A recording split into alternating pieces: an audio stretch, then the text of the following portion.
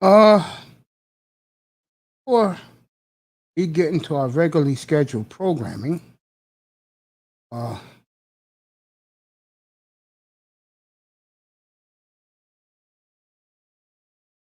um, Sometimes in life, you really have to put things in serious perspective. And one thing I've really come to realize, okay, you better take care of your own business, especially if you're a single man. You better handle your own, because nobody is there for you or with you, bro. Uh, Also, one more thing. Can some certain blowhards stop pumping their chest like they're the world and they ain't shit? You know what I'm saying?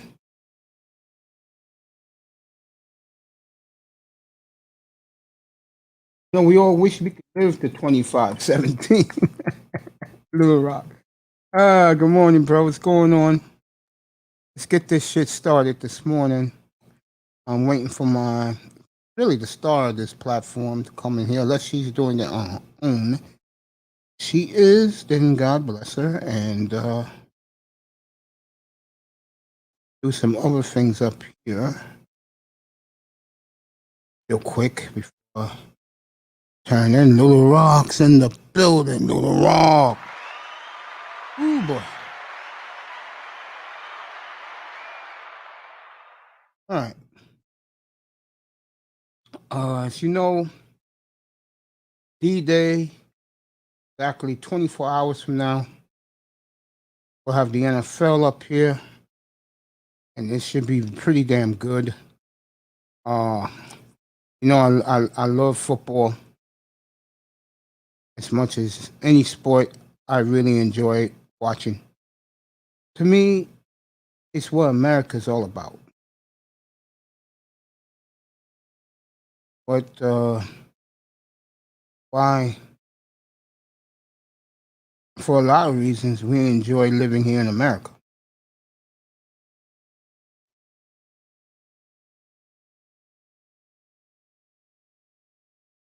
I love it.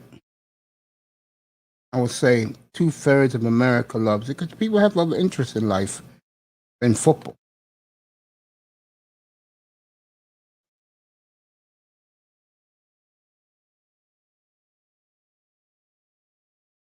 And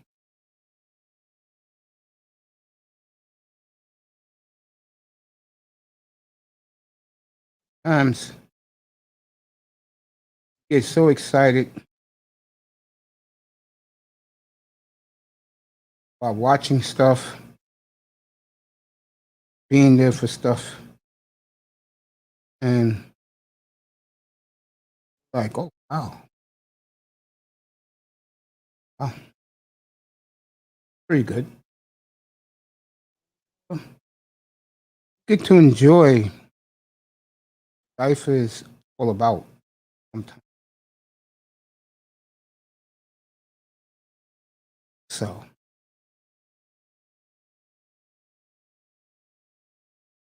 you know what? I'll give her a little bit up here.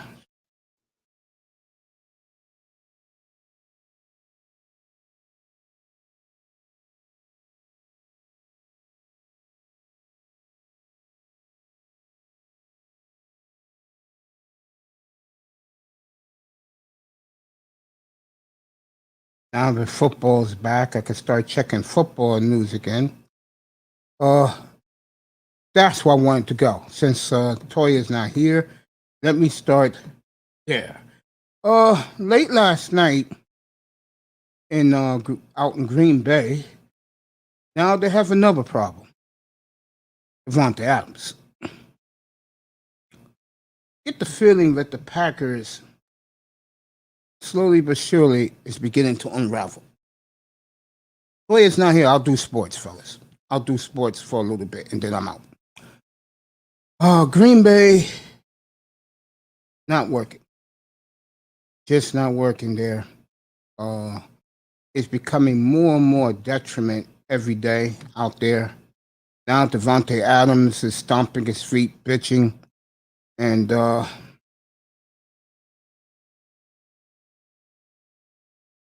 just it's a bad feel in Green Bay right now. And I think a big part of it is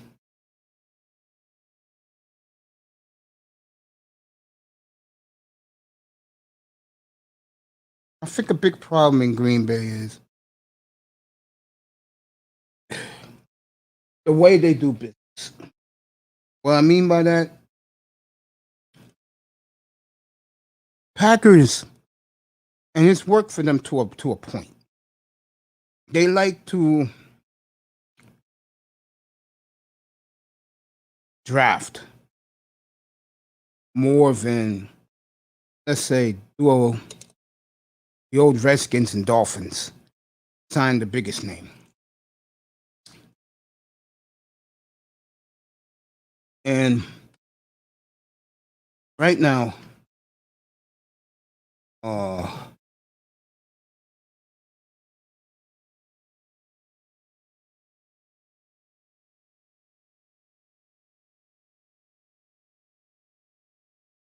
um,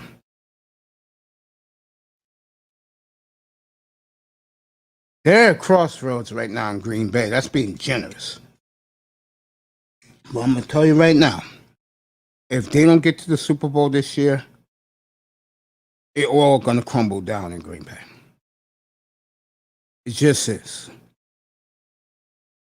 The days of everything is okay and cheese country. Mm-mm. Super Bowl opportunities have been wasted in Green Bay for one reason or another. I'll tell you the game the Packers have not recovered from. That playoff loss in Seattle, championship game 2014. Jermaine Kearse, 50-yard bomb from Russell Wilson early in the overtime.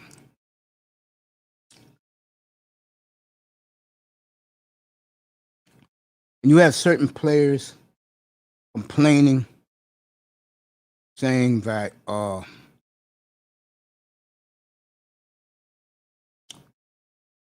they should have played more. And to a degree, especially in a championship game, that's true. Yeah. But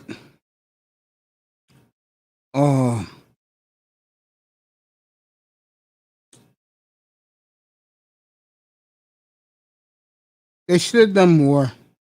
They had Favre. They should have won 2 or 3 with Favre. Instead, uh, the only one won. Rodgers, it's been 11 years. The only one won.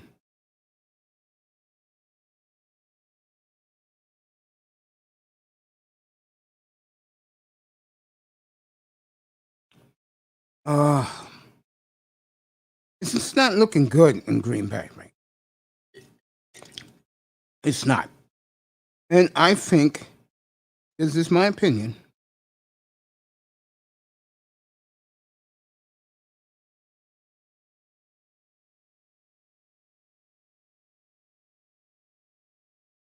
Super Bowl, not even appearance would make them happy. They have to win now. And this is it for the Packers. This is it for them. I mean, I hate to tell them this, but if Dallas's defense gels, they're back in the championship hunt. Redskins get decent quarterback play from Ryan Fitzpatrick. They're in the Super Bowl hunt. I don't want to hear about the Rams. If the Niners are fully healthy, they're in the Super Bowl run. Michael Thomas being out, Saints are not in the Super Bowl run. He won't be back to week 7 or 8, so he's going to miss half the year.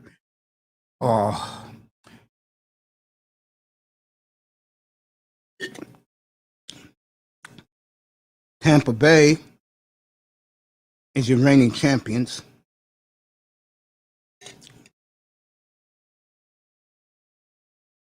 And that's what you have.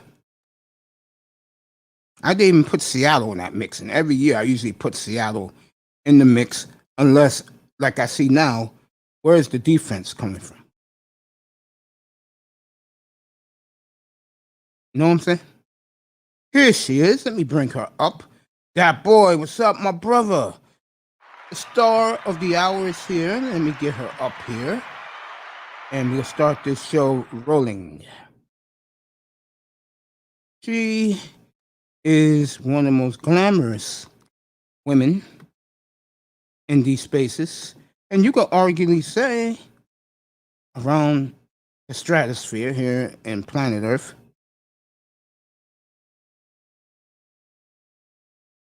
There you go, girl. Come on up.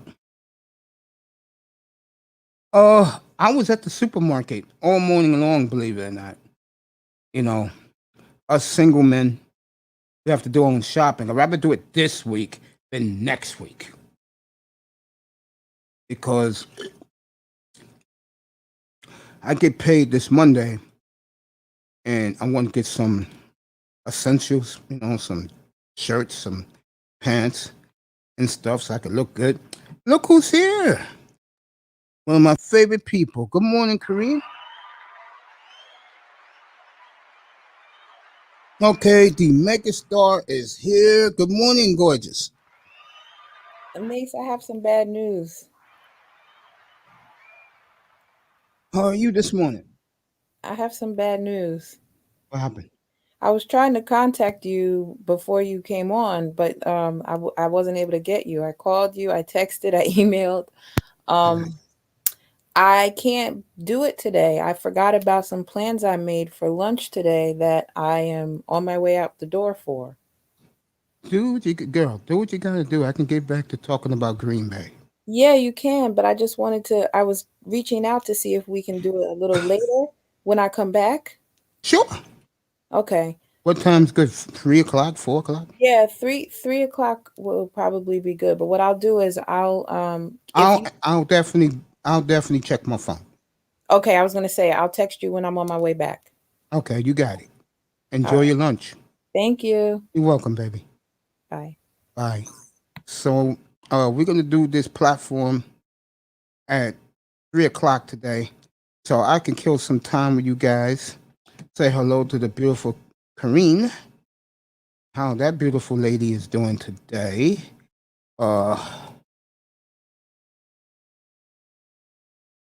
Kareen, what's up, baby? How you doing? How was your week? Thanks, yeah. So the show's been pushed back to 3 o'clock, folks. I'll change the time when I'm done here and give you guys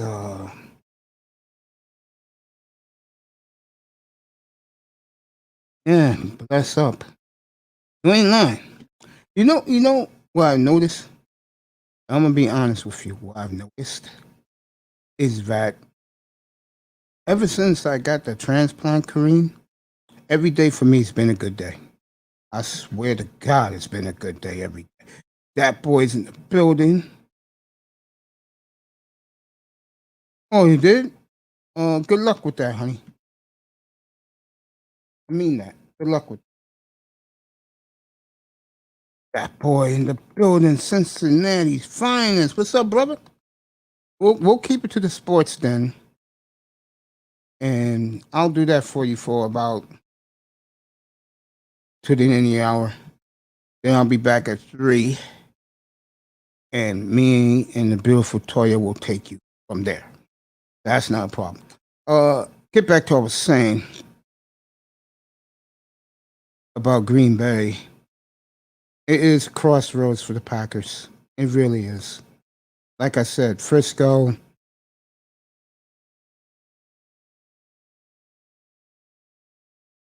I saw the ceremonies, and I cannot believe with the explosion of COVID, gorgeous, they are still letting those athletes. If I was an American athlete and I'm hearing this, I'm on the first flight out. I'll pay for my damn plane ticket.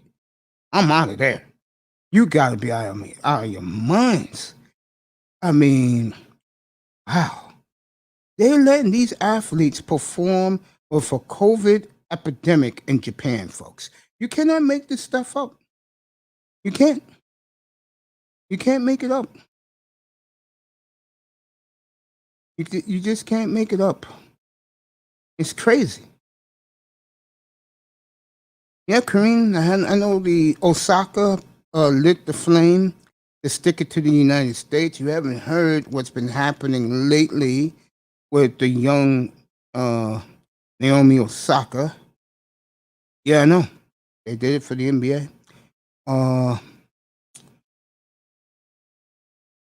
The Kun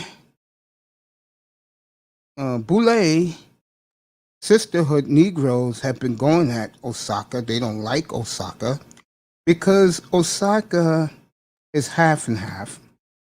And she's a young lady who's, you can argue, the best women's tennis player in the world. I see you, buddy. Don't worry, I see you. Always look at my chat room. And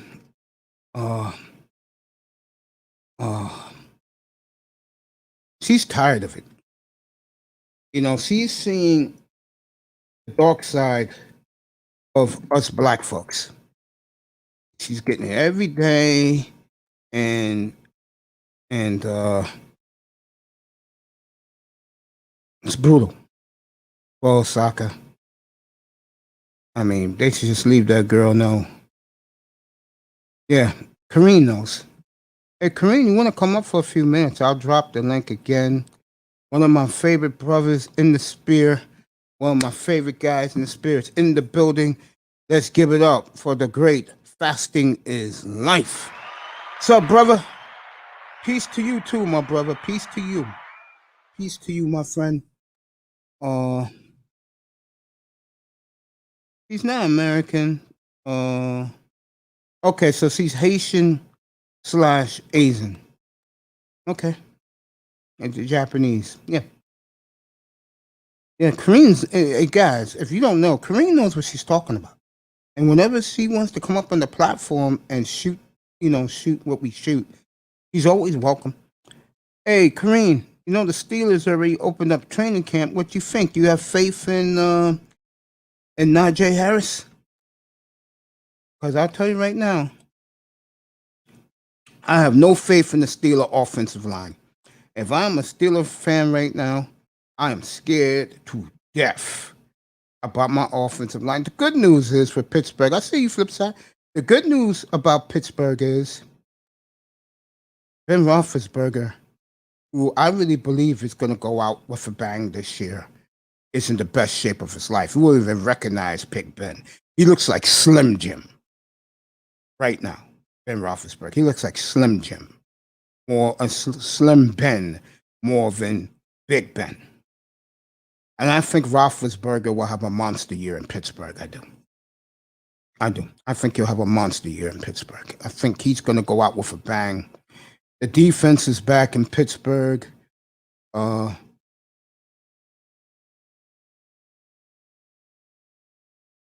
Pittsburgh, if they had a better offensive line, I swear to God, I'll pick them to go to Super Bowl. Offensive line is pathetic. And the Steeler fan, yeah, Big Ben's in great shape, baby. He looks like Slim Ben.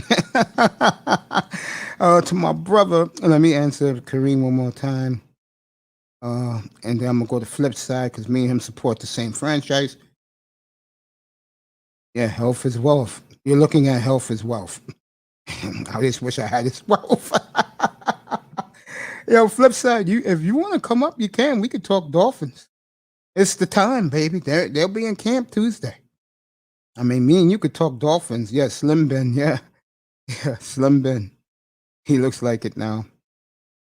You know, I usually don't harp on Dolphin stuff, but because Flip Side's here, I'm going to talk about a little about the Dolphins.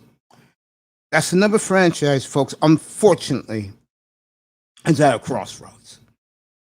And I know you're saying, huh? I know Ben saying, flip side saying, huh? This is a team, as we speak, has the potential to have a Super Bowl defense in Miami. I'm not BSing you folks. A flip side can sign off on it for me. The problem in Miami is the running back situation and the quarterback situation. Damn right, I'm happy, man. Every day I'm happy since I got this kidney, bro. Every damn day I'm happy. Okay? I have nothing to bitch about. Seriously. The lesson I've learned, sometimes in life you don't get everything you want. Slum Ben, yeah. Tomorrow, 11 o'clock Eastern in the morning, is football time. Hallelujah, it's finally here. I will do at least 12 hours tomorrow night. And maybe in the next couple of weeks, probably on a day they have exhibition football, I'll do a 24-hour stream. Excuse me, everybody. Football's here for the next 9 months, folks. I hate to disappoint you. It's here from now until the end of minicamp next year. And then I take a 2-month sabbatical. Thank God the NBA got me through this year. The NBA, let me give a standing ovation for the NBA playoffs.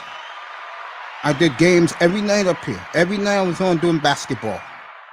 My subscribers went way up. People around the sectors I hang out at, or I say hello to my sisters and brothers, they congratulated me on a job well done. They watched from the sky. They watched listened at work and listened to me do the play-by-play. Thank you, NBA. And I always be in gratitude to you. The beautiful Kareen asked me 2 nights ago, was I happy for Giannis? Oh, hell yeah. He is the best player in the galaxy.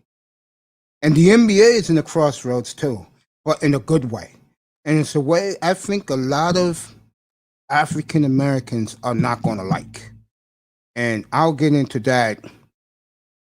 I might as well do it not now. I'll do it later. Laurel, you want to come up, bro? Here. Get up here. My boy Laurel's in the building. One of my favorite people in the world. Flip side, here's the bottom line, in my opinion. This is for you, brother. I think the quarterback's going to be okay. I don't think he's going to be spectacular. I think he's going to be all right. But that damn running game scares me to death. I mean, I'm telling you, bro, if come the week of Thanksgiving and the quarterback got 24 touchdowns, yet the goddamn running game is putrid, I am going to put on a show for the ages, destroying the entire organization, except Stephen Ross. I will destroy everybody. I will destroy Greergan. I will destroy Flores. I will destroy Miles Gaskin. Oh, I'll put on a display in here. And if I have to deal with Ben Simmons every night, you people better come and watch some comedy, because every time he misses a layup, if I have to deal with Ben Simmons, if that trade goes down, which is getting stronger and stronger, it looks like it's going to be Portland or Sacramento for Fox in a package. If I have to live with that clown every night, missing 3 throws, Giannis Antetokounmpo was just like him. The only difference is Giannis worked his ass off. And what did Giannis do? The beautiful Miss Molina's in the building. Laurel, so I'm waiting for Laurel to come up. And what did Giannis do in the biggest game of his life? Hit 18 of 23 throws. That is called one of the all-time greats. He got through his fear and his obstacles, and he performed like I haven't seen a player perform in the biggest stage in years. Okay? I don't want to hear about James. Please, I don't want to hear about LeBron. And I don't hate James. James has done his job. Leave him alone. And for you LeBron haters, and I'm not one of them, I may bash him a lot, but I'm not a hater of his. The man has done 30, 10, and 10. If you don't know what that means, 30,000 points, 10,000 rebounds, 10,000 assists. Leave LeBron alone. Especially you MJ sickaholics. It's now Giannis's time. And I got news for you people. He's not going away at the tender age of 26. Jordan won his first at 27. The East is not that strong. The only team who can beat them in the East is going to be Philly if they get Lillard or McCollum. They make that Fox. They make one of those two trades, or even go get Williamson. They do one of those free trades. Philadelphia is in the finals. Philadelphia will be in the finals. Maybe even may win it, because there's not a team in the West that I think right now can match up with Milwaukee or Philly. He's one of my favorite people in the world, folks. He's always family to me. He popped out. He'll be right back up.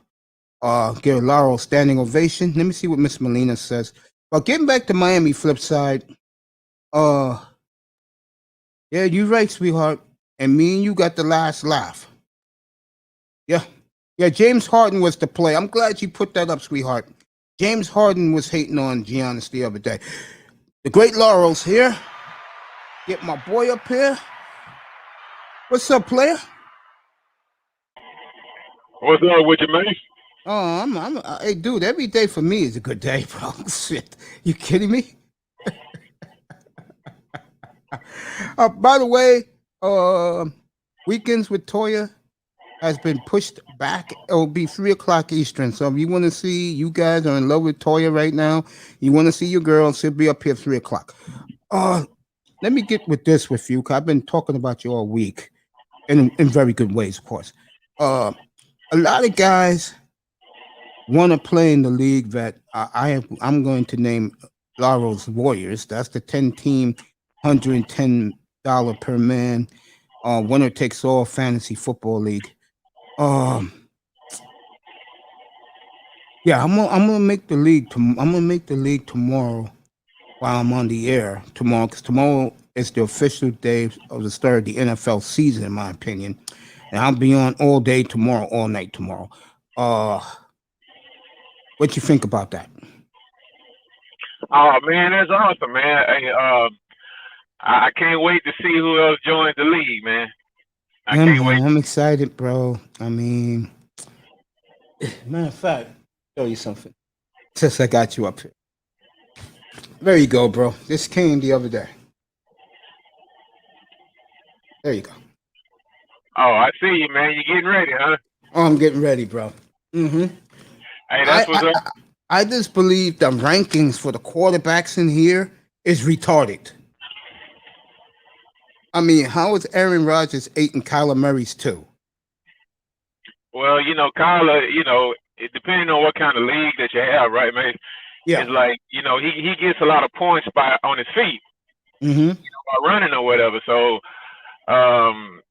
he has decent receivers, and he has great receivers. He's gonna get a lot of points, by running the ball. So I mean, but a guy like that, you pick him late, but you have to you have to have more than one top quarterback if you draft Kyler, because he's gonna get hurt. Yeah, I can see that. He's gonna get hurt. He's gonna get hurt. So and the thing is like a lot of top players get hurt. So this year when I draft, I normally will pick my running backs first. Instead of flash, I think I need durability, man. There you go. Because I know who's the perfect running back to take if you're going to take one early. I'm talking about like in the top 10, first round. I know who's the top running back in my opinion. No, but you got to pick somebody who's going to stay healthy, though. But let me tell you mine first before you give me yours. Yeah, go ahead. Because I missed out on these two guys, right? Okay. Yeah. It's either going to be Jackson out of the Raiders. Okay. Because he pretty much stays healthy, but before him, I take Nick Chubb. And the reason why is because Nick Chubb stays healthy. There you go. All those other guys, and I think he's up for a contract this year also. So No, they're going to give him one. They're going to give him one this year. They already said they the guy they're not going to pay is Baker. Him and Ward they're going to pay. The Browns announced that earlier this week. They're going to pay Chubb. They're going to pay Ward, but they're going to wait on Baker. Because man, in one of my drafts last year, man, I thought I had it made. I had the first pick, right? Mm-hmm. And everybody's first pick in the draft all across America was hurt for 11 games. Christian McCaffrey. Yep. Well, they got number. Here's how crazy Don Philly in the building. This how crazy Yahoo is. The first 3 running backs, or the first 3 or 4, are McCaffrey's 1, the kid in Minnesota 2, Saquon Barkley 4. What's wrong with that picture? Number 3 is the kid in Tennessee. What's wrong with that picture? Well, number 1 and number 4, they stay hurt, right? And number 2, kid in Minnesota is always hurt.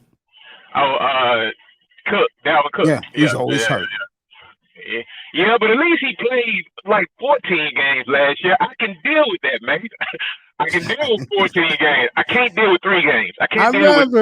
I'd rather have a guy, and I shouldn't give this away, but I will. I'd rather have a guy like the kid from the Bears, who in the rankings, they got him pretty low, than take one of the big stars.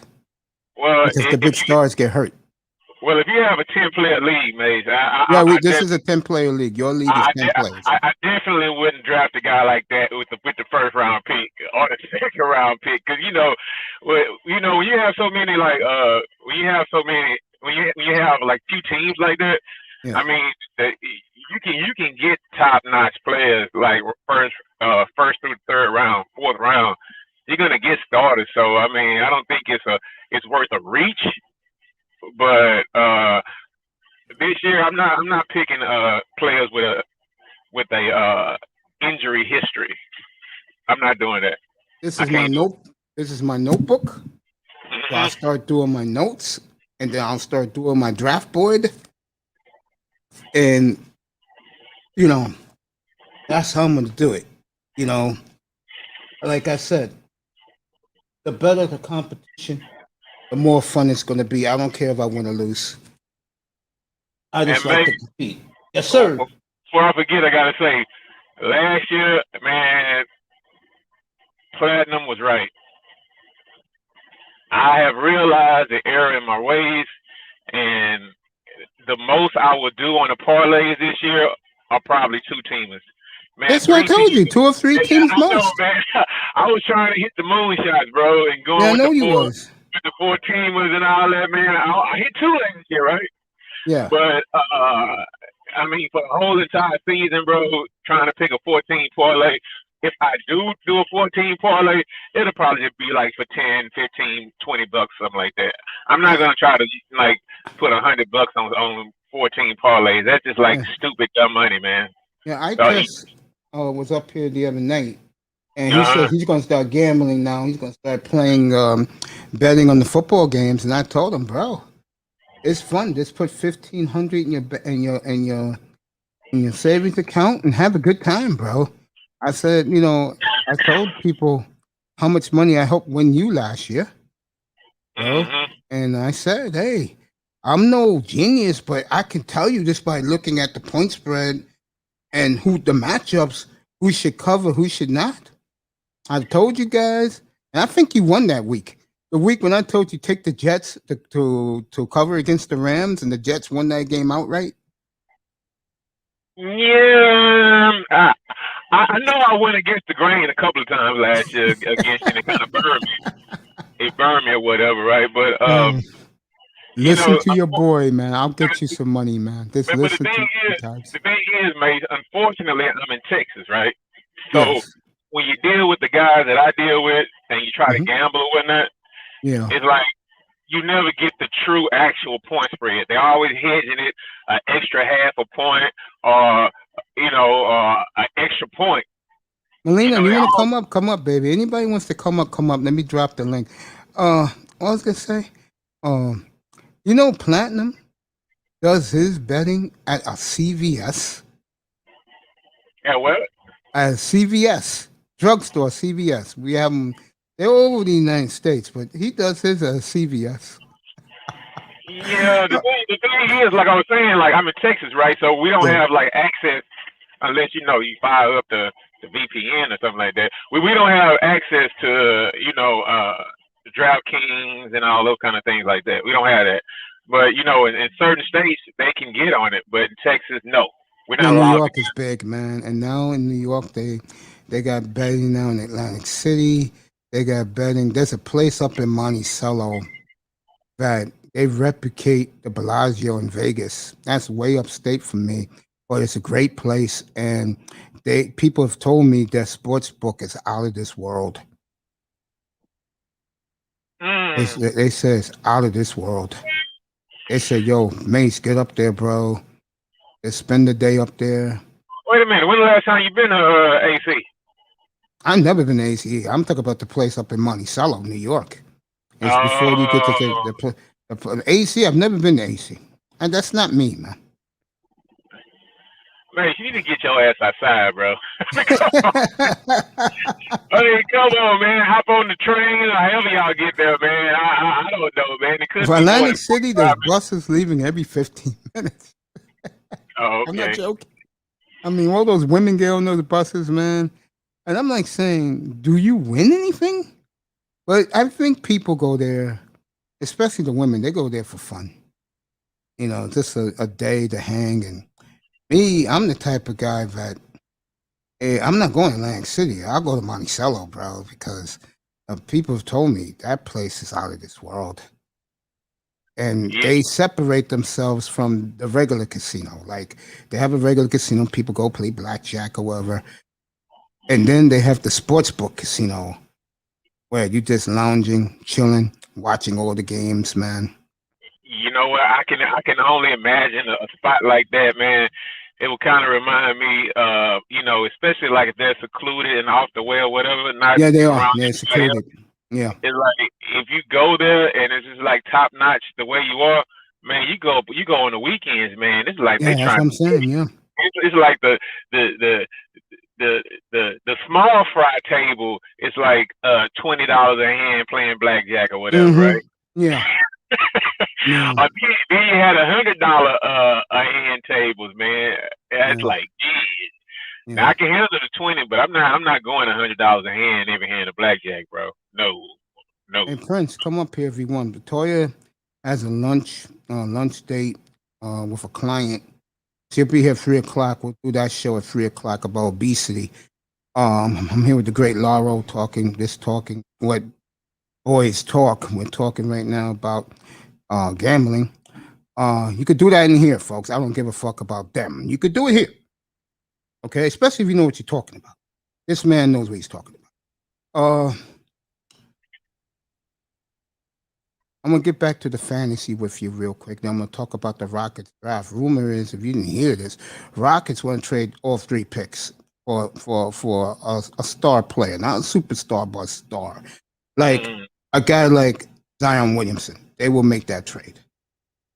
The Rockets, because they can build their new team around him. To me, that makes sense. You know what, Mace?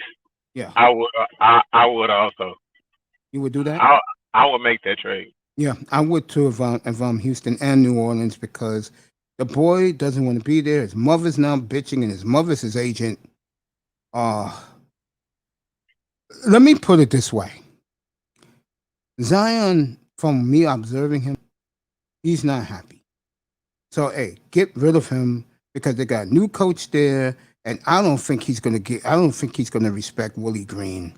Well, one thing is about Zion, he's going to be gone in 2 years, right? Yeah, and that's the point I was about to make.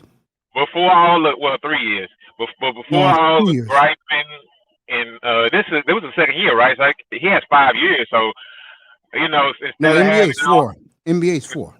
It's 4. Okay, so instead of all the griping, the bitching, and the moaning that you got to deal with, He doesn't want to participate. He doesn't want to play. He's not participating in the community activities or whatnot because He's not, by the way.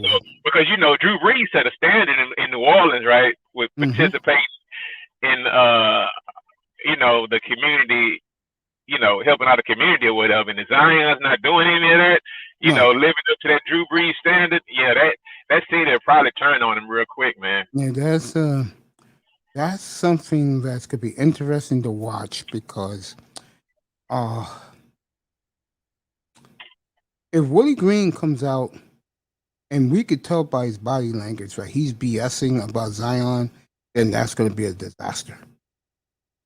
And it's going to hurt him too because he should have told the truth in ad libs instead of trying to play the political game. Prince, 1Z's, you want to come up? The link is there. I'm talking to the great Laura right now. In here, football starts in less than 24 hours.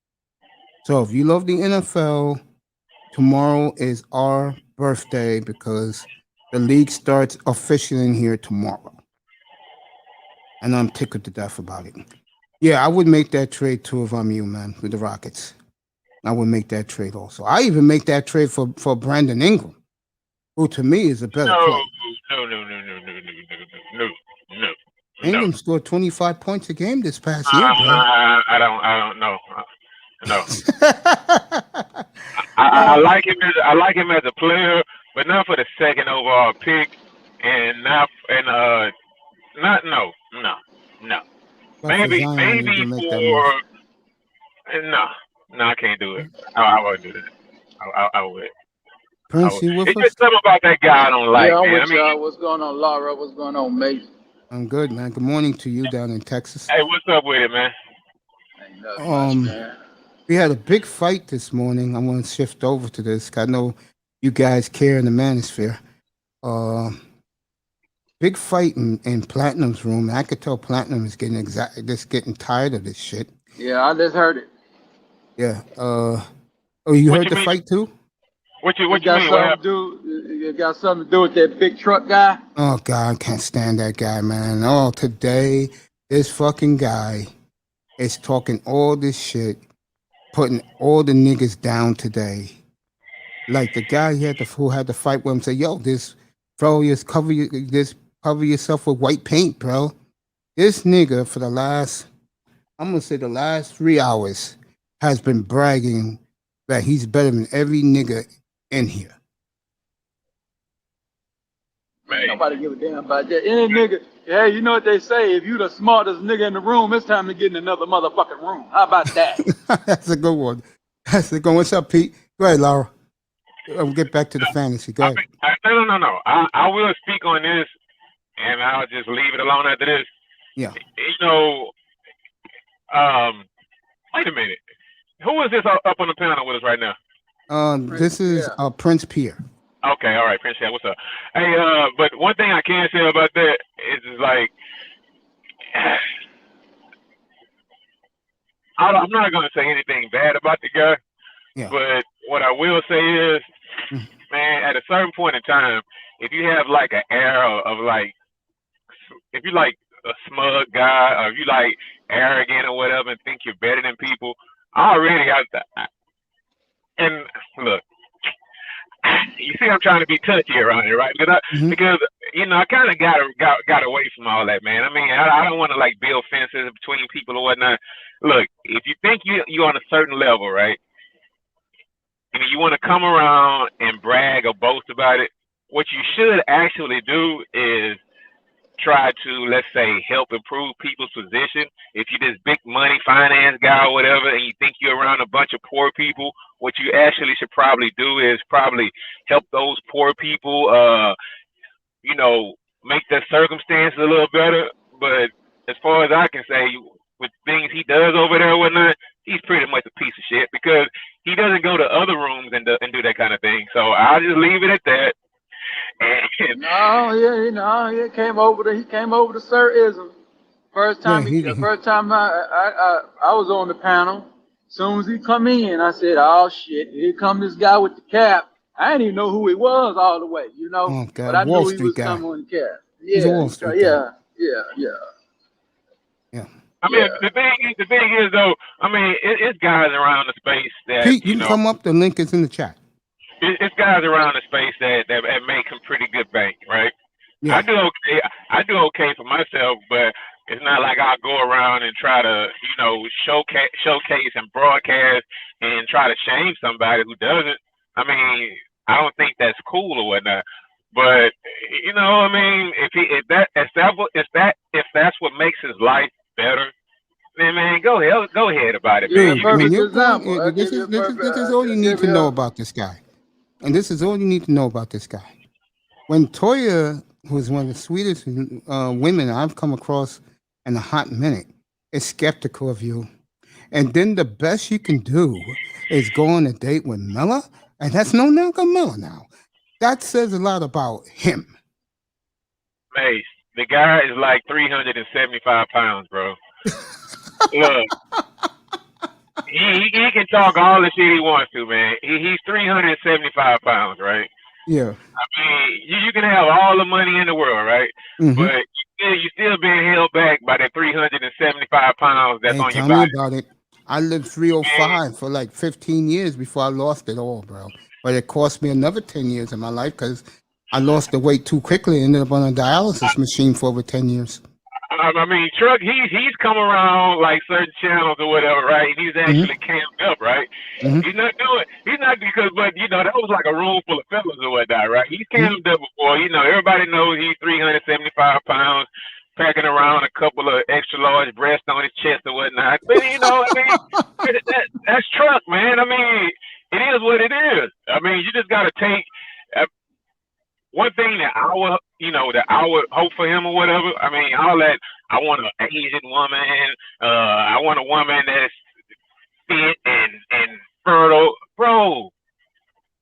Man, just look in the mirror one good time, man. And I'm gonna leave it at that. I'm gonna let it go. I'll say this, and I'm gonna speak on myself.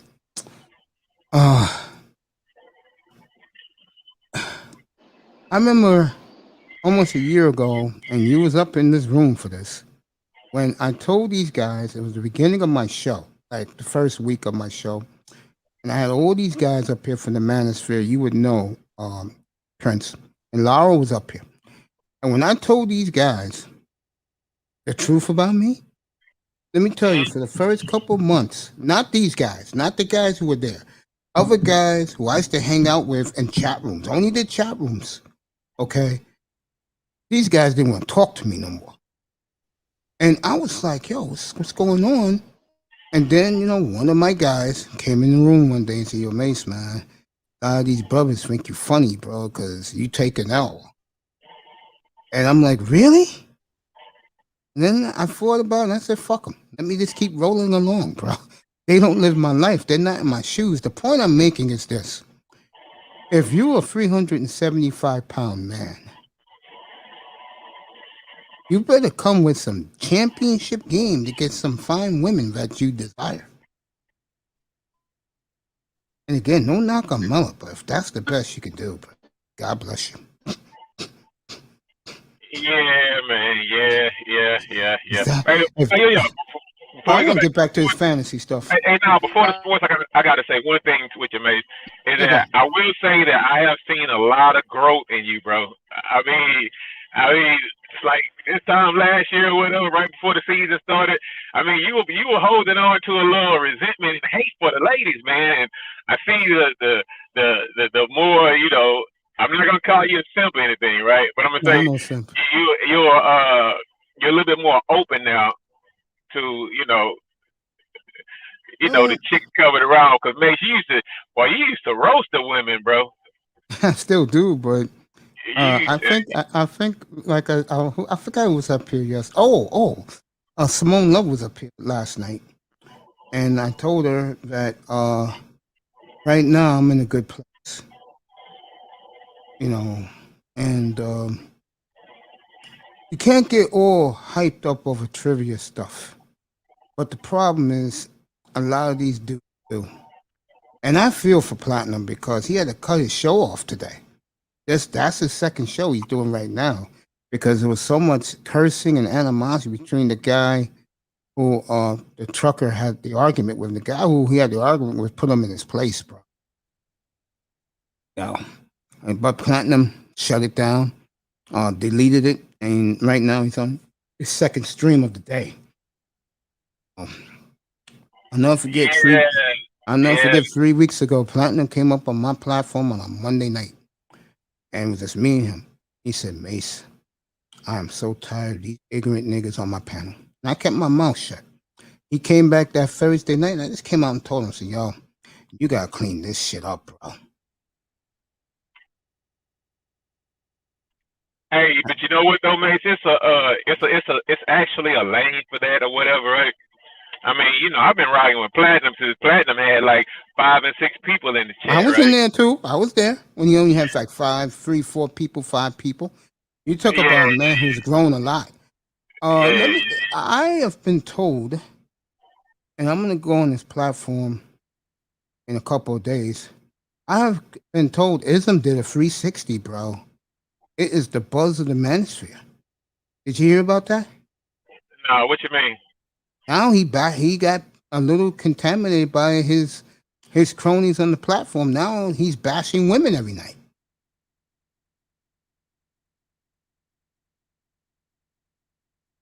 Yeah, that's why here. Yeah, that's cool. Hey, man, it is what it is, man. Shout out to Ism. Hey, the thing is, Mace, it's kind of like, man, bro, listen, man. One thing I told you last year, man, I was like, man, listen, I don't hate women, right? Neither do I. I came to the space more like for the camaraderie, right? Yeah. And, you know, and to learn some things. Mace, I have went down a financial rabbit hole, and that's where I spend most of my time now. I mean, just like I fell down a manosphere rabbit hole or whatnot, and now I'm down like a financial rabbit hole. I mean, that's pretty much what I do and listen to throughout the day, you know, trying to learn things, pick up new techniques and tips or whatever, you know, keep my ear to the nose to the ground. To the crypto to the crypto streets and to the and the Wall Street or whatnot, man, and just trying to pick up some game and learn that way, man. But I mean, it's so much hate and vitriol in the space now, bro. I mean, Tell me about it. Tell me about it. It's only gonna get worse. Oh, I know it is. It's just gonna get worse. So, you know, you know what? Once football season comes, man, I'll be around every day, every other day, or whatnot. And when football season starts, which for me starts tomorrow, because training camp is going to open Tuesday. What excites me is, and I tell people this, when you have your own and you're doing you, like I do in here, I don't put my nose in other people's shit. It is so peaceful in here, bro. I love it. Yeah. Hey, yo, you know, let's just go ahead and just switch off that, man. Is that man? That stuff don't interest me no more, man. What's up with the Cowboys this year, man? I hear that Dak Prescott is rated pretty high for some reason. You noticed that, right? Go ahead, Prince. Talk about your quarterback. Oh man, it's all good in Dallas. We're not really worrying about Dak. We know what Dak is. We know what Dak gonna do. He gonna make it do what he do. He is the favorite to win the MVP, by the way. Oh, okay. Well, he's the prohibitive favorite to win the MVP of the league. All right. So people really buying in. They're all in. It's America's team, baby. They're all in. It's all about the defense. Well, what they have to realize, what you guys are gonna have this year? You're gonna have year one, year two Zeke, or is it gonna be Zeke he's that in his looks best, like I saw he's Zeke the other overweight day. and just no, Zeke's in shape, body. bro. His body's back, bro. I saw Zeke the other day. He's showing off his six packs, bro. Yeah. Zeke is back. Yeah, he lost that slim again. Zeke lost that beer belly. What's going on, fellas? What's up, Pete? Yeah, he lost that beer belly. He's in great shape. The Cowboy. I'll never forget. I told the story last night. I had Simone up here a couple of months ago, right before the draft. It was on a Saturday night, and she asked me about the kid from Florida, the tight end. So Kyle Pitts.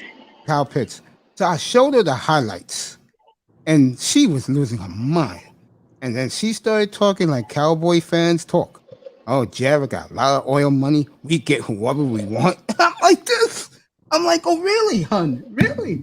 And then I asked her the question point blank. Would you rather have an offensive juggernaut that can beat Tampa? You can outscore Tampa every day, or would you rather have a championship defense? She said, give me the offense.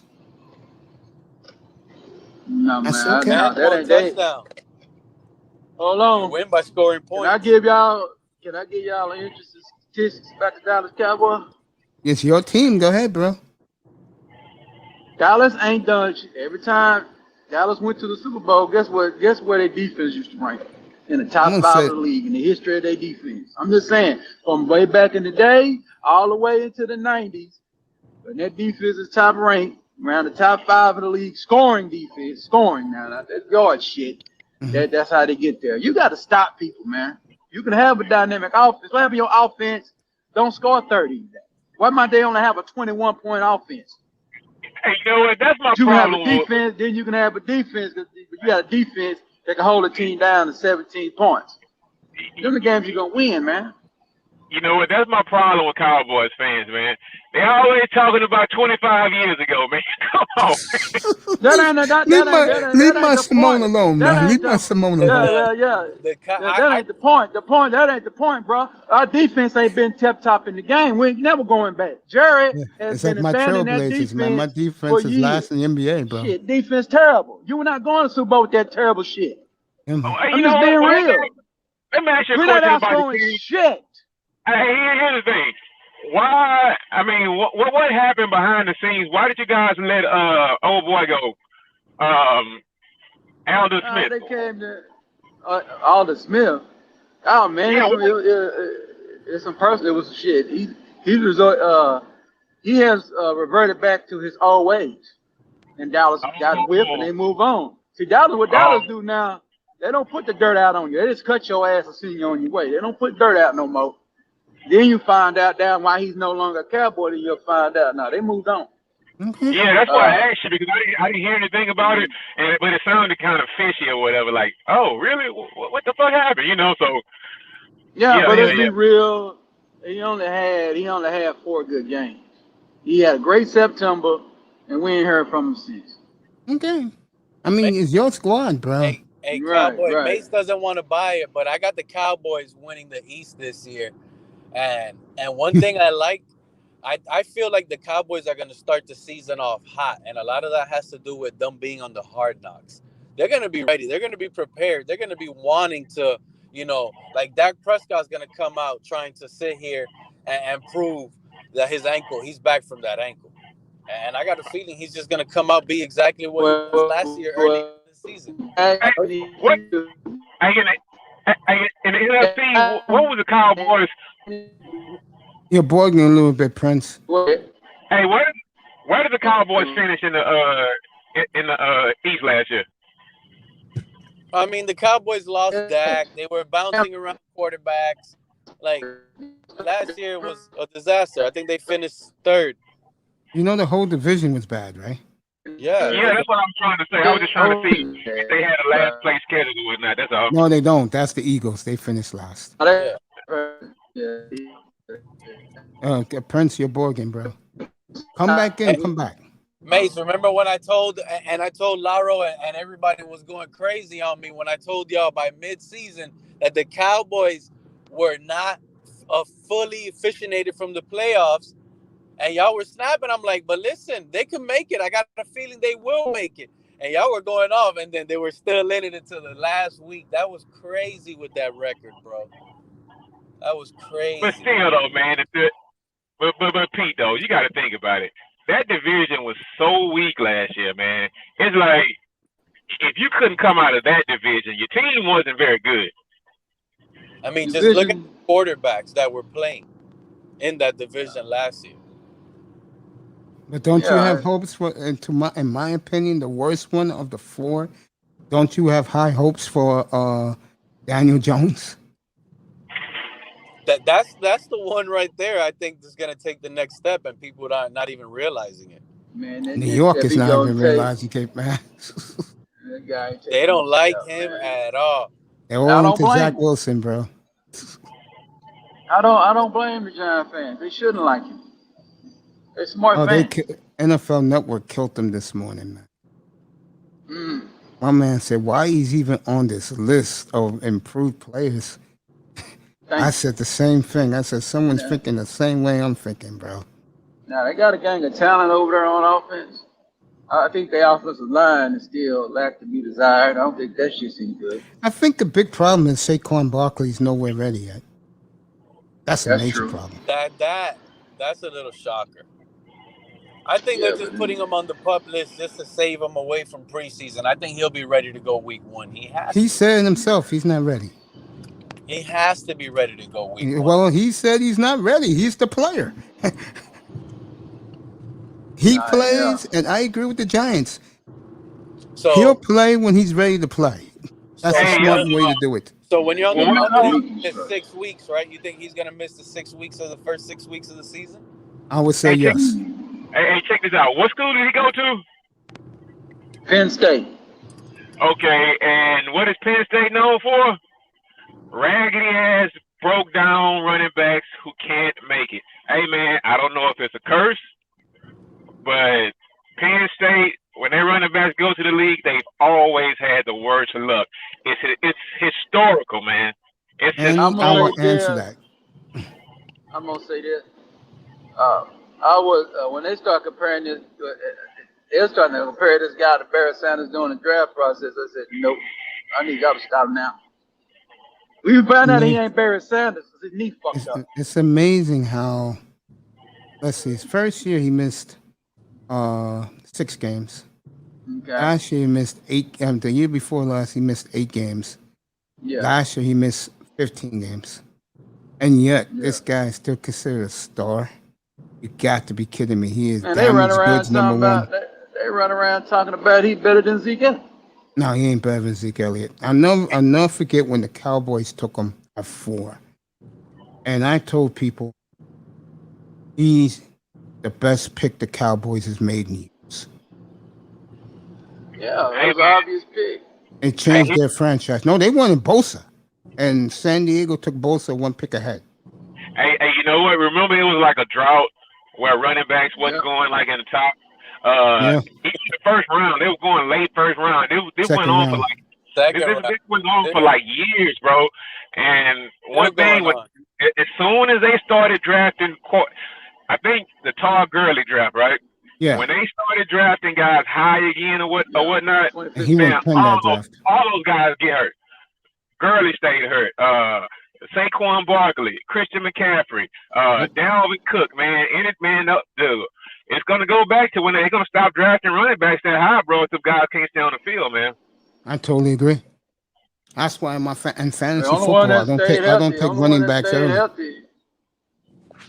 I already know my first week. Stay healthy, though. Running backs that are running for like 1,900 yards rushing, almost 2,000 scrimmage yards, and some of them are going 7th round with the amount of like yards and highlights they have, and then they like to sit here and say, "Oh well, he didn't play against really good competition." I don't get it. And he's really putting it in. We'll talk about the Bucs in a minute. He likes to talk about Giannis. Like the thing is. And Itez hit it. Itez knows, man. Itez knows what he be talking about, bro. And it's funny. People don't really want to listen. People buy what the media sells, and you're like scripted to like it. Like right now, let me show you an example. Shaquem Griffin, he just signed with the Dolphins. He's not a very good football player. He's not. But I remember him coming out in 2018, him having all the attention, all the media all over him because of his speed. You know, he also had some other attention because of some other, situations he had with his hands and all that. But he had a lot of hype on him because of the media. Well, Now in the Dolphins Seattle, signed look him. at the linebackers. They got two Hall of Fame Now the Dolphins linebackers right signed him. there. You got the Dolphin community sitting here going crazy like they just signed, a Pro Bowl linebacker. I Just bet you because he'll have a better just year. because at one I point will his bet name you. was on the media and they know his name a lot, so they feel like And this he's guy from has down to be there. good because I heard it a lot. And He's he's a from special down team there. guy. And, Hey, by the way, one thing. Is his brother still playing? no, he's His in brother's Jacksonville. good. His He's in brother's Jacksonville. good. He signed with Tampa. No, he went to Oh, okay. Jacksonville. Oh, he's still Jacksonville. playing. Oh, that's what's up. Okay, that's cool. I was gonna say, I bet you has a better year than Myles Gaskin. Who? Shaquem Griffin. Shaquem Griffin? Yeah. He's like a linebacker hybrid / safety special teamer. Yeah, I bet you have a better year than Myles Gaskin. Mason, you can't compare a linebacker to a running back, bro. That's what I'm saying. If I'm doing that, what did that tell you? And you want to know something funny? If you're a Dolphins fan, this is a slap in your face. Not only is it hold on. Not only is he ranked way too high for his talent, he is the only Dolphin player in the top 100 in fantasy football draft this year. When I saw that, I just went like this. Who's bro. that? Myles Gaskin. He's 48. The rest of the Dolphins are under 100, 121 and over. Where's Gesicki at? Gesicki 121. Goddamn Myles Gaskin. 121. That's a crime. Hey, Pete. Hey, what do I say in here to anybody who's playing fantasy football?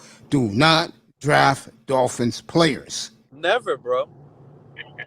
And yo, speaking of the Dolphins, hey yo, Pete, I'm gonna be in your city November 7th when the Texans go down and go over there to get slaughtered, right? Because I want to lose the game. I want to lose all my games next year. But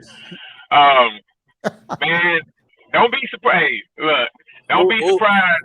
It may send you the bat signal saying Laro says get to a party with Waddle. Man, I found out that one of my closest friends or whatever, that's his godson, Jalen, right? I had no idea about that. Yeah, well, I was from your neck of the woods. Yeah. I had no idea. I was like, really? Yeah, that little kid that used to. Yeah.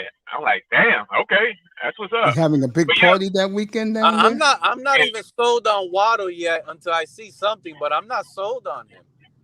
Hey, how y'all have that many first round picks, bro? Here we go. The players that you want, bro. What was that? How we have all these number one picks and can't hit on them? Like, that's what I'm saying. Like, we had all these first round picks and we don't even have a player in an award conversation. Forget about winning it. Just be in the conversation. He didn't have it. Yeah, man. Everybody want to do what Jimmy did back in the day, but you ain't hitting on these damn picks. I think the Dolphins, last year's picks, especially the offensive linemen, I think they'll come through this year. I think this could be one of the best offensive lines Miami has had in years. I just think the problem is going to be, can the running back run 30 times a game? I can't believe you guys squandered all those picks you got for Larry McTominay, though. I can't believe you squandered that, man. Laurel, I know what you're hoping for. Something that I predicted. I said if they're 0-3 the first 3 games of the year, you'll never see the quarterback again. Yeah. Flores will get his ass out of there, bro. Nah, 3 games, bro. We have big plans this year, man. 3 games. Listen, they're 0-3. Whoever starts week 1 better ride out the whole year. I don't want to hear it. I don't care if it's bad. It better never be seen again. They better never pocket him and say, oh, he got better after 6 weeks and we're going to try. No. They better show the whole preview and go down. Question is, where would they trade Howard to? Because that's another big buzz. But if you didn't hear me an hour ago, I'll rewind it again.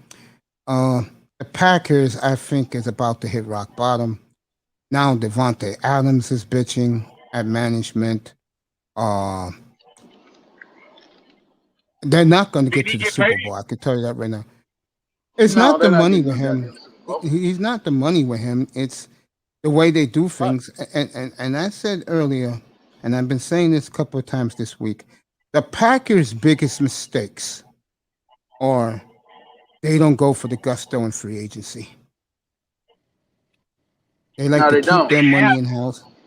Mace, they have Yeah, talent. they're like, So how come their defense can't come through in the big games? thank you. Bro, They when got you have shredded 2 years ago in San Francisco. They got shredded by Brady, who threw 3 interceptions. it doesn't matter, Mace. When you have Yeah. a top 5 quarterback, a top 5 receiver, a top 5, Top 5 running back. a top 5 offensive line, bro, Offensive you line. supposed to you gotta outscore your opponent, man. Outscore That is him. so true. It's not funny. I'll get to Osaka, because I talked about her earlier, too. I'll get to Osaka. Let me see. I think the Packers, even without Rodgers, I think they could be in some games. They could win big games. They're not going to be in a high pick just due to the fact of both of their running backs. I'm going to ask a question. Manny, let me ask you a question. I'm going to do this show coming up. And I voted her. Matter of fact, she was the first athlete I thought of when I was coming up with this subject and this topic. Do you consider Serena Williams the greatest of all time? Yo, And- Mace, come on. You man. have to put her in the you have to put her in the conversation, bro. Mace, that's not a smooth segue, bro. I mean, I'm asking his. I read my chat room. I'm answering his question because he's. I could tell by the way he's writing this. He has a crush on Serena Williams. So I'm asking him an honest question. Miami, come up here, buddy. I'm asking an honest question. That's all. You do know that the first person I thought of when I came up with that topic was her. And I'll tell you about the NBA real quick. I could have been. He wants to talk about women's tennis or whatever, bro. No, he's just asking me the question. You know I'm not going to do women's tennis. I'm sticking with the football. I'm just asking his question. That's what I'm doing. What was the question, Mace? Because my mind is going left and right. He asked me about. He's talking about how great Serena Williams is. 19-12 versus Hingis. 10-7 versus Capriati. 20-2 against Sharapova. So I asked him just now, do you think she's the GOAT? Let's see what he says. No, I'm not talking tennis player. I'm talking about athlete. Ever. Man. Women's athletes, right? No, athlete. Oh, you gotta put dude, you have to put her in the conversation, man. You have to. And I'm gonna tell you something else. I'm doing it because I don't want to hear from the sisterhood. I know you want to sit here because of her accomplishments and say you have to. I don't like her at all. Yeah, I'm being unbiased. I don't like her. And putting words like the best athletes. Yes. No woman comes to mind at first, no matter what accomplishment. Well, she came to my mind first. I'm not lying. At men and the way they perform and what they do, I mean, you don't even think about women athletes at that point. I do. I take everything in account. When I'm doing this topic, I'm getting back to the football. Okay, here we go, man. So let me just put this to sleep right now. Okay. Who's like the 20th best men's tennis player? I don't know. You don't know, bro. I bet she couldn't beat that guy. Hey, Mace has his jersey. I don't know. Yeah. Exactly. But I bet Serena couldn't win one match against that guy. She couldn't win one set, maybe one set at the most. I believe 20th best guy. No, this no is way. my honest opinion. Here, Serena in her prime. I'm talking a decade ago. She could beat anybody in the world, in my opinion, men or women. And I'm not a fan of hers. I'm not sniffing her panties. I'm just being fair. The woman was that dominant. He just put up numbers against 3 of the best in her generation. And that's not even counting Davenport.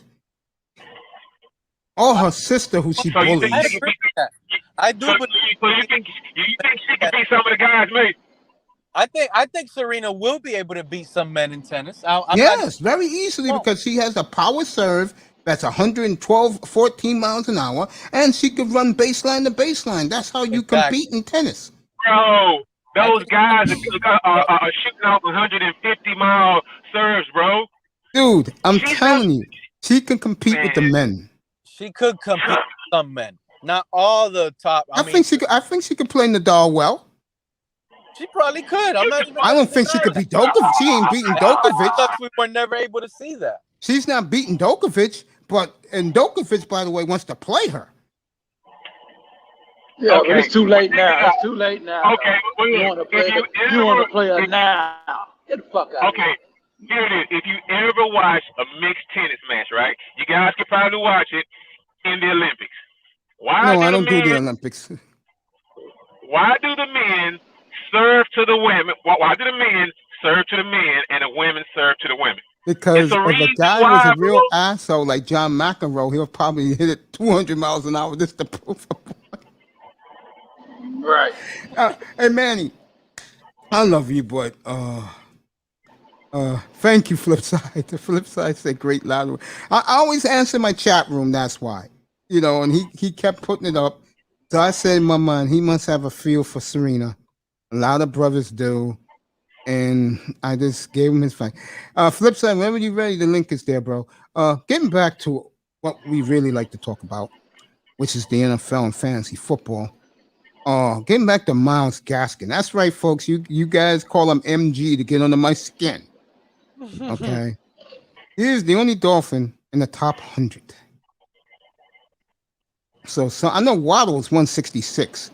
Tua's 160. Gesicki's 121. I don't know where the others are. I can check it for you right now. But my point is, getting back to the fantasy rankings, I told you guys what teams don't touch their players. I said Dolphins. I said Jets. Patriots to a degree because they have no receivers. They're going to just be throwing to tight ends, and their quarterback situation is very shaky. You know. Bengals, you could take all their play. Bengals got some talent. They said this morning the Bengals have the best set of receivers in the AFC. I'm like, dude, I think you're going a little overboard. You know, have you seen Buffalo? Have you seen Pittsburgh's receivers? Have you seen Kansas City's? The Chargers? Pittsburgh receivers probably had the most amount of drops, but Pittsburgh has some really nice receivers. I agree. I mean, to say Cincinnati. I don't really like Juju that much like other people, but did he get paid? He got paid. Yeah, Pittsburgh. He went back for Pittsburgh 1 year, $8 million. Think about it. Cincinnati has a trio of receivers there that are really good. I said that last year. Guys were laughing at me up there. No. We're talking last year. I mean, AJ Green and his going down always with injuries or whatever. But this year, you replace AJ Green with a younger, faster, better receiver right now. The kid from LSU and Jamar Chase. You got T. Higgins and Tyler Boyd. Not bad. Now that I think about it, and not bad at all. Forget about Joe Mixon. They have a real 3-down threat running back. And yet, for some strange reason, I'm not being funny here, I got them down for 5 wins. And they say Joe Burrow, he done added velocity to his football. Okay, buddy, take your time. I'll be up here for a while now that we're doing this. I'm glad you guys came in the room. The beautiful Miss Toya had a lunch date, a business date, so taking care of business. So taking care of business. Let me say this right now, Manny. If I'm doing this topic, which I'm going to do in a couple of weeks, and they don't see Serena in there, oh hell yeah, they're gonna start whispering, what the hell this nigga's talking about? What's Serena? And then women gonna ask me. Who cares? No, he asked me a question. I'm giving him. No, I'm saying, who cares what they think, man? I don't really care what they think. But if you put her in there, like I plan on doing, I don't have to hear from them. I'll say, bees, go away. Don't come up here. I want to see you. Now, back to the football, because that's what I really want to talk about. Hey, Mace, I'm kind of worried about you, man. You're kind of becoming like a male feminist a little bit. The reason why is because, man, you're putting Serena as one of the top athletes. You wanted Becky Hammond to be the coach of the yeah, they still do out in Portland right now, bro. It's Firestone. I mean, what's up with you, bro? Enjoy your breakfast, Mr. Miami at IHOP. Enjoy your hash browns, your eggs, your steak. Enjoy it, bro. You know what I had for breakfast this morning? I had me a nice chicken box this morning. Now, like I was saying. Chicken box, boy. You need to get you a boy. You better go down there and tell them to get you a goddamn sponsor check from them. What chicken spot opening up that early, Mace? Where I live in New York, they some stay open 24 hours, man. Yeah, they don't close. Chicken box don't close, bro.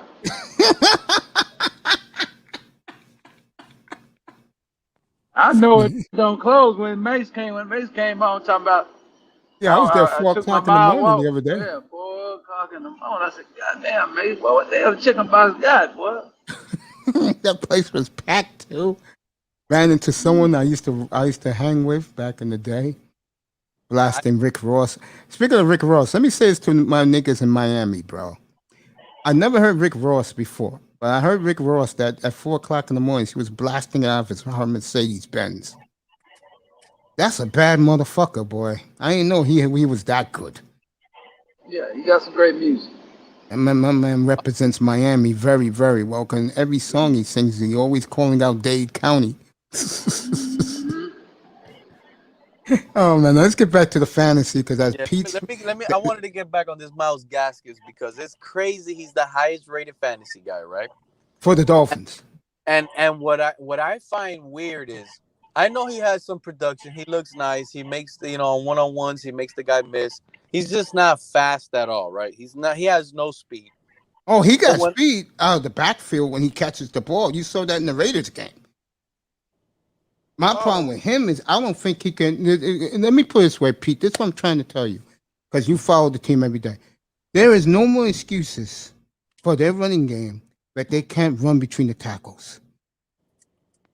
You see, the thing where I was going to get at was when you look at Miles Gaskin, he's not fast at all. Mm-hmm. And you're looking at Malcolm Brown, the guy we just got in free agency, 1 year. And you're looking at both of these guys play and you put their game next to each other, you sit here and say Gaskin is the backup, Malcolm Brown should be the starter automatically. Just based on the performance you're just watching from previous, him as a Ram and Gaskin as a Dolphin. Right. Malcolm Brown looks like a monster. This guy should be the starter. He's a punisher, and he can catch. Yeah. Man, I can't. You know what? For the life of me, man, I just can't believe you guys, man. And I'm not talking about the team, but dude, for you guys to have all of those picks and you have a question mark at running back, bro, that's just like that's pathetic, man. I mean, I get some pride out of that, and I'm kind of happy about it because you guys rubbed it in last year. But I mean, he did kill you a little bit, bro. too much. That I was apologize, not man. supposed to happen, dude. Y'all had too many draft picks off the Texans, bro. I mean, you guys should actually have the receiver you wanted. You should have another quarterback that you may have wanted. You should have a running back that you wanted. Man, y'all fucked up, bro. I mean, that's some stuff that you could be looking back for years and be like, just scratch your head like, I can't believe we fucked up those 3 years worth of draft picks. The worst part about it, Lauro, is there's actually fans that already know they messed up. We're already knowing that, So it's like, damn, we're already there. There's some that are gonna realize later, and they're just in the midst right now in the fantasy land and in their favoritism in that world right now. They love it, so they're blind to the fact that. All right, let me correct something. Will Fuller, 91. That's the next Dolphin. Hey, Will Fuller will, I'm a big Will Fuller guy. I know you are. Will Fuller is going to give you a cup. Well, no, I can't say that. He had Deshaun Watson throwing to him, so let's just take Will Fuller off the table, bro. Hey, I'm sorry,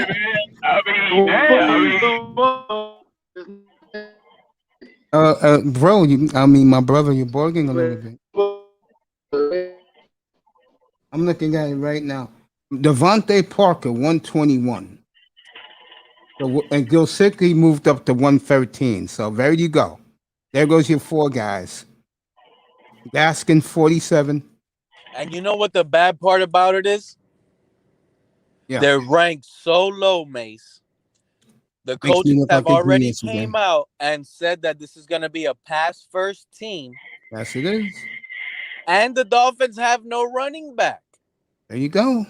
So how are these guys to come around? I mean, it all comes down to the quarterback. Yes, it does. Will they be ranked that low if we had Justin Herbert, Mace? Hells no. Tua moved up 1 spot. He's 159. That shit crazy to me. Yeah, you're right. That's why. Hey, where is Tua ranked among just the quarterbacks? I think he was 20th. I could do it right now for you. They got everything here, bro. Bro, Chris Sims has Tua like at number 35. There's 32 starting quarterbacks. That guy has backups ahead of Tua, okay? And I believe it. That's the worst part. Trevor Lawrence at 17. Interesting. Baker Mayfield 18. Daniel Jones 19. Carson Wentz 20. Oh man, boy. Woo. Tua is lower than 25. Yeah, he's number 25. Damn, man, it may be rough for you guys this year, but hey, it ain't. Hey. Fucking Laurel. And man, Laurel, they finished 3-13. You love that, wouldn't you? I mean, I would think with new management, even though it's the same owner or whatnot, bro, y'all still letting your talented guys, you're still trying to trade them away. Yeah, he's next to go. I think he can. Howard can go at any time, and the 2 teams who won him is Dallas and Philly. Man, that's sad, man. That's sad. You know, people like Pete laughed at me, but I said it. The second the kicker signed that 5-year extension, what happened, Pete? Dring, how the hell do you give a kicker a 5-year extension? You don't even talk to my man. He saw offense. Click. That's what Howard's agent did. Click. What I told you. One of the worst decisions ever to spend and just bug off. throw Come on away up, money on a kicker. When there's teams out there signing kickers, there's teams out there signing 6 kickers a season, bro. I'll never forget the day that happened. And I told Manzano, there is a certain player on this team that just saw that come across the wire and he is pissed. And I said, Xavier Howard right now is not happy. And Manzano go, why? Do you know what just happened, man? The kicker got a 5-year extension. And Manzano was pissed, bro. Manzano don't usually get mad. He was pissed at me, bro. He said, how the hell they give him 5 years? There's a problem. Bargoff, come on up, buddy. Good morning to you. Miss Molina was here earlier. I'm waiting for Manzano to get up here. Hey, Lau, let me tell you something else. And I'm not sticking it to nobody. I'm just being honest. This new audience I have, man, has been tremendous, bro. Oh, I've seen them. I've seen them, bro. I mean, a lot of times, I just be in the clouds. I be working or whatever, right? Yeah. So, I listen. I've seen them. One day I tuned in. I was like, wait a minute, who is that chick? Yeah, I get more. Hey, Laura, you know one thing that's changed for me in here, bro? The truth, I get a lot of female support in here every night, bro. Not on the platform. I'm talking about in the chat room. Had a new chick come in last night. Told me that. Oh, yeah, mate. Let me just critique you just one little bit.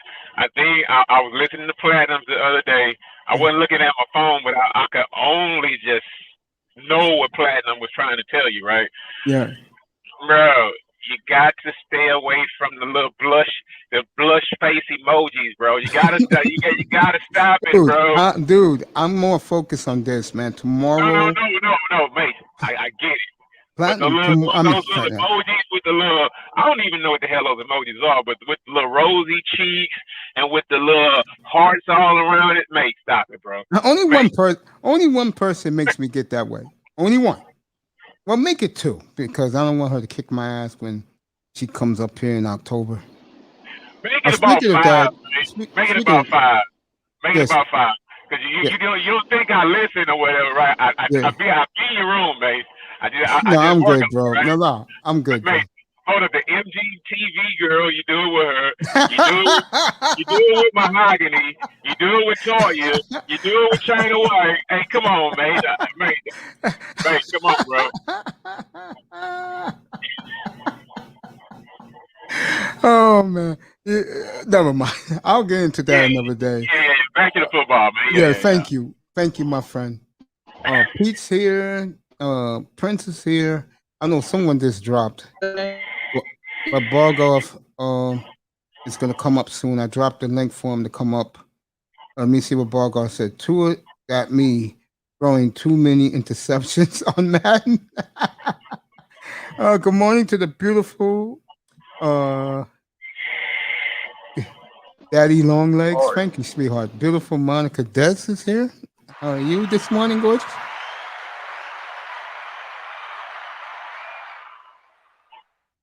If some of you are looking for the Toya weekends with Toya, she'll be here at 3:00. We'll do that at 3:00.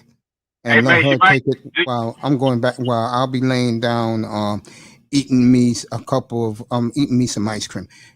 Back to the fantasy football, because this is what we're going to talk about. It's that time of the year, folks. I'm sorry. Hey, mate, you can't just click in there and change the title real quick, man. No, I'll just extend the time. I'm not doing nothing today. Today was supposed to be my off day. Tomorrow, I'm on for like 12 hours, bro. And, mate, stay away from the ice cream, bro.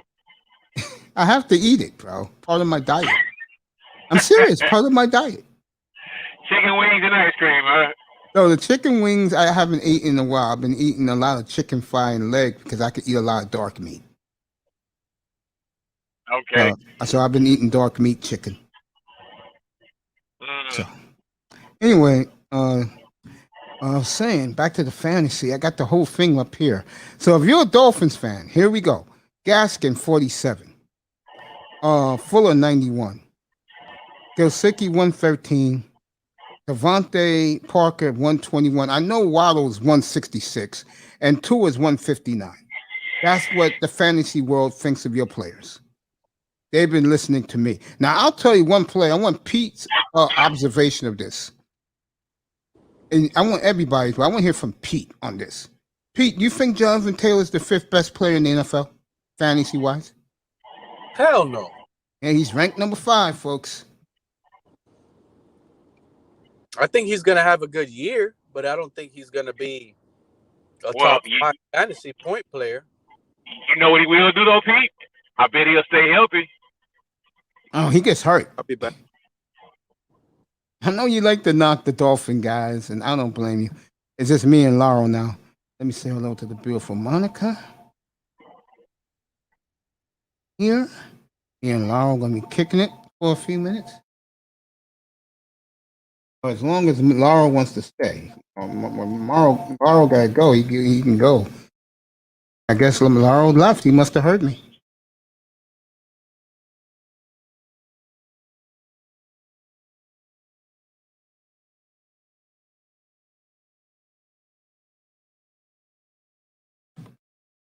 There you go. Thank you for coming, Monica. Everybody left. Unbelievable. Okay, Laurel's back. I can rock it with Laurel. And Laurel could do this shit all day. Back to the fantasy, bro. You're not going to tell me, and I'm not going to tell you who we're going to pick number 1.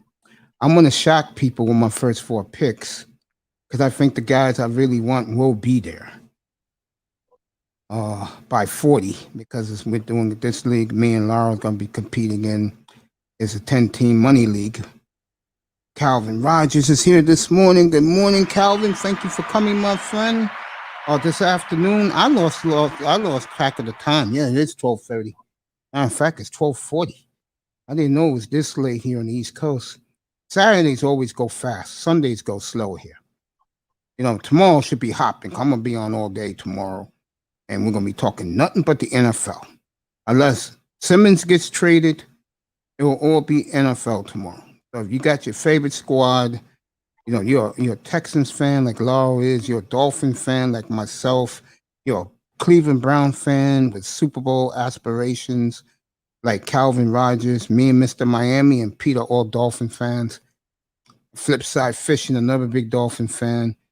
Tomorrow's the place to be. I don't know what team. Bargoff is a Florida Gator fan. Mate, you're not gonna cover the Olympics, bro? I have to, only because the beautiful Corrine Henry said, "Can you cover the track and field?" I said, "Okay, I'll do that."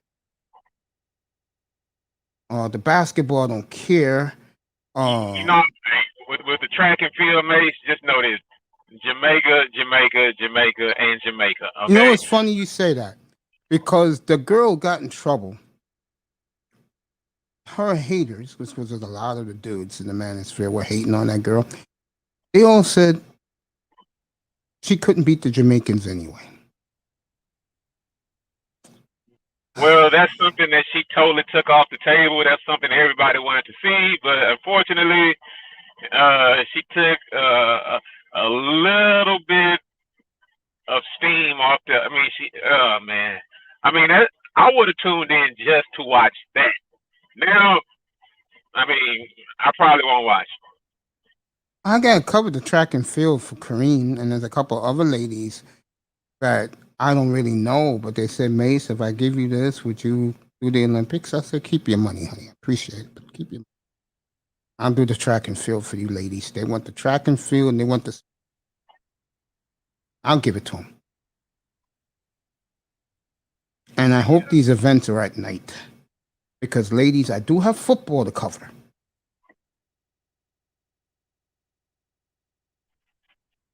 Yeah. That's why I'm here. This is a football, NFL-driven platform. I hate to tell people this. The NBA got me over. Those weeks when I had to wait for football, thank you, NBA. Thank you, Giannis. Thank you, Phoenix Suns. Thank you, Trae Young. I mean this sincerely. Trae Young was spectacular in the playoffs. It was fun watching those young Hawks play during the games. And seriously, Laurel, before that series with Philadelphia started, the one prediction I made was, I said, we're going to see what Ben Simmons is made of. Because I really feel Trae Young is going to embarrass him. I got a lot of pushback. Laurel, you should have been here at the end of Game 5 when Philly blew a 26-game lead at home. You could hear a pin drop in his room. I would think that a lot of that blame has to go on Doc. It was, let me just put it this way. And I don't mean, because I bashed him enough. I felt sorry for him. Especially, I think it was Game 4 when this kid was blowing kisses at him, bro. Trae Young calling him his bitch, bro. And I saw how demoralized Ben Simmons was looking. And I was like, wow, man. One thing I don't like about Trae Young, he is very unsportsmanlike. Oh, he likes to kick the dirt on you. Hey, man, that's Ben Simmons' fault. He needs to work on his game. Oh, Laurel, they gave him the benefit of the doubt. And guess where he was last weekend? He was supposed to be in the gym. You know where he was, Laurel? He was busted at Wimbledon kissing some fine light-skinned chick. And Philadelphia said, when they saw the pictures, Philadelphia said he's gone. That's it. Bargoff is here. Welcome, sir. Hello. How you doing, sir?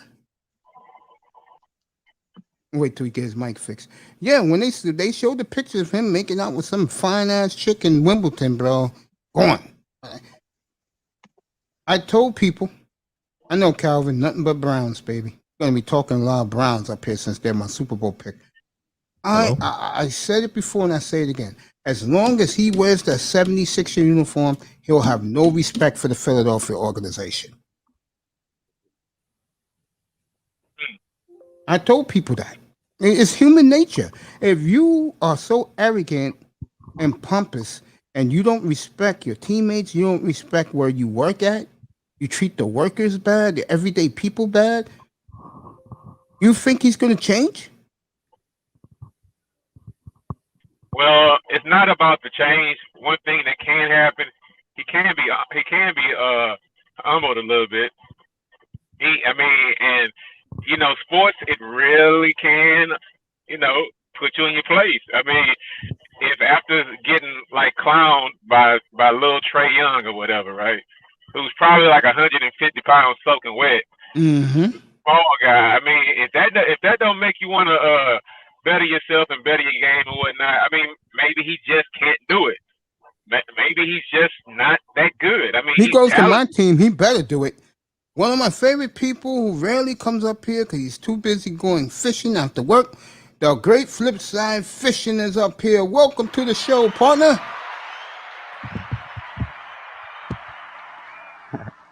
What up, man? Welcome to the show, partner. How you doing, man? I'm good, man. How are you? How are you doing? Can you hear me? Crystal clear, bro. How you doing, bud?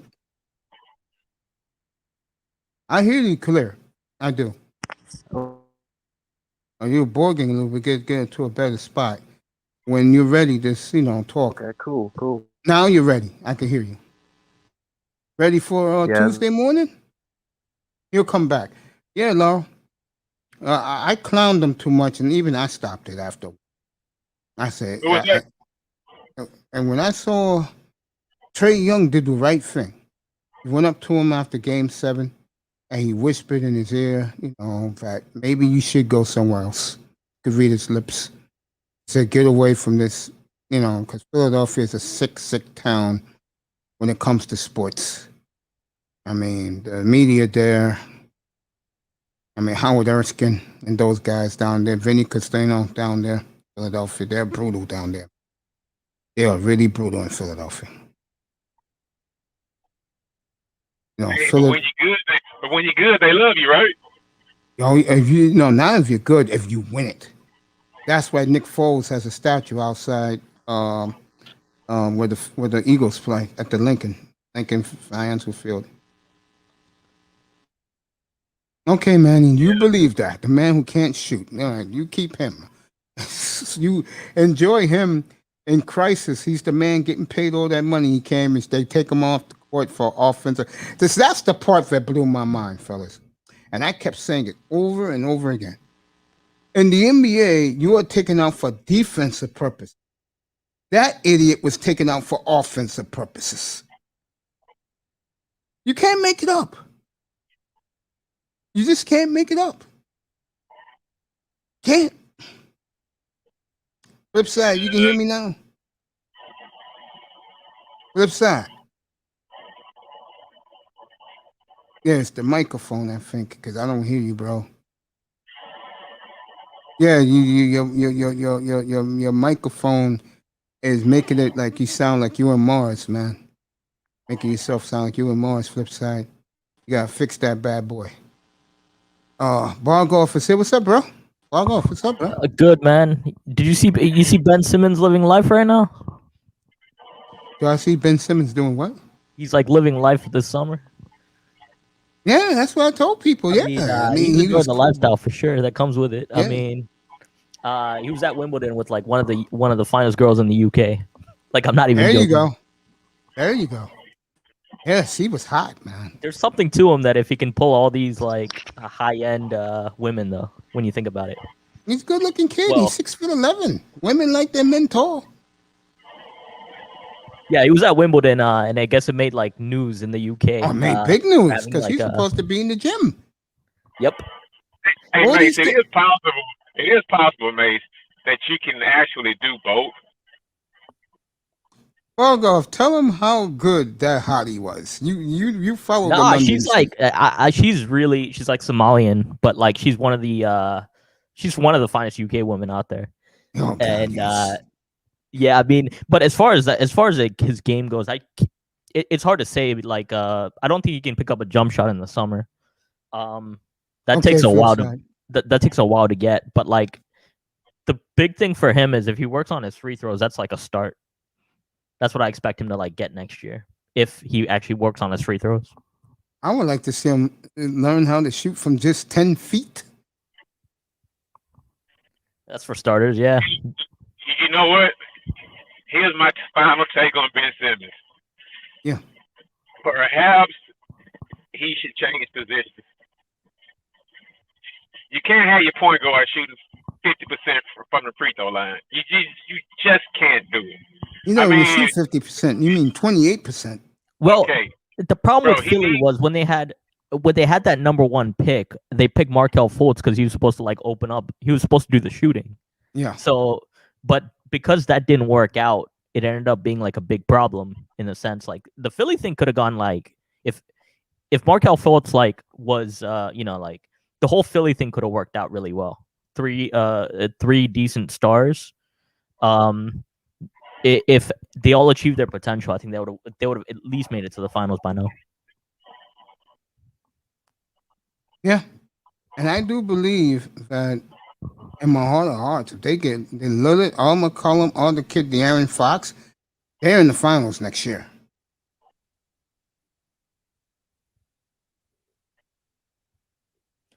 Milwaukee's an interesting thing. What's going to happen with them? Like, well, right now they're on the phone because they want to get Giannis one more guy. They need to get him one more, but I don't know. Like, I think like they'll need either a shooter. I think they would probably need like a shooter at this point. But there's not really many. It's a hard one, right? Because they do need one more star. Because if Brooklyn is completely healthy, that series is pretty much done. That series would have gone to Brooklyn last year. Yeah, but you can't play the woulda, coulda, shoulda game. I know. Especially if a team like Philly gets the right player. Philly is the best team in that conference. No way.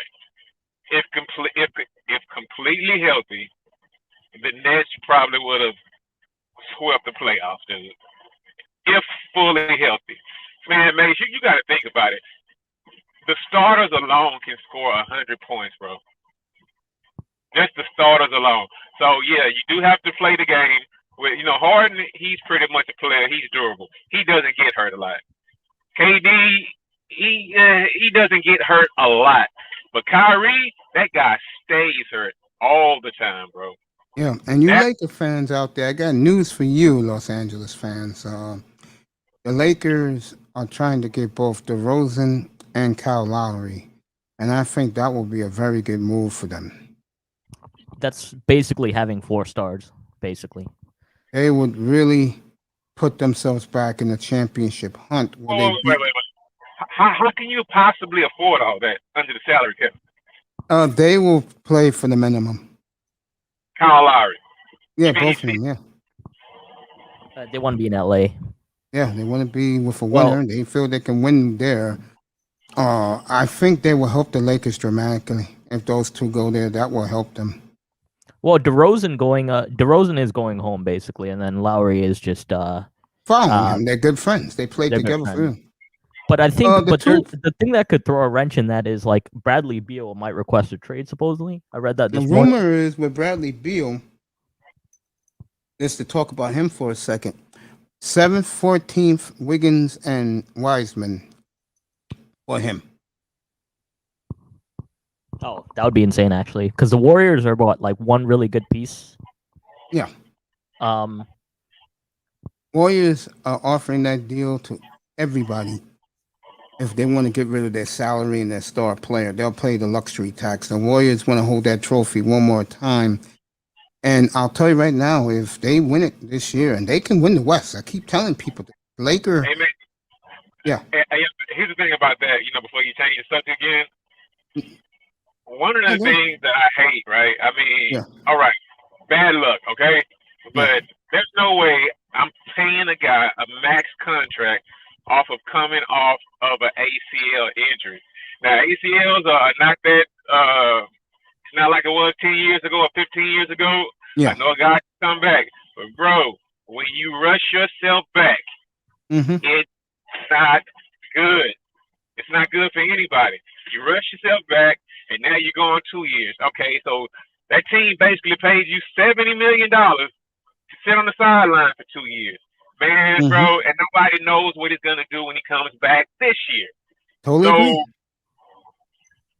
mean, they're stuck with that. They're stuck with that contract though. Like you can't trade him. It's gonna Which look player really is bad. this again? It's gonna look really bad if the Warriors trade. Like you talking about Klay Thompson, right? Klay Thompson's 100% again, bro. Yeah, but you can't. But the Warriors, if they trade him, it's not really good optics. I think that's what they're worried about. If like it's a ruthless No, business. he's not on the block. I told you guys to trade the 7th pick, the 14th pick. Wiseman and Wiggins is on the table for any team. Beautiful, nicer. Say go after. It's gonna be afternoon in 5 minutes in Minneapolis. Good afternoon, baby. But do you think Ben Simmons could work out there? In Golden State? Yeah. Yeah, all you have to do is pass the ball to the shooters. Oh, that would look tremendous, bro.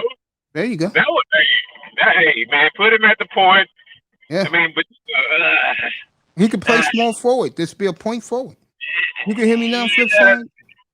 Yeah, if you put that guy around shooters, he can make it work. He can get through the lane whenever he wants to. I mean, he's just that big and talented. He'll start playing like LeBron. He'll start playing like LeBron. Just drive to the hole. Giannis. That's what Giannis does, is drive to the hoop.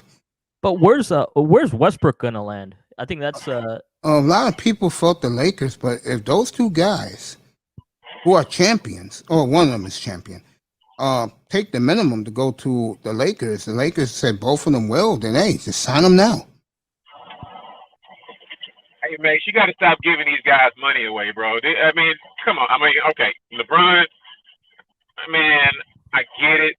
Guys think he can still win. He can play. He has a lot of influence in the league. But, bro, I mean, I don't see those guys, those top-notch guys, coming off of Supermax contracts, taking the league minimum, bro. It's not going to happen, dude. Guys want to win, bro. They do it all the time, Laurel. Guys want to win. When's the start of free agency this year? Starts August 2nd, where you can negotiate, and in less than 2 weeks, 13 days from now, August 6th, will be 12 noon. I'll have it up here. I'll interrupt football coverage for NBA free agency. That'll be the day. Flip side, you hear us now. Who's the prize? Who's the prize this year, mate? Kawhi Leonard. The flip side still can't hear you, bro. Say that again. Still can't hear me? Who's the prize? I hear you now. Yeah, you sound good, bro. What's up, bro? Chilling, man. How about yourself? Oh, I'm great, man. Getting ready for Tuesday? Yeah, it looks like it's still cutting in and out. Now, I hear you clear, bro. Oh, yeah. Yeah, okay, man. Cool, We're going to do that wall to wall, man. Yeah, mine is still cutting in and out.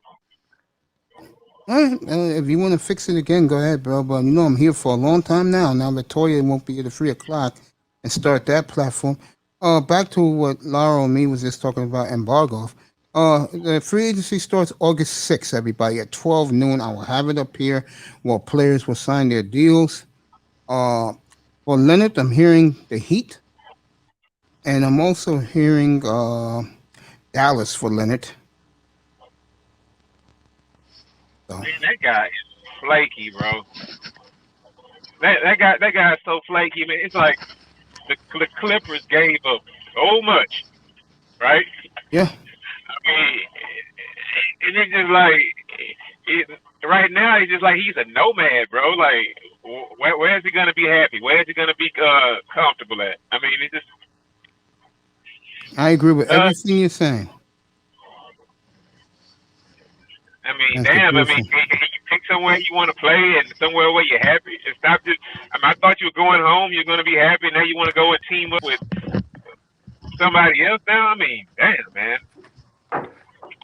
I don't get it.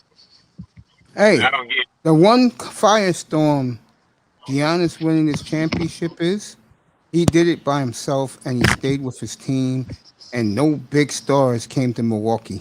And a lot of the players who have joined super teams, Harden was one of them, they have been sniping at Giannis.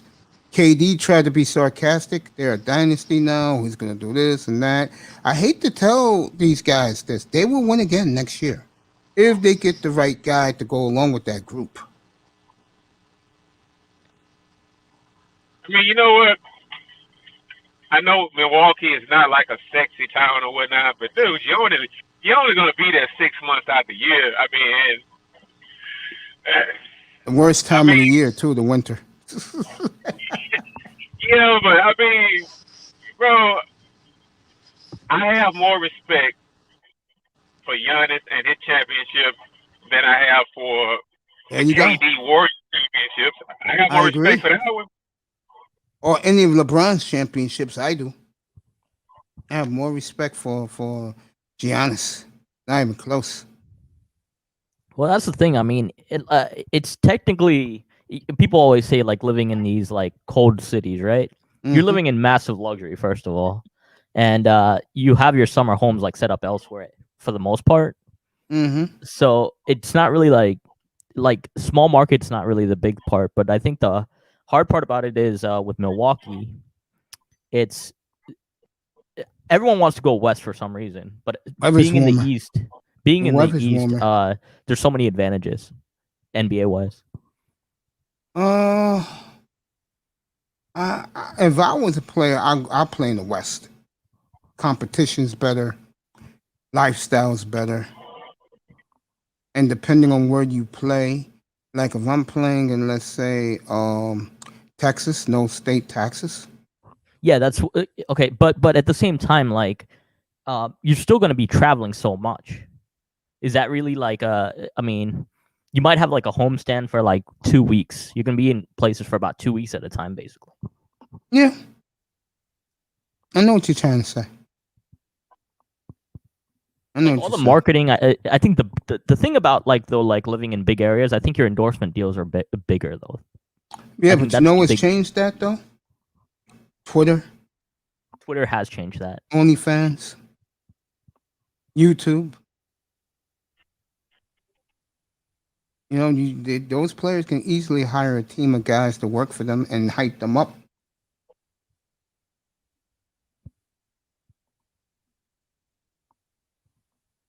I think if you're good, the endorsements will follow. Yeah, they're ready to really. And I was telling guys this the last couple of days, and they've been giving me a lot of pushback. Last week before Game 4, Adam Silver, who has been on his high horse because the ratings have been sky high for the NBA, he said, "quote," and I told the guys up here when he said it, Giannis makes Milwaukee global.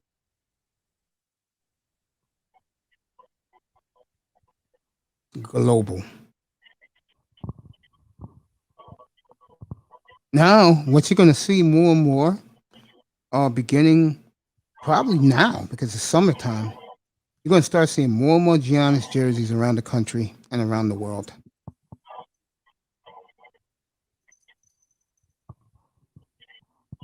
Yeah, I just hope he still needs to continue to work on his game.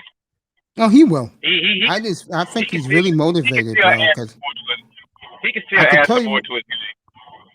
I could tell you one thing about him with his little snide remarks. But I do like him a lot for doing saying what he's been saying lately. He doesn't like guys like KD. You know, Mace, I never thought about this until you brought it up, but if you live in LA, right, versus like New York, right, or like anywhere on the East Coast, like I don't watch the 10:30 games anymore, right? Like I don't watch the late games. Yeah. But if you live in LA, you pretty much can see most of the NBA. Is that pretty much the case? Like that's why like everybody loves being out west. Yeah, like if you live in Phoenix, Phoenix is the perfect example. Look how their city, the fans, turned out for them because they were good. I mean, like I keep telling guys, Phoenix is the best NBA city in the world. It's an NBA hub. Those fans love the NBA. They can tell you the 12th man on the Sacramento Kings. LA is more Laker. It's Laker town. You know, you're a Laker, you're God in LA. You could be the 12th man on the bench. You're going to get endorsements. They just love the Lakers out there. You listen to sports talk out there, it's all Lakers all year round.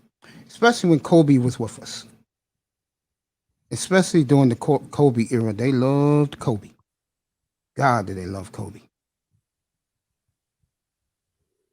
You know, but you are correct, Bargoff. If you live from Utah, Phoenix on out west, NBA is huge. It's huge. Yeah, because I don't catch. Because I like if it's an 8:30 game. Like, yeah, you're in Yeah, bed. the Warriors usually play at 8:30 Eastern time, 8 o'clock, 8:30. Warriors. They play early Pacific time because it's San Francisco. It shuts down at 4 o'clock. People can go have a quick bite to eat, then go to the games. You know. Yeah, that makes sense. Because normally I don't Portland's the even same catch way. because I don't catch the Lakers games at all, or the Clippers, or any of the Western. Well, the reason games. why the Lakers play late is because the Lakers. You know, they want to make sure, but that, like I said, LeBron going there has backfired on the NBA. Now the NBA has a new superstar in Middle America. And they haven't had one since Garnett was there and Jordan was there. You know what, man? Being here in Houston, right? Yeah. It's not that tough for me, you know, to watch the West Coast games or whatnot. But I can only imagine being in New York and the game was coming on at 10:30 at night. Man, I'm not staying up to watch that. I mean, it's just so, you know, I get it, but you got to just realize sometimes that, you know, California is so big, and if you like sports, I guess a lot of people, you know, may stay up. But well, in California, it's only what? If the game starts at 10:30, 7:30 out there. Yeah. But I can just imagine if the game was coming on at 10:30, you are leaving a big piece of the pie. You know, the East or whatever. You know, you're only going to get unless it's the Lakers, the East turns off the TVs for the late game. They do. Yeah, you're right about that. That's why the Warriors, when they were at their heyday, they moved a lot of their games to 8 o'clock at night Eastern, 5 o'clock Pacific, and everybody got to see them in prime time all the time. They were smart doing that. Blazers do that too. When they were real good, when they had Drexler and Kersey and those guys, they used to always play at 8 o'clock Eastern time. See, that was always the problem with college football, also, because like all the college football games on the West Coast, they start late, like really late. So you end up having like a huge East Coast bias, and you know why? Complain about the West Coast people will stay up and watch it. See, out there, I could tell you the difference between out there and out here. Out there, they unite. Like, let's say the Laker fan. If the Lakers are not in it, they'll support the Spurs. They won't support the Suns or the Clippers, but they will support the Spurs. In Portland, if the Blazers are not good, they'll support the Spurs or they'll support Phoenix. They're not supporting the Lakers or Utah. They'll support the Warriors. That's the way they are on the West Coast. In the East Coast, you saw it being proven out, and I told these guys, once their bandwagon guy, remember the key word, bandwagon star is eliminated, they check out. That's just the way it is here in the East Coast. You know, LeBron went out, they all left. Flip side, you there, buddy? No, he's not there. Yeah, that's how they are here in the East Coast, Laurel. They like the star player. They don't care about the teams. Unless you're a Knicks fan. Yeah, I'm kind of looking for some of these teams to like turn it around and not just be like I told you earlier. I would just prefer my team lose and just be stuck in mediocrity for 15 years. I mean, that's the Blazers, bro. That's a generation, bro. I mean, some of these teams just stay just horrible for so long, man. I can understand. Now you have a new generation of people who just think that the Knicks just suck their entire life and that they've never been good. I mean, now it's like, dude, you have to look to you know, your father or something so he can tell you stories about how when the Knicks were good or whatnot. But you have guys that are like 22, 23 years old who just never saw the Knicks, you know, actually compete for anything. So, I mean, I can understand why, you know, a lot of teams, you know, why their fan bases may get a little aloof or, just kind of check out on them because, man, those teams have been horrible for years, man. For years. Atlanta, Phoenix, the Knicks, they, they've been bad for years, and now they're all making a comeback, and their fans support it. I think the fans were great in Atlanta for the Hawks. I think Phoenix was just out of this world, and New York really showed who they really love in this town. They don't even care about the Brooklyn Nets here, bro. Outside of Brooklyn, no one cares. Nick Town. And I remember before the season.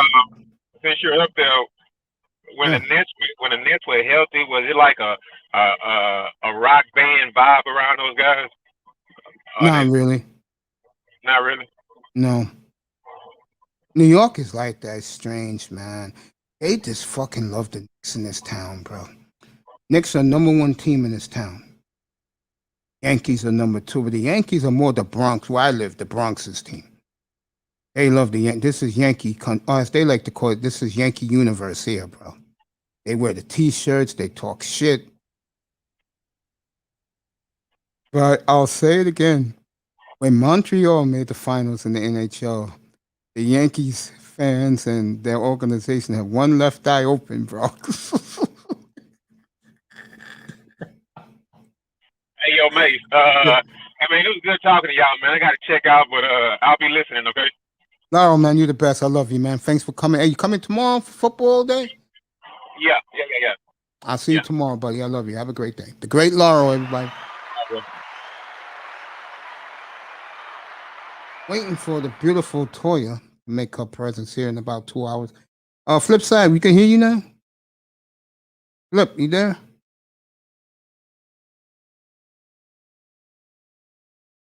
Mr. Miami, you want to get up here, bro? Mr. Miami, love the Astros.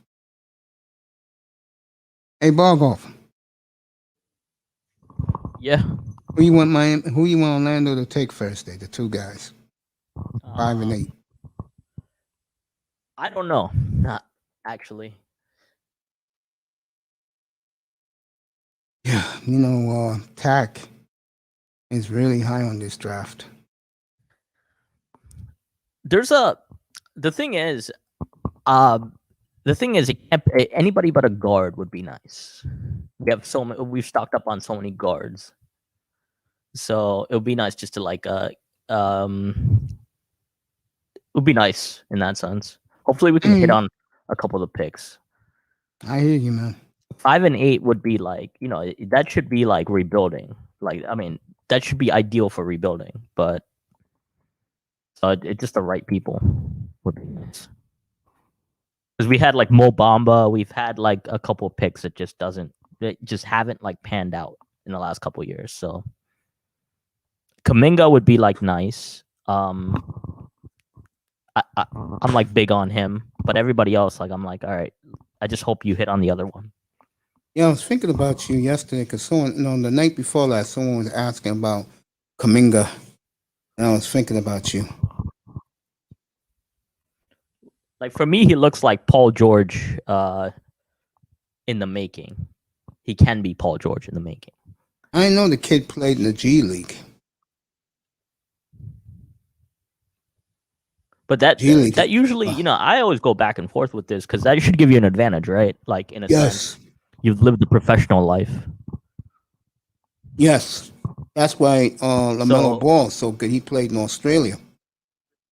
Yeah, so you're used to the professional life, but the only difference with Australia is the travel is not as intense. Yeah, you're right about it. But when I think about that, like he played in Australia, the maturity level, that's why he was so good this year. Well, the part with LaMelo that I thought was kind of cool was he went to Lithuania. Like, Lithuania is like an ice cold place that it's not exactly what teams from Los Angeles would be doing. Put it that way. Yeah, I know what you're saying. And Lithuania people are tough, man. I mean, I'm not gonna lie. So in that sense, like, just him going out there and putting himself outside the comfort zone, I think that was good for him, even if he had like all the luxuries in the world. With people who go to college, I think the hard part about that is like you're spending half your day still in school, even if you want to get out of it, and they give you like the easiest classes in the world. You're still spending that time like working out, having to go to class, and you have like a billion commitments in that sense. I agree with you. I do. I'm here with the great Bar Golf, Flipside Fishing, having some technical problems, but he'll join us. Mr. Miami should be up here soon to join us. And this day is going a little bit longer than I expected. But once the beautiful Toya gets up here, we'll go with the platform that it's supposed to be today, talking about obesity. But that's for later. We're doing sports now. I want to get with you about the soccer. You know, the EuroLeague, World Cup. After the dust is settled, what happened in England? Flip side, you there, bro? Can you hear me? Still. Yeah, I hear you now. Yeah, you crystal clear. Oh, cool. Bro. Yeah, I just went through like 3 sets of headphones and walked around 3 different parts trying to get connection. Yeah, you sound great, man. I'm gonna get to you in a second because you know me and you like talking about All right. 2 certain teams. Argoff again. Who you see right now after the Euro Cup? What team you feel will make a strong run for the World Cup next year, Bargoff? That's a tough one because I mean, I still say the U.S. will make a good showing in the next World Cup, but we'll see. Have to be like the homer on that one, but if I were to be realistic, I think England, Brazil, Argentina, they'll all be there. Portugal will be there, but France needs to rebound. Okay. But the usual suspects, Okay. like nothing really changes. It just depends on. There's always like one surprise, and that just comes naturally. Yeah, Uruguay, I think, was in 2018 a surprise, right? Yeah, and then Italy this year with the Euros. I mean, I think Italy's going to be damn good next year. Now that they got this trophy under their belt, I think they're going to be a tough out. I can see them declining, but really, well, their defense, they have to sort out like getting their defense together. So I don't see them if they can keep their defense together. Maybe I said this about Team England, even when they lost, and I told this to Miss Molina the other night, and of course she wasn't buying it. The one thing I see about Team England that I really, really like is that with Southgate, you do see improvement.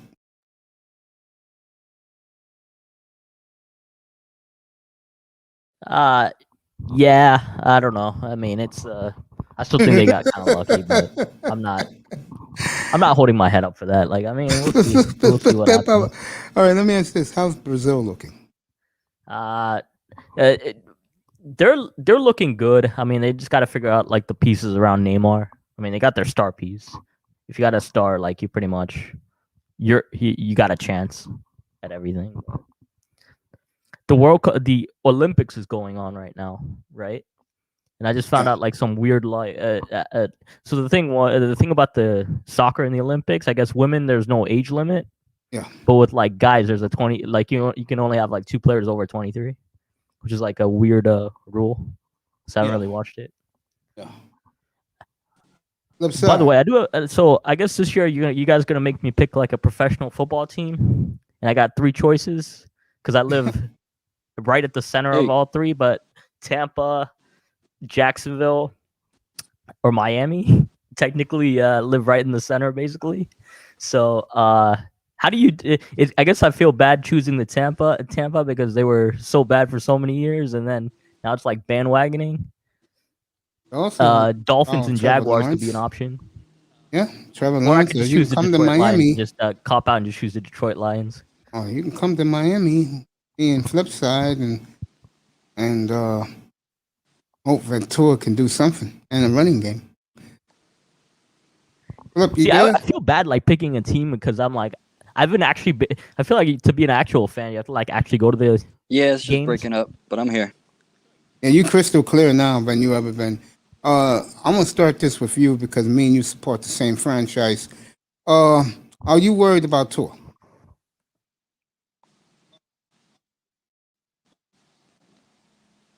How, Flip? Am I worried about Tua? Yeah. Can you say that one more time? Are you worried about Tua Tagovailoa right now? He didn't have the best of mini camps.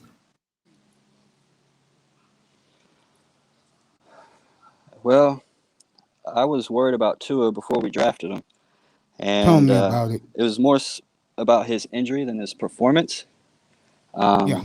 I think he has incredible accuracy. I question a little bit his arm strength, but I think that can develop, as he gets older and more mature, because he's still young. I wasn't too impressed with his performance this past season, but he showed little glimpses of what he's capable of doing. I think he's got plenty of weapons now. I think the excuses are over.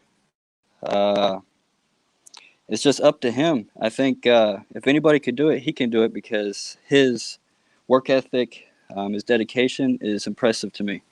He's not one of these guys that are just sitting back, taking it for granted. He's putting in the work. So if anybody can do it, he can do it. But it's a big question mark, just like what everybody's saying, Just as my point of view, anyway. No problem. The Miami's at breakfast at IHOP. I guess because I don't watch this week in, week out.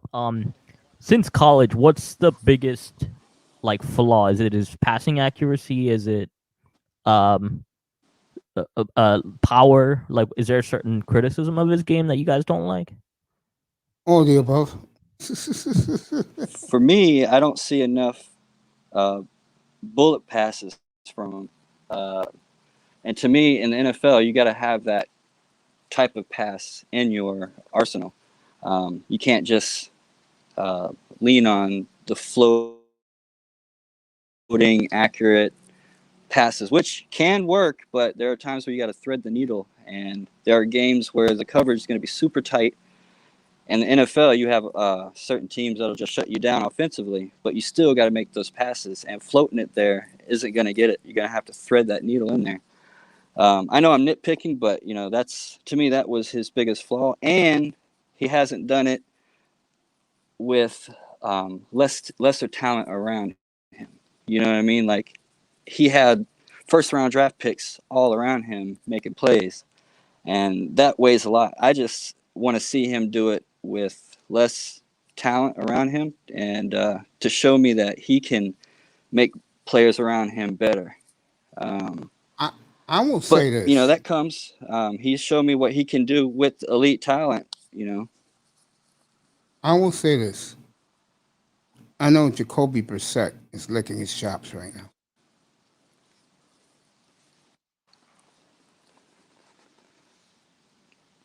Yeah. I mean, it's definitely an opportunity for him, especially with Fitzpatrick being here, and he couldn't really beat out Fitzpatrick. So, but I will give the kid credit. He's coming off a severe injury, no off season, no time to really learn the playbook, and I don't care what anybody says. You don't recover that type of an injury that quick. I mean, you might be healthy enough to play, but you're not going to be where you were before you got injured. It takes at least 2 years to get back to that point. And I think a lot of people don't understand that because they've never had that type of an injury. But, when you recover, you can play. And, the fear of getting hurt, again, is in the back of your mind. But you're not where you were when you got injured, and where you were when you got injured is what made you a starter, because that beat the talent that was around you. I mean, who had the better season last year, Tua or Joe Burrow? Joe Burrow. Joe Burrow was balling before he tore up his leg. Yo, get up here, bro. Come say hello to your brother, bro. How's your mama doing? Joe Burrow last year. Yeah, Burrow was good. He wasn't Herbert, but he was good until he tore the knee. I used to watch Joe Burrow when I was up here doing the NFL up here, and I would tell guys, "Yo, Burrow's balling, bro." He wasn't balling like Herbert, but he was balling. Both Burrow and Herbert came out the gate, and Jalen running, Hurts, and Jalen Hurts. Jalen Hurts had a pretty nice season last year for the. Well, Jalen Hurts came in a little bit later during the season, right? Yeah. Yo, what's up, Relentless? Get up here. I just dropped the link. Sean, I definitely want to see you. Yeah. We're talking Dolphins now, Sean. Get up here. But it looks like, I guess maybe production-wise, I think it was about equal between Tua and Joe Burrow. No, not even close. I mean, because it says all right, so 11-5 for Tua, and then passer rating is 87.1. Yeah. And then Joe Burrow is 2 points higher passing rating-wise and 13-5. So yeah, I guess they're at their level. But Burrow got hurt for their week first season? 9. Got hurt week 9. Oh, okay. That makes sense. Yeah, he would have thrown probably 27 touchdowns last year. He would have done a lot last year, man. In other words, the Bengals know they got a quarterback. The Dolphins don't know that. That's why they're talking to Houston again about getting Watson. Everything's good, bro? Well, get up here. Talk Dolphins, bro. Get up here. Danny Dimes. Get me started, man. You really believe that, Relentless? Oh, man. Relentless in the building. Say what's up to him. What about Cam Newton? Is he gonna rebound next year? I don't think so, bro. And people don't know up in New England right now. The kid from Alabama is looking pretty good. The kid from Alabama is taking first team snaps. This is my boy Sean. Wasn't for him, I wouldn't be here right now. Really? Yo, let me tell you something. Yo, Sean, let me tell you something. I am interested to see what Cam Newton's going to do this season. It may not be. It may be short-lived, bro. Because Mac Jones is getting first-team snaps, and even you're Newton, right. Absolutely right. And even Newton said the kid is good. That's coming from Cam Newton. Oh, okay. That's not good. Hey, I'm gonna tell you again. About to clock in at the plantation. All right, you have a good day, kid. You know I love you. See you later. You all right, kid? Love you, kid. Enjoy the plantation. I was gonna say,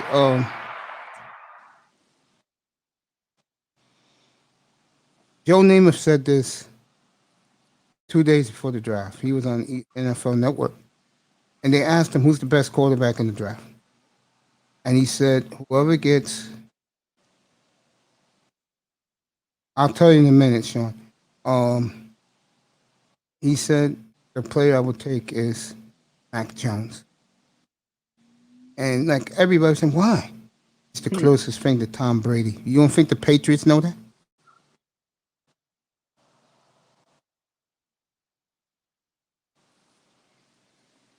Do I think he's Tom Brady? No, of course not. What? New England? Yeah, that's a tough one. New England's rolling the dice on it.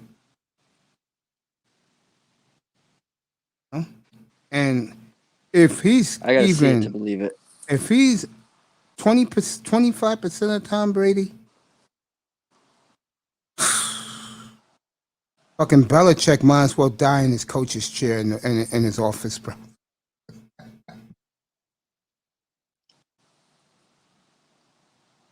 Boy, folks, and I'll tell you right now, there's 2 teams in New England. Who are Patriots receivers right now? They don't got receivers. That's their problem to me.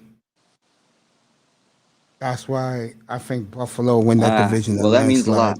That carries weight. That means everything. Well, I wanted to say, Mace, wanted to ask you about, are you excited about me starting training camp tomorrow? And you coming back up here like you used to. I test gave you the ultimate compliment. He says you're the best insider in the world. That was from iTest.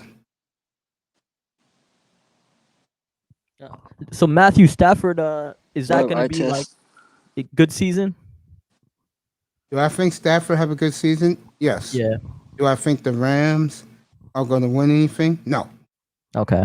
Because they're the Rams. Wednesday and Thursday when he was up here, said that about you. He agreed with me, boy. He said, hey, Didn't man. they just lose Cam Akers? Yes, he's out for the year. They're done. I'm glad you remind me of that. Yeah, Cam Akers got hurt last Saturday. Got hurt last weekend. Working out at the facility. See, they can't get mad at him because he was at the facility when he got hurt. He got hurt at the facility, folks. Right. He's still going to get paid then. He ain't got nothing to worry about. But he ain't making nothing, though. He's the second-year player. He was a fifth-round pick. He ain't making nothing. And, running backs don't get paid that much. Plus, the Rams would probably double his salary. That's a good point. Now, I'll be back in a minute. Both of you guys can talk. Yeah, I don't know. I like you look at like the starting quarterback list, right? Like in the NFL from last year. Yeah. And okay, so you'd think like Kyler Murray would be better by now, right? Yes. Okay. I would agree with that, but he's not. Teddy Bridgewater is about the same. Yeah. Mediocre at best. So a lot of these like guys, like all right, so you can put like in those categories, you can put like Tannehill, Alex Smith, Kyler Murray, and Lamar Jackson probably in the same category. I think Lamar and Kyler's a little better than the guys you just. Okay. I would put Lamar and I'll put Kyler Murray outside the top 10, but they're there. You know what I'm saying? Yeah. Yeah, he said that Sean Wednesday Kyler and Murray Thursday when he was is up definitely above average. As I was talking about to my panel how important you are to this platform. So I'll be back, fellas. Give me a minute. Yeah, but it still looks like the same suspects for the Super Bowl contenders. Not really. You don't think so? No, I think it's mildly changed. I mean, for example, if Dallas it changes. If Dallas's defense comes together, watch out, bro. Okay. Watch out. I think I'll tell you another team. Yep. I'll tell everybody got Cam Newton. The quarterback. I was about to say that. Everybody has Dak Prescott. He's the heavy favorite to win the MVP of the league according to Vegas. They are high. Now the media is showing their true ass. They're high on the Cowboys. They always are until they disappoint them. And then try to make excuses. I'll be back in a minute, everybody. Give me a minute. Yeah, that's the national media's favorite, Cowboys. Yeah, I mean, I can see, obviously, if you're going to pick some, people from each conference, I think that Buccaneers will definitely be in the hunt. Well, they have to be. I don't, for sure. Depends. But, injuries always changes everything. Yeah. And injuries. So does, you got to remember a lot of these teams are having players come back from the opting out, like the Patriots. That's what's going to make them a little bit dangerous. But the schemes are already there. That's and then the thing. players coming back from injury too. The Seahawks, I think, could. That's a team that will be there. The talent to run those schemes. Yeah, but I mean, it's like you're right. Like you're right on the sense. There's going to like, be some up and coming teams. Yeah, like that's what so I was like, the Browns would probably be.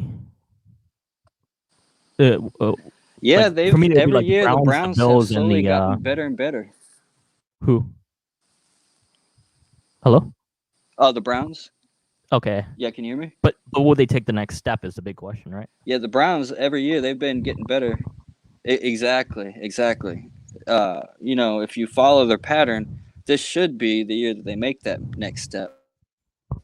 It's the same thing with the But Ravens. it is the Browns. It's the same thing with the Ravens. I feel like The Ravens, yeah, I think as good as the quarterback is, I think when it comes for him to making those accurate throws, that's take you over those certain games to get you that from a 10-win season or 11-win season to a 12 and 13-win season. He doesn't have that. He makes those extra plays by getting a wide open lane to making a wide receiver wide open, which works. But what happens, game 15 and you have a sprained ankle, but you still got to play and you can't run around like that. And now you got to depend on your arm, like Marino used to do when he couldn't run. That's where the issue comes in. I think that's what's going to keep them from getting to the playoffs unless they have a perfect season. Everything goes right. He stays healthy the entire season, has a great offensive line. I think at the end of the day, that's where the issue is going to come with the Ravens every year until they, unless he steps up his game and he learns how to, throw more accurately. But, in the pocket, I should say. But that's my only beef with them because their GM, he's good. He knows how to draft talent consistently. Do they still have a top 5 defense, in your opinion?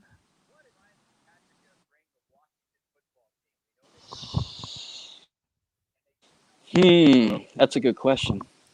Yeah, like the Ravens, would it be a top 5 defense still, in your opinion? I don't follow the Ravens that closely. I would have to look at them. But since they've lost Ray Lewis, they've maintained a decent level of play. But some of those other players that were helping him out are starting to get old now. So I'd have to see how they've been drafting and look at the stats because I don't really follow the Ravens that close. Yeah,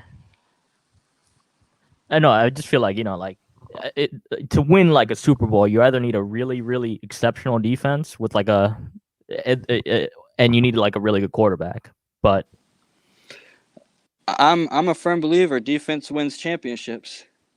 Yeah, I'm a firm believer defense wins championships. But to win, for me, I think you need balance. I think you need a good offense and a good defense, and you also need depth because I've seen it to where.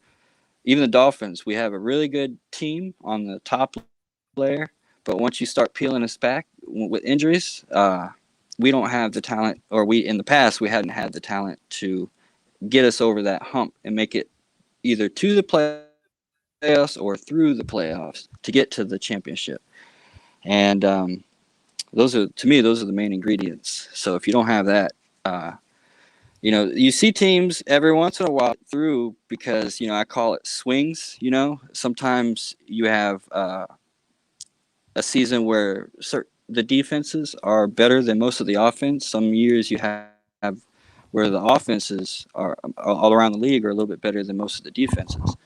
But, every few seasons or so, you get like a really good offense that takes it all, but, that's rare, and usually they get there due to like another team's injury or something like that, and they're just the best team left standing. And so it's hard to predict in the beginning what teams are going to do. I'm more of a fluid, see what's going to happen type of guy, because I've learned in the past it's hard to predict anything, especially with injuries, and you have bad coaching that keeps good talent on the bench. That can hurt you a team too when you look at it on paper. So there's all different kinds of scenarios, but yeah, that's the thing. Like for me, game too much until I start seeing it. No, you're right. You're right. So like for me, I feel like you're gonna have one or the other, like a really good offense and a really good defense. And then it's kind of how you progress and who gets hot towards the end of 17 games. Because I think there's a lot of scenarios like Giants like years ago, Ravens, where they figure out their offense in the playoffs, and but their base was always defense. So like it kind of it's like a mix. I think you're right. You need balance, but I think sometimes it's and it has to do too. You got to work with what you got, with the groceries you have, and build with the talent that you have. And I agree with that, because you're not going to have a perfect scenario every year. It's just like, look at us the year before last. We won 5 games. And, you look on paper, you think, oh, that was a losing season, but we overachieved. And that was all from, good coaching and using what you have and putting the players in the best talent, or the best places to show their talents. And I think that plays a huge role. And that's why Belichick is so good every year in and year out, because he knows how to use the talent around him. I can't stand it when I see coaches play a player just because they're the highest paid in that position or on the team, and there's better players behind them. And Flores, he doesn't play that. He'll play the best player, and that's what I love about him. It doesn't matter if you are the highest paid. You may be pushing you a little bit more because you're the highest paid, but he's not going to play you if you're not performing. And I think that's an important factor in a lot of teams. You look at the way Gase ran his team, it was just a shit show. I've been on shit show teams before, and it was all disorganized. You get people in the locker room at each other's throat because they're unhappy, and it's just a big cancer, snowball effect. And it all starts from the coach, and if he's breeding that kind of culture, it's going to seed into the players, and they're going to be unhappy, and they're going to quit on you like they did with us and the Jets. And so I just go back to coaching. It all starts with the coaching, and of course, yeah. But I mean, I guess the GM too. But I guess if you, as far as performance, though, But if they're the Bill highest paid Parcells player, used to say something about, I can't remember the. But if they're the highest paid you would player, think it's like the an highest investment, though. Right? Player would be the best on the team, but it don't always work out that way. It could be just effort. They got paid, so they just don't perform. They know they got the paycheck every week, or they perform at like a 7 every week when they have a 9 and a 10 in them, but they're trying to reserve because they get paid per game. Depending on how their contract's structured. But yeah, but at the same time, some players look at it. They don't have the passion like we do as fans. They look at it as a business. Yeah, but at the same time, like if you get paid, if you invest a lot of money and you don't play the player, it's like you're wasting money, as like a GM or something like. So you're right. There's always some politics involved in like that stuff, but I don't know. If you look at like the top. If you look at like you still need like a star to show up. You still need some star players to show up in the playoffs. So they might have a bad season, but they might just show up in the playoffs. So you got to kind of like balance that. Oh yeah, absolutely. And star players doesn't mean, because usually your star player or the highest paid is they're getting. The trick is to hit on these players when they're young and inexpensive. So you're not looking for these big deals to hand out these big deals and putting too big of a percentage of your salary cap into one player. And I still say that's what made the big difference between Brady and Belichick winning all those Super Bowls. I think Brady saw the bigger picture. He won a championship, so he didn't ask for so much money. He was getting money from his different endorsements anyway, so he was good either way. But I don't know. I think he left New England because he wanted more freedom. He was wanted smart more freedom because he knew. Maybe so, but he knew he knew the formula beforehand, and I think at the end he could see some writing on the wall, and he was getting out before it was too late. Hey, I gotta go. Hold on one second, all right? I'm gonna put you on mute, and I'll be back. What's up, JB? I'm waiting for Mace to get back.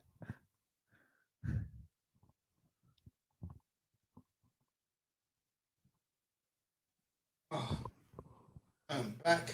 Sorry for. I was so wrapped up in doing. I forgot to take my medicine. JB in the building. What's up, JB?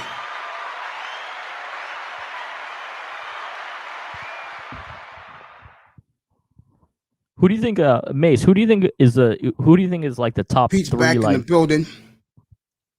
Pete, you want to come up? Come up. John Jones will be with me tomorrow.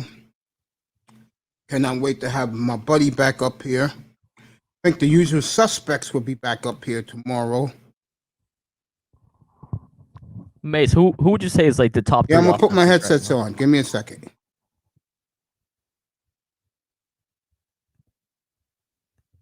All right, I'm back now. Go ahead, Borgoff. So who do you think is the top 3 like offenses and defenses like right now? In the NFL? Yeah. Defense, Washington, San Francisco, and the Browns. Defense, San Francisco, the Browns, and the Redskins. And offense, you got to put Kansas City there. Got to put Tampa there. And I would say Dallas.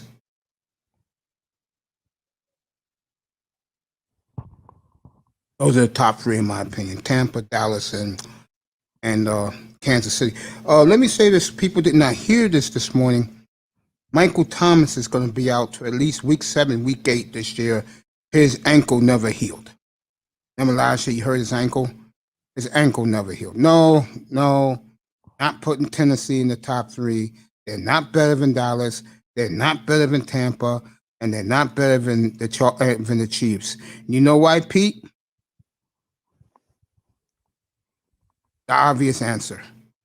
The quarterback. Pete, I hate to say this to you. Dak Prescott is the leader in the clubhouse for MVP.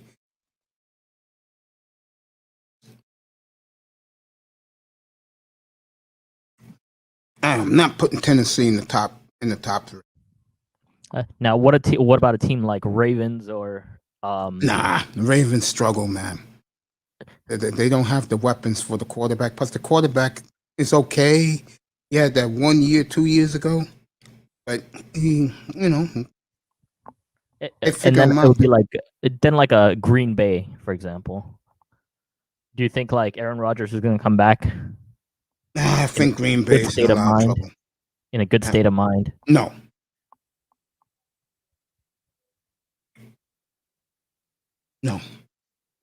I don't think Green Bay can beat Tampa. I know they can't beat San Francisco.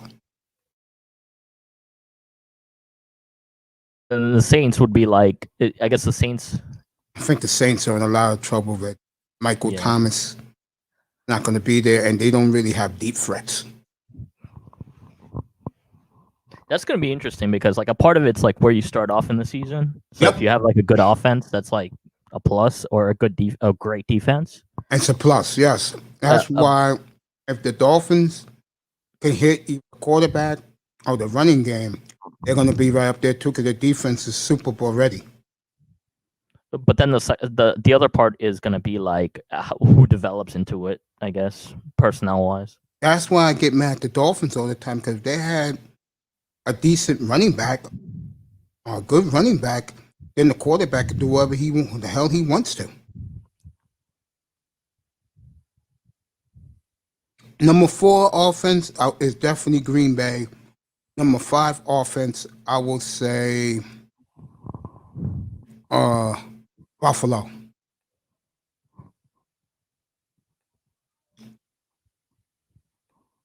And if Drew Lock ever gets it right, right in Denver, watch out. Because he has as good of offensive personnel than the Cowboys, than Tampa, and Dallas, Tampa, and the Chiefs. If Drew Lock ever hits the jackpot, watch out. I'm going to say Tennessee. I'm going to be fair about Tennessee. I'll say Tennessee's about 7 because Tennessee has, in my opinion, the offensive line's a little down than it used to be. I'm not too crazy about the quarterback. I had him in Miami for 7 years. But they have 2 of the best receivers in the league. Julio's going to be playing on grass instead of turf. He's excited to play for them.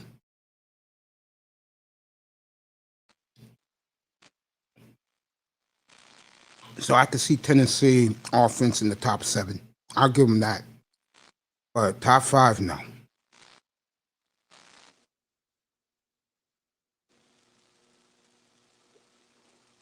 And I didn't even put the Browns up there, and the Browns are definitely offensive stacked.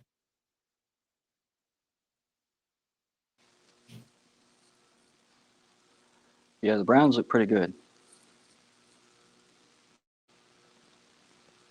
Baker Mayfield seems like he keeps getting a little better every year, too.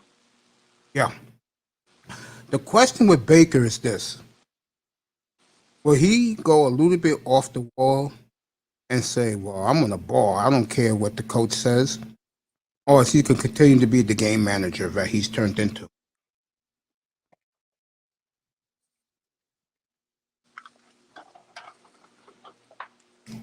Right. Baker had a hell of a year last year, folks. I know a lot of people don't like to talk about it, but I'll take 27-7 and 3,700 yards passing. Flip side, Tua did that. How happy you be?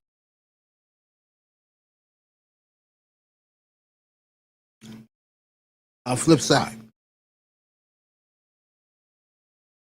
And flip side didn't hear me.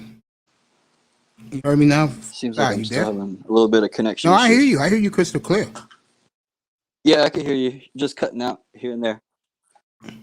Okay. I asked you, if Tua went 27-7 this year with 3,700 yards, you be happy? 27-7 with almost 4,000 yards. Mm-hmm.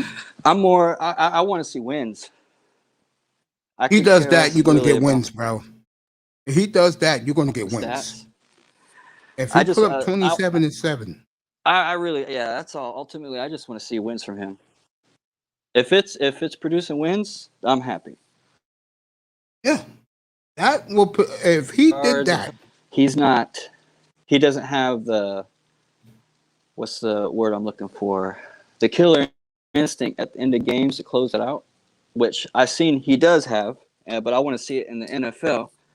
But if he doesn't show that, then I'm not going to be too happy. I want to see him step up to that next level where we know that he can, when it's in his hands at the end of a game, not the defense, not something like that, but when it's in his hands, we know that he can take us down and win us a game, as long as our receivers catch the ball, that is. I look at Miami right now. Yes, the receiving core is pretty damn good. The offensive line is going to be the best we've had it in years. The best we've had in many years. Yep. Question is, I was trying to quarterback think to me is number when 2. The last time number we had 1, this many good receivers, and you're right. Oh, go ahead. No, you're right. What you're saying. Go ahead. Keep talking about. I think it was 93, 94 when Marino tore his Achilles that season. I think that was like the most stacked I can remember us being. That's including having a quarterback. I mean, our defense even looked good. I think we had both Offerdahl and Brian Cox that season, if I'm not mistaken. I think that may have been the last season with both of them playing at the same time. But I was so excited and disappointed that season. And then, hey guys, what's his name? We're talking football now. The Mitchell link is in the chat.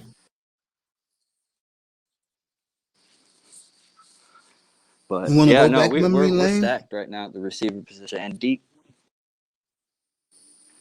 Hey, choo choo, let's go.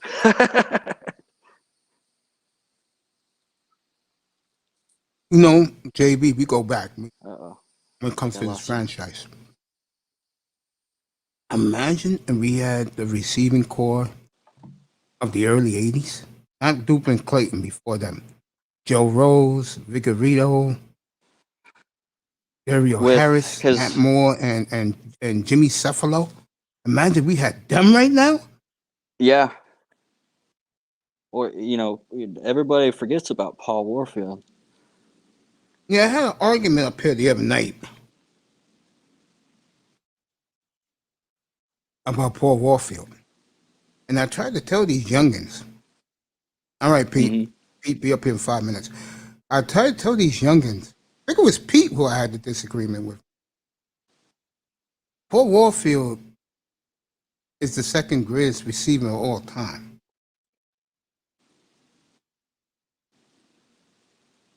And NFL Network did him justice by putting him number 2.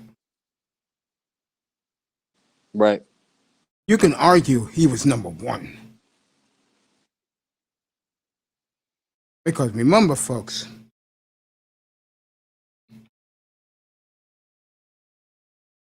it was him who opened it up for Zonka, Kick, and Morse. You know, Warfield, he was before my time. He was more my father's.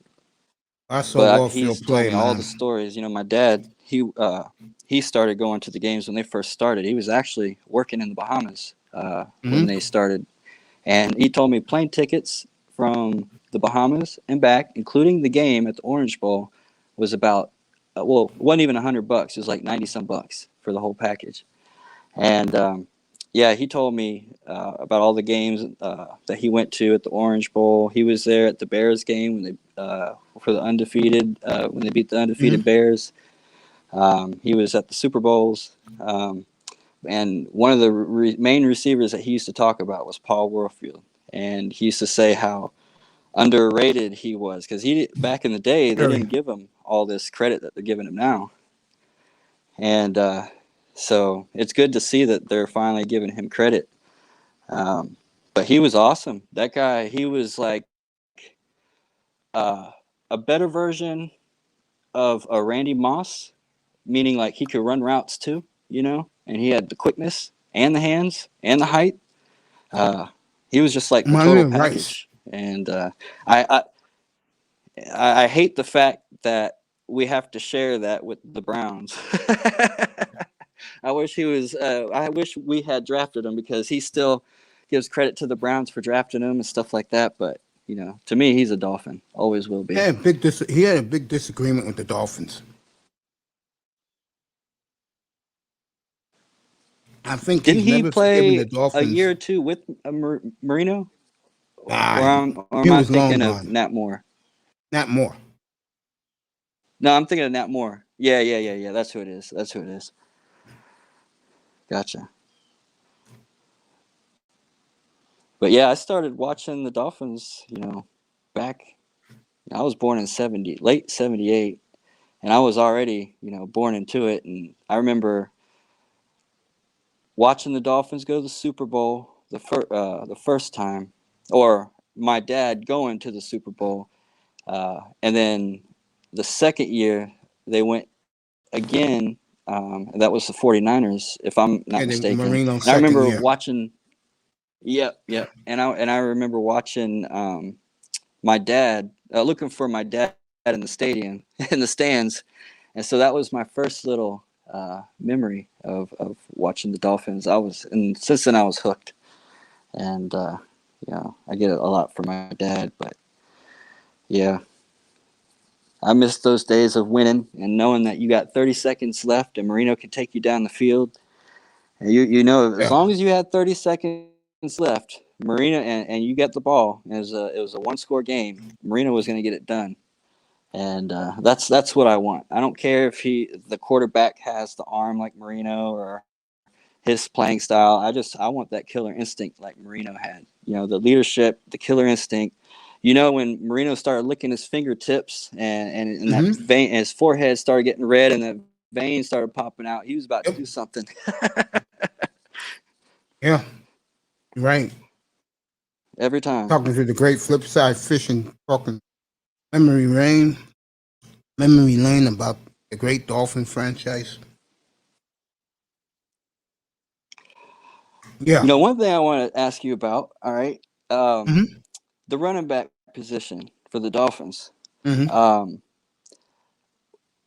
mean, I know Gaskin. He's no Ricky Williams or Barry Sanders. That's a good one, man. That's a good one. Last year, he showed me he can get the job done consistently. What I love about him is he's got vision, and to me, if you got vision, you can make your skills, for the most part, as long as you're in the range of everybody else, you can make those skills work for you because you can see the holes developing before they open up, and you can hit those and manipulate the defense going one way and go the other way in these holes. And I've seen that with him consistently. He may not be the fastest, he may not be the biggest, but I haven't really seen that in a running back for us in a while. Ricky had it. What's his name? Had it because he would run behind his blockers a lot of time and then just hit the hole. Reggie Bush had it a little bit, but I can't remember another running back besides Ricky that had that vision. Like, well, wait a minute, Lamar Thomas. Right, Lamar Thomas, the running back when we went to the playoffs last time, was it 2000? I mean Lamar Smith. Lamar Smith. Yeah, not Thomas. My bad. That's the receiver. But yeah, that that's what I liked about him. Now, as far as the running back committee goes, I actually played on a college team, and we had a dual offensive coordinators. And we ran running back by committee. And I'm starting to wonder if that's more of a West Coast offense thing because I was playing out in San Diego, and that's what we ran. And I've never seen that because coming from South Florida, we have most of the time it's a running game, run first and then pass. We just have a lot of speed down here. Out there, it seemed like they run the West Coast offense, and on my offense, they used 1 to maybe 2 running backs the first quarter of the season, and then they would change it up about halfway, and they would, start, if you divide it up in 4 quarters, they played all 4 running backs like that, and they would all get playing time, but it would just mess up the other team. They couldn't really game plan for us, and it seemed like it kept our running backs fresh because as soon as you start getting dinged up, they would switch out the other running back and let him recover, and then he would come in a game or 2 after that. And if you're a running back and you're looking for stats, it's probably not the type of offense that you really want, and it could be why they're not doing a bell cow running back type of situation because he's going to be wanting all the yards, or he's going to get all the yards. And the only bad part about a bell cow style running back, and I'm not saying it's the end all be all, but they get burnt out by the end of the season, typically, not all the time, but typically. And unless you have a really good offensive line and you have some offensive, receivers or tight ends to throw to take pressure off of him, he's going to be pounded by the end of the season. And once you do, or if you do make it to the playoffs, he's going to be burnt out, or they're just going to put 8 men in the box and shut him down. So I like the, I call it the 4-headed dragon type of running game. You never know what they're going to throw at you. You can't really game plan for it. Would I like a Ricky Williams on a team again? Yeah, that's my thing. I love the wide receiver and the quarterback and running back position. That's my thing, but I don't think with all this weapon we have at the wide receiver position, it's going to take away from tight end too. We got 4 good tight ends. Right. Yeah, and we have a balance. We have 2 tight ends that can kind of do it all, and 2 that are more pass oriented. But yeah, I'm excited for that Hunter Long kid. He kind of reminds me. I'm not saying he's going to be that, but he kind of has that Gronkowski style of play, where they just throw it up to him in the seam, and he gets it on stride, keeps on going, and he's a tough body to bring down. When I saw his face and his picture when they drafted him, I was like, oh, man, I said typical Dolphin. I said typical Dolphin. When I saw his gameplay, I was like, yeah, man, I was so disappointed. I was like, who is this? I've never heard of this guy. And then I saw his gameplay, and then I looked up his stats, and I was like, whoa, he looks pretty good, and I think he may have been a little bit of a sleeper because so many people were, infatuated with Pitts. and the Dolphins, they kind that's of why a looked lot of over people. him. Yeah, didn't he That's have why a better lot of people. That's why a lot of people stats? get the Dolphins an A+ for their draft. Dolphins got A's everywhere. Yep. I mean, for what they did, they had a yep. So They're many trying to get that. times They're trying to in get the their Jeff number one guy. Ireland era, I just wanted to pull my hair out. I used to talk to Greg Likens from, I guess you can say $7.90 the ticket, $5.70 the $5.60 the Joe. I used to talk to him all the time, and then during that Jeff Ireland era, I was broken down with this team. And he felt bad for me, man. Yeah, you're breaking up there, Mace. You hear me now? You guys hear me? Yeah, we hear you. Okay. Yeah, I remember the Jeff Ireland era. Here's my question. How the hell in Miami he couldn't draft, but in New Orleans he's hitting home runs in the draft?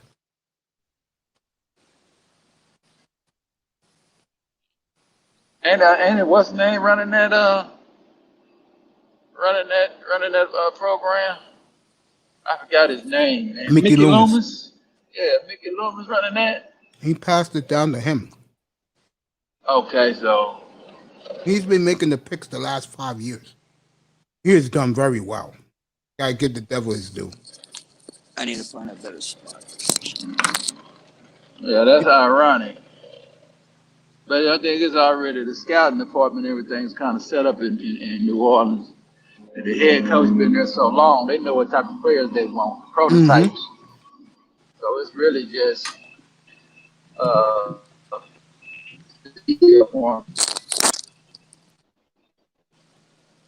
you have a head coach in the city for a long time, man. You pretty much know what to bring to him and know what not to bring to him.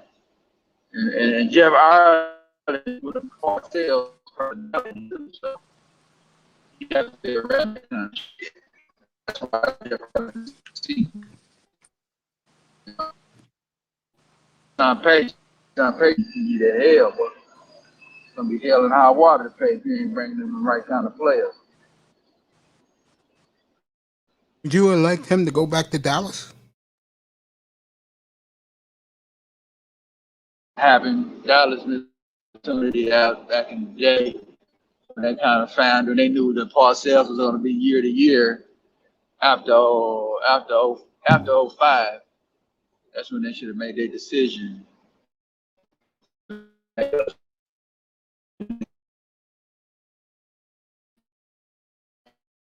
Yeah.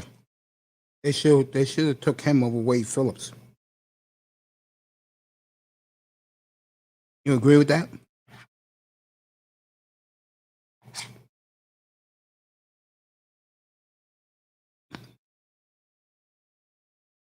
Miami's full eating all those. Miami's full eating all those pancakes.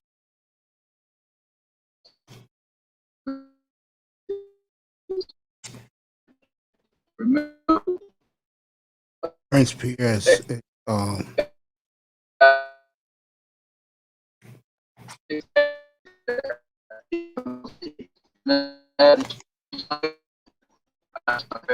between Drew Brees and y'all felt them on the fist. Yeah. That was 06. Yeah. That was the 06. After Creighton got the job in 06 and Parcells in 06. That's when we got Romo and all that shit. That's when Romo was played and all that. We lost the game when he muffled the kick. When he muffled the snap. In Seattle. On the place kick. That was the 06 season. Yeah. 07, you had the best record in football. And that's when, and that was the first year of Wade Phillips, Sean was already head coach. He was already in New Orleans. Yeah. Oh, yeah. And that's when Patrick Creighton dropped the football. Yep. Remember that. Marion Barber running like a sicko. Yeah, terrible game plan because they're going to try to run him the whole game, but he been in the second half back the whole year. That was stupid as hell. Should have ran Well, Julius we are Jones in the talking first Wade here. half. Yeah, that was Wade. And Sean, and yeah, that was Wade. That was dumb. I remember the next day, goddamn me, Daryl Moose Johnson said, all of a sudden you want to be a run team? No, you're a pass team. I get it. Terrell Owens wasn't healthy, but you get your lead. And then you save that. If you save that running game with Marion Barber in the second half, you would have blew him away. I watched them. They took all the Giants were smart too, and because Giants knew what Dallas was trying to do. They was trying to wear down the pass. They was trying to wear down the pass rush. So what they did was they took all them guys out and let Dallas run. They knew they was gonna run. They knew Marion Barber was gonna run out of gas. So they took Strahan, they took Tuck, they took Osi. They took all them motherfuckers out in the first half and just rested them until the second half. And then that's when they come back in the second half, they start peeling their head back coming out the quarterback. They didn't. The Giants didn't fall for the banana in the tailpipe Dallas was trying to do. Coughlin, as much as I can't stand the bastard, he's a hell of a football coach. Yeah. And he owns Belichick. Yeah, he do. You know, yeah. He almost got Belichick in that year when he was with Jacksonville. Yeah, if Coughlin probably was on the sideline, they probably would have won it. Yeah. Doug Marrone wasn't no good ass coach. Shit. Hey, flip side. And whatever you do, make sure you're good tomorrow, because tomorrow we're going full throttle in here all day. Yeah, man, it's going down. Shit. Yeah, I'll be rolling, man. Shit. So I'll be good to go. Oh yeah, man. Tomorrow to me is my birthday tomorrow, bro. Even though it's not, but Oh, okay. I'm gonna treat it like it. Yeah, man. Yeah, Mike Fisher got a little old YouTube article talking about what's motivating Ezekiel Elliott. Ezekiel Elliott had one of his worst careers of his life in history of football. That's one thing that motherfucker was a damn fumbler. So I don't know what that shit came from. If you haven't seen Zeke Elliott yet, folks, the abs are back. Yeah, he like He's lean. flossing his body again. Whenever Zeke flosses his body, he's in great shape. Mm-hmm. I want to go back to that draft. I know Dallas wanted Bosa. Bosa was a pick early by the Chargers. And I tell people this all the time. That pick by the Dallas Cowboys, in my opinion, changed their franchise around. Yeah, it did. It was a little politics with him after that first year.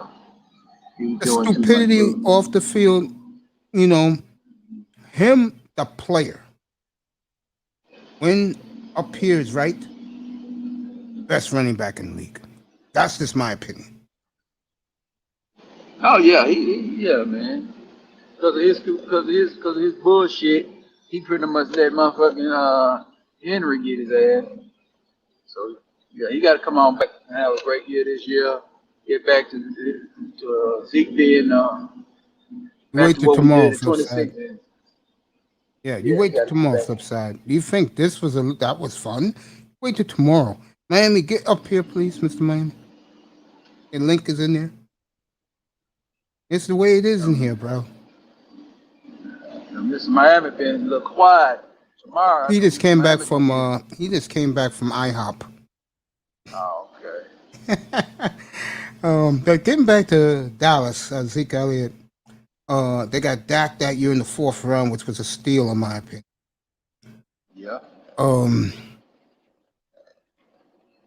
I know think something? Yeah. Dallas could have. I remember that Dallas could have stole that draft though. I didn't want Jalen Smith. I didn't want him at all. I don't take injury players. I don't take injury players, bro. I don't fool with them. I wanted Michael Thomas in the 2nd round. Dallas had took him. It would have been a coup that day. Ohio State, Michael Thomas. They would have had him and Elliott. Him and Elliott and Dish. It'd have been over. They would have completed the offense, in my opinion, right then. The offensive line was set, and then they came in there, they would have been good. But it's all good. It is what it is. I think the Cowboys currently constitute.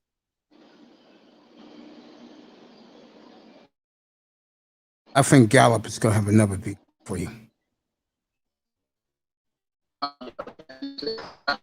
I do. I think that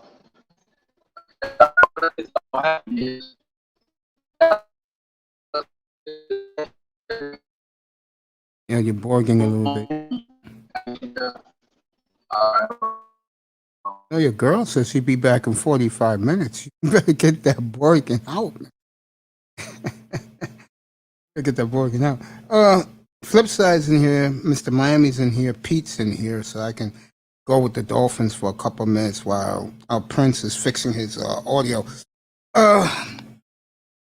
Again, fellas, for us Dolphin supporters, I think the offensive line is very good. I think the receiving core is very good. I think the quarterback will be okay. Like I always told you guys, and I meant it, and I know I get a lot of haters on the other side of Dolphin fandom when I say this. He is a game manager at best. And that's what you get with Tua Tagovailoa. This is not the SEC. Okay? This is the NFL AFC East. Okay? And I was doing earlier rankings. NFL. And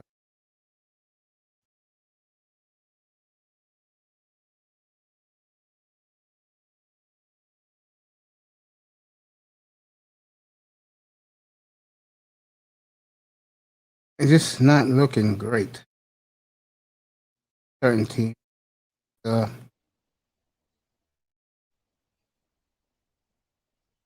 Like I said, with Miami, everything is on point except the running game.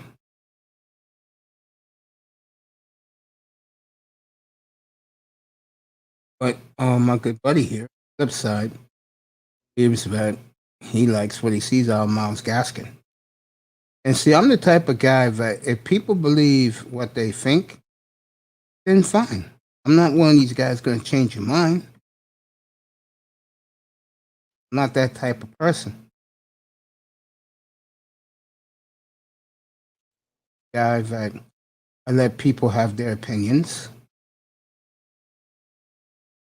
I'm not the type of guy that tries to persuade you to think the way I think. Because we all have our own minds. So maybe there is some hope. Myles Gaskin guys. There's a lot of them.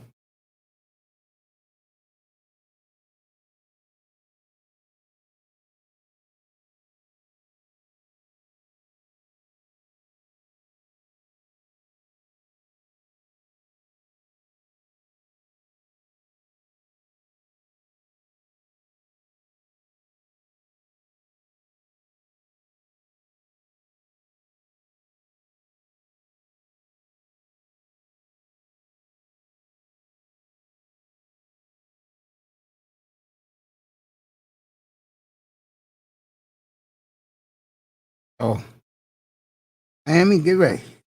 Be interesting. And up here it starts tomorrow for everybody.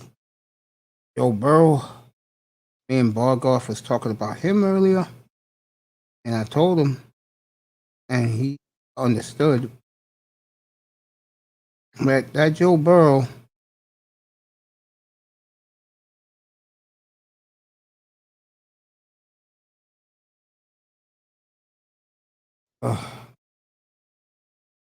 that was in the first half of the year.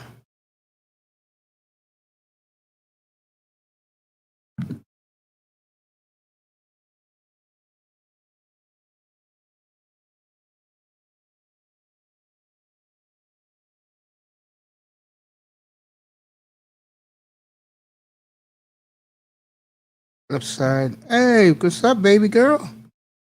Good afternoon, sweetheart. Beautiful.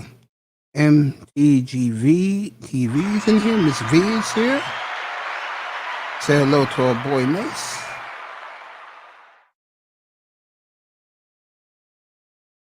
People who came earlier to see me and Miss Toyah do her thing. Toyah had a business meeting lunch today. So she says she'll be here in about 45 minutes. Comes in, we'll start that platform for you.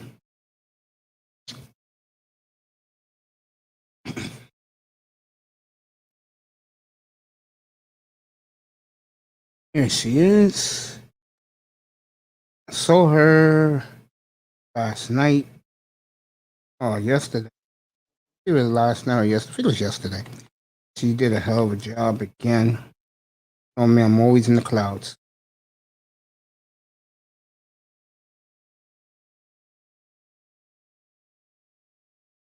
Yeah, I don't battle people unless they say something stupid or they do something stupid. Flip side. Like I have a guy who comes in here all the time that wants proof of something. And last week, I had the beautiful Toyah up here. And we were trying to do our platform. And he kept asking for proof that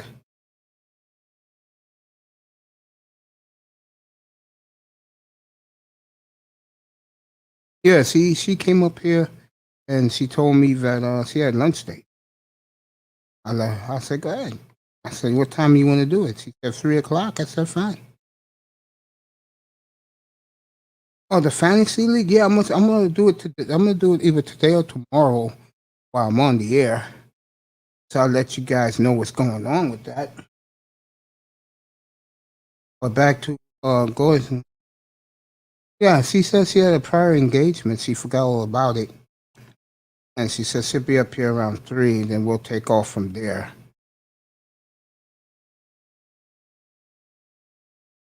You know. And yeah, flip side, I think sometimes it's better to let people say what they say. Because if they're wrong in the future, you can always throw it in their face or bring it back up. Or you can just let it go. Most times I let it go. But when you do stuff like always ask these questions about want somebody to prove something, after a while, that gets very tiresome. Then you want to put the guy in his place. You know? I told him, what the hell you think we're talking about up here? To hear ourselves talk? Thank you, baby. This is to hear ourselves talk? No. I like an audience. I love a panel that they talk sense, not try to be better than somebody else or think they're smarter than somebody else. And those type of guys I got rid of. Or, let's say we had a separation of the. I think that's good. Because I'd rather have the audience I have now, to be honest with you. The audience I have now, easygoing, gets it. I let them talk, let them speak how they feel. And whatever happens, happens. That's the way I go about my life. I mean, God gave me a second chance. You don't think I'm going to take advantage of that? Shit, you crazy? I mean, doing this is fun for me. I mean, I think a big problem with a lot of, especially black folks, and I hate to put our folks down, Miss V, but I have to. A lot of people do this type of stuff for a big payday. I do this for fun because I know what I'm doing. And that's the best thing about it. If you know what you're doing, it's going to work out for you.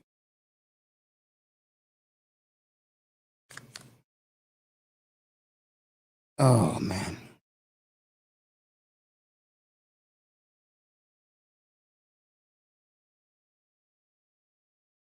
So, MT and Miss V, I said hello to her. Go subscribe to her channel. She does a hell of a job on what she does, crime reporting. And her audiences are getting bigger and bigger. And I will say this for Miss V, if she's listening. One thing you got on your side, girl, you got the sisterhood on your side. That's a big, big deal. That's a huge deal. So, Ms. V, MTGV TV, you keep up the great work, sweetheart. Yeah, you have to love what you do when you do this. You can't be doing this for a big payday. But you know the best thing I do? I stay in my own cocoon. I don't waste time going to other sports guys' platforms. And to me, that's big.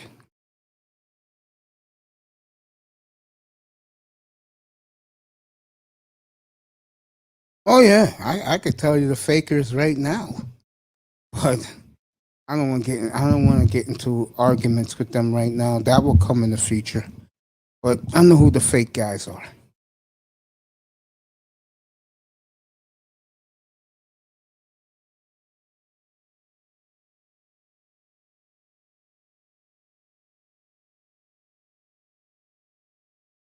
You know, me, I'm a different human being when I'm not doing this. I could tell you right now, I'm not the guy that's up here. When I'm not doing this, I'm more of a different person, more low key. You know, I'm like a very antisocial guy. You know, I don't really, I don't go out there and have fun.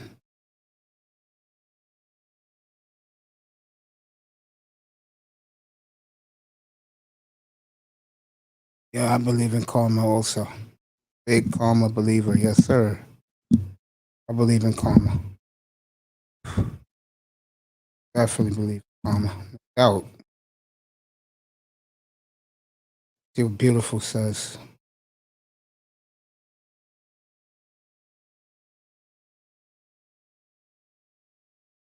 That's her, that's Beautiful's link. And that's for her merchandise. You're quiet and laid back, so am I. When I'm not doing this, I'm very quiet. Just chill. My TV's always off all the time. Only time I have it on if I have to do a game, like when I did the NBA. That's the only time my TV was on.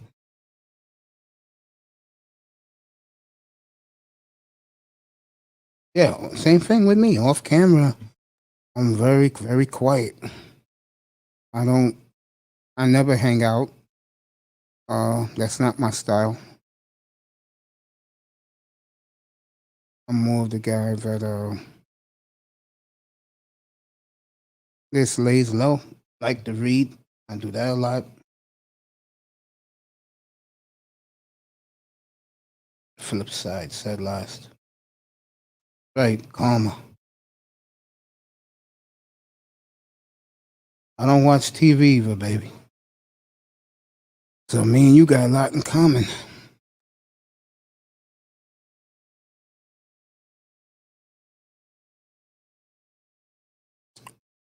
You should be here. Toya should be in about a half hour. So when she gets here, we'll do the show.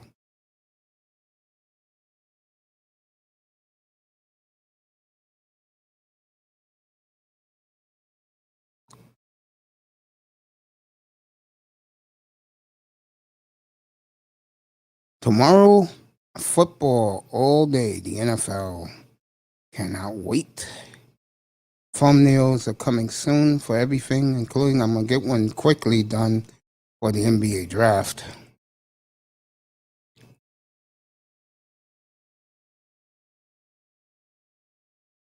Which will be Thursday, hosted by the great Tackman Clan Killer.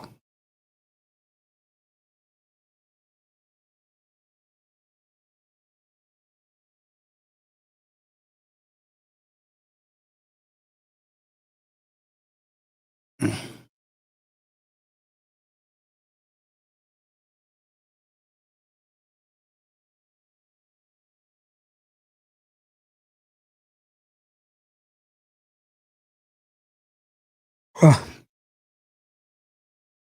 have had a lot of lack of sleep. I promise you one thing, I will get plenty of sleep tonight, get ready for tomorrow morning.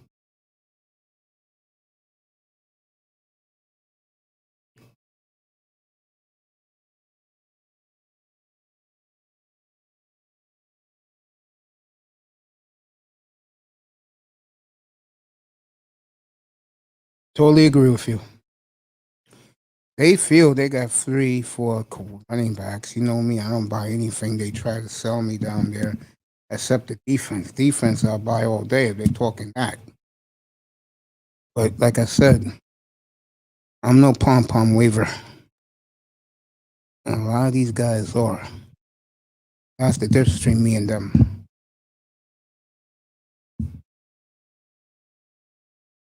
I am not a pom-pom waiver, folks. So I tell you the facts when it comes to any team. And like I said, Monday, NFC East, Dallas, Washington, New York, and Philly. AFC West, Oakland, Vegas, LA, Denver.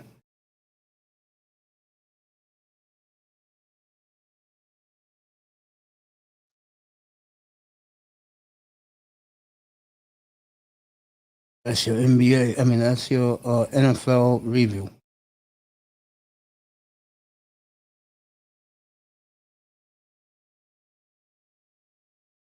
See performance? Yeah, I'm with you, bro.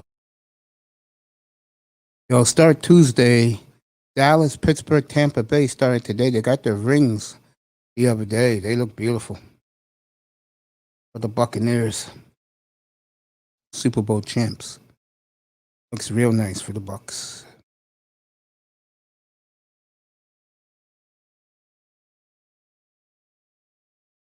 You're going to see a different Tom Brady this year, folks.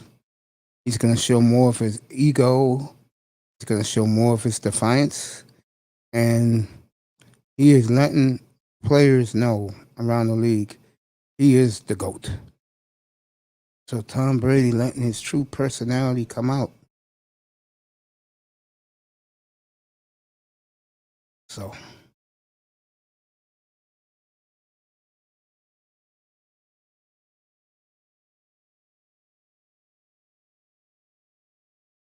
you'll see that with Tom Brady this year, folks.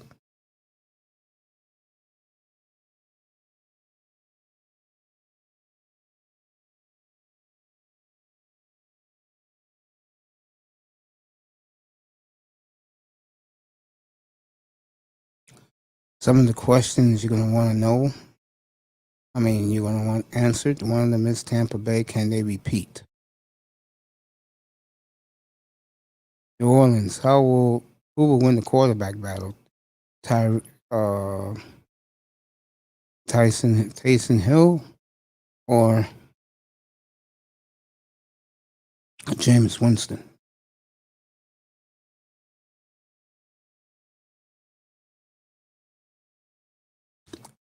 Will Carolina improve enough to win 10, 11 games? Very possible. With the way they've been drafting last 2 years. Done a hell of a job down there. And of course, the Falcons are the Falcons, man. You know they're not going anywhere. That's just some of the questions that will be asked in the NFC South.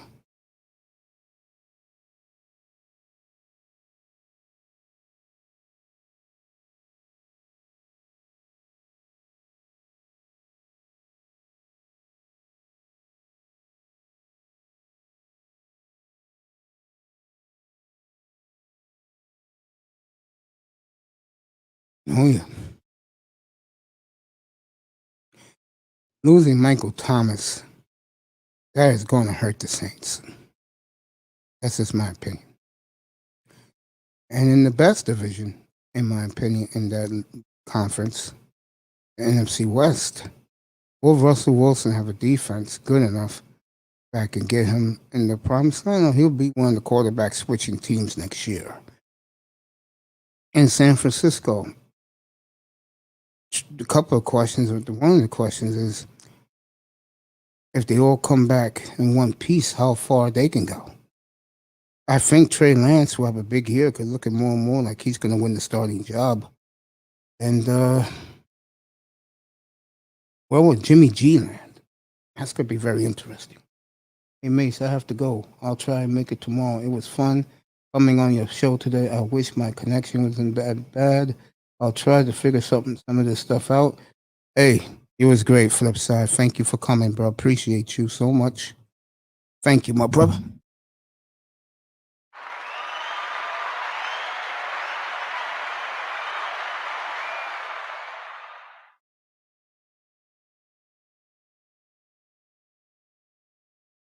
Is my man in there? Peanut butter hero. I was gonna say, man, where I be about you. So, those are some of the questions.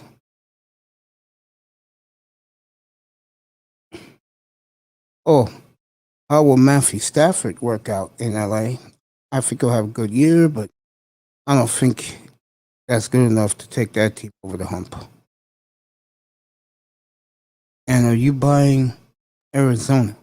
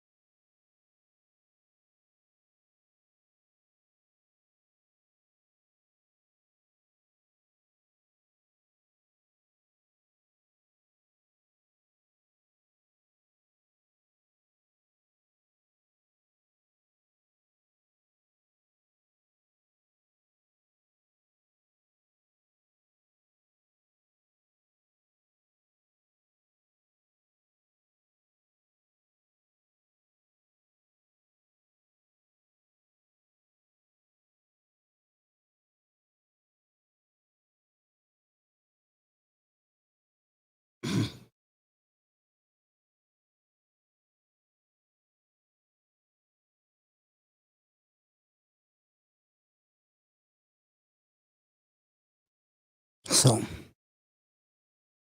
see what baby girl says. Oh, damn, she said 4 of them.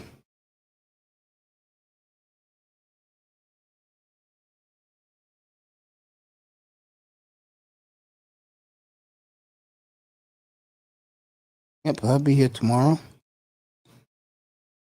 You know what, MTGV? You know what, Miss V? I always fall asleep on the air.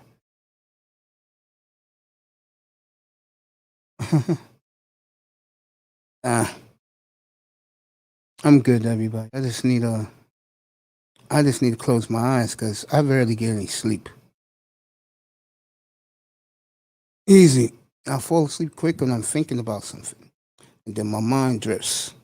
Then boom, I'm asleep, and then I just say, "Oh, I gotta get back up," and I wake back up. Well, I'm good. Sorry about that, everybody. Hope you guys didn't leave. Waiting for Toya to get up here. It started. The platform's supposed to be. There he is, Peanut Butter Hero. What's up, bro? What's up, my brother? Peaceful Mace. I like it. Yeah, man. In ways it should be. I was in Platinum's room. I was in Platt's room real quick this morning. That Wall Street dude, the trucker, whatever his name is, putting everybody down, treating everybody like we're feces on the ground, man. You know, a lot of these boule niggas gotta stop that shit. Because everybody hates us the same.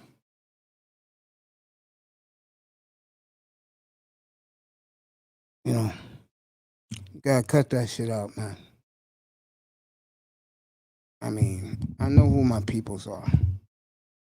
I should know. I look exactly like them. Every day, I wake up in the morning and I go to sleep at night, man.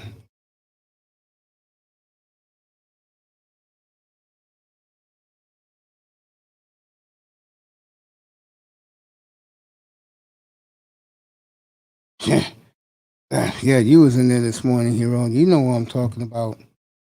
That was disgusting, man. See that clown? That's right. There you go, Peanut Butter. Right, my boy. I mean, you rock with me, man. You know how we do shit. Since Toya will be a little bit, let's do the sports again. I'll start with Green Bay. That's where I started today, anyway. Packers.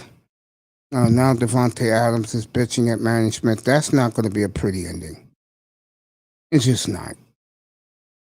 That's not going to be a pretty ending in Green Bay for neither Rodgers or the Packer organization.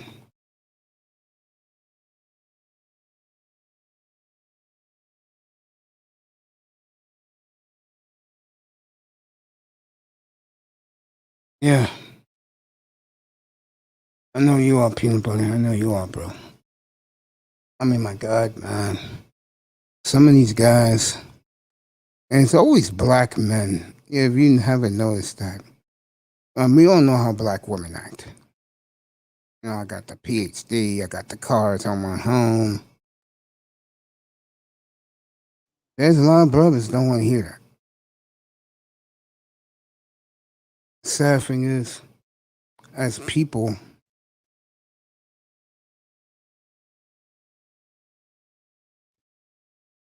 you either have to go solo. I went solo.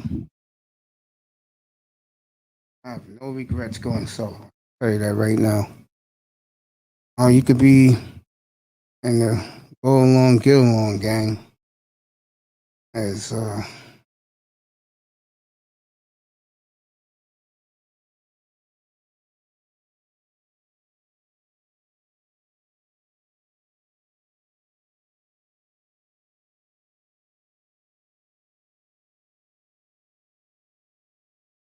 yeah. Tomorrow's the big day, everybody. NFL begins tomorrow in here all day. Yeah, that truck guy got to cut that shit out. Yep. Yeah, that was a big story up here last night, peanut butter. Texas and Oklahoma, if you haven't heard, they're going to the SEC. And to me, that's huge. Because now, the Alabamas, the Floridas, they now get big competition. Auburn, Georgia. You got two big heavyweights coming to your league now.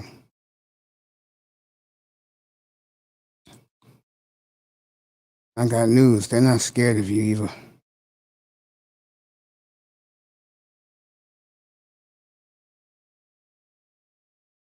Should make it into very interesting college football next year.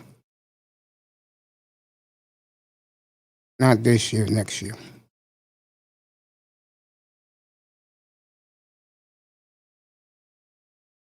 Texas and Oklahoma. Wow.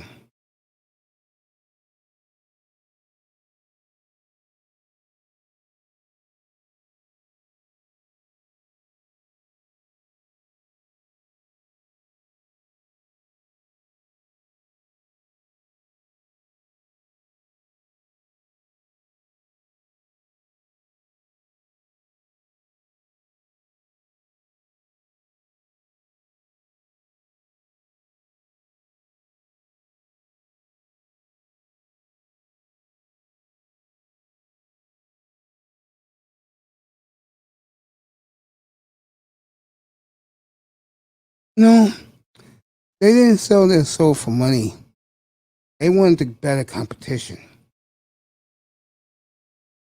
And they're going to get it there.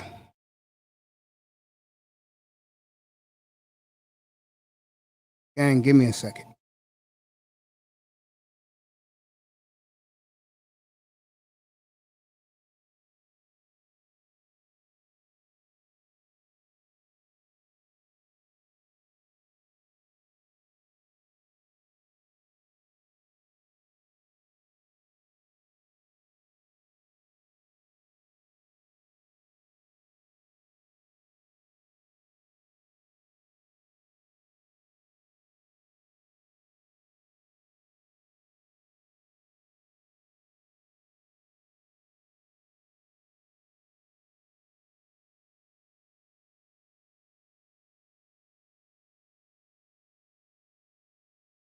Right here, gang. Just give me a minute.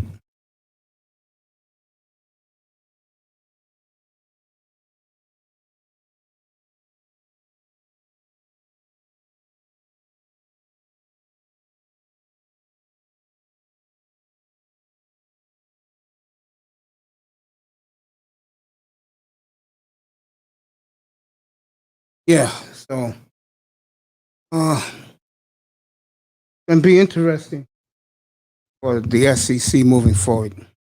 And I'm telling you, Texas and Oklahoma coming there, they mean business, folks. They're not coming there to throw barbecues and picnics.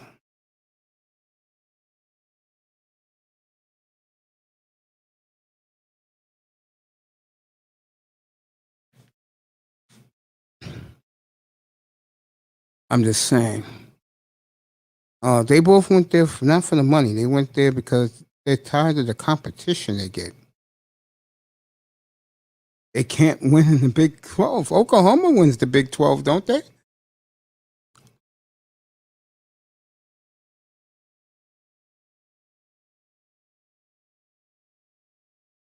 It's going to be interesting for them. I'll tell you that. What's up? What's up, Grinder? Grinder's in the building.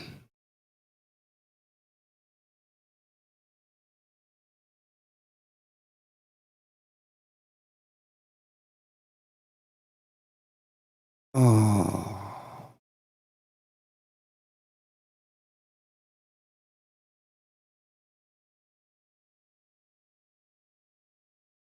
Oh, you're an Oklahoma fan. Yeah.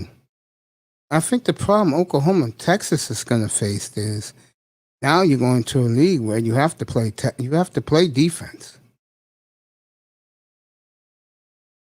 Oh, you hate Texas? Yeah, I can understand why you hate Texas. You hate Texas like Cowboy fans.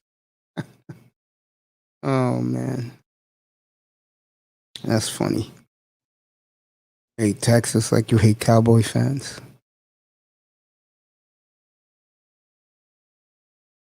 Own you. El Sooner Boomer. Oklahoma.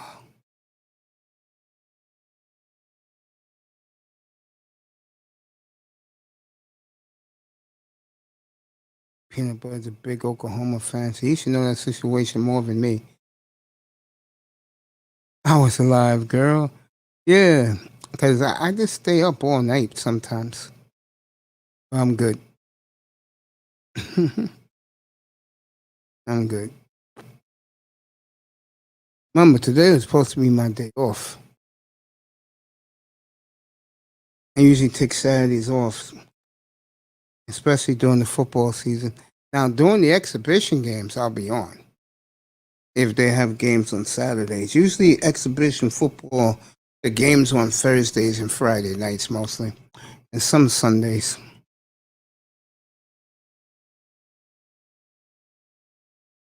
If you're a Dolphins fan, you get your team twice on TV on exhibition. You game against Chicago. That's an ESPN NFL Network game, I believe. I can check it right now. And you get them the last game of the year in exhibition. I believe they played the Bengals. So you can see Joe Burrow against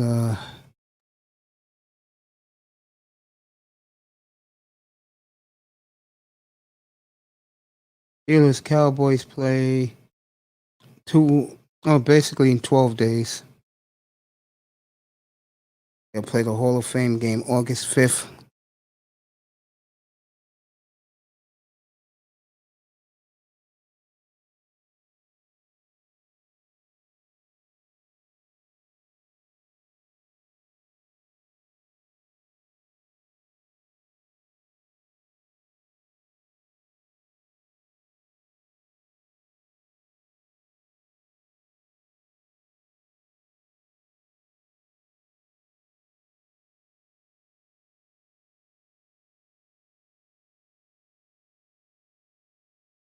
Okay.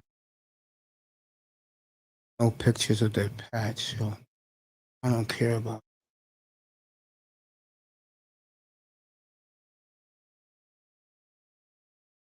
All right, the exhibition for you.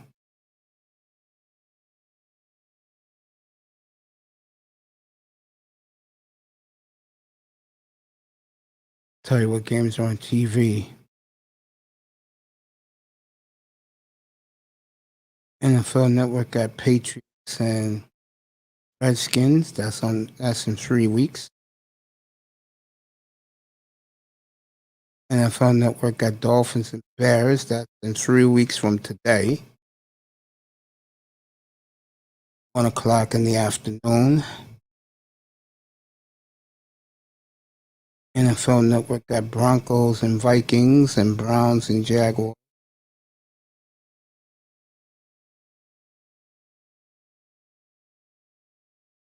Panthers, Colts, Chargers, and Rams. That's week 1 exhibition. And game. First week of exhibition. That's good. Week 2 on television. NFL Network, you get Patriots and Eagles. That Friday night, the 20th, Bengals and Redskins. NFL Network. Chiefs, Cardinals on ESPN. Then on Saturday, NFL Network got a doubleheader for you. Buffalo at Chicago. Jets at Packers.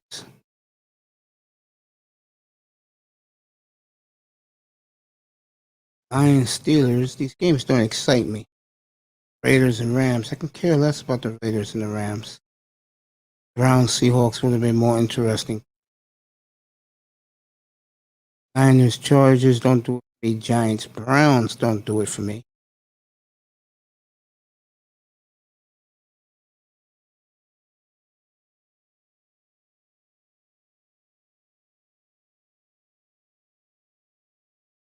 Week 3 exhibition.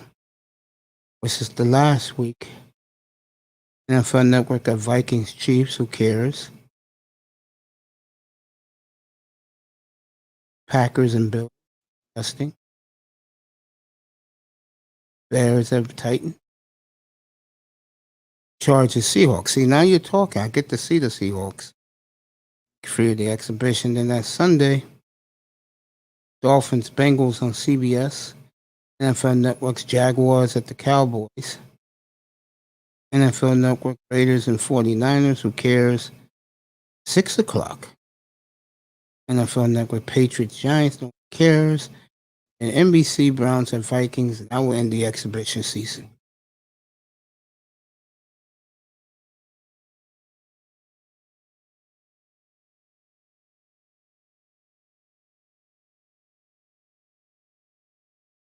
That'll be it for the preseason. Toya is here. Let me put the link for this beautiful lady.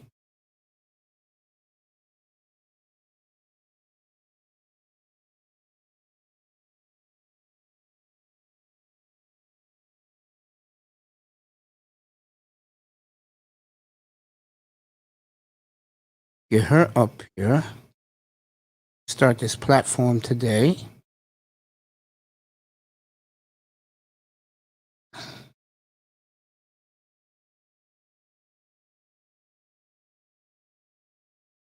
Here we go.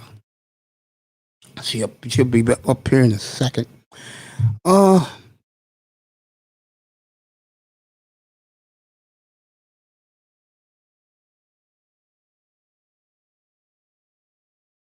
Again, this beautiful lady is not only caught the eye of many brothers in the manosphere, she is one of the biggest talks in the manosphere. This is her show. This is her day. Good afternoon to the beautiful, lovely Miss LaToya.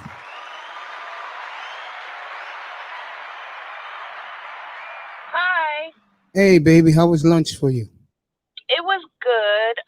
It was a little rough because driving to the place, I don't know how familiar you are with the Garden State Parkway, but it was packed today. I left my house with so much time, but it took me an hour and 15 minutes for what would have normally been like a 40-minute drive. Wow. I hope your lunch guest was okay about that. Yeah, no, she was. I told her that I was running late once I got on the parkway and I saw how backed up the traffic was. There you go. As we getting the support for her right now. JB says shout out to Toya. Shout out to JB. And you know, Miss V was just in here. Oh, was she? I missed her. Yeah, she was just in here a few minutes ago. We had a packed house today, so I had to improvise doing sports, but it was still a good, a good audience. But that's okay. I'm so sorry that Hey, don't worry about it, girl. Don't worry about it. We're just beginning this. I don't take things personal like that. Yeah, but I wouldn't have. Don't worry about it. If I remembered, I definitely wouldn't have made the plan to go live at that time if I had remembered. But I'm here now, so that's all that matters. And as long as you are here, things will fine. And like I said, doing sports for 4 hours was great because I killed the time. Cool. Yeah, they love their football. I do too. I wouldn't have been able to hold a candle to that conversation. Oh, it was good.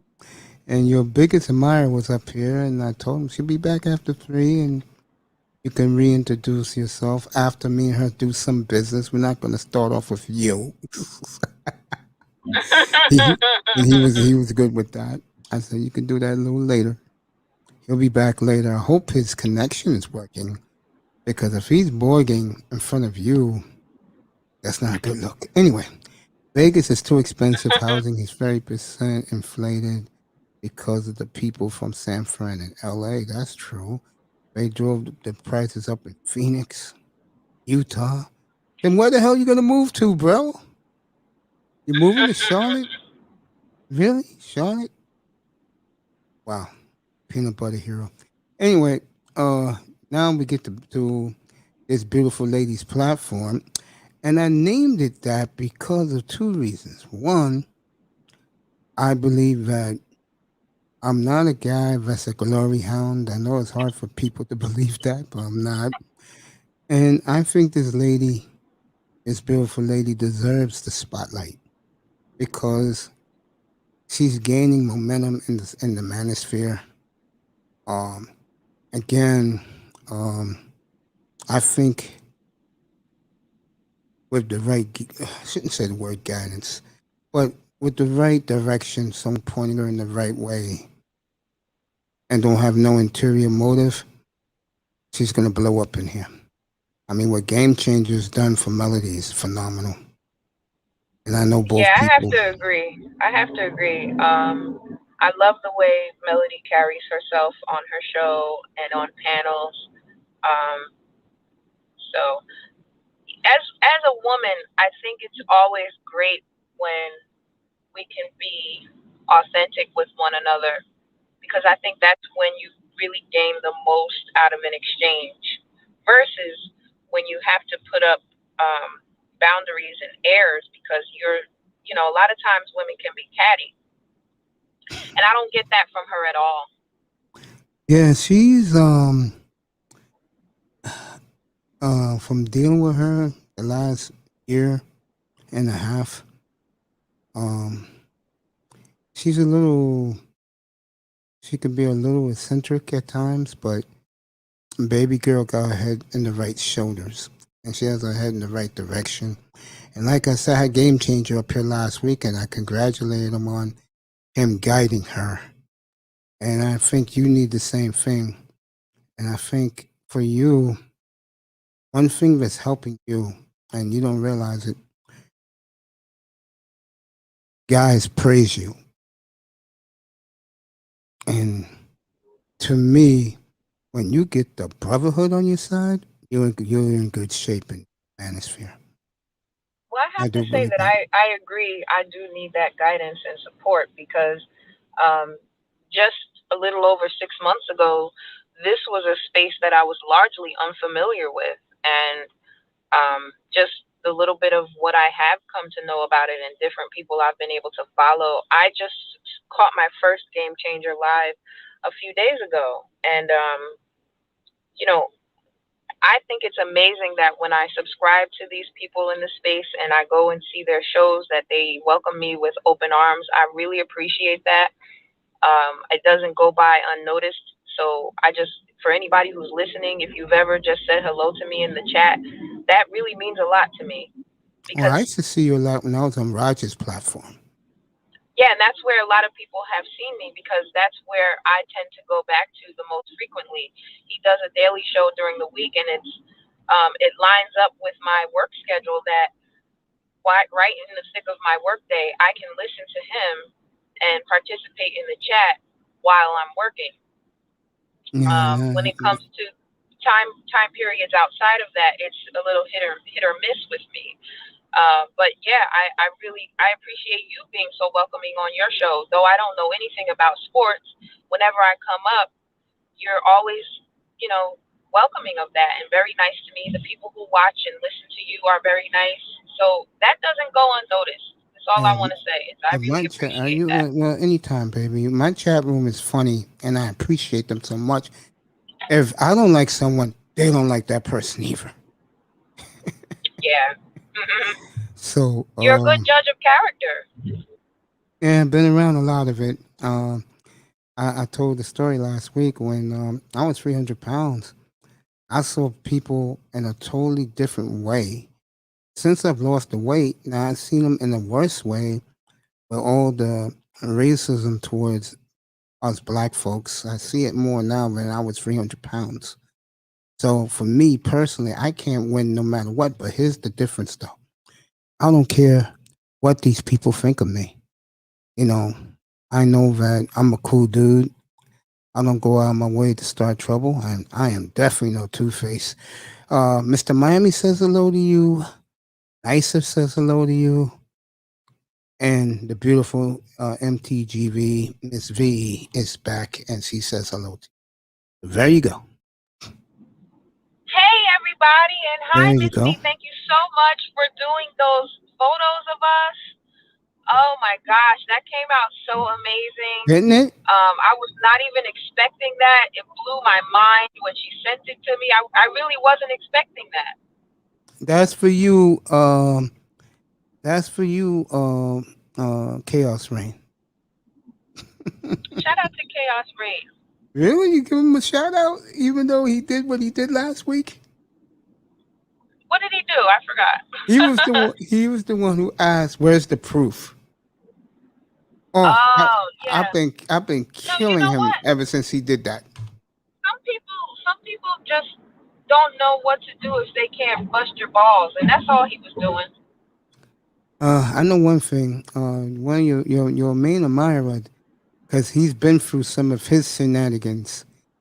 He said he would beat the hell out of him up here last Saturday and saw that. Yeah. Told me that this morning. I said, yeah, I know you would have. I could see it right now. My man's being in the chat said, Mace, where's the link? But you know what's interesting about me? I never shy away from when people ask for proof. I never shy away from that. It's not that I necessarily feel that I need to prove myself to anyone, but I live such an authentic life that I never really worry about people, quote unquote, catching me with my pants down, because everything that I've said on a live or on a panel, you can verify. So I'm just going to keep living in my authenticity, and that works for me. Other people are scared to be themselves. I'm not. I'm loudly myself.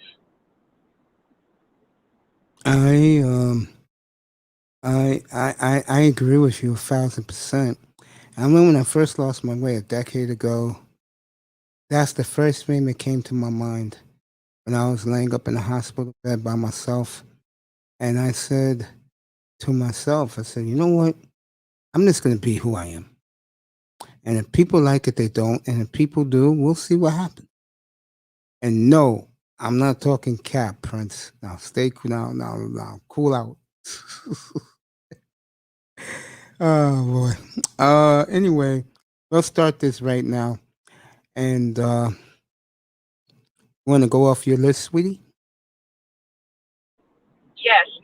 I'm driving. I just want to remind everybody that I'm driving. So at some points I So will you know what? You just drive. You just drive, and I'll start it, because one of the things I want to talk about is being picked on and being tried. People try to bully you when you're obese because they don't think you could fight back. And I'll start with this because this was on my mind all week.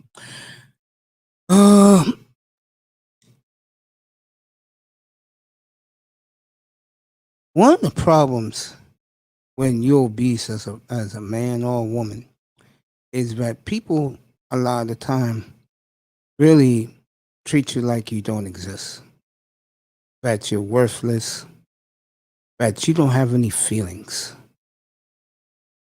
and they say very cruel things to you. And then you find out later in time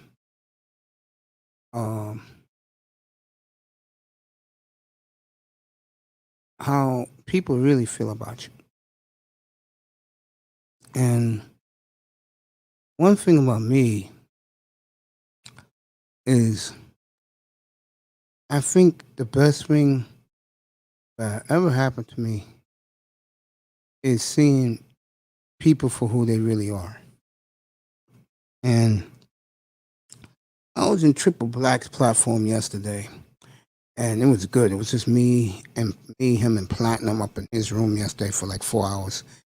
And Platinum did the first 2 hours. I was in the audience by myself, and then I did the last 2 hours with him. And the one thing he talked about was Kevin Samuels, about his success, but he doesn't branch out for other people. Like Oprah got Dr. Phil, Gayle King, Rachel Ray, that chick that comes on the own channel that black women drove her to retire from that. I think her name is Van Zant, I think it is. While Kevin Samuels does everything by himself. And I tried to tell him that when you come to my platform, I'm not reaching out to people to come up here. You want to come, you come. You just heard the beautiful Toya say that I'm so welcoming her when she comes. Yeah, why not? I see her in the manosphere all the time. I know Roger is a big fan of hers, and she's a big fan of the Roger Report. And I look at the guys who stick together as family, that whoever their biggest supporters are, and they come into your room, you should support them too. And that's what I did with Toya, because when I saw her up here the first time, chat, I was like, hey, what's she doing here? You know, in the back of my mind, I said, hey, how you doing? And the point is, sometimes it's nice to have friends who you really treat like the family you never had. I mean, give you an example. I'm going to name the names and what show I met them at. Mr. Miami at a Dolphin chat room. Nicer, Kevin Samuels. Prince Pierre, I guess I met him in Kuda's platform. MTG, Miss V, definitely Kuda's, because she says she followed me from Kuda to my room. Okay, JB, I don't know where JB came from. I guess he just came in. And just looking at some of the names. The point I'm making is Peanut Butter Hero, Platinum's chat room. The point I'm making is that sometimes you're better off meeting your people in chat rooms. And like I say every day I come up here, every time I see you great people's names, I appreciate that God has blessed us all to live to see another day. That's the most important thing to me. You know, honestly, if that kidney wouldn't have been a match, all you people would have been asking what happened to Mace. And Mace would have been in a coma fighting for his life. Instead, God has blessed me. Everything went smooth. You could tell my complexion's coming back by the day.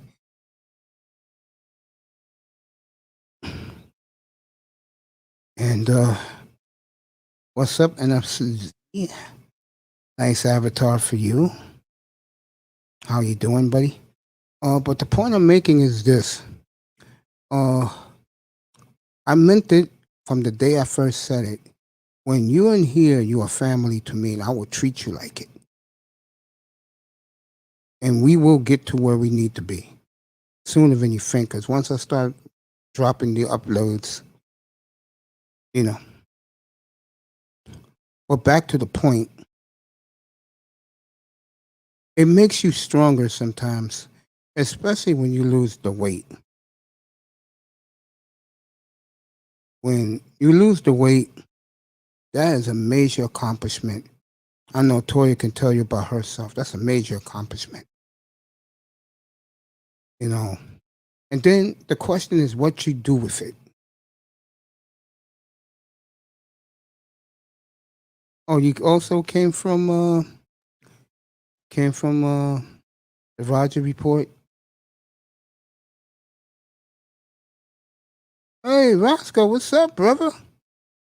Word, what's up, Roscoe? How's everything going, my friend? Kid Roscoe in the building. Good to see you, bro. I hope everything's all right with you, man. Been through hell and back this past year, bro. And know that family in here. You know, I always pray for you, and I hope everything's going well for you. Kid Roscoe in the building. Toya can tell you, I can tell you, anybody who lost weight can tell you that's a major accomplishment when you lose that damn weight, when you beat the battle of the bulge. And let me just add whatever you want, baby. Add whatever you want. It's an ongoing battle. Just because you lose the weight doesn't mean that you're finished. It's a journey that continues thereafter because you have to be committed to the results, to keeping the results. You want to come up, and you want to come up, Miss V? The link is there. I'll drop it again. If you have questions, come up.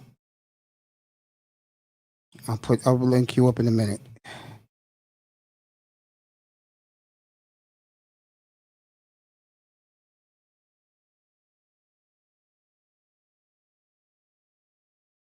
Let me link her up here.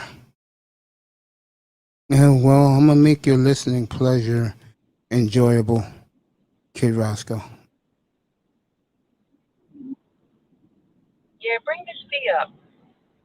Yeah, everybody wants you to come up, so Miss V, get up here. There you go. Get up here, Miss V.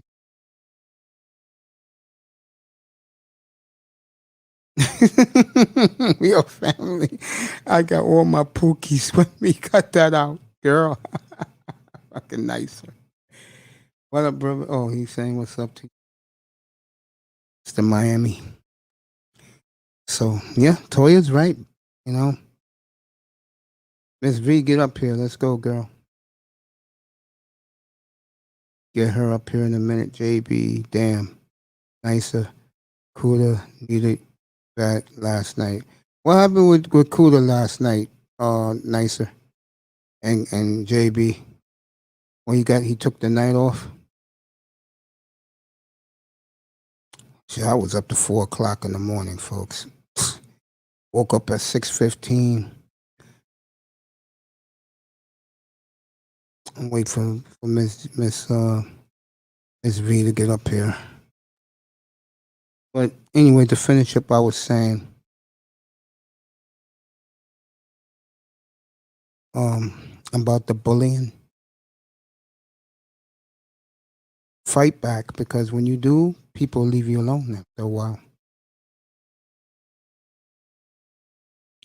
Because people try to bully you physically, men, verbally, women.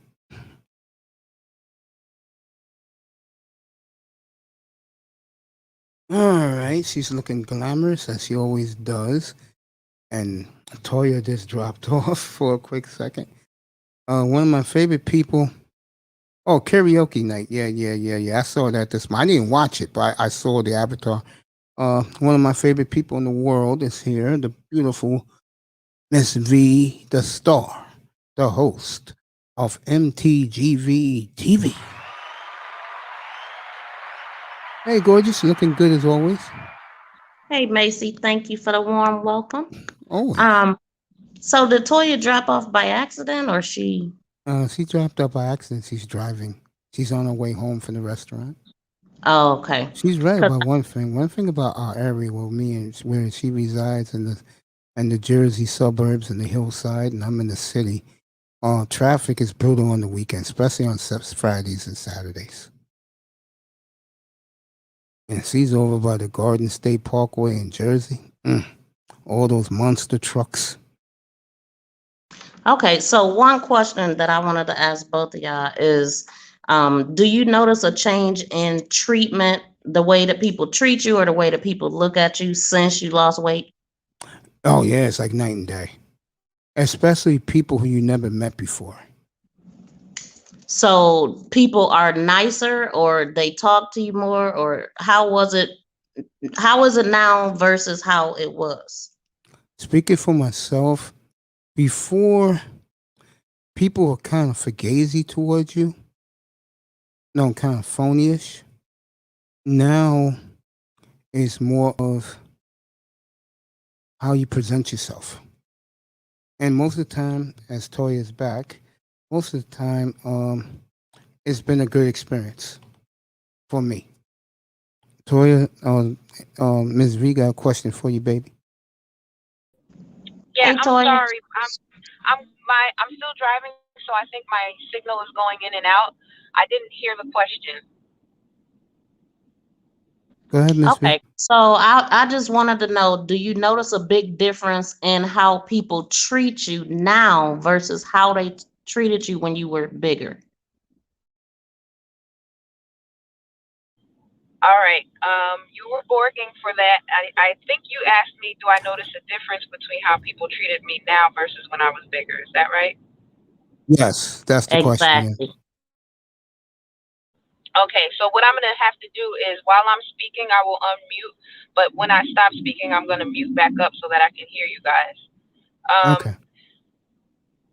I would say that there is a big difference in terms of how people treat me now, only because, only amongst the people who don't know that I was fat. Mm-hmm.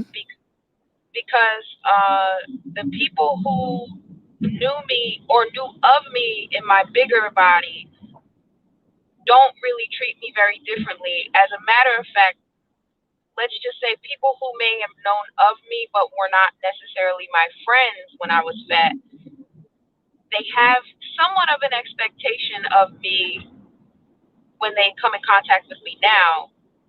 But people who are just meeting me for the first time, I think they don't expect me to call them on their fat phobic mentalities or things that they may say. But I'm quick to call people out on stuff like that because I still very much feel like I'm that 300-pound girl on the inside. Mm-hmm. So, you know, I also know that there's a bit of privilege that comes along with being quote unquote regular sized. So, Yo, okay, more specifically, I want to know, like, as far as men, has a man that you liked before didn't like you? Are they looking at you now, or do you have any of that going on? Oh, absolutely. I would say that happened more so when I was when I first lost the weight. There were definitely guys that would not have given me the time of day, or maybe even told me that they couldn't go there with me because of how heavy I was.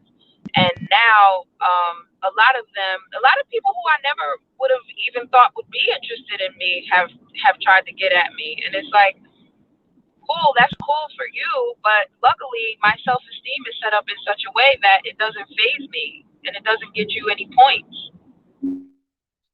Interesting. Roscoe, you got something to add to this being Yeah, obese? it's kind of like, it made me think about that song, Mike Jones. You know, back then you didn't want me, but now I'm hot, you all on me. I mean, I wouldn't give a person the time of or day that mistreated me or didn't look at me in a certain, didn't like me before, but now that I've lost weight, you do, because that's superficial as hell. I would be offended. But how does it make either of you feel when people talk about, you know, because I was in the room you were in, Toya, and they was going in on a big girl. Do that make you feel some kind of way? There ain't nothing wrong with a big girl. I mean, I fuck with big girls. Roscoe, none of this right now, bro. We're talking about people who are obese and what they go through, man. I mean, none of that stuff, bro. Yeah. I need your insurance. And you're breaking up anyway. You're borging. Oh, bro. None of that, bro. It's not loud over here, bro. I'm gonna jump back in chat. Yeah, but you're still borging. Fix your connection, bro. Then come back. Yeah. Anyway, apologize for that. I've had a little talk with him. Anyway, like I was saying, I'm gonna answer that question you asked Toya, Miss V. With me, she's right. When people who knew you before, they're not gonna care how you look. They're gonna always look at you the same. The opinions they had about you then they still have about you now. That's just the way the people who knew you in the past are going to treat you. And like Toya, I said it before, there's not a night that doesn't go by before I go to bed that I don't think about how I was treated when I was obese. That's the stuff that's kind of the reason why I said y'all should do this show, because I wanted to know what type of treatment did you get. Like, I know you said that people didn't invite you to barbecues and stuff like that, and then as soon as you lost weight, they wanted to invite you everywhere, and you felt like, I don't want to have nothing to do with y'all. Yeah. So what other ways were you affected? The first thing I did was I cut everyone off. And to me, that was a good move to make, because the people who you fought with, your friends, were your family, they really wasn't.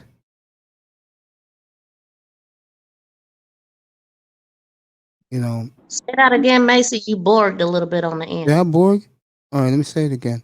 I said the one thing you find out when you lose the weight, that's the reality of it. People who knew you in the past treat you the same. People who you meet nowadays, they treat you the way you treat them. I mean, look at me. And what I mean by look at me, all you ladies come in to say hello to me. I think if I was that blimp that picture was taken with me in a tuxedo, I don't think so. Well, Macy, it's your personality. For me, like, okay, for instance, I met a guy online. I mean, I talked to him for like a year online before I actually met him in person. He was not a person that I would have been attracted to, but I learned his personality before, anything else. And I liked the person that he was. So I think online helps a lot of people too. But I mean, I don't think your weight would have made a difference for me if you were the same nice person. It was a little bit different back in those days. That's because your confidence was down. I'm sorry. Yeah, you're right. That was it. To your point, Miss. She dropped off. She's on the road. She'll be right back. What did she say? Did you hear what she said? Yeah. I didn't hear what she said. She was going to answer your question too. Oh, okay. But she's on the road. It's terrible out where she's at. The community's nice where she's at, but the driving on the road is brutal. Mm-hmm. You said a night don't go by that you don't think about how you were treated. So tell me how you were treated. One of the things that I had to go through because I was fat is what some people go through here on YouTube, where people totally, connect when you get home, baby, and relax. Now that you're here, you could take your time. One of the things about how I was treated, the one thing that happened to me a lot was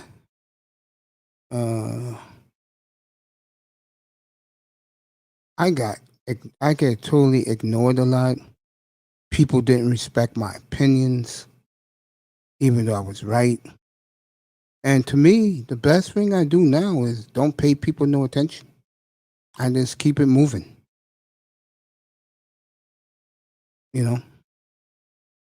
And to me, that's but the one difference is, Miss V, I have learned through the years to listen to people's opinions, because people never listen to my opinions. And I had to go through that for a long, long time in my life.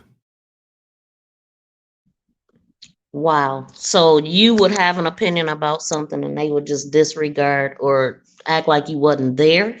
That, and they'd be very rude towards me. And are these people in your family or friends? All over. I told you, I never got along with my family. Did you ever have a best friend in high school or anything like that? Nah. No. So you were a loner all your life, basically. Mm-hmm. Were you obese through childhood, like grade Yeah. school and stuff? Yeah. I'm just glad that the one thing I'm so happy about compared to be nice is this says something very, very nice. I'm gonna put it up in a minute. Thank you, Roscoe. You're right about that. I'm gonna put both of them up in a minute. What they both said. How can I say this to you, Miss V? The one thing that was interesting with me was, I'll give you an example. Let's say I went to this city, that city, and I went to live sporting events. Someone I used to see back in the day would tell me this, that when I said, guys were like, they know I did it, but they didn't really care. But if somebody else did it, they'll be all excited. You get where I'm going with this? No, keep going. Like, what I'm trying to say is, like, let's say I went to Paris. I went to Rome, and I have, like, the video, pictures. They would poo-poo me doing it. But if somebody else we knew did it, they would celebrate it. You understand what I mean? That's crazy, man. Yeah. Mm-hmm. Now, I would say the last 10 years, because that's when, as long as I've been sick, now I'm more of, I've been there and done that. And I started,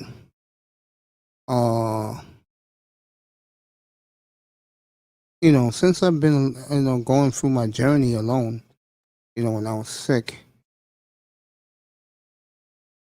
the one thing you do realize about human beings, if you're in, you're in. If you're not, you're not. So how do you deal with it? With me, I'm the type of person that I feel comfortable under my own skin. In other words, I do better by myself and not with groups of people, not with crowds. Like, I will tell young men, if you're going to travel, go by yourself. Because if you go with 2 or 3 guys, it's going to be difficult, because other than getting laid, because that's what guys do when they travel and go places, let's be real here, there's a lack of trust among guys, especially black men. There's not trust there. So you better off doing everything alone, because that's one big albatross you don't have to worry about. It's things like that. I'm a big believer in taking matters in your own hands. That's why, as much as I respect him, because I used to be in this room before he has exploded now, one thing I do disagree with Kevin Samuels. He doesn't like guys who are like myself. What you call those guys again when they call them? You would know them as loners, but he doesn't like he doesn't respect guys like myself who are lone wolves. And he used to have a big crusade against guys like me before the women stuff pushed him up the stratosphere. Why? I mean, what issue does he have with a loner type guy? He believes, because he's in the corporate world, that loners don't move up in rank. And to a large degree, it's true. Like, if you work in the corporate world, I'm seeing you, Pete, I'm seeing you. You work in the corporate world, one of the things, if you want to get to the top, where you're making $500,000, $600,000, $750,000 a year, you have to be married. That is a fact. you have to be married.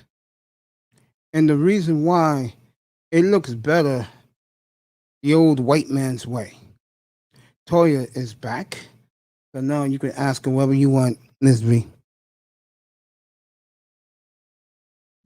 I'm gonna wait till I hear. Toya, she wants to hear you. I'm here. I just feel bad that my connection keeps dropping me down. That's okay, baby. I won't be home for like another 20 minutes. Okay. You want to ask her something, Ms. V? Yeah, I mean, I wanted to, I don't remember exactly what I said, but I do want to know, how do you feel about those guys who wouldn't have turned their heads before, now that you've lost weight? Would you consider dating one of those guys? Not really. I not really, honestly, because see, here's the thing. Unfortunately, you never know what someone feels until you have that conversation with them. And to your point earlier about the other stream that we were on, and they were talking about heavyset women. I think a lot of guys are afraid to admit that they find heavy women attractive. That's still a thing. And I don't mean fetishize BBWs. I mean, there are men who simply enjoy larger sized women. Yes, and it's funny you say that. My brother is one of them. Platinum had that topic there's yesterday. Anything wrong with that. Yeah, Platinum had that topic yesterday. And the one thing you're seeing more and more, as Miss V will be back with us in a minute, the one thing you're seeing more and more in Black America is Kid Roscoe said, yes, we do. I'm going to put up what both C said and Pete and Nicer said. Where is it what Nicer last said? This was very nice by her. She said, Mace being left alone is a gift. It sure is. And Roscoe said right behind her, Mace has always been honest, even about his downsides in life. Real 100 respect. Yeah, you too, brother. You too, brother. This was a great point by Platinum yesterday, and I said this to him. And I have a theory why Black men are like this. When I was in my 20s and my 30s, even in my 40s, most Black men preferred the voluptuous Black woman. They would kill for that woman. In the 2021 era of our society, Black men's self-esteem is so low because Black women have totally shunned us that they would compete harder for the fat woman than they would the voluptuous woman. Now, I have a lot of respect for Toya, for Ms. V, but there is a theory behind why that is, that they prefer the big woman over the voluptuous woman. I'll just say it this way, in a respectful way to the ladies up here. Most Black men believe that voluptuous women prefer men of other races over us. So the men look at that. They've been demoralized too much. And they just said, right, it's okay. We lose, we take another L. And some guys are beginning to go my route now, which is just leave women alone altogether. And you'll live a better life. And I think it's interesting more and more that you see a lot of established Black men go that way. And if I'm a Black woman, what little are left that prefer Black men, that would be like just about the nail in the coffin. That Black men have been so demoralized that their self-esteem is gone. And Platinum is right. Yesterday he said Black men are weak now. And it's demoralizing to watch.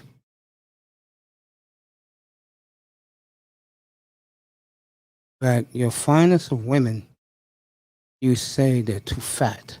They're to this. And I'm looking at these women. I said, really? Really?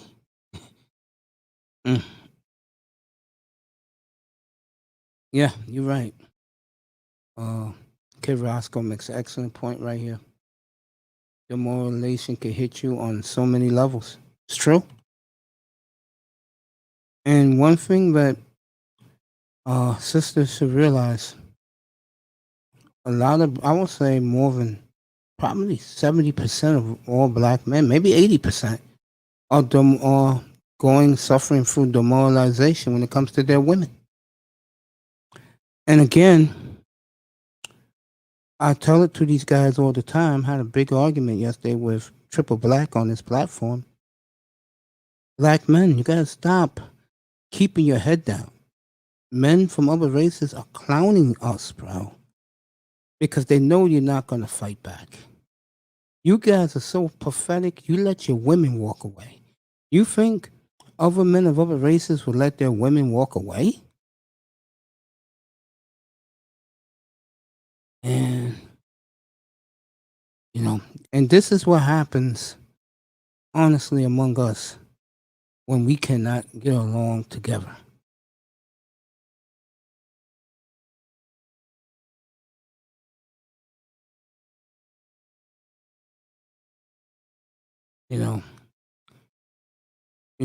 It's sad. I see it here in New York all the time. I'm pretty sure Toya sees it when she's in the city. How black men, it's not working for them. I think it's kind of sad, but I know when I was 16. Well, I shouldn't say 16, but I know when I was in my 20s, when malls started going up everywhere, and you will always see a group of young men and young women talk, have fun, hook up. That ain't happening no more. And I'll go a step further. I think it was 2 years ago, 2019, a group of young girls, black girls, group of black boys went up to him to say, "What's up? How you doing?" Try to kick it to him. Those girls called security, threw those boys out of the mall. And that's where it is now for young brothers. And I think brothers know that. And the old saying, you go in a different direction in life. I'm beginning to see more and more black men, especially the younger ones, have already done it. But guys in their 30s and 40s, they're beginning to do that same way too. I mean, a lot of them have waved the towel. And it's sad. You let your enemies beat you out. You let your enemies, you have your own, well, they're not my women. And I'm not being rude or anything, because you don't own a woman. But since these brothers on their panels like to say that that's their women are giving themselves away to guys of other races. Now, they claim the reason is because they don't see brothers with plans and stuff. Here's the problem for you ladies who think that way. Brothers have their plans, but you're not involved. And you're wondering why you're not involved in their plans? Because you wasn't there when they were 22 years old, fresh out of college, making a plan for themselves. You wasn't there to take the journey with them. See, one problem that I have is that when you have a journey, I think it's pretty cool to hop on that ride.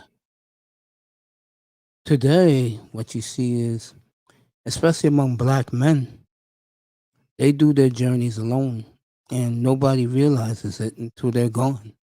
And what I mean by gone is when they go overseas to relocate and help build places like places like Brazil, Rio de Janeiro, and Medellin, Colombia, where brothers are building restaurants, nightclubs, office buildings.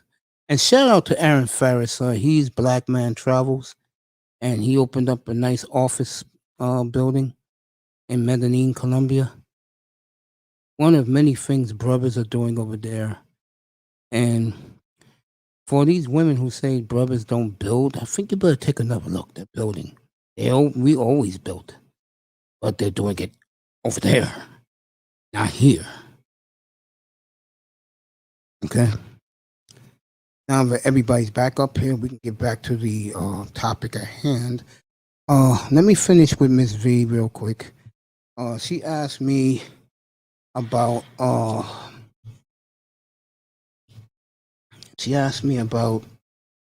the way people treated me, and I was telling her about how I was ignored a lot.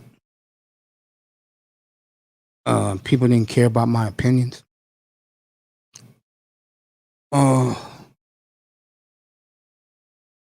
just think as a man, you just gotta do your own thing. You don't care what people think of you, because you're not alive, in my opinion, to be friends with people, to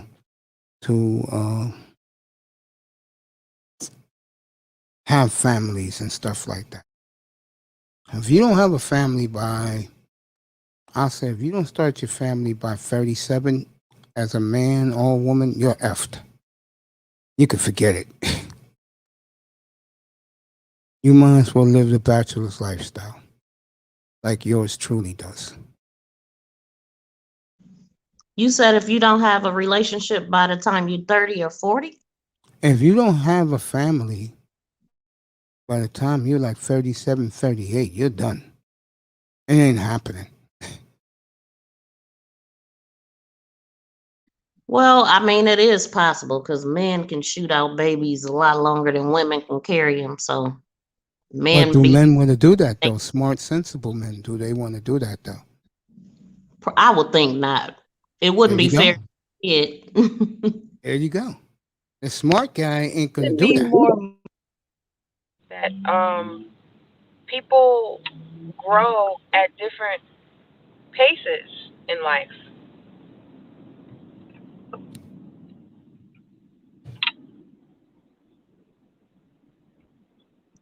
I also think that we are our biggest critics too. Like we're much harder on ourselves, but it also has a lot to do with your environment and how you grew up and all of that. So I think Mace grew up as a loner, and Toya, you seem to have always been outgoing, confident, and fun and around people, where Mace he decided to just be alone. And But you know what? I'm an only child. I was always alone.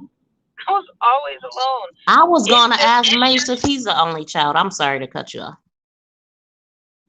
No, it's okay. It's just that I think my personality, I am outgoing. I have not always been confident, but I have always been outgoing. I've always been a talker. And part of that is derived from the fact that I would be alone so much all the time. So I love interacting with people, but that comes from a genuine place. It doesn't come from a place of wanting to be clingy or wanting people to cling on to me. It literally is just I enjoy getting to know people and mingling. I really enjoy that. Wow. I'll give it to you. Get back up here. I give it to you. Because me, I'm definitely a little bit the other way. When I was telling guys this earlier today.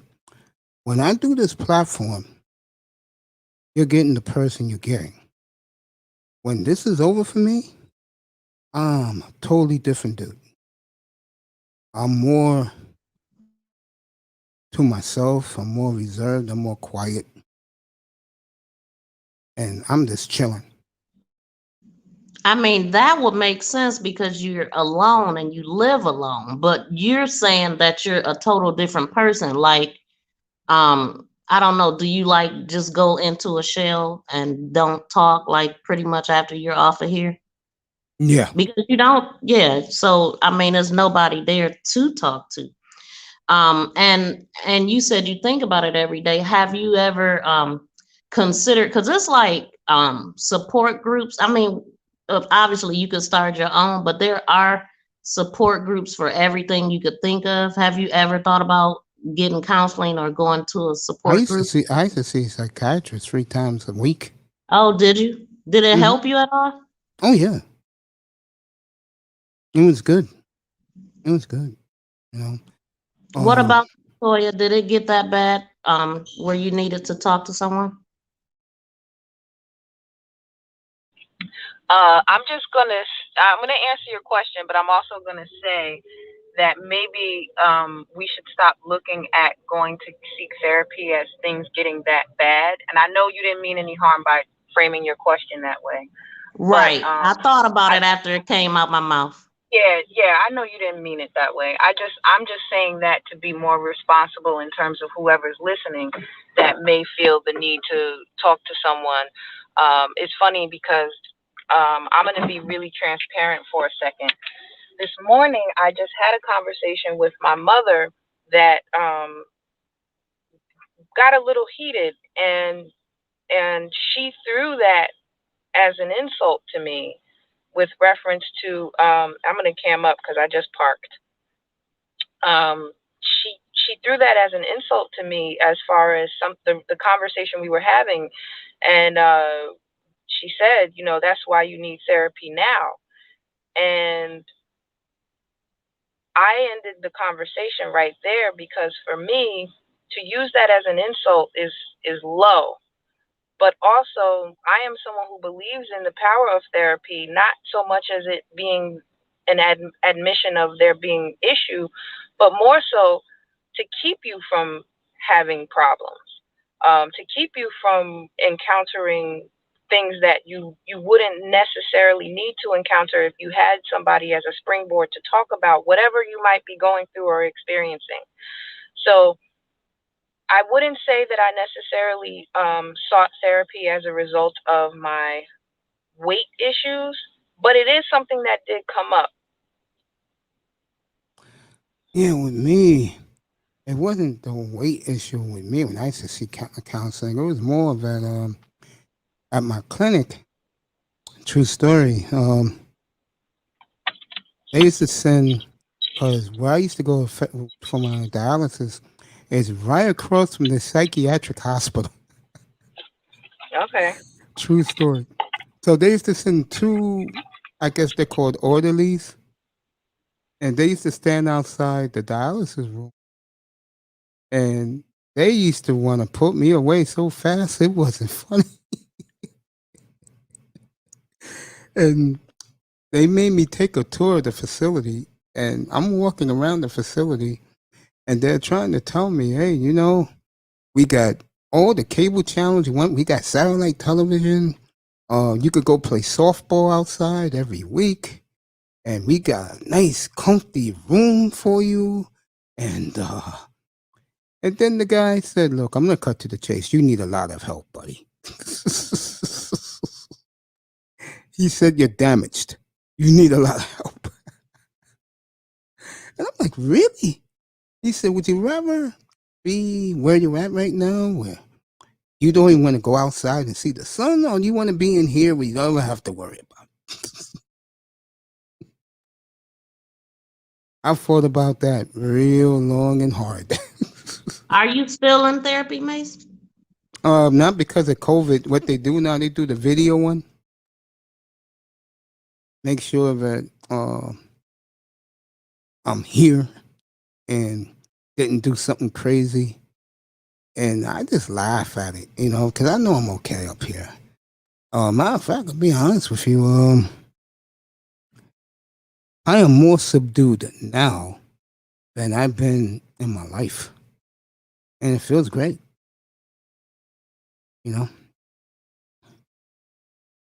This does. Does talking about it help? It's all right, especially if when you talk to people who is going through the same thing you went through. It helps. Yeah. That's why I decided to, me and Toya and yourself, because you came up with the idea, I decided to go in on it, and Toya wanted to do it. So I said, we can make this work. I think it's good because a lot of us are fat. America is fat. That's true. Or, you know. That's true. You know, I mean, I can definitely relate though to like wanting to be alone and stuff. Like number one, what started it with me was my cousin being murdered in 2004. It was like that was my best friend, my favorite cousin. I cut everybody off. And then I end up gaining weight, not because of that, but when I gained weight, I really didn't want to go nowhere because I mean, I hated going shopping.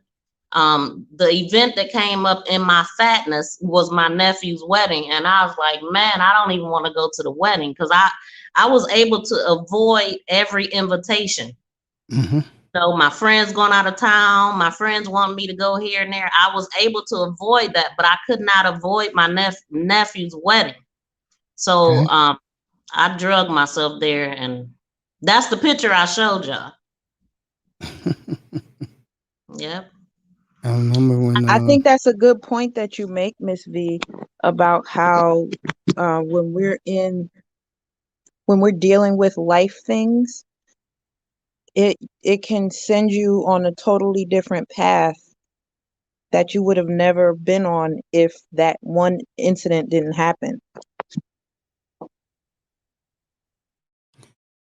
I'm not even gonna lie about it, and this is gonna sound insane to a lot of people. The best thing that's happened to me was I got sick because I got to see how people really were, number one, but more number two, people in the same predicament you're in and how they handle it, and people who basically don't give a damn if you live or die. And I hate to say this about myself, but I will say 95% of the people I've come across don't give a damn if you live or die. World just keeps going. That's how people are. Do you have any siblings, Mace? I had siblings. They're both gone. Oh, wow. Sorry to hear that. Yeah, my two older brothers, one died in a bicycling accident back in 1988, and the other one died of heart and kidney failure 2004. Both my Wow. older brothers. So as sad as this may sound, I really didn't get along with them either. I was just about to say, were you close to them? No. Okay, so let me ask you this. Since you were obese in childhood, that could be contributed to whatever you were eating or whatever you were given.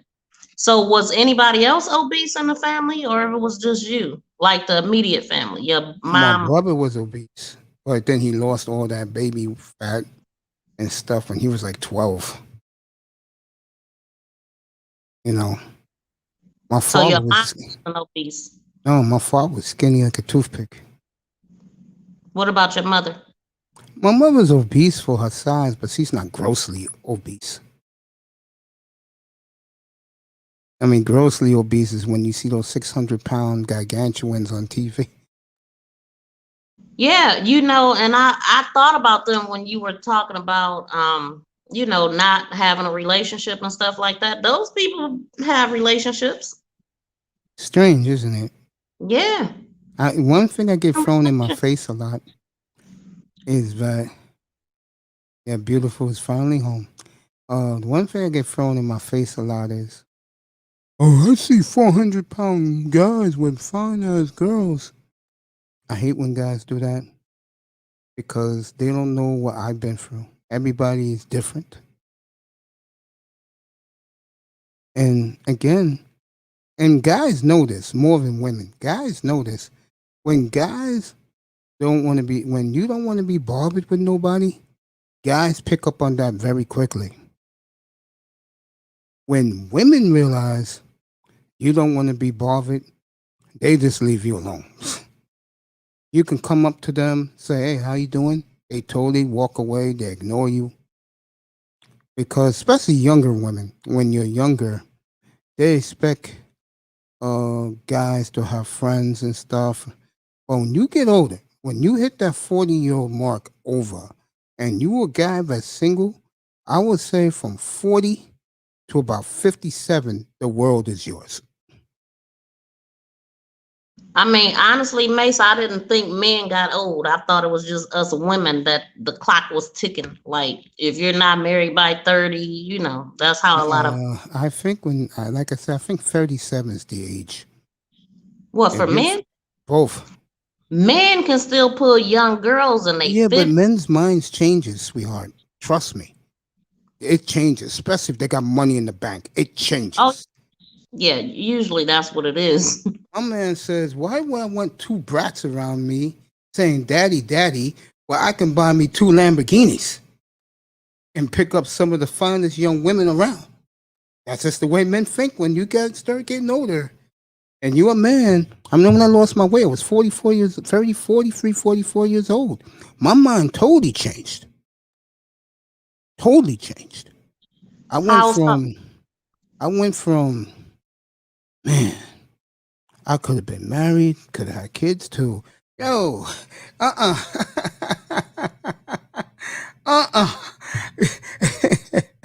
I'm gonna go, I guess what you call it now, run the streets. Until I got sick. Then that dream crashed and burnt. Tell the audience this too. The one thing that has happened to me since I've lost my weight, I have grown as a human being a lot. I've come to realize that some things are more important than others. You know, like, for example, me and my mother don't get along, so I know how Toya feels when she deals with her mother a lot. Me and my mother's the same way.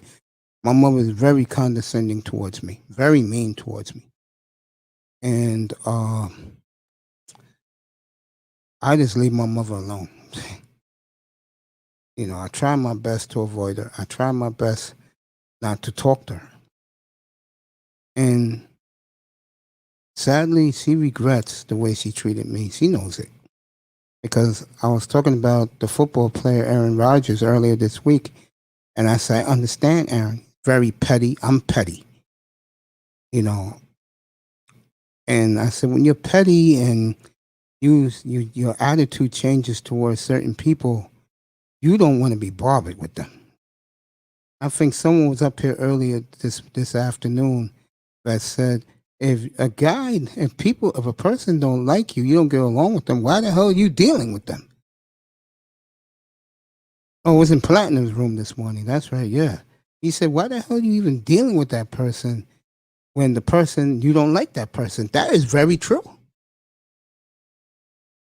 If people I don't like and they don't like me, I stay as far away from them as possible. Because those people definitely, if they can find a way to stick a needle in you, they'll do it. Or a knife in your back, they'll do it.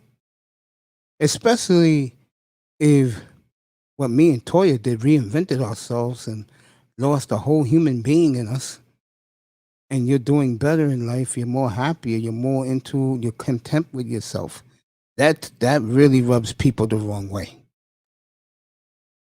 Because people are always going to look at you the way they always looked at you, no matter how successful you become, no matter you lost all the weight, they're still going to think about you the same way. Yeah, people do like to bring up the past a lot. Oh, you used to do this, used to do that. I got a cousin that every time I see her, she will bring up the same story every time. Like, girl, you gonna tell the story every time you see me. You gonna remind me what we used to do. Like, but and tells you what they think of you. Huh? It more so tells you what they think of themselves, Mace. It really does. It really has no bearing on what they think of you, because it's more telling about how they think of themselves. She's doing that because she feels like that's something that she has over you, probably, or that she looked better than you did in that scenario. And the reason why you're like, girl, how many times you gonna bring this up is because you're over it. You're not there anymore, and she's still there. That's literally what I say. I literally said that she's stuck in the past. You know, You're right about that. I'm gonna let you two girls rock the audience. I am gonna go get me a can of Coke. So yeah, so what were you feeling when all of that was going on in that room? Because I really thought about you when all that started, and I just wondered how you felt and if you left or I didn't know. I did leave, but see, it really depends because in that room, I didn't feel like it was the right time for me to get up on my pedestal and say how some of the terminology being used was offensive. Because I don't think that it would have been received well. So I'm very picky and choosy about when I get up on my soapbox and I start talking about stuff like that. On the other hand, if this was a conversation I was privy to in person, I more than likely would have said something. Because at the end of the day, like, I'm so tired of that trope of the ugly fat friend or the funny fat friend. And it's like there's so much more to people than just what you appear as. And while I can say that I'm much happier in my smaller body than I was in my bigger body, the biggest reason for that is because I know that that's one less thing that people are going to cross off for me. It's not even about whether they find me attractive or not. It's just about, all right, at least I don't have to overcome that hurdle anymore. And it's sad. It speaks toward, like you said, America is fat. America is fat. So, like, the fact that people are so judgmental towards fat people, it's ridiculous. Like, if we ourselves are not fat, there's somebody close to us that is. That's how many of us are fat. So, last week when Mace and I were talking about this, I was big on saying we got to hold each other more accountable for the decisions that we're making, because you don't just become fat overnight. And understand that a lifetime of eating and making poor choices in terms of maybe being more sedentary and stuff like that, you're not going to overdo that. You're not going to undo that overnight. So it can start with having a conversation with someone and saying, hey, I'm about to go take a walk. Do you want to come with me? Or I'm thinking about having a salad for dinner. Do you want one too? Like, it's little things like that that I think are way more helpful than ridiculing someone because they're fat. People will say that tearing someone down is a sense of motivation for some people. And I just feel like there's always a better way. There's always a better way of reaching somebody on their level and showing them by example that there's another way.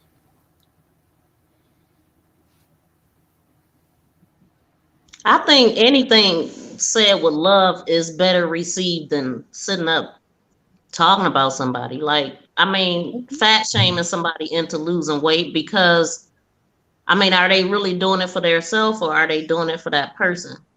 Exactly. And then if you're doing it for that person, how long are those results likely to last?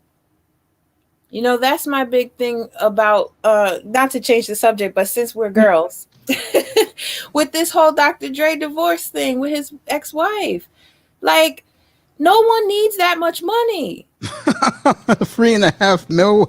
No one needs that much money. And all that money. He got his exotic wife, didn't he? It's called lifestyle, ladies. That woman's used to living a rich woman's lifestyle. Yet she doesn't realize that you get $500,000, you can live that lifestyle too. And you're still welcome to the country clubs. It's not even about the dollar amount. It's about, what are you doing to hold yourself accountable for getting where you are right now? That's all I'm saying. Like, where's the accountability? Grow up.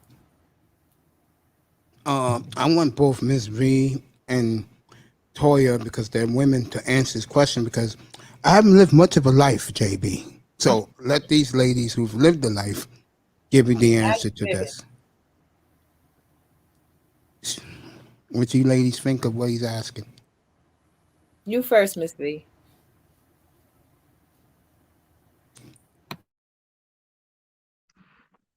Okay, I have a girlfriend and I want her to change her lifestyle. Can you give more advice? What do you mean by change her lifestyle? Is she overweight or is it something else I that think it's something else.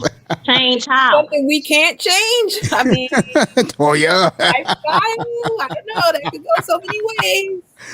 I need to know what he's talking about to give advice. JB, what do you want her to change? Her weight or the way she carries herself in public with you? What do you want her to change? Be more specific.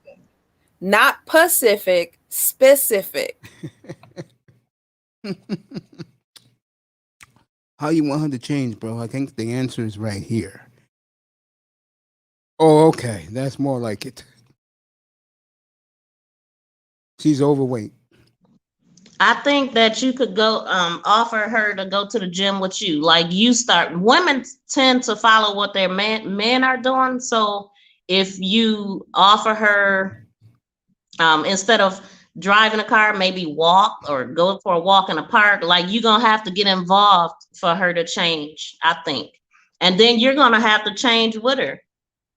Because I just feel like you're going to have to be more supportive of her for her to do it. That's just my opinion.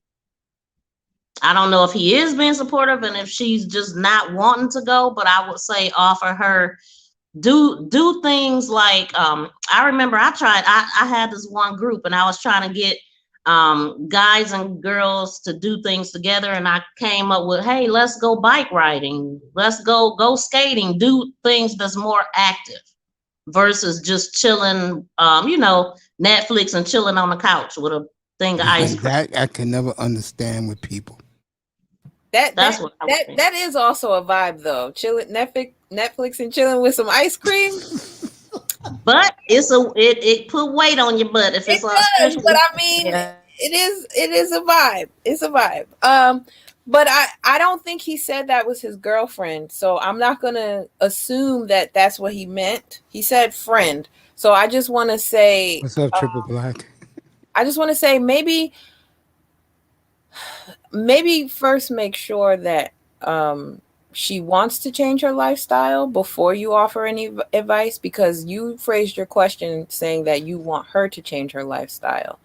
And coming from a friendship standpoint, I understand that you are probably meaning well, but it won't be taken well if she's not even interested in making a lifestyle change. So I think you should start by making sure she wants to make that change.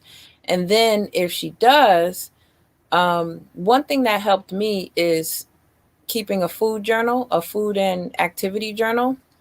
So that will go a long way with accountability. And since you're writing it about yourself, you have no one to question but yourself when you look at something and it doesn't look good to you, or you look back at a week's worth of journal entries and maybe you don't see any vegetables in it, and you made that decision for 5 or 7 days straight. So I would start there. And then when the time is right, maybe introducing, like MTGV TV said, bringing her along for some exercise, introducing that as an option in terms of how you spend time with each other, as opposed to that's fun though, not exercise. Yeah. Like go to the park, do something fun. Like if there's a skating rink, go get some skates on and go skating and fall on your butt a little bit. That kind of stuff doesn't seem like exercise, but it is. Go to the pool, playing around in the water. You can really get a good workout in. Another good workout, if you like dancing, go to like people be teaching ballroom dancing and hustles and stuff. That's a fun way to lose weight. I'm going to come out and say something very bold. But it's true because I got somebody doing this right now as we speak. Here you go, JB. You tell her this. You lose a certain amount of weight, you will take that woman on a brand new shopping spree and buy all the clothes you want. That will work. Trust me, I got someone right now that's already lost 20 pounds on my diet and my exercise regimen. She's 239, now she's 218, and she's motivated. That's it. Wow, that's what's up, Mace. You motivate somebody to lose weight? Yes. All you, because she sees the proof. Again, you want to get her off her behind? You tell her. Go into the gym. Let the trainers help you. You go on my diet regimen, which is mostly seafood and water and green vegetables, bro. And in my chicken case, sausage. it was a lot of boiled chicken and baked chicken. Not a lot, but enough. No more fried foods, bro. And you tell her this. You lose that weight, I'll take you on a shopping spree to buy a whole new wardrobe. She will be all in. You know why? She's going to start picturing herself in brand new clothes, nice and fine. Guys hollering at her for the first time instead of looking like her, like she's a freak. I'll guarantee you, bro, she'll be all in. And she'll love you for it. Plus, if she loses all that weight, she's gonna need new clothes anyway. So bingo. I think that's a great incentive. Like, my grandmother, like, wanted my mom to stop smoking. So she told her if she stopped smoking, she would give her $500 or something. And my mom quit smoking. So yeah, incentives work. There you go. JB is like incredible. He loves all the answers you ladies are giving him. I'm glad to help. What is that? A fax machine? Mm-hmm. Yeah. I mean, dude, it just, if you really care about the person, like I do this person that I'm doing this with, okay, because I'd rather see this person live longer than die of a stroke younger, she'll take you up on it. Seriously. How's that Coke, Mace? It's great. Something. Oh yeah, I was like, what you doing with that Coke, Mace? Something I couldn't drink for the last 10 years. My doctor It's said. a lot of fat in that. The doctor wants me to drink it. It's orders. The doctor told you to drink Coke? Mm-hmm. My diet consists of something I can have. Coke, ice cream. Coke is good in ice cream. Do you mix it? No. I had the ice cream this morning, Toya. You missed it. I had the cookies and cream. Oh, man. Mace was up here asleep, too. He was up here knocked out. Yes, waiting on you. Yeah, that happens to me because I don't get much sleep. When I do this show till like 3 o'clock in the morning, I wake up at 5 o'clock in the morning again, take a shower, take my walk, come back home. You should have taken a nap. When I told you I wasn't going to be able to come on, you should have just went and took a nap. The guys were coming up here in droves. He did. He did it online, on air. He took a nap, trust me. He was asleep. I think he probably was out for a good 10, 15 minutes. I was watching him to make sure he was breathing because he just fell asleep like out the blue. Oh my God. A lot of it has to do with daydreaming because I daydream a lot. You know, No, I daydream about stupid stuff too. I'm serious. I daydream about stupid stuff. Like that ice cream, that was my daydream because I just finished eating it. Nice. Ice cream is great. In the summertime, that's the only time I eat it. Both of y'all, do you still see that overweight person when you look in the mirror? No. What about you, Toya? What about you, honey? Mahogany, come on up. Hey, Mahogany. She said she's out with family right now. Okay, baby. You know, before I answer that question, Mace, you're a little bit of a bully when it comes to telling people to come up. You don't even ask. You be like, come up, bring your butt up here. You don't even ask. You don't know what somebody's on the other end doing. Right. You know why? Because most people want to come. Because most people want to come up. Yeah, but you don't even ask. That's why they're there. They're like, yo. I mean, if I don't call them to come up, I'll give you a perfect example. I had OG up here early in the week. He goes, "Can you drop the damn link, please?" All right, so to answer your question, yes, I do. And I think I talked about this a little bit last week, but I'll say it again.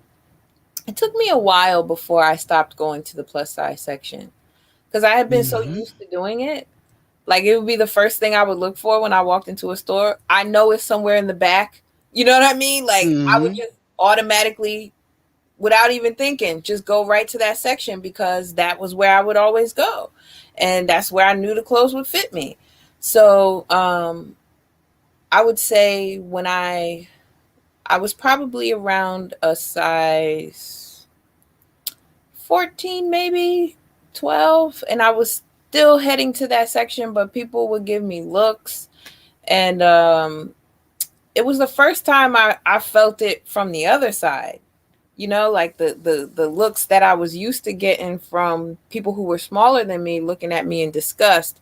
Now I was getting from people who were bigger than me looking like, yo, what are you doing here? This is not your section. And I had started, see the thing, it's crazy. Even now, even in this body right now, as I'm sitting here talking to you, not too long ago, a few weeks ago, I was looking at myself in the mirror because everything on me is not solid. Whereas when I was heavy, everything was solid.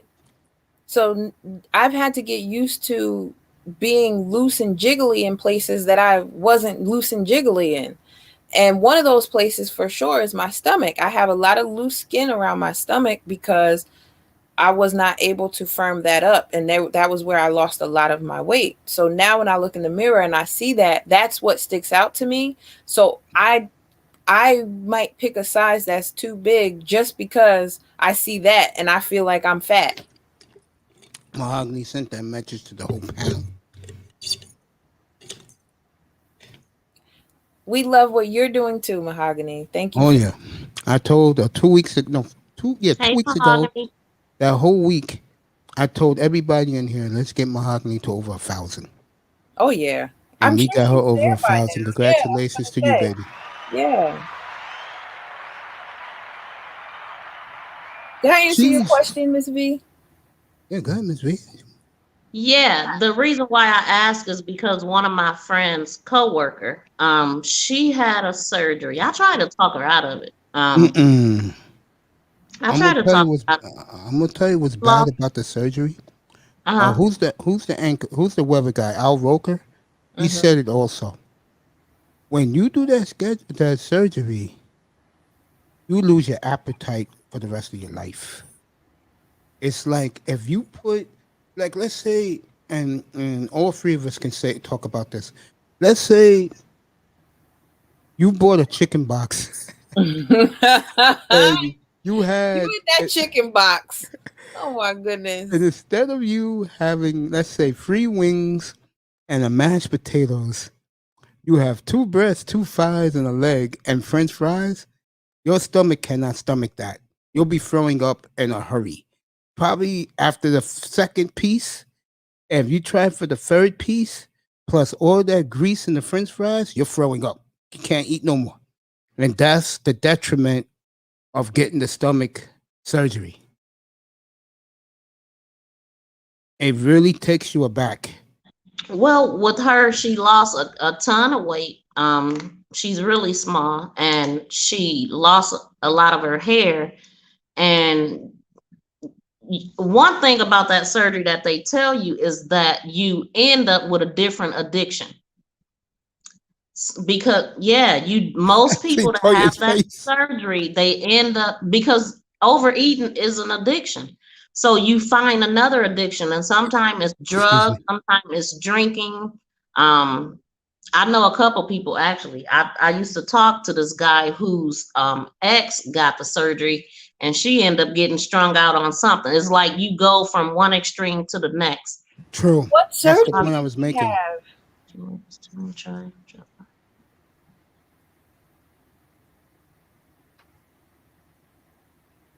Yeah, she was playing her music at 3 a.m. I might have been asleep, Mahogany, because I woke up about 11:30, and I forgot what time I did the stream, but at some point I did fall asleep, and then I woke up and came to work. Didn't you catch me in there like 3, 4 in the morning? When last night?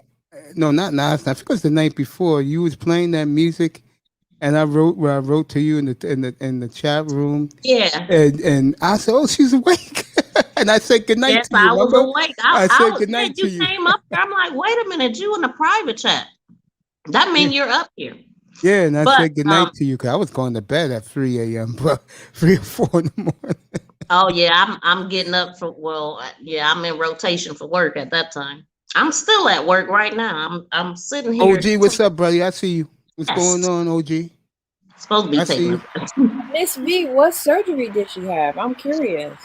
She had it wasn't called gastric bypass. It's the other one, the sleeve or something, or gastric sleeve.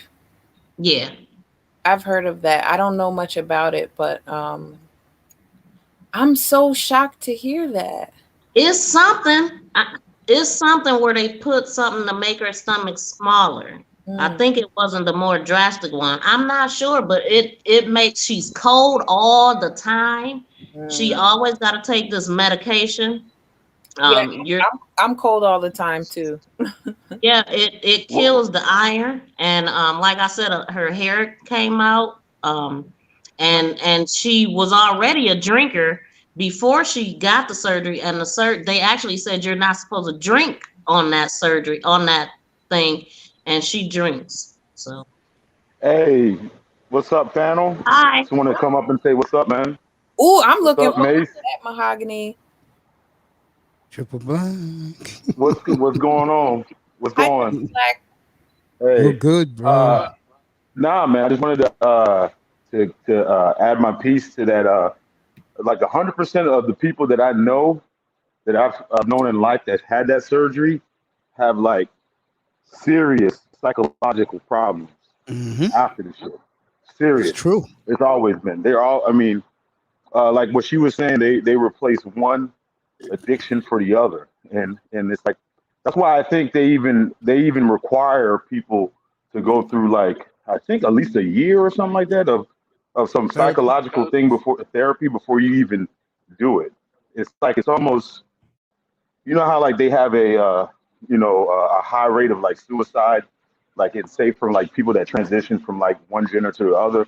It's kind of almost like that type of psychological issue. Bro, if you want. It's like that type of psychological issue. You know, most people are like, what? I'm just surprised that I haven't had this experience, and I've had weight loss surgery. Like, I had something very similar to lap band surgery. Like you could say that's what I had, and that's weight loss surgery. But I didn't experience these things, and I don't know if it's because I didn't have an addictive behavior before that. Yeah. Like I don't think I ever had an addiction to food, to be honest with you. But it's a little bit different. The lap band, I think, it's a little bit different.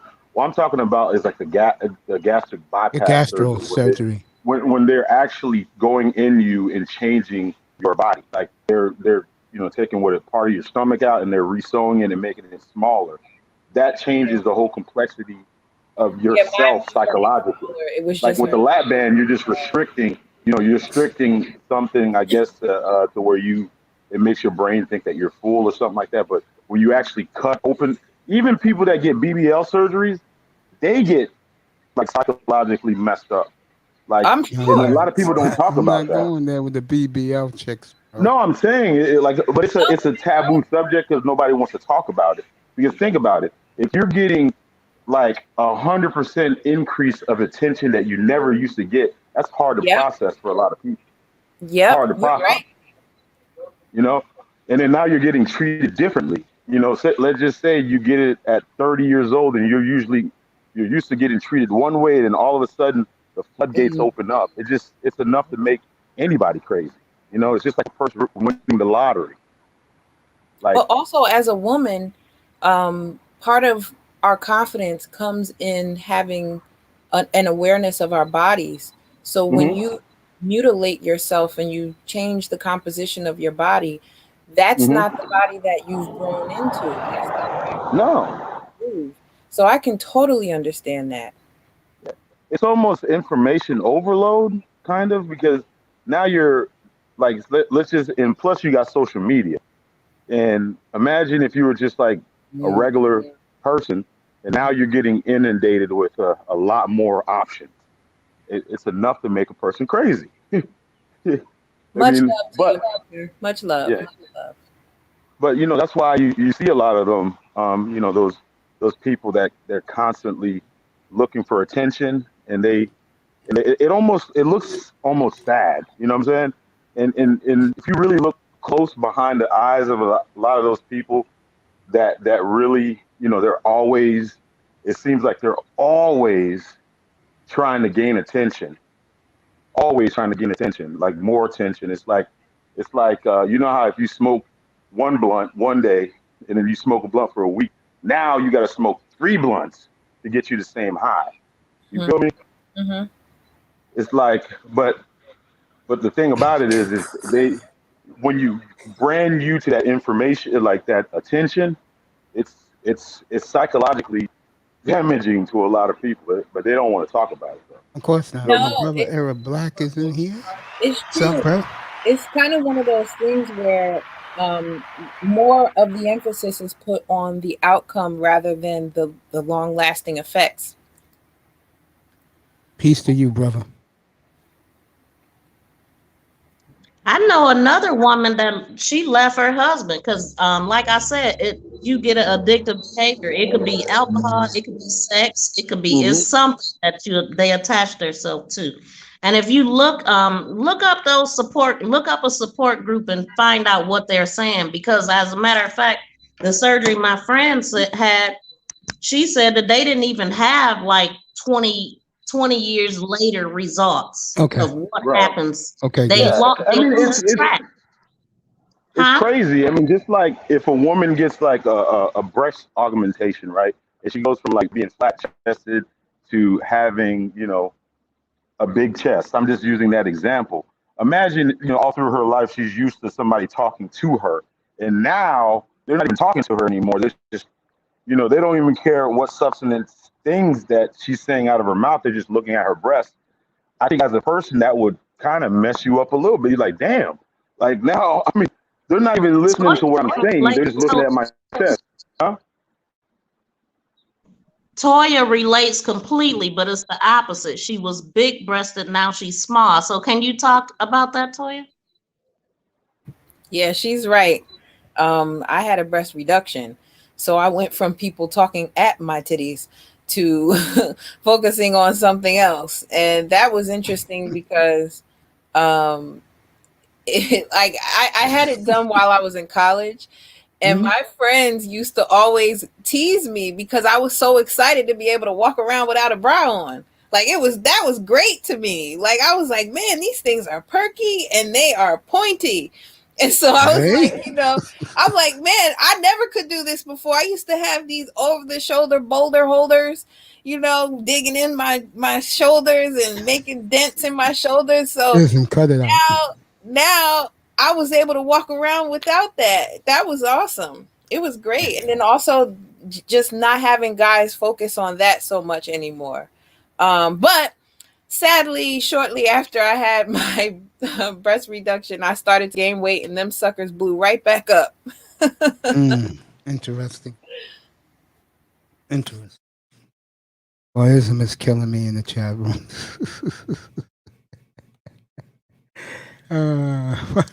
Come up for air. Well, these guys are killing me. Are you blushing? Lip gloss is popping, Miss V. Ow. I'm blushing. What kind of lip gloss is that? Oh, girl, yeah, my lip gloss is popping. It is. I put on I don't Was know. that some of the lip gloss you got for your birthday? It was for my 1 year celebration anniversary. That's what I mean. Yeah, your 1 year, and I was in the room when you got that big box. Yeah. Is that what you're wearing? I didn't think that's what it was. No, it's not that one. It's another one that I got. I actually just got it at the beauty supply. While we're talking I'll tell about you lip though. gloss, can I put you on to some lip gloss that I got not too long ago and I fell in love with? Fellas, we'll get back to the theme. I'm gonna let these ladies enjoy themselves. I gotta see this lip gloss. Yeah, Go I'm ahead. sorry. This has nothing to do Oh, with it's okay. Don't worry about it. I got a smile on my face, so because the viewership is gone way up since you ladies been up here. There's this company called Amicole, and I follow them on Instagram, but a friend of mine purchased me their lip gloss and their highlight, and I fell in love with it. It's a really thick formula, but not thick in a way that it'll feel heavy on your lips. Thick in a way that it coats your lips and makes it feel like they're getting moisturized and glossed. I'll send you the link. Please do, because I love lip gloss. Now this is the one I just put on. This is the one that I got. Yes, I remember that one. And then this is the one that I got that I have on that's glossy. It's just watermelon. Okay. Guys, I'm a guy. I don't do lip gloss, fellas. Sir, it said, Mace, get in the middle, bro. I don't know how you can do that, but if you can. Oh, I can do that if I want to. No, seriously, I can do that. Yeah. Let me see if I can do that. Yep, there you go. There you go. Ow. Hey, May. Hey, girls.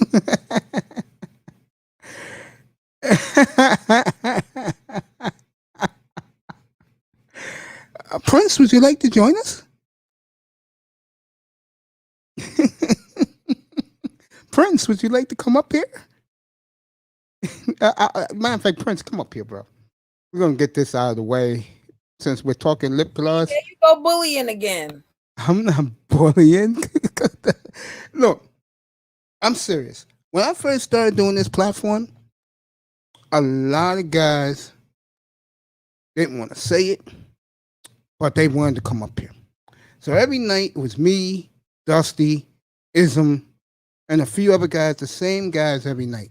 So I said to the chat room, if you want to come up here, if I tell you to come up here,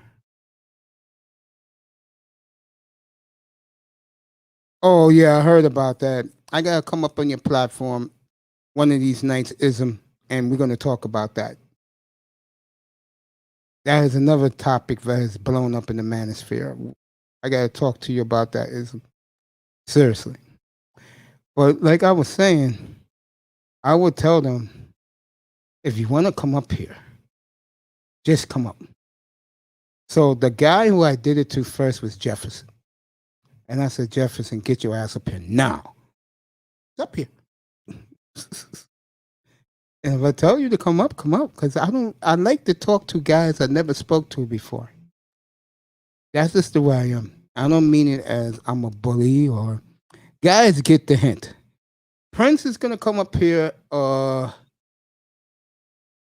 When he does, I'm gonna give him a little space. And if he wants to talk to Toya, I'm gonna let him do it. And I will be, like I always do, One-on-one action, eh? I'll be reading this magazine about fantasy football. Prince, well, you talking to Toya. If that's what you want to do, Prince, up to you, bro. Up to you, bro. Tomorrow, a totally different situation. We'll be celebrating up here tomorrow. The football season starts in here tomorrow. 9 months, every day, football every day. I'm going to be one happy you-know-what at this time tomorrow night. And you will get 2 days with me every day. Except Saturdays. I need a day off, fellas. OJ, who do I look like? I want to know who I look like. You're gonna make I'm curious to hear this and then not tell me. Y'all better get up there before I do. Okay, shots fired.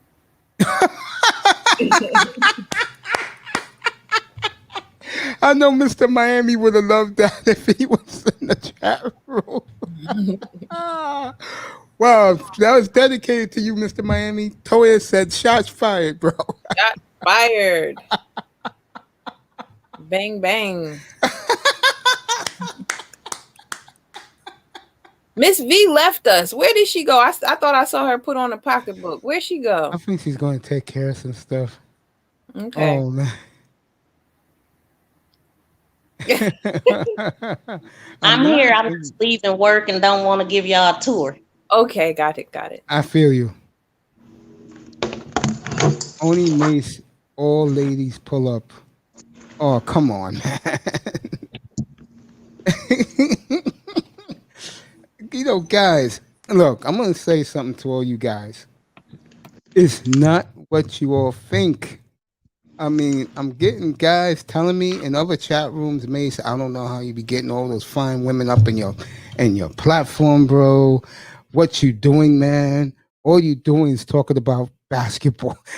I'm like, guys, I appreciate it, but man, boy, Prince, bro, Prince is on the road, so I don't know. I don't know what to tell you. Woo, look at that avatar. Okay. OG, what's up, buddy? Hey, what's going on now? This Lane Low getting ready for tomorrow morning. Yeah, that's me 30 looking like a little boy. Put it like that. You're looking good. I said you're looking good. Yeah. So young lady Toya, you look like Millie Jackson. You got that look.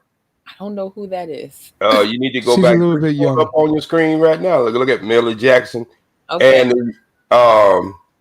the young lady at the top, her personality remind me of Loretta Devine. Let me put my earphones on so I won't be getting no background. Y'all know I like to come on Mace channel and have my stuff together. So give me a second and put my earphones on. Millie Jackson. Nice. So you were singing all night and at this point. I mean, I will in a second. All right, I'm with you. Kuda did 12 hours last night. You were singing for 12 hours up there? Somebody was singing over that DJ Kuda.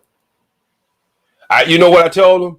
I say, dang, the way it sounds like I'm at the dog pound and a fire truck is going past it with the siren on. I don't know, man. It was somebody was trying to tweak their mics. I guess they were trying to put that stuff on it, that juice on it. So yeah, Toya, you do look like Millie Jackson. You got the picture? Yeah. Well, y'all got the mouth. Y'all got the mouth. That's what she was. I said the only thing we have in common is it's mouth. A big mouth. yeah, but see, Millie was known. If you go back and listen to her, she was one of them girls with the revolution as far as, expressing herself, And then you had you need to get another picture of her. You need to get the picture of her opening her mouth, singing, and then you can start seeing all that other stuff coming. I got it right here, matter of fact. You got it? Okay. Get the one when she's kind of like, her mouth is open. Not when she's trying to look like pretty and trying to tuck them lips. Don't get that one. I wasn't speaking of you, I was just speaking of her. I know, but we all do that. Us big lipped people, we tuck them in sometimes. Yes, sir. They be a little too much. This is the Millie Jackson he's talking about. Okay, well, give me about 5 minutes, okay? This V dropped off. She'll be back. This is all right, yeah, but you know how we say, we can see resemblance. See, I came up in the era of Millie Jackson, and you can look at all her pictures, and you can see where you can find one and seeing what I'm seeing. Are you talking about the one on the far right? Her mouth. I don't know if you got the same one that I have up on my screen, but just scroll down her pictures. You'll find some. I got one right here with her mouth wide open. Yeah, but we ain't talking about that. That's carrying on something else. No, we weren't talking about that. I ain't never seen Tora with a mouth like that. No, that's not Toya. That's Millie Jackson, bro.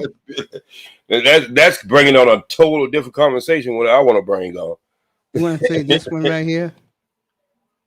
Is that good? That smile, the stuff like that smile like that. You ain't got the wig on, Tori, but if you put that wig on, I can guarantee you can probably get some credit. Everybody keeps saying I gotta go get some hair.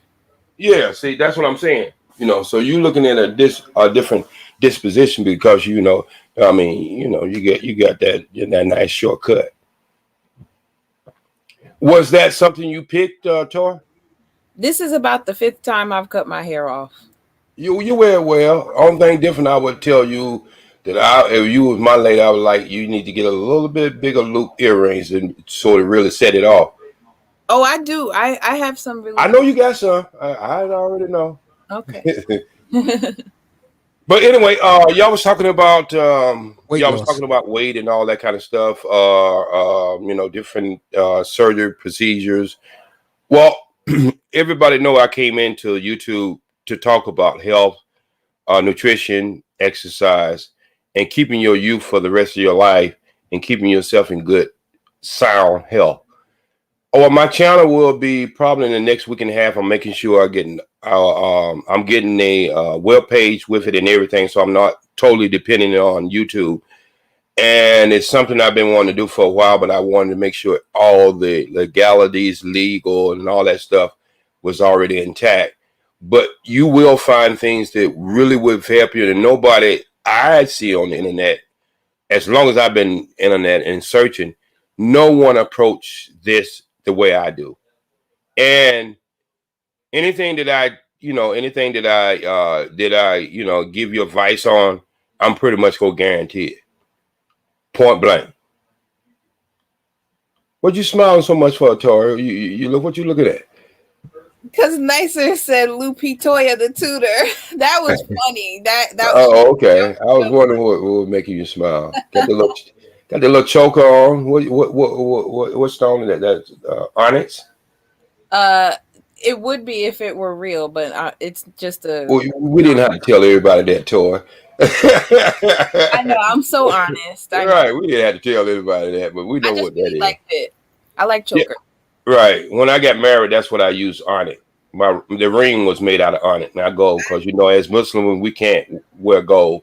I have some real onyx. Okay, so yeah, my rings was made out of onyx, and the diamond things we wasn't doing that neither. So I love that. I love that. Yeah. So that's what I want to do. I mean, a lot of my videos always end up in me talking about nutrition anyway, and that's one of my expertise. I've been working on myself. So what I did was got myself out of a little shape so I can go on there first and show you how it worked. So for the last 4 months, I got myself out of shape that I usually be in, so I can carry you through the process. And there'll be things about how you cook, meals that you prepare. I will have versatile meals for some people who might be vegetarian versus some people who might just still eat meat. So it's only for 7 days, people. There's not been a diet on this planet been for 7 days. Not one. And I call it, the name of my diet, and I call it 5, 4, 3, 2, 1.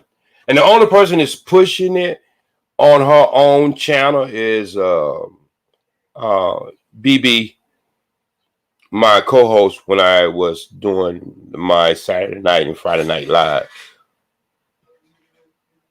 And so y'all gonna be intrigued about it.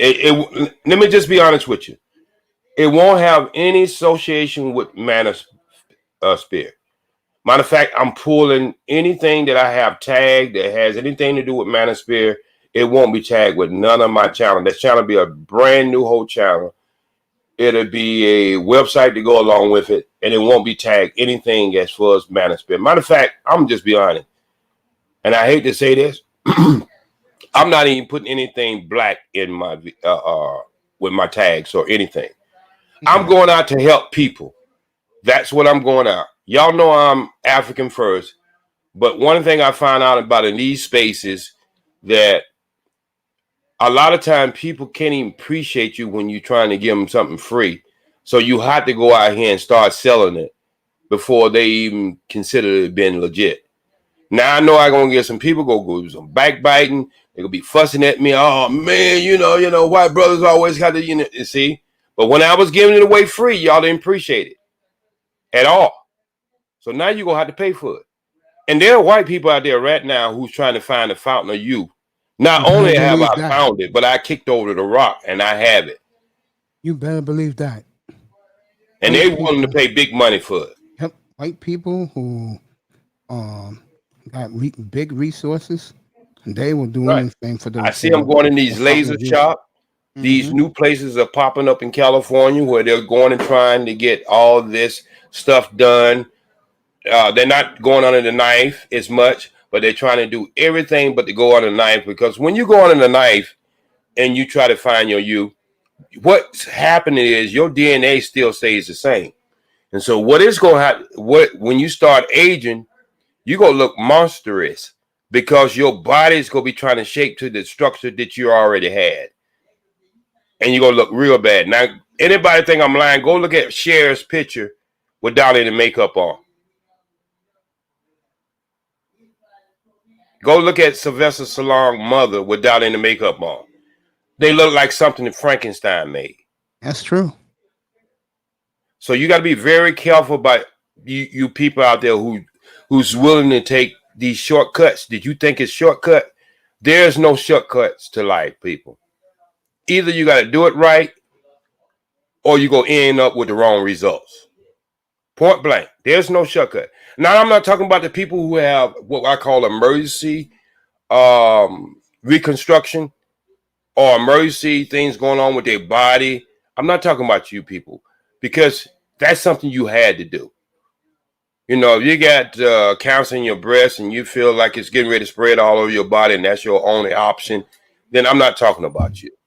But I'm talking about these 16, 17, 18-year-old young ladies who's going to get breast augmentation just because they want to look good or think they go look good. And the women's getting all this this juice put in their butt. I'm sorry. You're going to have a hell of a life. A lot of white people today are starting to take that stuff out of their chest because they thought it was safe because they put saline in it, but they found out the container is just as worse as what they used to put in it. And you'd be asking, why do old Uncle Speed know all this stuff? I know all this shit because, number one, I was graduated with my PhD in biology and gynecology by the time I left my house with 11 sisters in it. That's number one. Number two, I spent a lot of time with Dick Gregory, Dr. Goss, and Dr. Sabi because I was always intrigued with health. You know, I was just intrigued with learning the human body, but not in a orthodox way, in a more of a holistic African way. And I found out the holistic African way works a lot better than anything that the doctors do. Now, don't get me wrong. I'm not one of these brothers who are anti-doctor. I don't come out like that. If I need to go get my leg been cut off, I need to go to the doctor. I ain't trying to go to nobody who's a herbalist. I need to go get my shit sewn up, and then I can take care after that. But I need to stop the bleeding and get it sewed up. Doctors are good for resetting bones. They are good for dentists. Dentists are the best doctors out there in the first place. They're good for dentists. But when it comes down to knowing how the body actually works, they don't have a damn clue, people.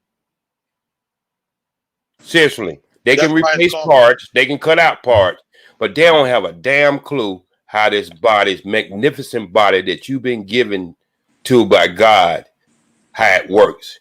That's why it's called the practice. Right. They just practice on your ass. It's called the practice for a reason. I mean, if the doctors really know what they was doing, a patient wouldn't have to come in there and tell them what's wrong with them. That's almost like going to a psychic and tell them your age, your number, where you live at, having a boyfriend you had. Hell, she really don't have to do no reading. You just told her everything, she's going to tell you back. So when you go to the doctor, you give them all that information. The only thing they're trying to figure out which prescription they go give you. But when you come to me, Tori, I look in your eyes, I look at your hands, I look at your body, I look at everything on you, and I can tell you where you're sick at. I even tell when you're love sick.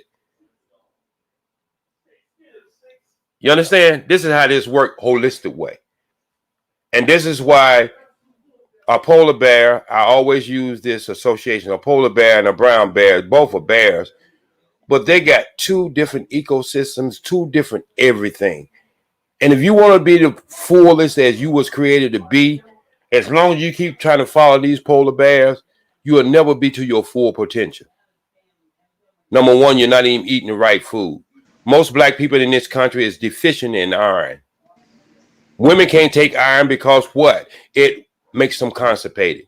And the only reason they can't take that iron is because they're doing the wrong type of iron. They're doing a synthetic type. But I got iron that will just keep you flowing just like it was fiber. Hey, OG, man, I love you, man, but I don't want you to keep talking this talk, man. You might come up missing. You know what I'm saying? Well, you know, I know 175 of my brothers got killed in the last 2 years. But you know what? I've been on the FBI, CIA, and all the Federal Bureau lists. I ain't been able to fly in almost, 16 years, not without going through a bunch of hassle.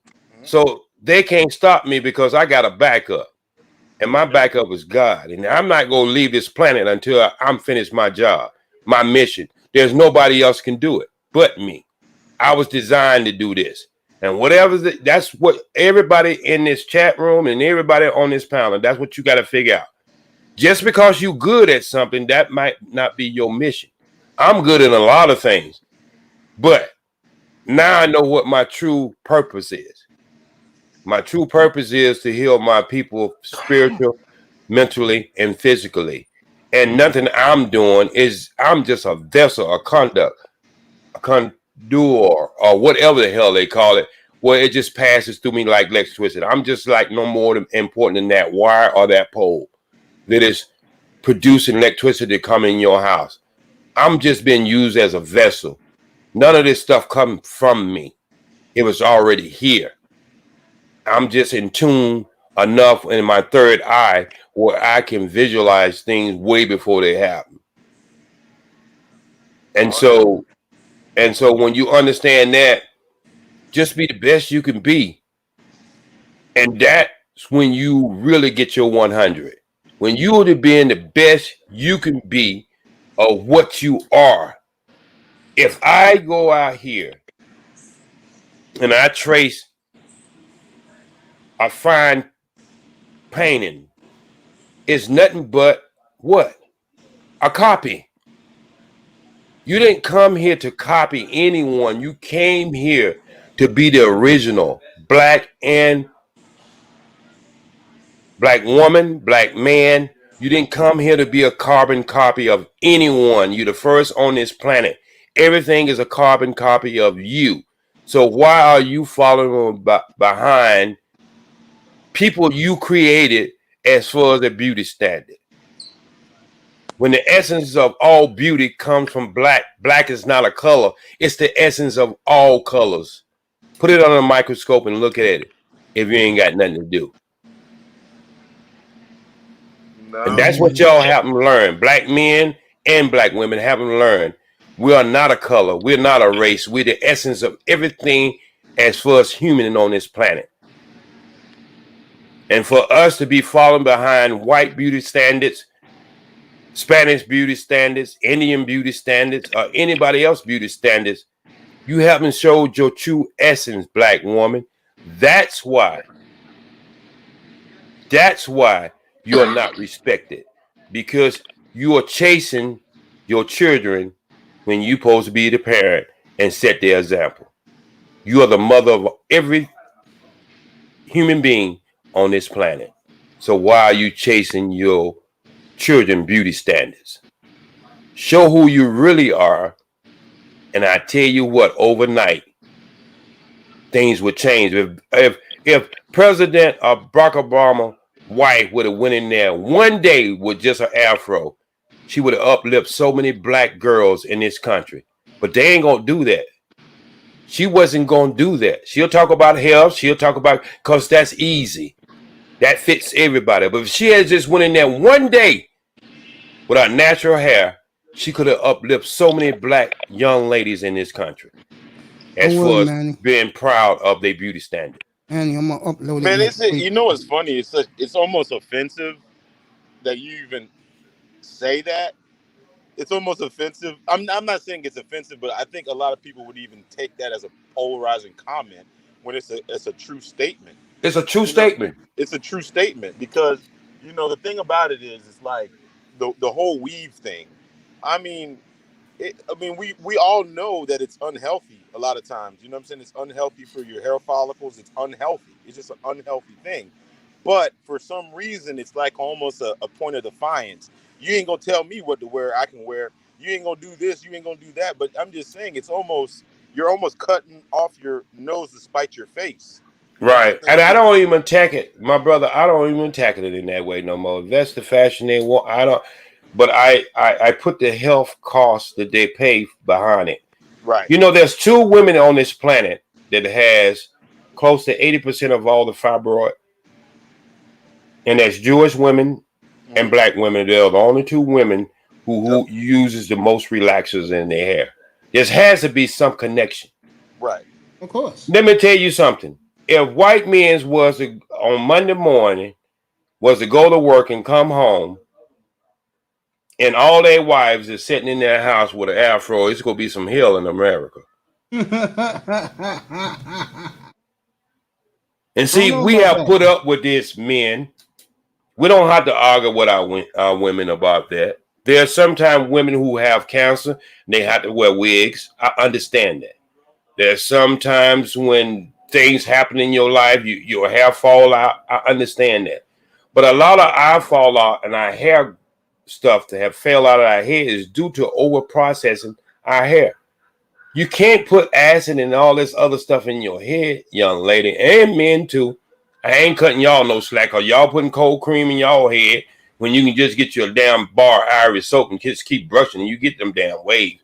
So don't act like y'all ain't putting nothing in y'all hair neither. Y'all put some shit in y'all hair too. And it's killing us because we trying to carry a beauty standard that is not ours. And until we wake up, until we start to look like who we are, all these other conversations we having ain't gonna do a damn bit of good, because a man or a woman, what he wears and how he looks is what he's thinking or how she's thinking. And so we go keep on having these European concepts of who we trying to be. We gonna always be following because we're not original. We just a carbon copy. And most people don't want to hear that. I can go all over on down there, it's supposed to be a manosphere, and they talk about women, but they won't talk about the condition of their thoughts. I can go to the women's channel. They'll talk about men's, but they won't talk about the condition of their thoughts. And that's what's killing us more than anything, because what a man thinketh is what he produces. And let me just leave you with this. Okay. Your brain is just like the soil on this planet. If you take a seed of poison ivy and plant it in the ground, and you take a seed of corn or any other vegetable plant in the ground, the ground don't care. It will produce it. And you shouldn't be surprised when it grows up and be ready to be cultivated that it came up out of that ground. Your mind is the same way. It don't care what you put in it, but what you do put in it, it will produce it. And so if you're thinking about negative stuff all the time, you're going to produce that. You thinking about negative about women all the time, you will produce that. You thinking about negative men all the time, you will produce that. If you think about your husband cheating on you, even if he ain't cheating on you, or your woman is cheating on you, you go find something in their wallet, in their pocket, because you go start searching. And sometimes it's something innocent. You just got it in your head. They have to be cheating. So watch what you think, people. The power of the mind is so great. It's way beyond DNA, and last but not least, most of all the things that we think we know, other than what man and woman do on this planet, but how this planet works, how everything works on this universe, we know 0% of any of it. And I can prove it to you. You take any organism and you put it under a microscope, and even though you're locked in at the DNA, but if you put it on another powerful microscope, you will see something different in the DNA. So life is like that. It's infinity. What we think we know is nothing, because we don't know anything but the things we do on this planet. Y'all have a good weekend. I'll be sitting back in the background and listening to y'all, and everybody stay safe. Thank you for that, OG. You thank you, OG, so much, brother. You know how I feel about you. That's the great J Speed OG, giving us some knowledge. Appreciate him so much. And Miss V about to get out the car. Look at her. I think that you just said, Minzy. I'm trying to do right.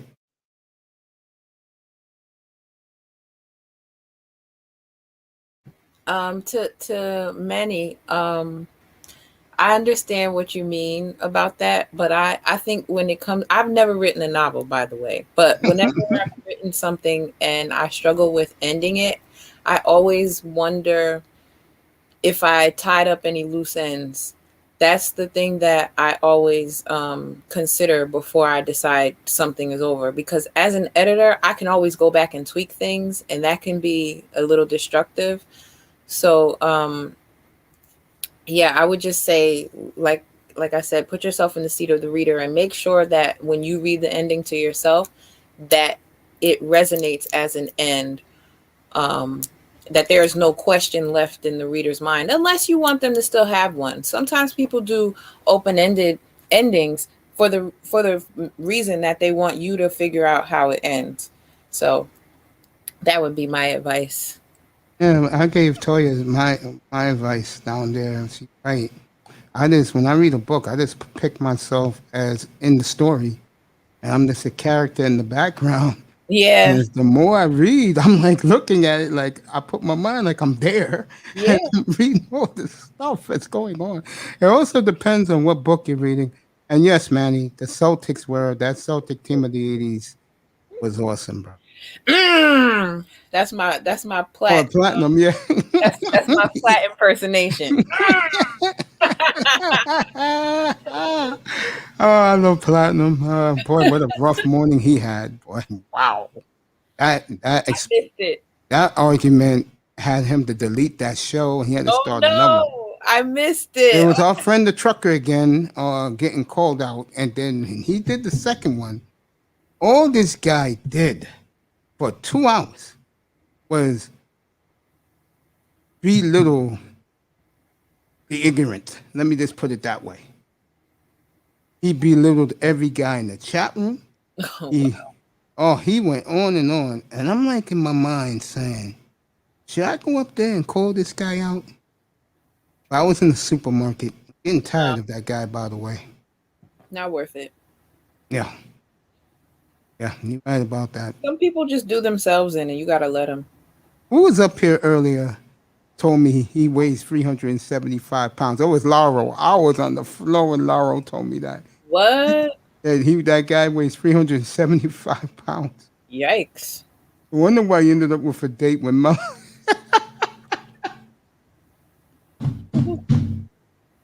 Dude, you tried to kick it to Toya 2 weeks ago. She didn't want to give you time of day. And then last weekend, you were on a date with Mela? Is it that bad? I mean, it's tough out here being single. I'll be the first one to say that. People always think that just because you're semi good looking or you clean up well and you actually know how to have a conversation, that, you know, you just out here taking dates everywhere. And it's like, no, as a matter of fact, I put up on my Instagram that for my birthday, I want to be taken on a car karaoke date where we just be in the car driving around and singing songs to the top of our lungs. How many guys signed up for that? No one offered to take me out. Like, I'm thinking about I mean to laugh. Not about you, about you wanted to karaoke. No one took me up on that. So I'm like, maybe I should repost it and see if I get any takers. I don't know. Okay, I'll just say this right now. Prince, you better get up here, bro. You better get up here. Oh, I forgot. He's going to Memphis. He said when he gets to Memphis, he'll come up to talk to you. Okay. Heading to Memphis right now. Miss V, are you with us or are you getting ready? No, I think she had something to go do. She got out of the car and everything. She had her mask on, so. Thank you again, OG. I don't know if to thank Triple Black or to say thank God he's gone. Aw, thank you, Triple Black. He added to the conversation for sure. I appreciate that. Do you want to Let me tell you about Triple Black. He is so itching to go up on any platform to blast the sisterhood. Enough. I mean, down with the dinocracy. I'm like, bro, come on. You know what?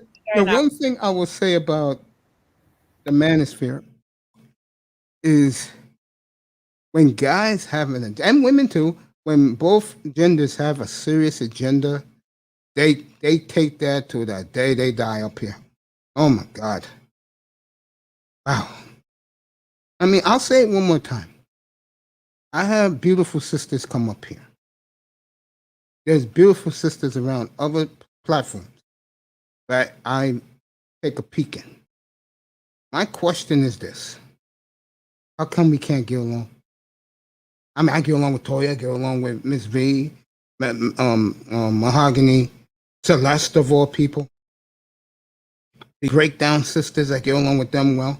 Concrete Rose and newlywed, beautiful, gotta remember her real name. Sister George. Yeah, but I call her by her real name.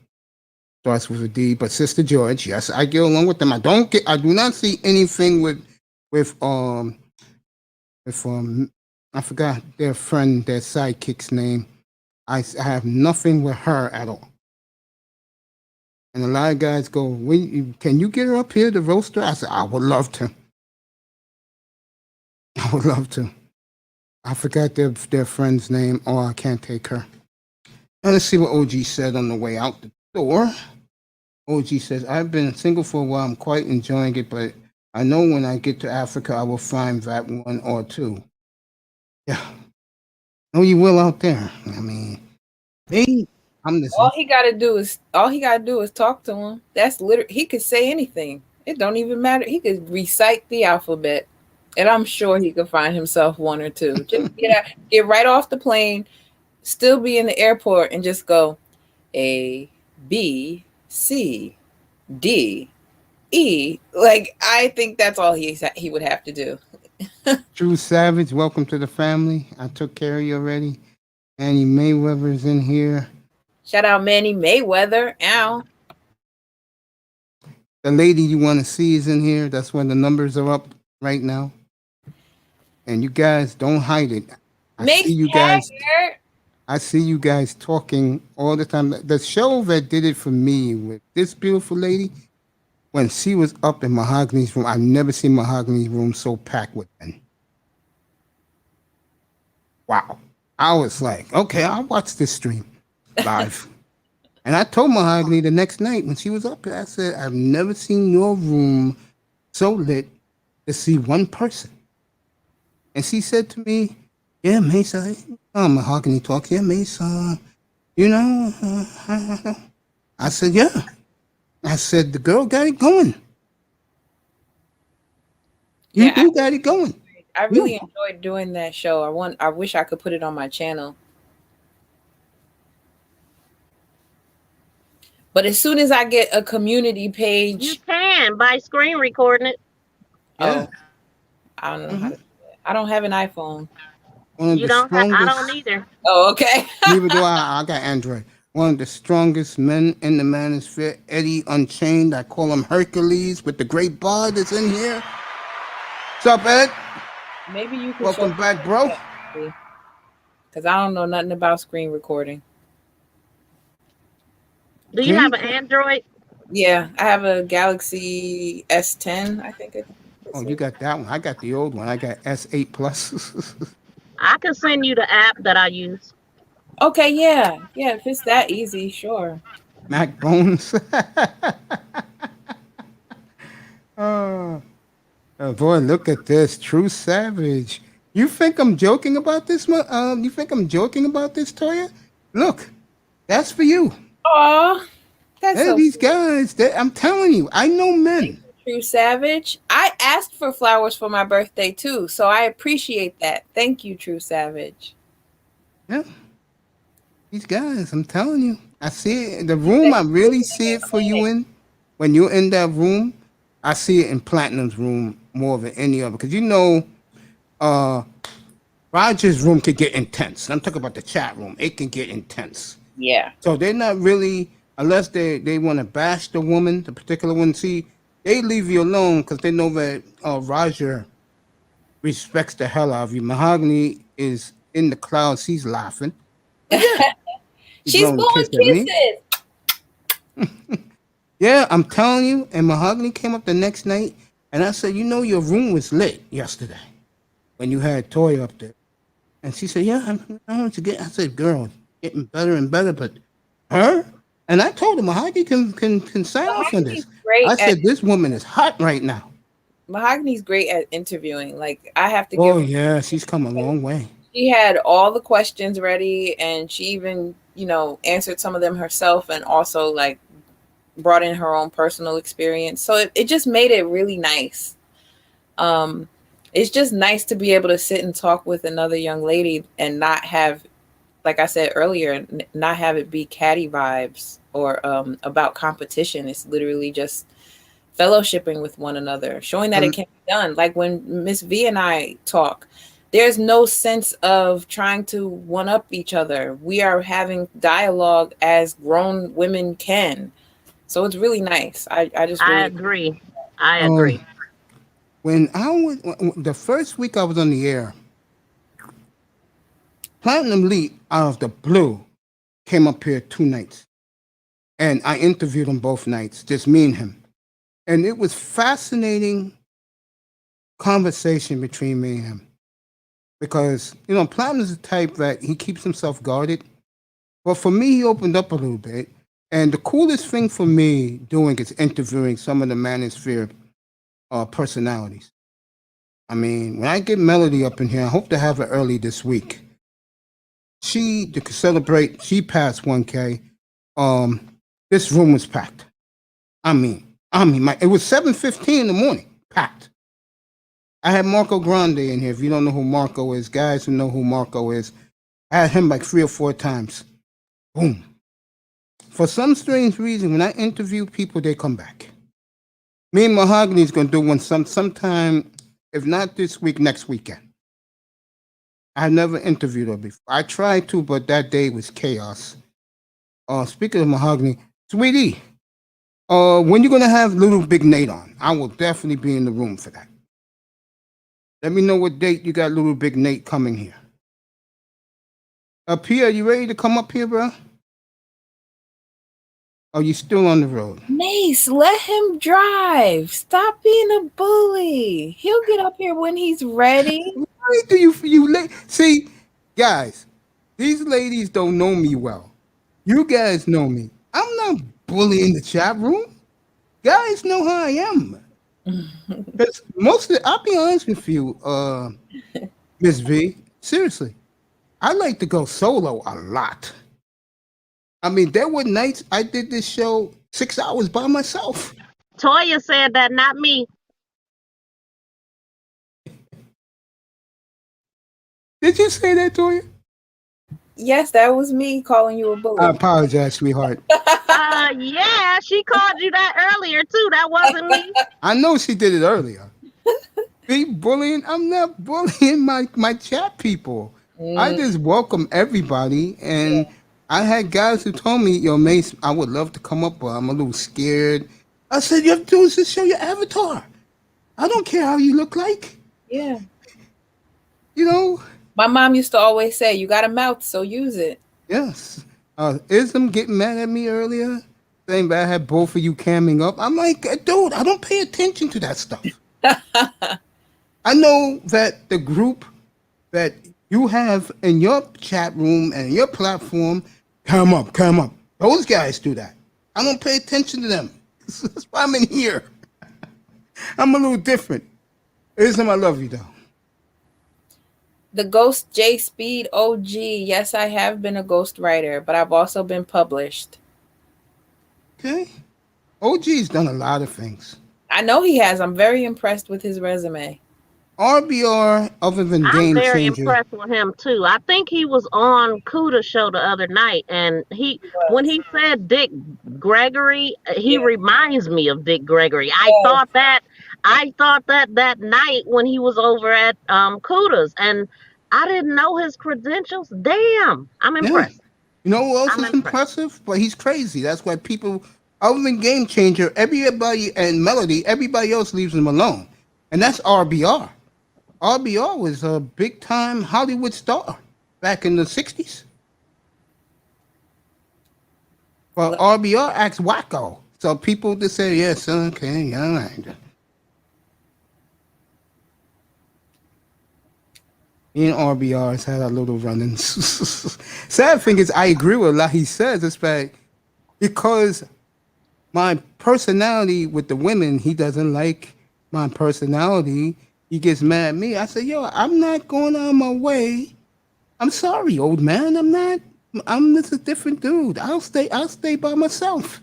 And that's one thing I can say I do too, because of me being an only child. Oh, really? I'm not afraid of being by myself. Like, I do love to fellowship with people and meet new people and all that good stuff. But I actually require alone time to recharge because I'm so used to being solo. Girl, on point. On point. What you just said, on point. That's why I told people the truth. When I'm not doing this, I'm a totally different human being than when I'm doing this. When I'm doing this... Yes, Manny, I am the same one. When I do this, it's because I enjoy the family and the people that I have in here. And I treat them like the family I never had. That's why get the sincere personality of me. But when I'm by myself, hey. Yeah. But you know what I realized as I got older? Like, don't get me wrong, it was definitely a plus being able to do things on my own and being so independent, because when I got ready to go do something, no matter what, I was going to do it whether I had people with me or not. And it also forced me to approach a lot of things in life without necessarily asking for help. But the flip side of that is that I have trouble asking for help. And on point. You do realize that as you get older, you know, like you were saying earlier about Kevin kind of besmirching the whole being a lone shark, or a lone wolf rather. Because as someone who has worked in corporate America most of her career, that's what held me back a lot of times, was the fact that I wasn't willing to join the bigger aggregate. Because I felt like whatever needed to be accomplished, I could do it. I don't need us to form a group and divvy up the responsibilities. I was always willing to put them on my back and do them myself. And you don't make a lot of friends like that in corporate America. I was told. Yeah. So, you know, there's something to be said for being a part of a team and understanding that. And as I rose up the ranks and became a manager, I had to start preaching that as well, because I understood that without the people who reported to me, there would be nothing to manage. So while I was never afraid to get down in the trenches and do things that were, you know, it was somebody else's responsibility, I think that it also went a long way in displaying that we are all a team and that we are only as strong as our weakest link. So that's exactly what Kevin Samuels said before he blew up. He was telling stories about how he worked in corporate America, and because he was making the company so much money because he was a great salesman, they gave him his own team. and he picked nothing but black folks to be on his team, and Yeah, he I blew remember up. that. And Yeah, he blew up. yeah. Yeah, he was telling us that story. But see, that's the type of person I am too. Like I remember I had a young lady who was interested in applying for a position, and she came to me for advice. And I said to her very plainly, if you're not even able to come to this job on time and regularly, I wouldn't even bother, because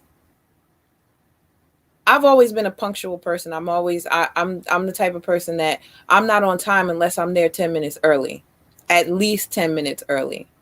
And so a lot of times in those environments, you showing up on time sets the tone for how people will receive you.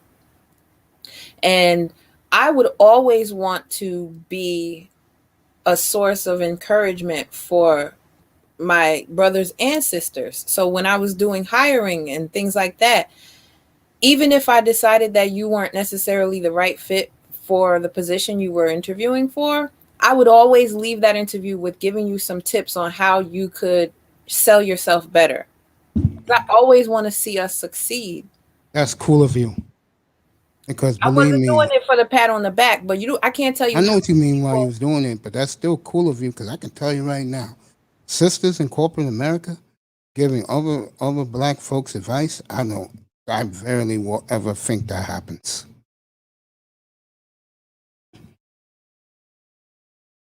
And that's just my opinion. I don't think that happens like the way you do it out of the kindness of your heart.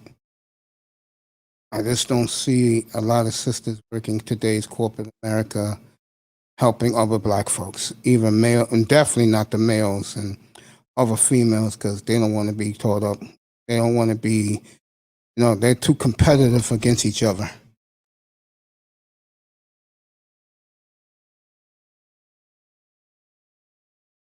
That's a nice question for you.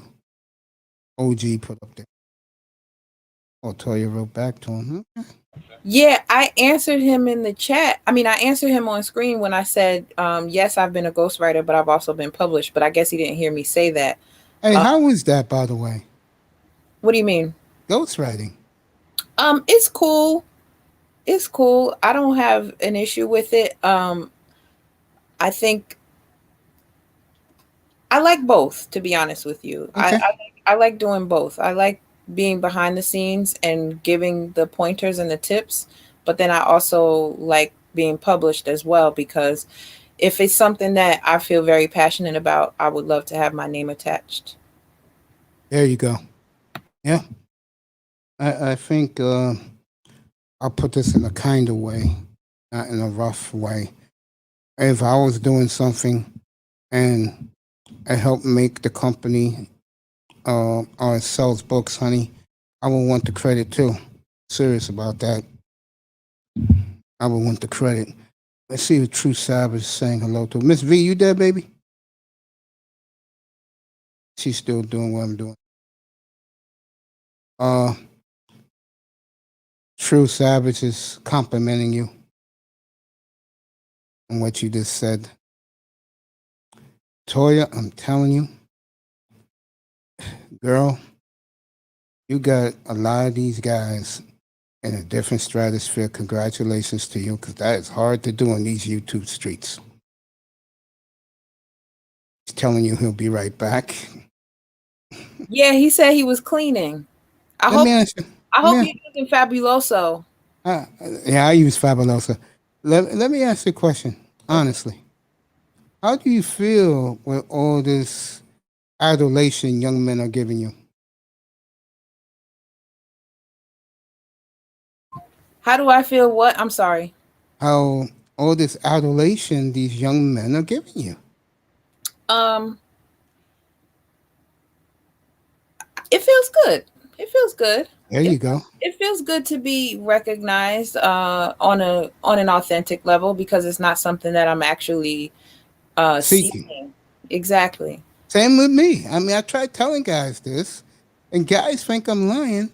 The reason why I blush, because I'm not used to beautiful sisters coming in here saying hello to me, bro. I mean, I'm being real about it, guys. I'm not. I live in New York, bro. I'm used to being ignored. Who's in here? I wanted to come up. Oh, Darkness, come on up, bro. Let's drop the link. Underrated, come on up.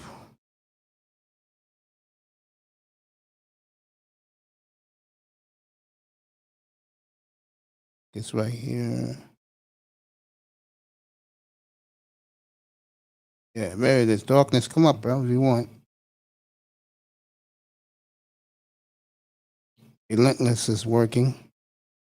You're off work. You can come up right now too, Mr. Miami. You want to come up? You can come up too. I'm doing it nicer now, sweetheart. Toya.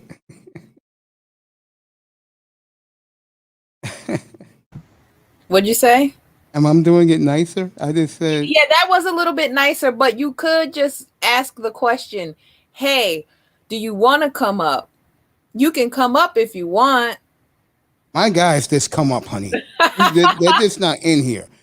Manzano is chomping to come up here. The second I put the link in, I'm not even talking to him, and he pops up. This is my other present I got. Let me see it. It's a face shield. Face shield. My mom sells those. Really? Mm-hmm. It's hot in this thing too. You know what it gives me? It gives me Missy Elliott vibes. What's up, Rogish, the build monger? What's up, brother? He's in the building.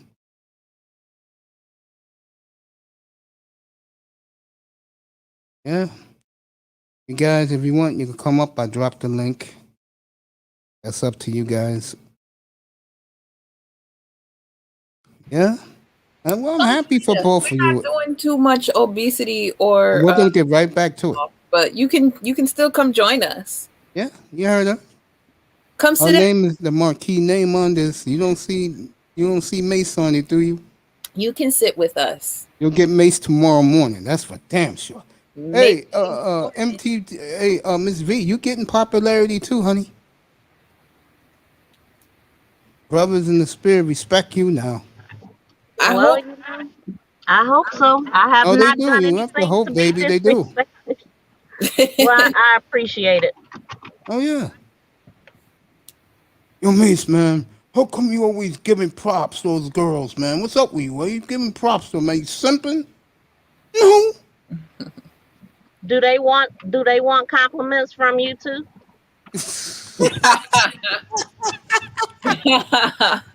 I mean, I'm just saying. It was earlier today. Oh, no. I'll tell you what night it was. I had, of all people, Kane the God up here. And the second China White popped up, you could hear a pin drop. And he was like, damn, Mace, I was about to go on the air, but you got this woman in here, you got that woman in here, and now you got China White in your chat room, bro, blowing you a kiss. I'm like, dude, it's not that serious. You know what? I'm going to be real with everybody in here. These game guys, they take women too damn seriously. Don't you ladies think? I think they put all women in one box, and they shouldn't be put in one box because a lot of women that I think they talk about are younger, like in their 20s. Like, and if you in your 40s, you don't act like you were in your 20s. So, I mean, but they put all women in one box, which is crazy to me. But. Pretty sad, in my opinion. Also, I'm glad that I get away from that atmosphere. I mean, what I saw this morning in Platt's platform, I was like, oh man, bro. And he had to dump that show and do another one. And when he was doing another one, the first 2 hours of the new one, that clown was up there, like I said, putting everybody down, saying that he's better than everybody else. And I'm like, yeah. J Speed telling the beautiful one that both of these ladies are gorgeous, by the way. Write whatever ghost writing you do on your own, baby. Write it as a book. I do agree with that. Toya, if you had to write a book, what would you write on? Honestly, I would probably write it on I would probably make it autobiographical, but also just highlight some of the most embarrassing parts of my life and what I learned about myself in them. I'm not very self-deprecating, but I feel like the book would be a little self-deprecating and humorous because I find humor in so many things. Like something really catastrophic can happen to me, but I will find some kind of way to bring light to it. So yeah, my book would be like that, like maybe just an isolation of three. That made me think about when lemons get thrown at you, you take them and make lemonade. That's a good analogy. Another thing I wanted to ask I wanted to ask if you were to title your life today, what would it be? Your life first, as it Toya. is today. If you were to title it, what would it be? Like Toya, a book. I'll let you go first. That's a good one. Give me a second. Wow.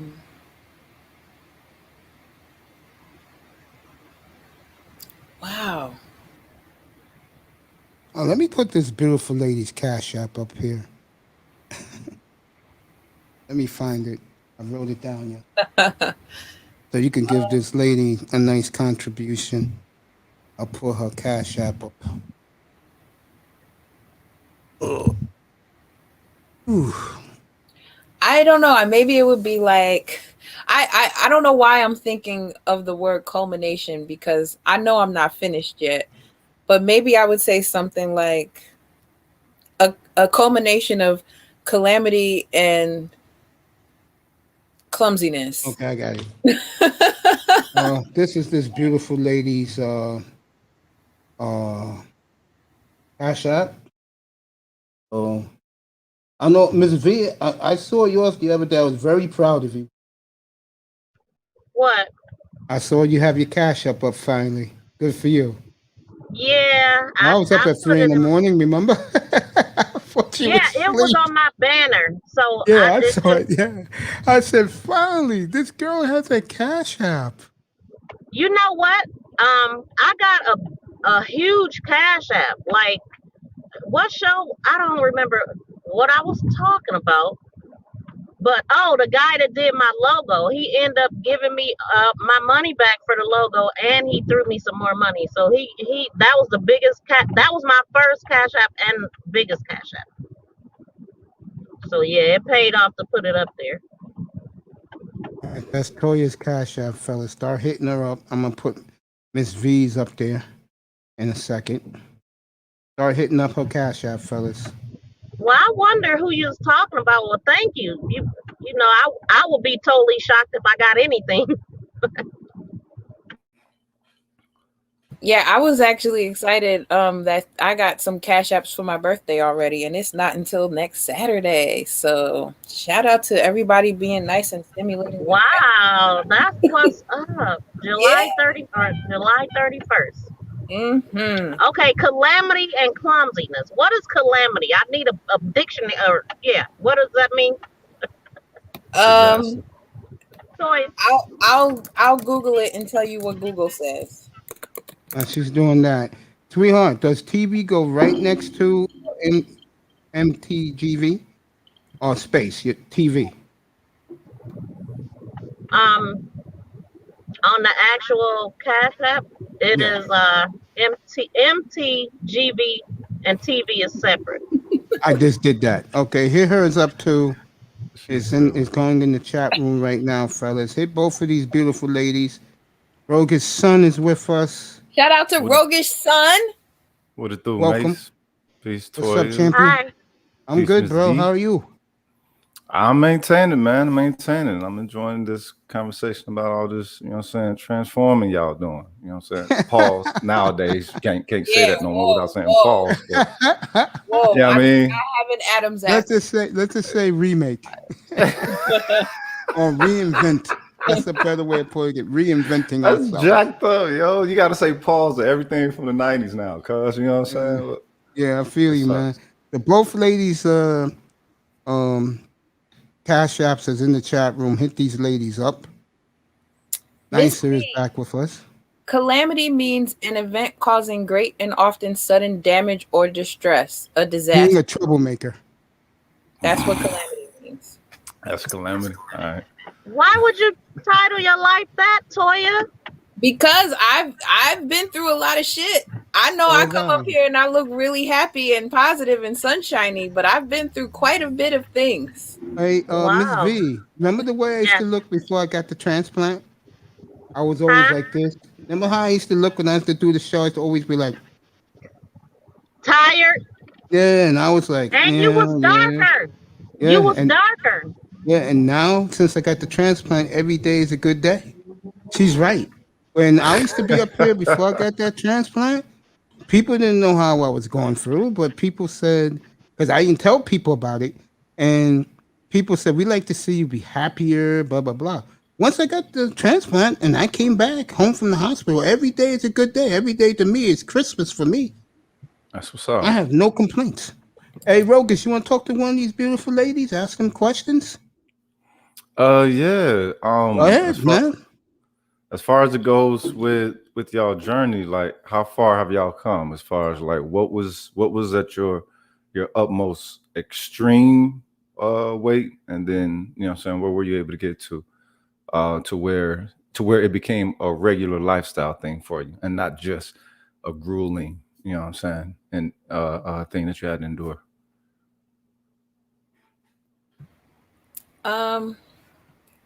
So before I actually had surgery, the year before, I had to make a lot of lifestyle changes. So by the time I had the surgery, I had already gotten accustomed to eating better and moving more regularly. So as the weight started to come off, it became easier for me to get moving and exercise. And I would say that it has never been something that I absolutely look forward to doing. I'm not going to front. Like, working out is not something I'm like, oh, I'm so pumped to go get sweaty. I hate sweating. I can't stand it. But what I will say is that there are moments of motivation that happen throughout the day that make me look forward to doing it, because I know I'm upholding that commitment to myself. So once I got to a certain weight and size, I vowed to not get back there. Right. And then I even surpassed that. So it's just I think a moment that clicked for me even before I started to lose weight, that, okay, something's got to change. I don't want to walk around with swollen ankles anymore. I don't want to feel like I got to wear muumuus now, because I had gotten to the point where I was like, all right, I'm not even wearing pants anymore. I'm going to just wear muumuus because that's easier to put on and I don't have to put nothing around my belly. Okay, and this is something that I've always suspected, that everyone who is overweight or obese aren't unhappy with that. Yeah. You know what I'm saying? Because I, like I said, I got my start off when I was, personal training hard 20 plus years back. I got my start with obese clientele. And that's one of the first things that I saw was like, all right, wait a minute. They could do everything that my, so-called in shape clientele can do. They just don't want to do it. It wasn't that they didn't have the capability. It was that the desire wasn't there. And, that's what made me start training in the way in which I did. All right, fuck it. I started doing the clown. You know what I'm saying? Let's have some fun with this shit. We laughing and doing squats. What it do? You know what I mean? But for a lot of folks, yeah, they're not unhappy with where they are. It's just that, they're comfortable, which is why they're doing it. But the comfortability tends to shift once you've paid the price of, not having optimum health. The body can only hold up for so long.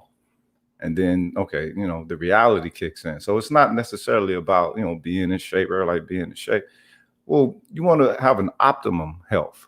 You know what I'm saying? Because people can feel like they're in shape based off of their own subjective perspective of how they're getting around in life. You know, so like I say, out here in Texas, you know, it's if you can mow your yard at 300 pounds, you feel like you're doing something. You know what I'm saying? Even though you might be obese, cholesterol might be bad, whatever the fuck. If you still mow that yard and that's important to you, shit, I'm in shape enough to do that. I can get around. I can still clean my whole house to get around. Hey, I get some exercise cleaning the house, and you know what I mean. So it's, you know, it's a cultural thing. But for a lot of folks who, I suspect for a lot of folks who are big, that it doesn't really dissuade them until they can't maintain that comfortability of indulging anymore. And once the indulgence become toxic or toxic to the point to where it becomes debilitating, then, you know what I'm saying, folks start making decisions. So Mace, and as far as it goes with you, like how long has your journey been? Like how many years? The dialysis or me with the weight loss? The entirety. The same thing? The entirety. Probably all my life. Yeah. So you could say like until I got that transplant 2 months ago, say 54 years, man. Word. I remember that 10 years ago, 11 years ago when I started my journey, I did a lot of walking and a lot of cardio. Yeah. And I stopped all the fried foods. I stopped all the snacks. And all of a sudden, it started coming down. Shit just started coming out, didn't it? It started coming down. Yeah. And like, I used to look at myself in the mirror. I used to go to work at night. I used to have to be at work at 10. So I would walk into work at 8:30 in the evening because I want to watch basketball or something. Yeah. And security guys be looking at me like giving me triple takes. I'm going to tell you when it really hit me. Yeah. First time I went to a store to buy some clothes, and this particular woman told her boss, I only work with him. And I'm like looking at her like, really? And then I asked her, so why you want to work with me? And she said, because I can tell the way you carry yourself, you act like a grown man, while these other grown men act like kids. Yeah. You put yourself on the journey, and it's I like to tell people this is what it is.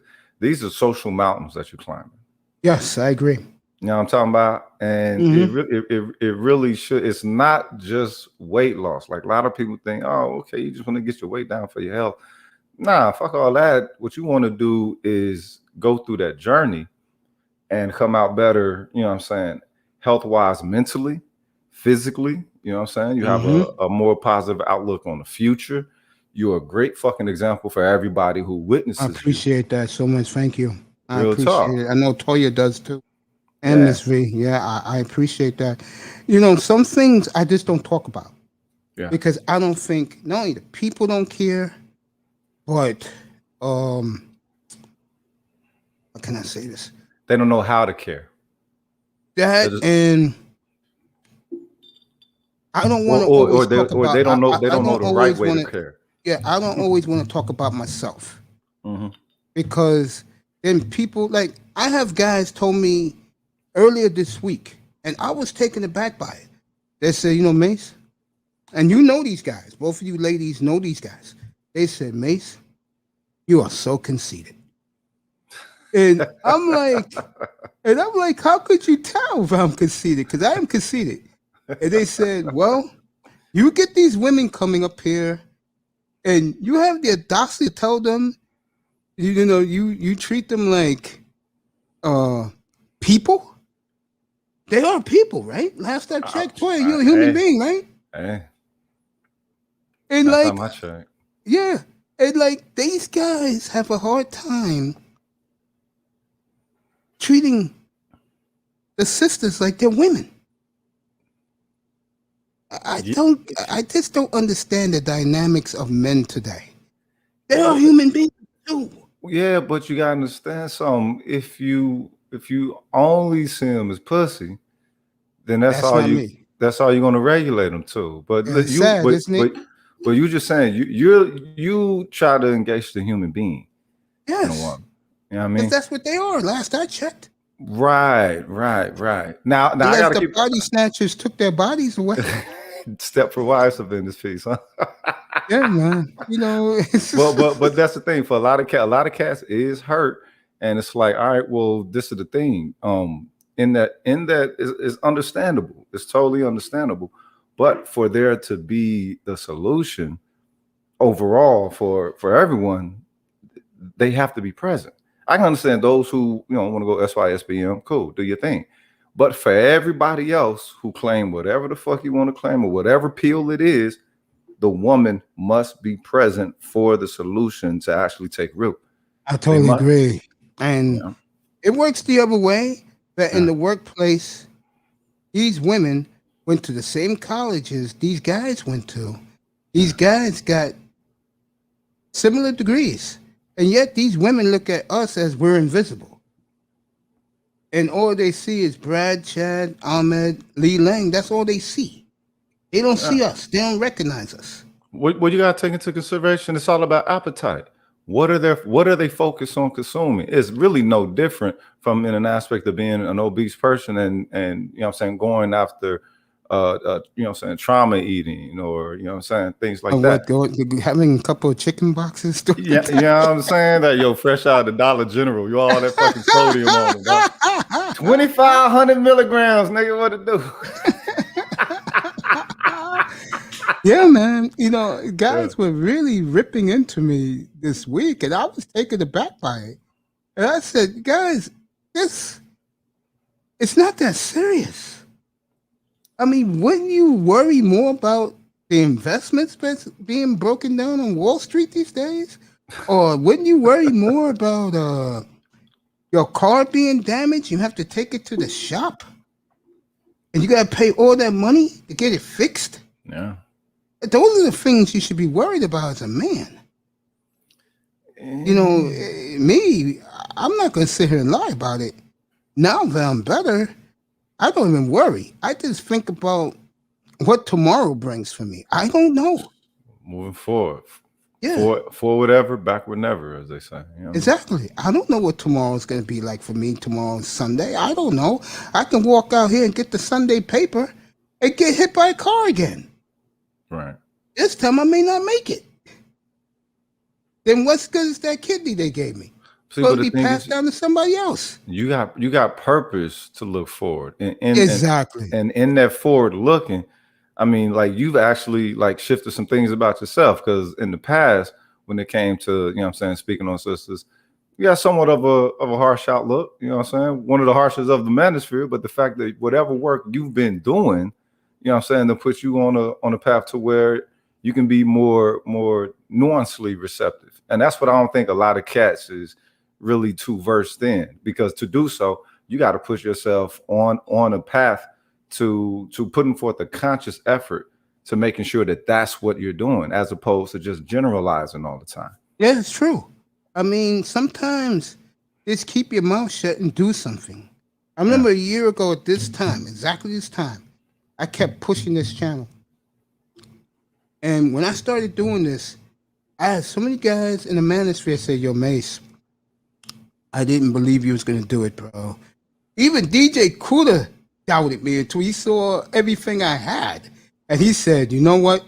You guys got to be like Mace. And that didn't go over well with a lot of dudes. I'm telling you, it did not go over well with a lot of dudes who are my boys now. Yeah. And the one thing that made them do, it motivated them. Yeah. And then I had guys like Ism. Ism used to be up here every night. Him, Dusty, and Platinum was up here every night. And they would ask me, how did you do it? I'm like, what do you mean? How did you do this? And I gave them some advice. Yeah. They took it, and now they're alone. They're up and away now. That's what's up. Yeah, and I always give them a shout out. I give MT. I give Miss V too many shouts out. Guys tell me, they're like, yo, why you always plugging her all the time? Because that woman works hard and she deserves every exactly. I remember the time Miss V was here. I think it was last week, not this past week, the week before. And I was explaining how hard this woman works. And I can tell by the brothers in the chat room, they wanted to give this lady a standing ovation. Now she has the respect of the brothers in the manosphere. Yeah. She does. because the brothers see how hard Miss V works. Toya right now is the guy's cat's meow in the manosphere. And I told her that. Ain't she? Yeah, you know what it is? I know these guys. I've been in the room with these guys for 2 years. I know how they think. Yeah. And whenever they see someone they like, they will pay homage to that woman. Because you know how these guys can be. They'll curse the woman out well. But when they're paying homage to you, like they did Miss Toya, I'm telling you. It's big. The show she did with Mahogany 2 weeks ago. Yeah. I've never seen Mahogany's room so crowded of men. Cats is still talking about this show. Yo, that's crazy. Oh, they still Toya, do you hear that? Toya, pop up for a second. She here. She trying not to blush. Look at it. Look at all red. Go ahead. Hey, Red. Red. Let me holler at you, Red. I was in the sky. And then I was reading the comments. I always read what the chat says. These guys were losing their minds. Yo, I didn't know she looked that good, man. Oh, yeah. I felt bad for Mahogany because they totally ignore her. They were like, oh, man, yo, this Toya, you know, they always ignore what we were talking about. They always ignore. I'm telling you right now, the guys always ignore Mahogany. And I don't get it. Why would they want to know? I mean, we got to understand something. It also does say that she has a guy in her life, so she's off the market. And I think that that's mostly them being respectful because she's a obviously beautiful woman. So sure is. Everybody. I'm glad that that she has the feelings like I have the feelings, vice versa towards each other. I mean, but hold up. I mean, you ain't gotta fucking ignore. I mean, let's go keep it real. Shit, we men. So just to tell the sister that she beautiful, even though she got somebody, don't mean you trying to disrupt her union. Exactly. I agree with you. So many people don't know how to navigate that respectfully. Exactly. I mean, when you do it the way the Arabs taught you, you know what I'm saying? And that's one thing I took from you know what I'm saying, the Moorish cats, when they used to always would do this, you know what I'm saying? It was always, you know, great respect. And then I saw some Nation of Islam cats doing that to the sisters that they met. Like, you know, dap up the brothers, and when it came to the sisters, they took their hand and respect like that. I'm like, yo, that's cool as fuck. You know what I'm saying? Because sometimes you don't be wanting to, you know what I'm saying, hug somebody's woman like that. You know what I'm saying? It's like, oh yeah, you dap up your homie, but yeah. So I had Simone Love up here last night. She came to say hello to me. Yeah. And guys who've been with me from the beginning, they know the mutual we have between me and her. And this whole room stopped what they was doing and was paying Simone homage. And they went, you know, I was talking to Simone a little bit through the chat room. I was talking like this to her, and she was talking to me in the chat room. And sometimes who checks you, you gain respect for. And that woman checked me one night, bro. I was taken aback by it. She said, this was in my days when I was bashing the sisterhood. She said, Mace, cut the shit. I'm like, excuse me? And she said, cut it. I'm like, okay. Okay. I mean, look, let's keep it real, mate. You used to go hard in the paint, cuz. So you used to go hard in the paint. Look, cause it was a trick, because every chick that was coming up was like, who hurt you? I mean, like you could hear their concern. But the funny thing was, like, I only heard like maybe, you know, I don't know, maybe Rod shouting, somebody else shouting, like 3 of them try to say something to you at one time, but they all had that same kind of energy. So it's like, all right, you know, so yeah, you should go hard. I haven't been in Roger's room in months, bro. Yeah. But that's one thing that sisters should understand, that being in this space, if you get respect here, it's a different quality of respect. Oh, yeah. And these few women up here get it. Yeah. These women don't realize how much respect they get in the manosphere now. One, her work ethic. The other one, she's a heartthrob to a lot of brothers. And I tell her that all the time. What's up, Kane? What's up, bro? Hey, let me ask Miss V. Miss V, the same question that I asked Toya and Brother Mace. Would you remember? Hello, Miss V. Miss V, you there, baby? You there? She'll be back. She's probably doing something in the house. Making sandwiches. I'm gonna leave that alone. But Mace, you should come by Roger's channel. It's good stuff going on over there. There was a Now I take a look at it, but you know why I don't go up there too much anymore? Why? It's too crowded in the platform. Yeah, but that's because it's good conversations happening. That's why it's so crowded. You know, one of my best shows ever, and this show gave me pushed me over the hump with my Manosphere brothers and sisters. The show I did on the Manosphere, no sports, pure Manosphere, for 12 and a half hours. That show gave me so much respect among my sisters and brothers in the sphere and throughout the sphere. And what people have come away from me, and I'm glad they see this in me. I could do more than this balls and strikes or slam dunks. And the brothers and sisters in the Manosphere, they respect that about They like that about me. Because there could be days where, like we're doing on platform right now, a lot of people watching, a lot of guys in the chat room, people like that type of stuff. Yeah. And mostly it's Manosphere people, or let's just call a spade, black people who enjoy it. And that's good for me. Because O'Shea Duke Jackson said this 2 weeks ago, and he is so right. When you treat your sisters and brothers, your own kind, with courtesy and respect, they're going to come back to you. They're going to support you. Yeah. And I totally agree with that. I totally agree with that. Kane, I put the link up. If you want to come in, you can come up, brother. I told these guys. Okay, she's here. Miss V. Rogish got a question for you. Hey, Mace, I'm going to go out and come back because for some reason y'all real low. All right. Okay. Well, we hear you good, though. Yeah, she'll be back up in a minute. Yeah. When Kane wish you happy birthday, and she does that, boy, she reads the chat like I do. I'll give you some advice, Toya. When you do like I do, you bring your chat room in, that's going to make you even more popular.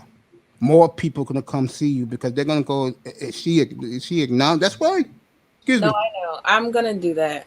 Guys come up here to see me because I get the same compliment all the time. Yo, Mace talks to us. He treats us like family because you guys are all my family. I was never a panel jumper. I was always in the chat room. Always. That's what's up. Yeah. I mean, I respect more chat room people than I do platform people. I'm serious. Because I came from the chat room. So why I'm going to disrespect them and get all happy if someone from, let's say, a YouTube guy comes up here, and a lot of them have come through here, and they really enjoyed the experience. You know, and I'm glad they do because I don't want to run my room like a circus. And my heart goes out to Platinum because he told me he's tired of it.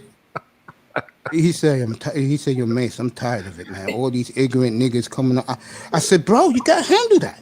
It's got to be draining." Yeah. Yeah. I feel bad for Kuda because you think Kuda really want to talk about what these guys talk about? No, but you know when you feel the energy. What is it mainly that they're talking about that disrupts the harmony? What they talking about, or is it the way that they talking about it? Both. Let's say Kuda is talking about tech. Okay. Those guys who are up there, and I can't badmouth them because I know them personally. Those guys talking about up black there. women? No, that's what they want to talk about. Yeah. But he's trying to talk about tech. Yeah. These guys, you can tell, and they're all avatars, and I can feel it. They're rolling their eyes. They're saying, "Come on, man, I want to talk about it." You can feel it. But because it was me up there, they were like, "Okay, it's Mace, our boy. Mace ain't gonna take forever. Mace knows what's going on among us. Mace knows that we want to talk about the ladies." And they're like singing in mind, "Mace, hurry up." And I feel it. So I told Kuda, Mace, hurry up so we can grind these bitches. Yeah, exactly. That's their mindset, unfortunately. I see Toya's face lit up. Toya, that's how they really think, honey. That's how they really think. It's sad. What's up, Tess? Unfortunate. What's up, neighbor? Ready for tomorrow morning, bro? What's tomorrow morning? I'm sleeping. Dude, man, I'm starting the football season. I'll probably go 15 hours tomorrow. Probably go to 3 in the morning, bro. Marathon pace. Okay. Yeah, bro, we're doing this, bro. Everybody's in. You're gonna see all your old boys up here tomorrow. You getting paid? Huh? You getting paid? Yeah, facts. I'm gonna leave that alone. John B, what's up, buddy? Fuck John B. Leave John B alone, man. He's one of my boys, man. Leave He's him alone. not a real person, bro. When the fuck I'm not gonna get into that, bro. But since you play How you football, you making $20,000 bets. This nigga making $20,000. Nobody ever seen this nigga face. This nigga don't exist, bro. Nigga I'm ass gonna leave betting, that but you alone. sit But I there want to say fucking something to him. you. My man Rollo, 2 weeks ago. Which Rollo? Rollo in jail? No, Rollo, me and him had a war a couple of weeks ago, but me and him are back to being respected friends now. This man hit 9 of 9 baseball. Fuck baseball. You know how I feel You're about missing baseball. the point where I'm going here. All right, go ahead. Hit the basketball game. Man won $3,000 in one night. Shit. Oh, all on you? Yeah. Man, hey, that's what I'm saying. For I'm finna do that football. I had Laura up here earlier this morning for like 2 hours, and Laura's all in with the football. Yeah, nigga, bro. Like the way I know ball and the way you know betting, nigga, we can make bread, bro. We could, like, you know what I'm saying? I'm not a gambler, but I'm tired of niggas making money off my knowledge. So, I told Laura this morning, ride with me, I'll make you rich. like, imagine if I feel you. Hey, I'm with you, bro. Like, you know who your boy man. is. You know you Who fuck ride you and talking die, live right here, nigga. You know how we do up here. That's what I'm saying, bro. Like, I don't gamble, so you the gambler. You teach me, I'll put the money up. Wait. You say you don't gamble, but you follow like the stats and all that. Yeah, I do. Yeah, I'm a ball player, bro. Like I play ball, so the stats. Oh, the stats okay. and all that So shit. you got a sixth sense with the shit now. Yeah, it's like second nature to me. So it's like, you know what I mean? So I'm sitting there watching everybody get money. I'm like, bro. But my thing is, I've never been a gambler since It I ain't was a about kid, being a gambler, dog. It's about proving yourself that, you know what I'm saying, you can run these statistics better as anybody else. The money just happened to be a fucking perk. Yo, Rogus, let me tell you something. When I was telling guys who to bet on last year, they gave me plenty of pushback. Nah, man, no, I'll go this way. But Lauro told the world in the manosphere, I made him nearly $900 a profit last year. Yeah. Yo, Mace, man, why don't you put the gambling up there, man? Yo, Mace, man, can you help me? This is not you, I test. Yo, Mace, man, can you help me win money? Well, I'm gonna get back to what we was talking about. Miss V, you there finally, baby? Rogus has a question for you. I don't think we can hear her. Can you mic up real quick, Miss V? There you go. I'm here. Sweet. Much respect. I had a question of when it comes to your journey, as far as weight loss and everything. What was the highest extreme point that you were at, and at what weight were you when it clicked over to being a lifestyle and not necessarily grueling? You know what I'm saying? Something to endure that you had to endure. Actually, just something that you may have, looked forward to. Maybe not to work out for it like Toya, but she don't want to sweat. I don't know what's up with black women and I want to sweat. That's crazy. I'm actually not. I'm still fat, so I haven't. So you still on your journey? Cool. You still on your purpose, I'm not gonna let you call yourself fat though. I'm sorry. I don't call her fat at all. No, I don't call you. In comparison to who, though? That's the thing. Hold up. In comparison to who? Well, I was like, my biggest weight was 260, and I'll show you a picture in a minute. Okay. Did somebody say damn? Yeah, I guess. My bad. Yeah, like 260. Shit. So I was 300 pounds. So what about that? You like Damn. 300 pounds? I was 300 pounds. I got you, Test Sports. Damn. Yeah, everybody up here, Tess. This is a story about this platform on Saturday mornings. Everybody up here had a weight problem, and all of us lost the weight. Nigga, you ain't lose no weight. Yes, I did, bro. I went from 305 to I'm 160, showing y'all I'm nigga. still being fat.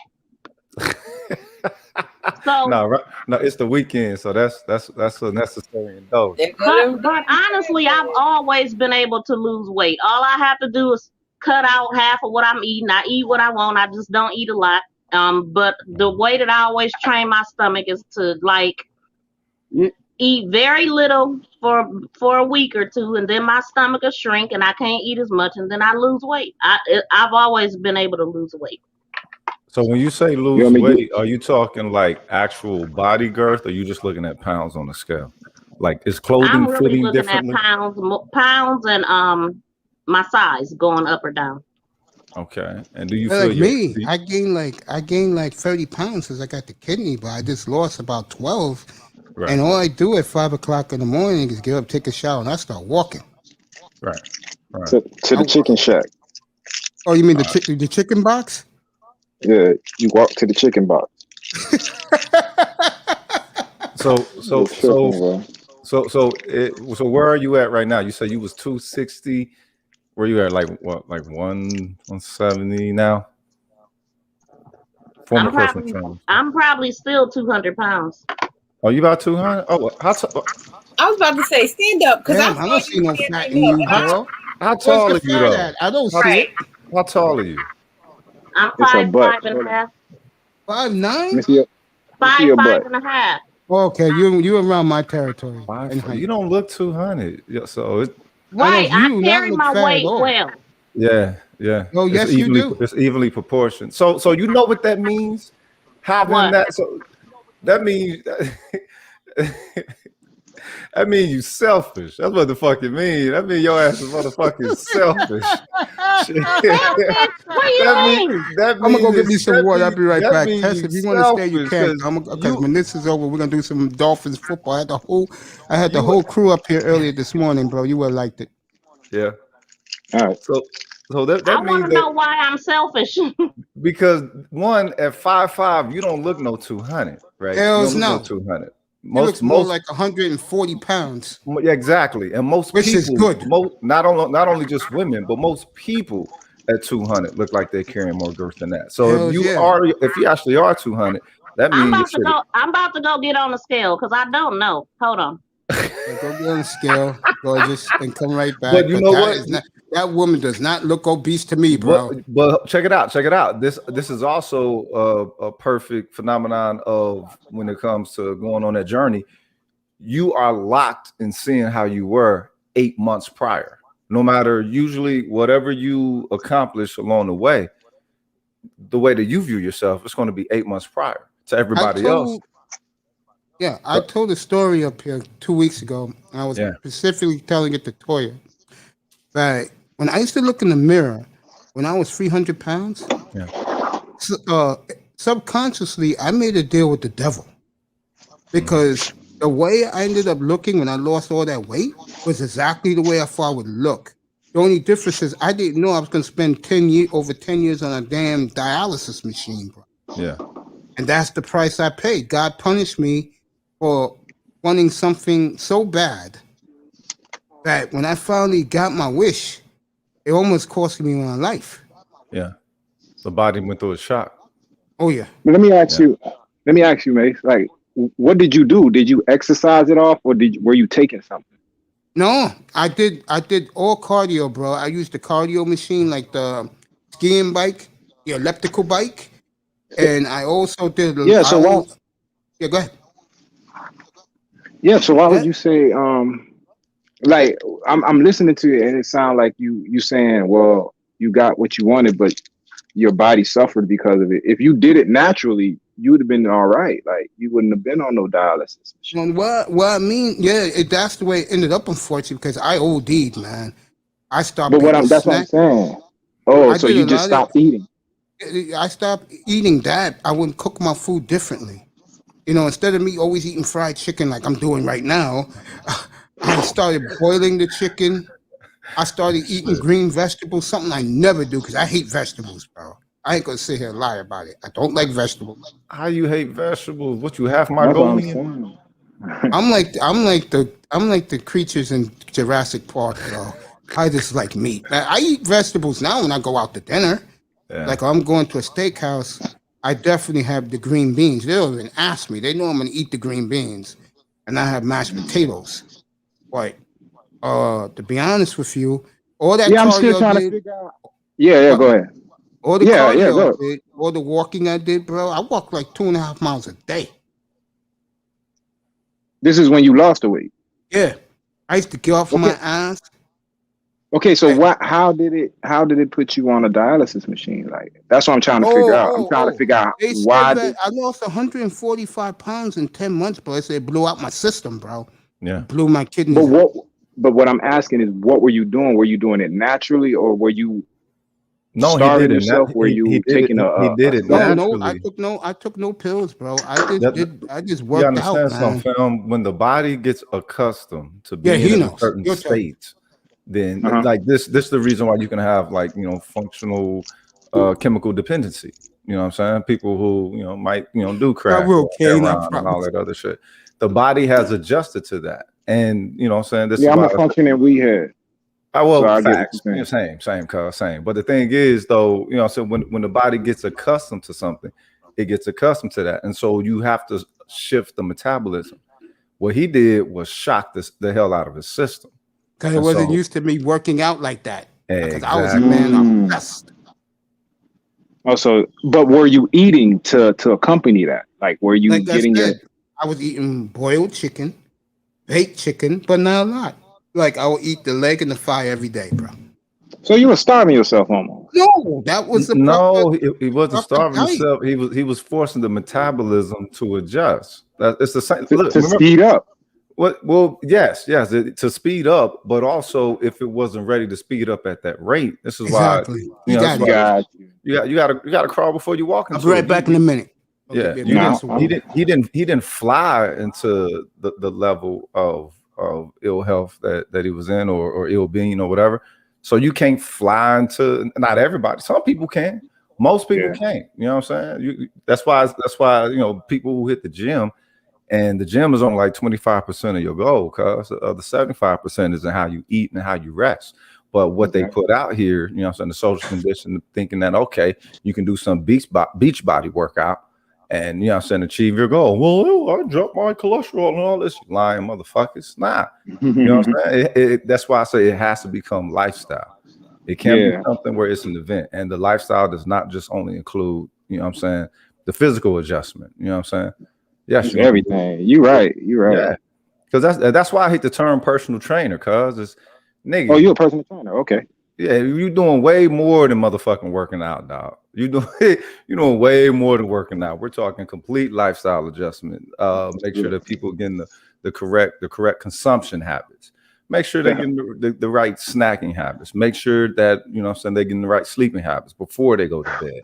What are they partaking of that might be disrupting their sleep? It ain't got shit even to do with the workout, nothing like that. You know what I'm saying? So yeah, so with the way he did it, yeah. I mean, damn. I'm with that. That's a journey. That's a journey. So Miss V, what the scale say when you came back?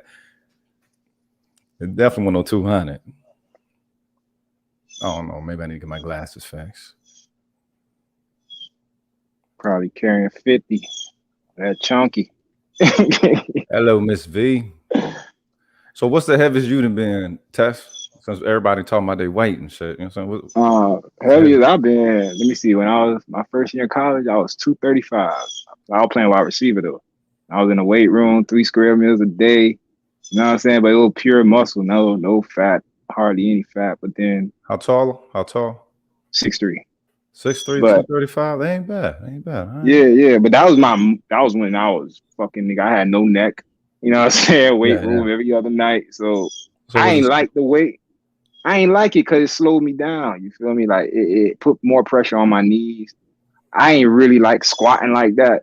So, you know what I'm saying? Like it kind of fucked me up. So my functioning weight now, I'm at 190 right now. This is my like everyday walking around weight. I like this weight because I could play basketball. I could get up and run. I could do whatever I want to do at this weight.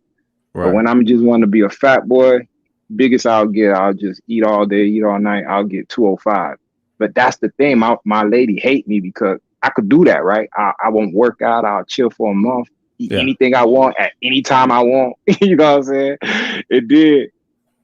In a week, I'll just cut out the bread, cut out, you know what I'm saying? I got my little cookie spot I hit every night. I cut that shit out for a week.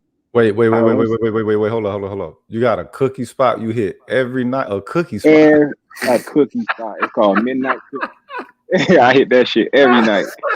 But Pete, I used to be insomnia cookies every night. So wow. You feel me? So but my thing with that was I was I'm a fat boy at heart, my nigga. I was a fat boy growing up.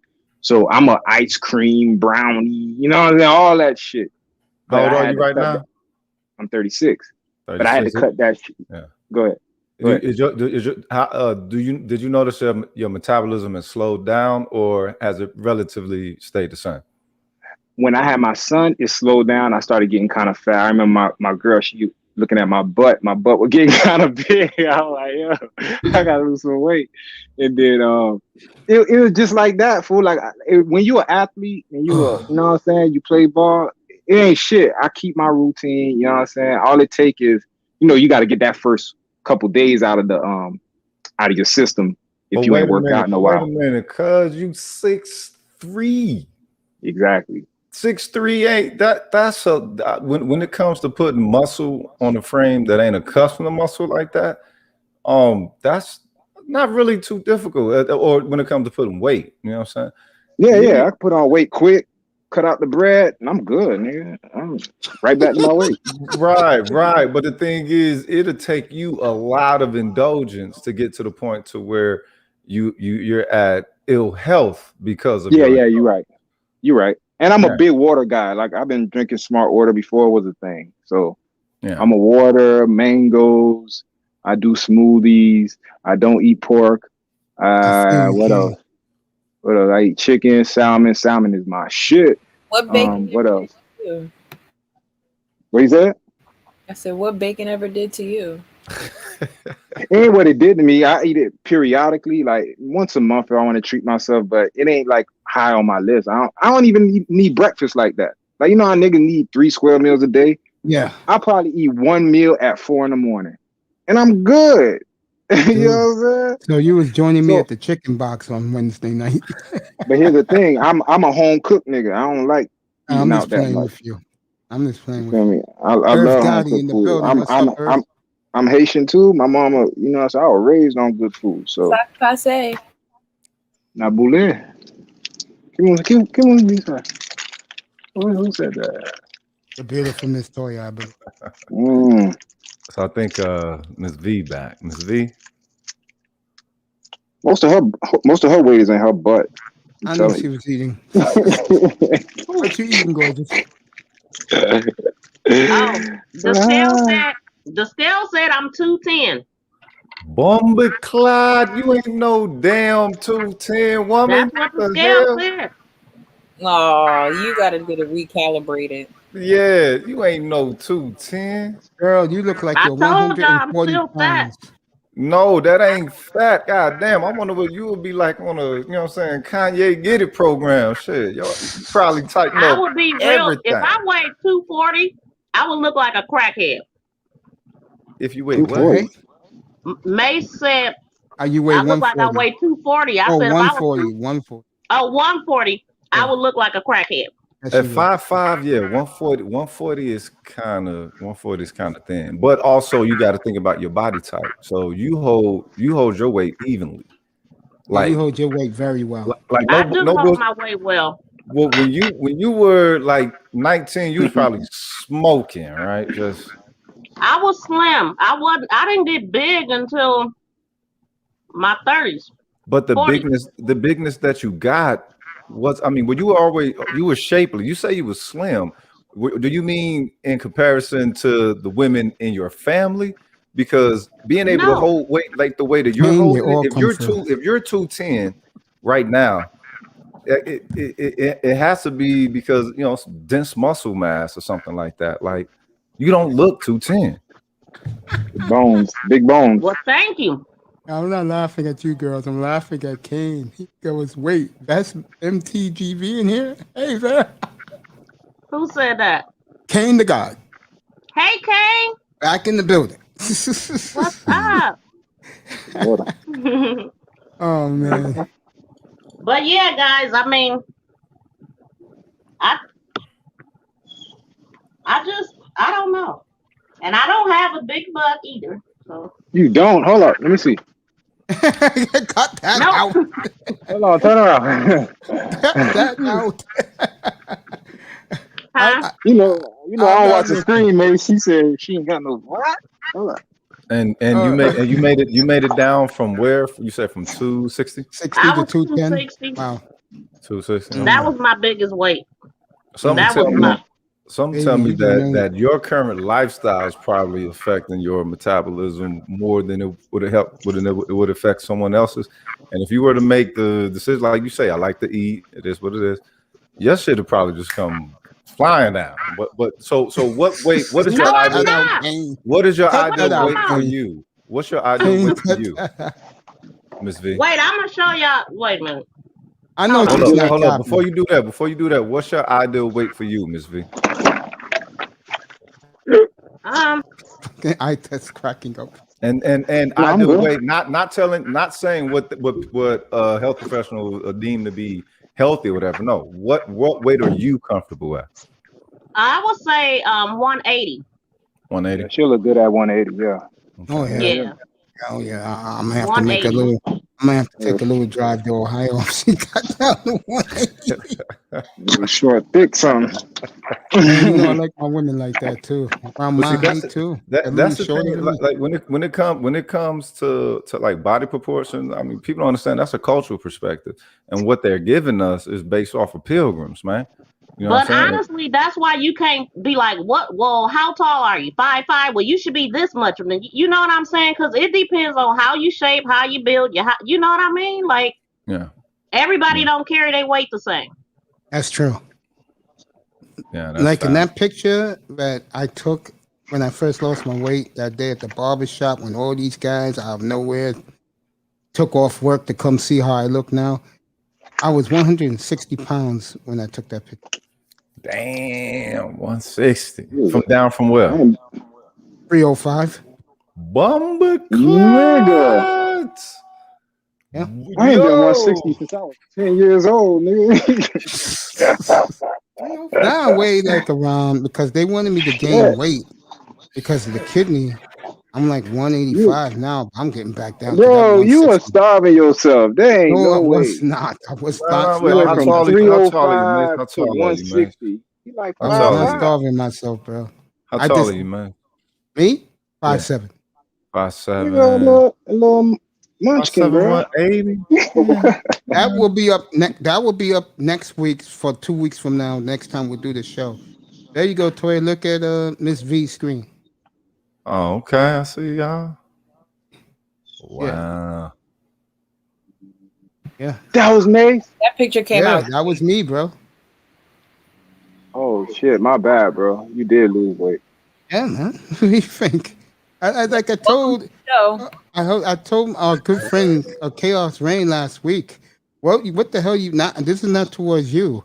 I told Chaos Rain, what the hell you think we're up here for? To hear ourselves talk. We're trying to help people. Actually, you know what? That's why most folks actually are on YouTube, just to hear themselves motherfucking speak. Oh, of course. Yeah. Especially if they got the subscribers. Oh my God, they think they're Moses. Yep. And I don't pay those guys no attention. I mean, I look at Platinum, for example. I'll use my boy Platinum, for example. He is so humble with his audiences and his subscribers. That's nice, Toya. Toya, you did that? She's getting You feel like that.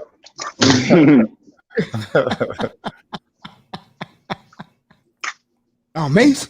Now, Mace. Come on, Mace. Mace. I'm gonna have to get rid of you, Mace. Why? Just tell the truth, Black. Going.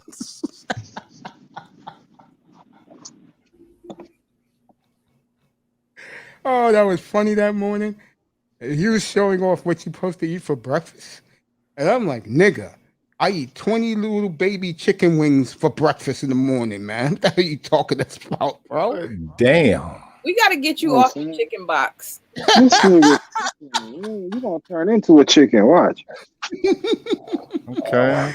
So here you go, Toya. This is in tribute to you by Kane. I'll put that one up first. Yeah, you look great back then, bro. I don't know why. You look good to me. I mean, I don't have a problem with that. And this is Toya rolling right back. I love when he does that on the show. What? Who Platinum? When Platt goes, That means he's mad at something. That means he's either upset or there's a woman he's talking about he's excited about. What's my girl name? Simply Red. The Renaissance lady from St. Louis. Oh, he loves her, boy. And the other one he loves is Sexy Red. Sexy Red, yeah. Her, and he loves Sister George, boy. I remember that time when James Keels was going after her, and Platinum said, "We like Sister George in here. Do you understand?" And like James just kept quiet. Some guy, and I love James Keels, I do. He's a big supporter of me, not from this platform when I met him through the Manosphere. But boy, you got to calm down on some of these women, bro. It's not that serious. Gotta calm down, man. Yeah, Sexy Red. Everybody say that. It's like it's a trip. Okay. Down, bro. Okay, so what helped you to get out of your red pill rage, Mace? Me? Yeah. Because we all get it. That's the thing. Oh yeah, I had it when I first started doing this platform. Go through it. Yeah, I had it when I first started doing this platform. Yeah. What got me out of it? What helped you to get out of it? What is red pill? What is it? I don't know shit about it. That's men who don't get any and they're frustrated. Damn, they're frustrated, and any woman they see, they go bonkers. Yeah. So now y'all got terminologies for the dry dick niggas. Like niggas ain't getting no pussy. Like y'all tripping, bro. Look, you gotta define your own reality, or else someone. And when it comes to the black reality, somebody else is gonna take a look at it, re-engineer something off of that, and build a whole motherfucking platform worth millions of dollars and put out products and shit. So Prince we don't define our own reality. He'll tell me he's ready to talk to Ms. Toya. That will be a private conversation for a few minutes.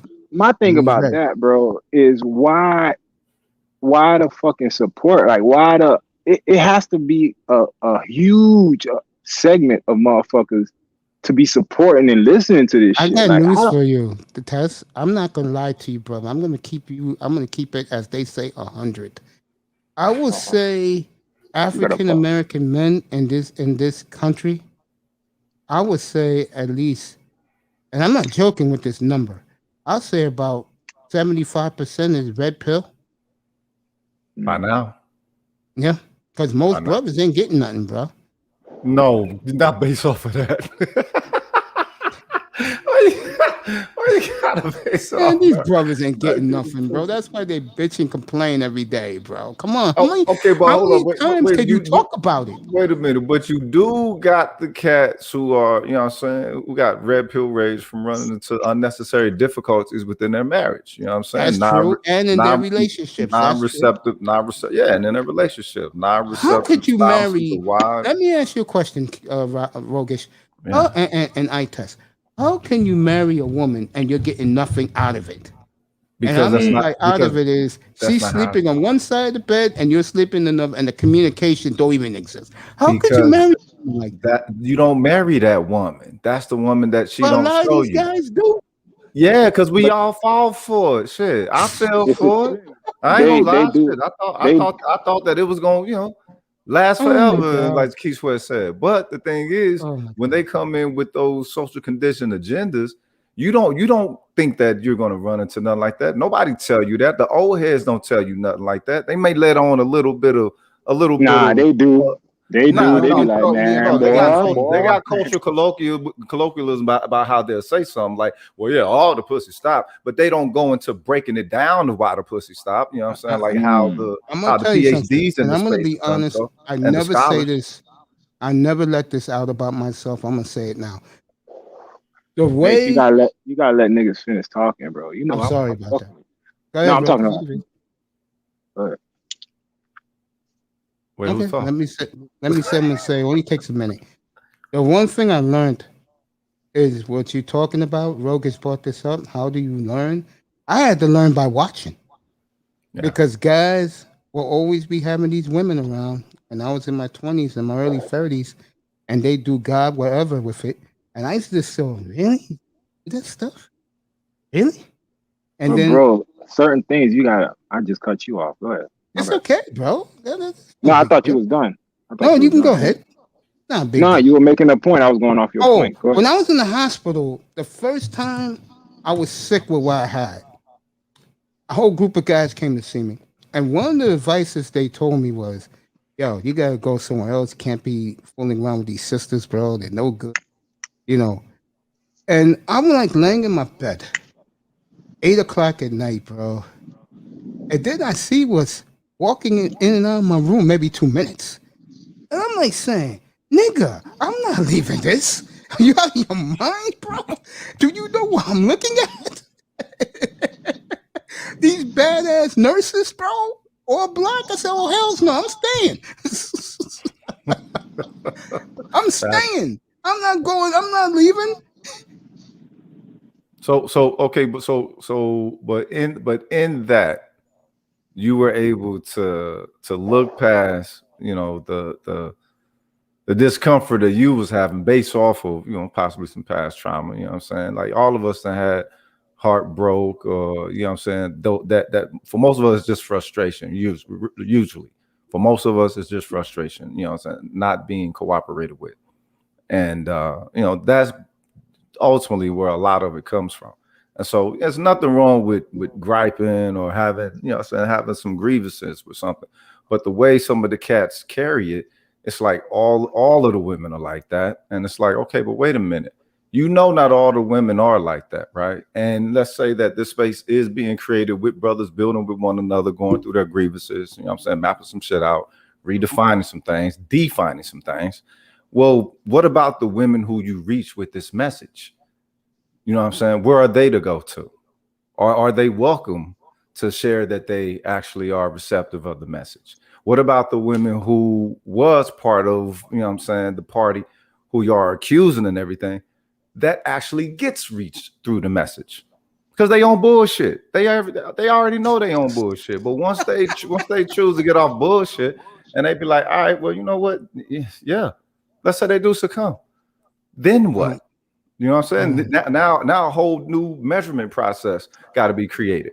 It's not just an aspect where you throw the baby out with the bathwater or something. Okay, you get your heart hurt, you know what I'm saying, 2-3 times. Oh, all of them ain't worth shit. And it's like, okay, well, you know, that's not the truth. But, you know, motherfuckers they're operating off of hurt instead of analyzing the hurt and moving out of that shit. You know what I'm saying? And moving into some growth. And ain't nothing wrong with hurt, but if you're in the vicinity of there, understand that that's a choice to stay there. It's a choice to leave it too. It might be a little bit hard, but it's a choice. I'm number 3. So, all these beautiful ladies were coming up here, and when they left, all did I get drilled. And the number one question they said to me is, "Yo, Mace, why you be Mace? Yeah, Mace, why you be simple when they come up here?" I said, I said, fellas, it's called courtesy. These women take their time out to come say hello to me, bro. What do you want me to do? Get out of here. I don't want to they're talk women. They're the enemy. How the fuck did we get here, cuz? I bring in a lot of those conversations too. Here, so I kind of get it. Like it's not really a woman's club. No, I don't look at it like something like that. I think what it is, and I hate to say this, it's like, yo, if I can get one of these women and beat her down, let's do it. It's crazy, man. It's crazy. All right, wait a minute. Okay, wait a minute. Let's just say that they're seeking to not be receptive to the entirety that a sister might bring up on here, right? It's like no matter what right shit that she's saying, the moment she say something wrong, and then okay, that grants them clearance to lay the hammer, and that's what a lot of people be thirsting for. Like I think Donnie did a video about this not too long ago. And I think maybe BGS chastising behind it, but it's like, wait a minute, you got to take into consideration, man. It does look like that a lot of these cats be pouncing on these women as soon as they come to space, and it's like, understand what the past history is, as far as it goes with the Black manosphere and them having to deal with the super official gender warism and everything. But again, ultimately, what we're talking about the family. Ain't no family with just no Black men and the children by their damn self. You know what I'm saying? So in that regards, are we only speaking towards some shit that we want to comfort us, to benefit us, not attached to the family? Or, do you really want to have an enriching union or something? Or do you just want your bitch to get in line? Like, there's a difference. From what I can tell and read between the lines, and I hate to say what I'm about to say, most of these brothers, and I think some sisters too, they want to, as what's my brother's name again? Obsidian would say, they want the community to burn to a crisp. Yeah. Mace, I still want the name of your book. I don't have a book. I didn't forget. Thank you, baby. But honestly, they want the community to burn to a crisp, man. Badly, these guys, and some women too. Mm-hmm. I would say if I had to take a number, I'll say like 60% want to see it burn. Look, I would say that's accurate.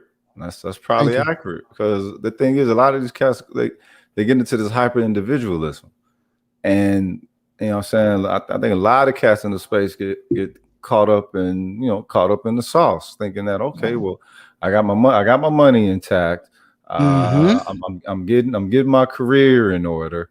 Like everything should be fucking smooth sailing, and it's like, well, look, that's the American dream, but you gotta get a running start to even get to that. Other people, they can just walk into that and they keep their pace. They're going to run into it or encounter it. For us, we got to get running with a 200-yard lead that they have up on us. So I would agree with that. You know what I mean? So it's like, all right, but wait a minute. So that means that there is a distance between us and everybody else who's going after that dream. What are the obstacles that are in place? And really, it seems like cats in the space tend to try to omit that. A lot of them tend to try to omit that, play this, well, I got everything in order because my money, right? I've been to college, my career, I make this amount of money. And it's like, all right, yeah, but you still here in this red pill rage. Still here crying about bitches. You know what I mean? So I will say one thing. Obviously, it don't work just like that. I would say one thing that's very disturbing to me is how you have the ignorance over here, and then you have the guys who think they're high and mighty over here. Yeah. And the guys who are high and mighty, they're up to a money scam. That's all they care about. Right. But it's the guys in the middle. And I consider myself a guy in the middle. Those are the guys who really believe in this manosphere stuff. They're the ones who are getting pissed on, bro. Mm-hmm. I mean, because the ignorant guy, all he wants to do is go up on the panel, and what do they call that again? There's a phrase for it that they use. It will come back to me. It's in like the caping thing. Oh, they want to clout. That's what they want to do. Clout. The ignorant guy wants to be the clout guy. So, like, if he starts his channel, he thinks people are going to run over to him or her so she can get if they make their money grab. To me, the biggest problem about the manosphere is it's a money grab. Well, the thing is, it's going to, because it's the thing. Okay, so look at the barbershop. I say this shit all the time. Think about the phenomenon of the barbershop, the way that we do it. Okay, be about 7 cats in there. Eventually, you know, everybody telling, you know what I'm saying, some war story of some sort, right? Then you know, we start talking about women. And then once we spent, you know, women, old school shit, sports, war story, eventually we get into business, making money. And then that's when you see us really start clicking. People drop all their ego, usually, and it become a stone soup type of situation. Somebody is supplying this, and then next thing you know, someone who may know the area that they was talking about. Oh yeah, I heard that they had a couple of deals over here. Somebody's looking to contract. They just happen to talk to someone who's in that field over there. Things just start clicking like that. The manosphere is full of thousands of motherfuckers like that. So that space is going to be charged with massive amounts of information, massive amounts of, you know what I'm saying, skill set, massive amounts of experience, you know what I'm saying? And in that exchange, you know what I'm saying, you get a really large enriching energy. So it's easily you can easily monetize some shit like that. That's why all the people who ain't of the space, you know, when KS blew, everybody, you know what I'm saying, looked into the space, saw what Cass was talking about, you know what I'm saying, now they taking the talking points, putting them in their own non-manosphere spaces and blowing up behind manosphere talking points. The thing is, you know, when we get together, we naturally create a think tank. And this space is the largest Black think tank ever constructed. And I don't think it was, you know, they designed it like that, but that's just what happens when we get together and we try to be, you know what I'm saying, I got a question. Did anybody trademark the name Manosphere? Who owns it? I don't think, as far as it goes to the manosphere, I'm not too sure. I don't know the history that far back. I think O'Shea did it. Was it O'Shea? Either him or BGS. But it is trademark. Matter of fact, they just pull up the new bylaws and who's the leaders of the manosphere and all. They just put BGS. Well, they need to do some shit like that because they've been sitting on the lack of a council for the longest. Yeah, go ahead, baby. A lot of people would assume that, but some people don't go that mile and get it legit. You know, I know somebody that just bought somebody's name that they have been using, and they just went and bought it. Now they own it, and those people ain't gonna be able to use the name. Let me know if it's mine, because I'll show up at their door. It ain't yours. I hope it's not mine. I ain't bullshit. In the words of Pimp C, you finna smell my cologne. Shit. I don't know if the Negro Manosphere is trademarked, but the Manosphere was started by a white boy. That's number one. Number two, maybe if you go, you know, I hear some people say the Black Manosphere, the Negro Manosphere. Now O'Shea do have the Negro Manosphere, and I'm pretty sure at this point he probably have trademarked that. But the Manosphere within itself was started off by a white boy. The guy who runs Century 21, right? I don't know exactly who the white boy is, because before I came into the space, I was on Facebook for 3 years, and I never considered myself. I go into all types of Black channels. I do my thing. I don't consider myself anything as far as when it comes to clicks like this over the internet. Number one, because I haven't touched bases with any of these guys. I haven't had to be in the room to see them, see how they move and stuff like that. I can't have a business arrangement unless I have a personal relationship with the person I'm having a business arrangement. And one of the main downfalls of the manosphere, it's good in thought, it's good in theory, but when you really think about it, just let's take the structure. When I went into the Nation of Islam, they already have a plan, they have a mission statement, they have things you have to study. You have to go to study groups, you have to do all kinds of stuff. Not everybody gets to come in and talk, or if it's if you go in the Nation of Islam, the boys, educated on one side, the girls are educated on the other side. And I think that's what the main problem is.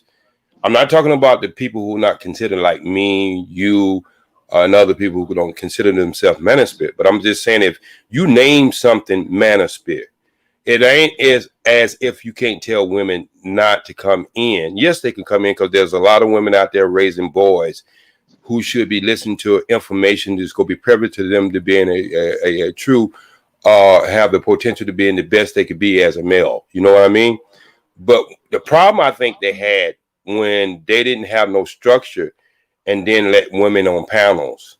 Now, see, that was the major mistake, because it takes a man to raise a man, it takes a woman to raise a woman, and then it takes a man to be in the better half of the young girl's life so she could understand what men think, what men do, and she can make better choices. Same vice versa when it comes to a woman. She teaches the child that he ain't have to go, a male child, he don't have to go outside and pump his chest all the time.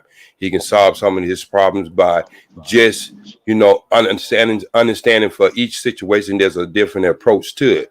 Facts. But see, what I see the problem with the manosphere as far as what they're trying to say and what they're trying to do is when you have more problems, you have solutions, you already gonna have a problem.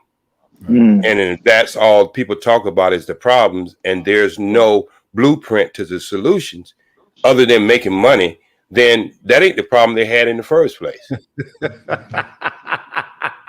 Church. OG, you know what it is? You know what it is, OG? It's like going to the doctor and they're not giving you the cure, they're gonna give you medication. Right. That's what and believe it or not, if they wouldn't have so much ego and so much pumping their chest, they can go back and see the things that did work in the 50s and the 60s and the 70s and the 80s and take them points out where they can take them and retweet them where they could work in the 21st century in 2021, 2019, 2018, 2017. Because just because it's a design, if you look at cars today, just because it's design, I mean, when cars first came out, they was 4 cylinders. What we're riding around mostly now, 4 cylinders. And so there's been an evolution in that part of the automobile industry to understand that you get more efficient when you get more valves in cars, and you have more valves in cars, you can get the kind of torque you want as far as 4-cylinder versus a 6 or 8 cylinder, and then you get to save gas. But now we're going to electricity, that's something totally different. But the problem is, like when guys like me first came into them spaces and were listening and speaking in them spaces, I was too old. I'm antique. I'm obsolete. Oh, I was there for a lot of those nights, bro. Right. I'm obsolete. And so the things about that, when we are the only people in the world who want to throw away our history due to the fact we think our history started at slavery. If we understand the true history of us as African people, we know our history started back way before. The oldest person on this planet has been 1.3 million years old. And that's Lucy, which film was made by her, but was a white woman. But getting back to the point is you can have a good idea, and sometimes you think it's not really going to blow up, and it blows up in your face and get a lot bigger than you think. And then you don't have plan B and plan C or plan D to really follow up on it. If they had did it correctly, it probably be, they wouldn't even be thinking about KS. They wouldn't even be thinking about him because the structure would be so strong. So if you knock down one of the blocks, the building still stands. Right. And that was the problem with the civil rights movement, because they didn't have a lot of people they was mentored, younger guys. So if one got knocked off, somebody else could carry that mantle and keep it going. And they could have learned that lesson from there. But as the money started to get involved, then the focus started to get real foggy. Now, see, they ain't never asked me the question, but I put on the table 2 weeks ago that I worked in Hollywood for 35 years.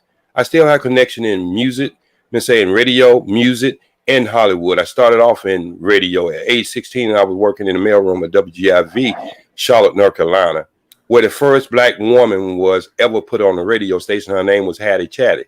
And I was trained under her, Slick Slack Johnson, and David Wilson. So what I'm trying to say is they could have used my brain and picked me to death versus trying to get their laugh on. Right. And they're a lot of them are a bunch of amateur comedians, which I was on the stage for 4 years, and none of them would ever get on the stage. So what I'm trying to say is they become this superhero in this kind of technology. Right. But as far as work and work ethic, the only thing they produce is jaw jacking. Yeah. And so when they quite understand how the Nation of Islam been into business ever since 1930 and still withstand a lot of old, what I call black historical institutions, we have outlasted them. Yeah. And nobody has been more upfront speaking about the elephant in the room other than the Nation of Islam. Nobody speaks towards. People speak towards things that happens, current events. They'll speak towards it then, but we done it on a consistent basis. We spoke right to the elephant in the room. Right. And the problem with the manosphere I see is you're speaking to what I heard at family reunions, barbecues, barbershops. Guys have always spoke the problems they had with their women. Always. They act as if it's something brand new. And they'll tell us as the older guys, y'all didn't talk about this. No, man, let me just break your brakes a little bit. Not only did we talk about it, but the person you say is her sidekick who giving her support, that man that you say don't exist outside the system of white supremacy, that every time I bring it up, you say it don't exist, but you say that is her sidekick. Not only did we confront him, but we have to keep her in control while we was confronting him. So the problem with all of that is when the meeting is all over and the last drummer has beaten his drum, you still go have to sit down with women and have that communication line open. Because what you have just did is you have brought a knowledge of men up. Now, when you get ready to sit at the table with the women, you could have had another channel for that where we can sit down and try to figure this thing out. But it's come up every day, 24/7, and speak on the same thing you've been speaking since 2005. And I would tell them, you say we didn't do nothing? Look what we did from 60 to 1970 and what you have produced from 2005 to 2021. The proof is in the pudding. But okay, but JC, OG, you gotta understand something. The Nation of Islam was built off of discipline, first and foremost. Most certain, that's what I'm saying. Structure, mission statement. Structure. But the thing is, the black manosphere didn't come out of discipline or structure. It actually came out of grievances. Now, I understand, but wait a minute. Stop right there now. Stop right there. The biggest grievance the Nation of Islam had is we couldn't be free men, and we submit our will to Allah, and we wasn't going to submit our will to some other species who can tell us what to do, when to do it, and how to do it. And that was a grievance too. We brought it to a foreign land, speaking another language, and took our name and our religion, and we no more wanted to do that. So there was a lot of ingredients, a lot of different levels with the Nation of Islam. You can't match those up though. Like that's a national, that's a grievance of a nation. The black manosphere does not view itself as a nation. I understand that, but I'm saying that's why they have made they made some of the gross mistakes for not looking at it that way. Because if you wait a minute, the worstest grievance you could have is somebody who have your heart. Now you can have a grievance with an enemy, but someone who has your heart and who broke your heart, that is a grievance. Right. Hey, can I say something real quick? Yes, sir. Go ahead. All right, man. In my opinion, bro, I fuck with Mace, and I tend to hear some of these conversations, so I fill in the blank on my own. But for the most part, you know what I'm saying, I'm into everything y'all saying. But what I think, bro, and I've been thinking this for a while, I think niggas talk too much. And I've been listening to you, right? And I'm hearing things about the Nation of Islam. I'm hearing about the black manosphere. But all I'm hearing is talk, niggas talking. Like you've been saying the Nation of Islam, we've been speaking to this, speaking to that. All right, I get speaking to it, but when is niggas gonna do something? You feel me? Like You have to have an talking. accord. That's the thing. Let me finish. Go ahead. I know about my bad. Go ahead. So what I'm saying is, bro, we could have discussions till we blue in the face. And like Buddy just said, his generation, they kind of set up a blueprint. And I've said this to Mason in the past. I said, yo, why didn't generations after the people like the Black Panthers, like pick up from that point on and continue that? All I've seen lately and from my studies history is niggas just did more talking and like institutionalizing themselves. Like, all right, we're going to be the Nation of Islam. We're going to talk. We're going to make money along the way. But it's just going to be a whole lot of talking. We pop up at Nipsey Hussle funeral. We pop up every now and then to let motherfuckers know we still around. But we ain't, you know what I'm saying? We ain't, a cracker ain't, like when a police officer shooting it, we ain't get back. Like, it ain't nothing like that for them crackers to be like, yo, we need to stop, like, come to the table with these niggas. Cause now they starting to like, you know what I'm saying? Cause bro, niggas don't respect talking. Fool, them crackers don't respect talking. They lay shit down and then they look at y'all and all y'all do is go protest. Or homie, y'all you talking about the warrior ethic. Bro, I gotta finish my point. Bro. Go ahead. You know what I'm saying? So what I'm saying is, get it out. You know what I'm saying? What I'm saying is niggas been talking for a long time. Actions is what make motherfuckers come to the table. In history, protests happen all the time. It ain't until motherfuckers started bombing shit back, then they came to the table. When I'm looking through history, the only nation, and I could speak to this because I am a Zoe, you feel me? The Zoes been the only ones that fought their oppressor, beat them back, and ran their nation, and it took a lot of fuck shit to happen for them to lose that. But it's like the black race as a whole never took that blueprint and said, you know what? They did it. And I think that's the most reason why they destroyed a country like Haiti. They don't want that type of symbol to give niggas ideas like, bro, they did it. That's what I'm saying, fool. It's too much talking, like.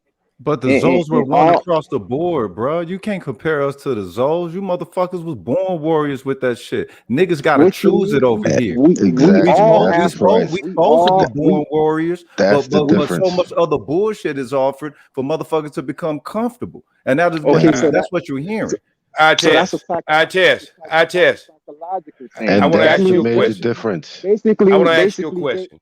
I want to ask you a question. Can I ask you a question, brother? Go ahead. Because you did lay a lot on the table, and I want to pick it up and throw it in the garbage can. And that's no disrespect towards you. I'm 62. No. Let me finish. Let me finish, brother. Let me get mine out now. I didn't serve you. Let me get mine out. Have a conversation. Who says without disrespect, and then they go on to disrespect? I just say I'm finna throw the stuff off the table. Because you said some things. You said some things. You gonna throw everything I just said into the trash? Not everything, but the things you didn't say truthfully. The things you didn't say truthfully, I'm gonna throw off the table. If you're gonna have an intelligent conversation, you don't start it off like that. But intelligence don't start with your definition, brother. No, because I think it would have been more intelligent of you talking about the nation when you're talking about the nation. If we don't do nothing but talk, that wasn't even intelligent. Just because you older, nigga, don't mean you smart. Okay. Number one is respect. I ain't your nigga. That's number one. Wait, y'all. Because you took it there. I'm not your nigga. I haven't called you any name, and that shows me that you ain't ready to be no soldier. You ain't ready to be no fucking soldier. Okay, well, let me give you a couple receipts, my brother. 52 years old, right? You still fucking talk. Hey, let me give you a couple receipts, my brother. I don't gotta listen to you because okay, well then you can get off the panel because we were having a decent discussion. Since you don't want to listen, you can get off the panel. This your panel, nigga? No, I'm just asking you. You can get off the panel. You don't want to have no discussion. If you don't want to have a discussion, brother, then you get off the panel. Nigga, you should have known how to come to the conversation. If you would don't keep calling my fucking name. I don't give a fuck about all that, bro. If you wanted to have a good conversation, calm down, buddy. What I tell you, I'm cool. I'm cool, bro. But at the same time, a nigga gotta respect this shit. I came to number the table. one, I ain't gonna be your nigga again, you know, my brother. fuck what you talking I know you about, don't. bro. See, that's why we can't get no unity. This is why. This is why we you don't see get why. no unity. You can't No, even you respect a tried to be decent funny. conversation No, and you have a tried to decent be funny. conversation You without tried calling to be names like a funny. little girl. No, you tried That's to be what little funny girls talking do. They about you call gonna throw names. my Little conversation girls into the call trash. names. You can sit there Little and try to do girls all call that, names. little Little girls girl, call whatever. names. All right, I'm And okay, we don't talk okay. Wait. Okay, I'm wait. gonna stay on Let's topic. I'm gonna stay Let's on talk. topic. Let's all right, hold take up. it back. Yo, Let's take I it back. said Let's what I take it said, back. Come on right? now. I said what I said. I said what I said, you did go at him just a little bit in an aspect no, of but saying fool, the you gotta Nation of listen. Islam only talks. Bro, I That to get him, it, that's going at him. That's but I going don't at me, know. brother. That's Because my you were not opinion. here in I don't know 1991, you. 1992, I don't fucking know you, 1994 nigga. Do I when know I you? was out I there know on them you? You streets spoke on the stopping stage. gangs Do from I killing know and you? shooting up I the don't know this neighborhood. nigga. You wasn't I made out a there in New general. York Come when we on was going I now. up made in a the buildings general. and I stopping made. drug trafficking up in the buildings. All right, see, I'm talking out of no. All right, I made a general statement. I made a general statement about the Nation of Islam. I didn't directly attack him.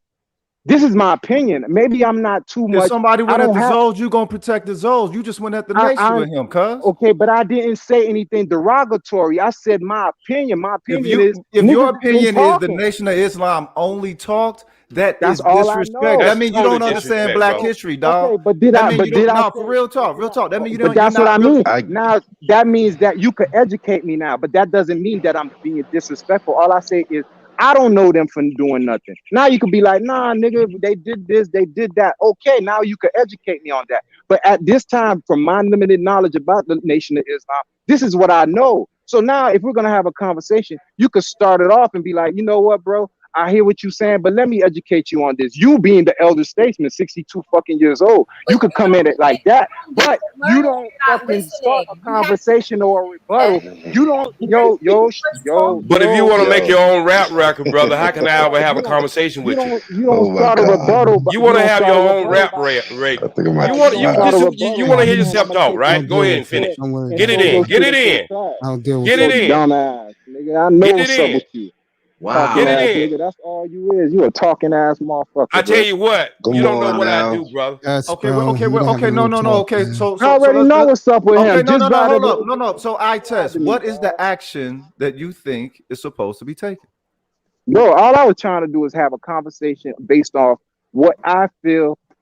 We haven't progressed, bro. We've been in the same fucking state. We've been chasing our tail for fucking eons. What do you think is the action though? The action should be motherfucking shouldn't be on the internet bitching about hoes. They should be fucking laying a structure down to see what the fuck is we gonna do to build another Black Wall Street. What's the first thing? What's the first thing that you got to do to set a structure? If you're trying to let me answer, I have to answer your fucking question, bro. You can't just be cutting me off. No. Then don't ask me the fucking question. No. The thing is, brother, I'm niggas trying be asking questions, but they don't want the answer. I'm trying to lead you through inquiries. You don't have to lead. Then that's not a question. Then you lead me through my fucking answers. Yes, because working through your logic, dude. The thing is, if you mad at people talking and you think people talk too much, okay, then cool, I'm done. I'm done talking. No. So the thing is the action though. What if you got to know what action that you want them to take? You understand the action that you don't want them to do. So what is the action that you wish would be done? I mean, look, when it comes to the warrior shit, okay, so I'll put it out there. You don't want to say it. Yeah, this EBK all day, every day. We supposed to be at these motherfuckers' throats. No, they ain't no motherfucking police. They motherfucking mercenaries. But everybody still interact with them like they is. They put themselves in gangster fucking territory. So now we're supposed to be trailing their fucking bloodline with the message that we just send them that would stop them. And protests ain't finna do it. Marches ain't finna do it. Voting ain't finna do it. Mayors ain't finna do it. And even motherfucking black fucking police ain't finna do it. This is a human thing. It's not a citizen thing. So yeah, it's supposed to be motherfucking blood in these streets. Red rock. But the thing is that all the fuck everywhere. But the thing is that but you don't get no support in that. You don't get no support when you for the red rum, cuz you don't get no fucking but yo, support because niggas don't want revolution, niggas want relief. I know niggas these want guys, relief. man. Go ahead, King.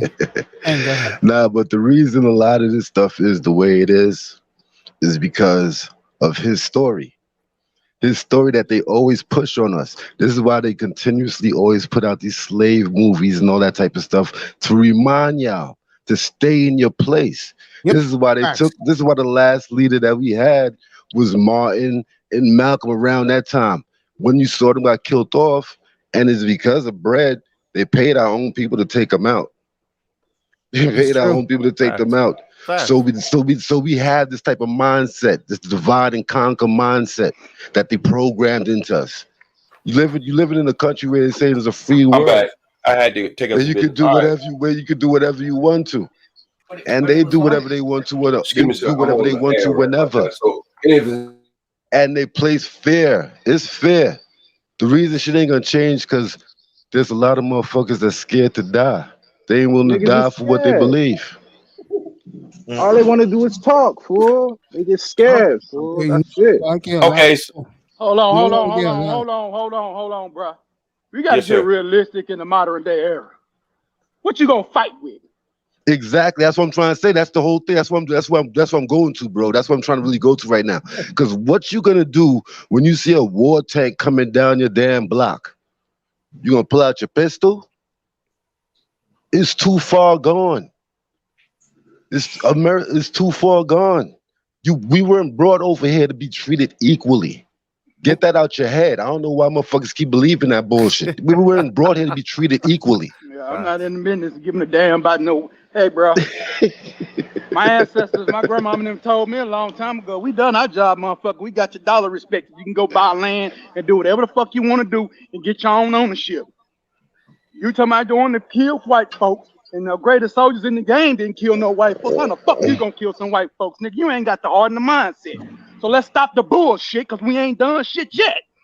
You ain't got no tanks. You ain't got no acoustic weapons. You think you run around with this AK-47 bullshit? They got goddamn weapons that'll tear your head off. Call them 50 cal. They probably got 100 cal for your ass.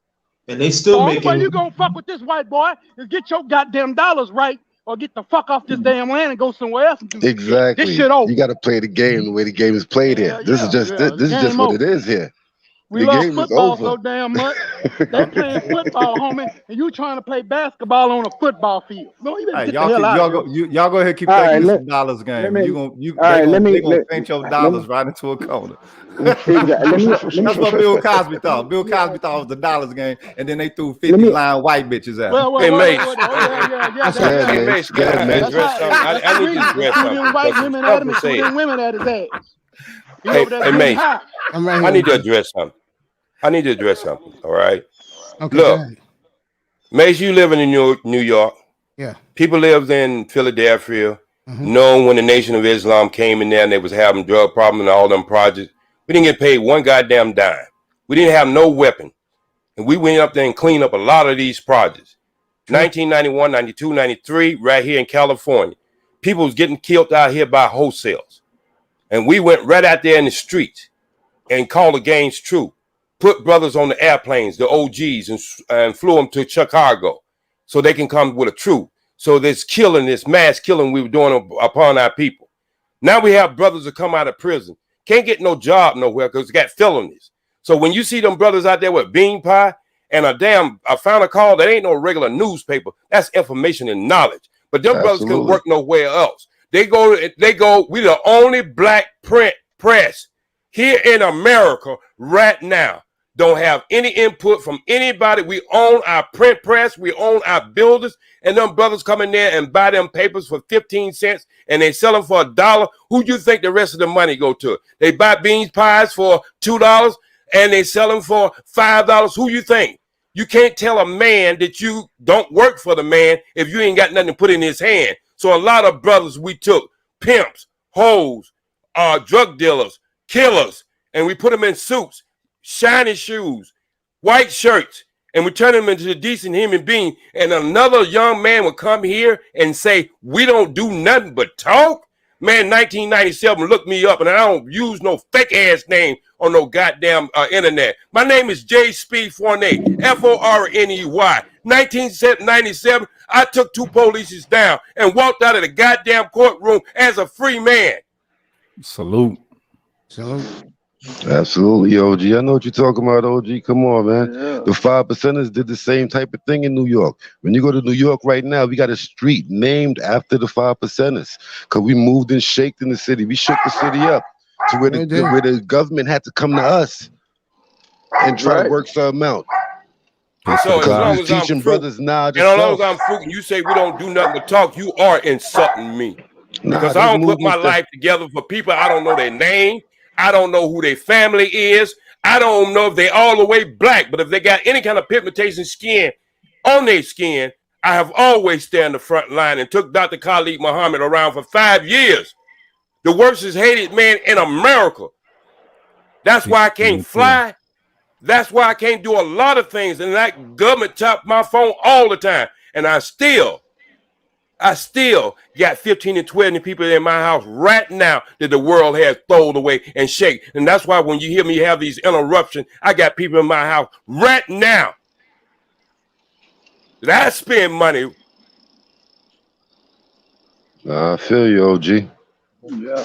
I understand where you're coming from, sir. Yeah. Nah, but on a bigger picture, the divide and conquer mindset is instilled in black folk. That we can't come is going to be very hard. This is why the group that I come from, or who I know I am as the 5%er. This is why we call ourselves 5%ers, because we only know it's going to be a small group that's going to live a life that's positive or just a comfortable life. That's all you're really striving for. Everybody's just striving to have a comfortable life, and that's all on you. You create that life that you want. Law of the land, there ain't too much you could do about the law of the land, especially with what y'all trying to say, take over. There's not going to be no takeover. That's over. No. But that's the thing. That's the thing. It ain't about being no takeover. It's about planting yourself in this nation where they respect your humanity. Money ain't finna do that. Do me a favor, Mace. Do me a favor and big up my emblem. That's you know that's on my talk box. I want to show everybody I can tell something. you this. It ain't gonna do that, but that's a start. Somebody told me the white folks ain't getting no power without no money, boy. Yeah, because it's state motherfucking system. So I want y'all to take a look at that. Y'all take a look at that. Somebody tell me, anybody, random person, just tell me what you see there. I'm trying to put it together. Hold on. All right, I see police. And is that a black man in like an alley? Yeah. That's what it looked like. Yeah, that's two police and a black man in the alley. It looked like they're about to gun him down. Yeah, that's what I see too. What else you see within? I think the brother's upside down, is he? Nah, he ain't upside down. Brother, I seen the brother bringing the walls down. Nah, what you see behind him is the city, New York. Okay, I see that, New York, yeah. You see the moon in the background. Yeah, I see my hometown. There we go. Right, now look at the shadow that is creating on him.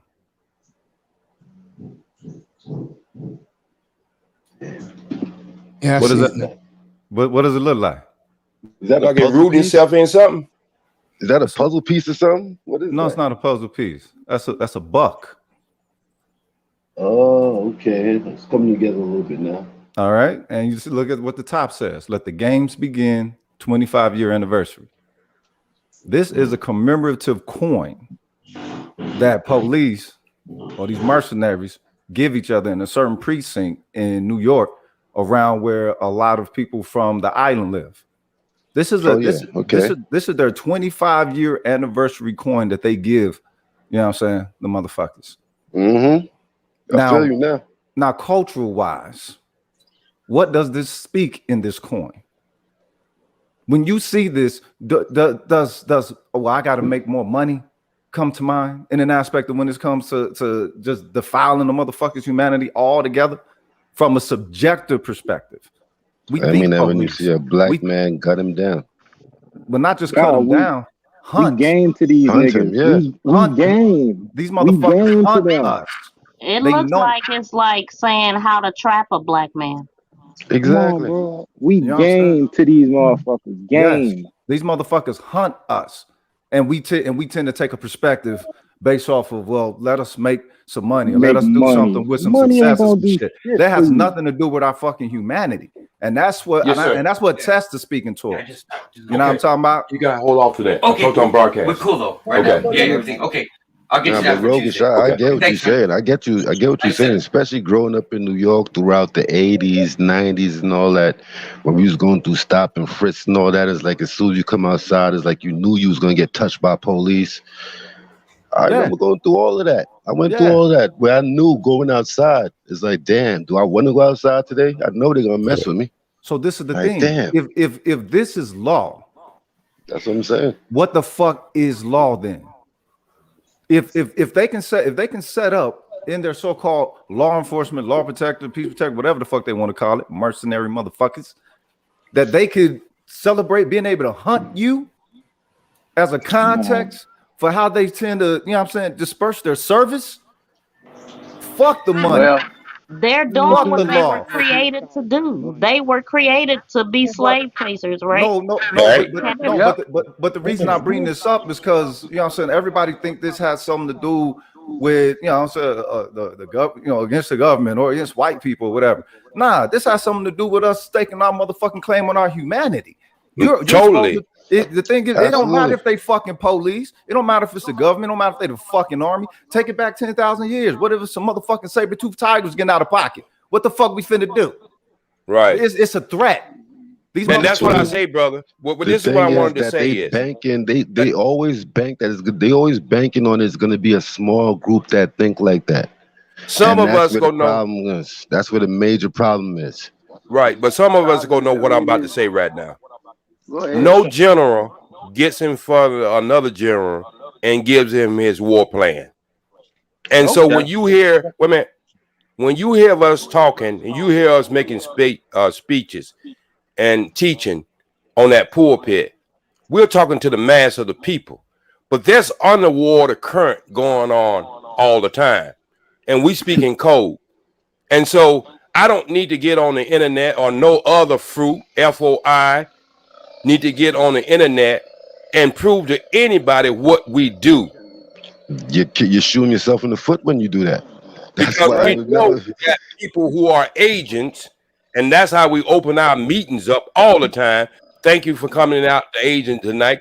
Thank you for coming out the FBI tonight. I don't know who the hell I'm speaking to when I come on these internet. Yes, sir. You understand? OG is like the saying went back in there. I don't know if I'm saying it right, but the revolution will not be televised. Right. And so what we got to understand is, my whole thing is, regardless of what you might feel about an organization or a not organization, that's cool and fine. That's your own personal thought. And if it's part of your family and part of your group or part of your race, then you're supposed to have certain places you talk about that.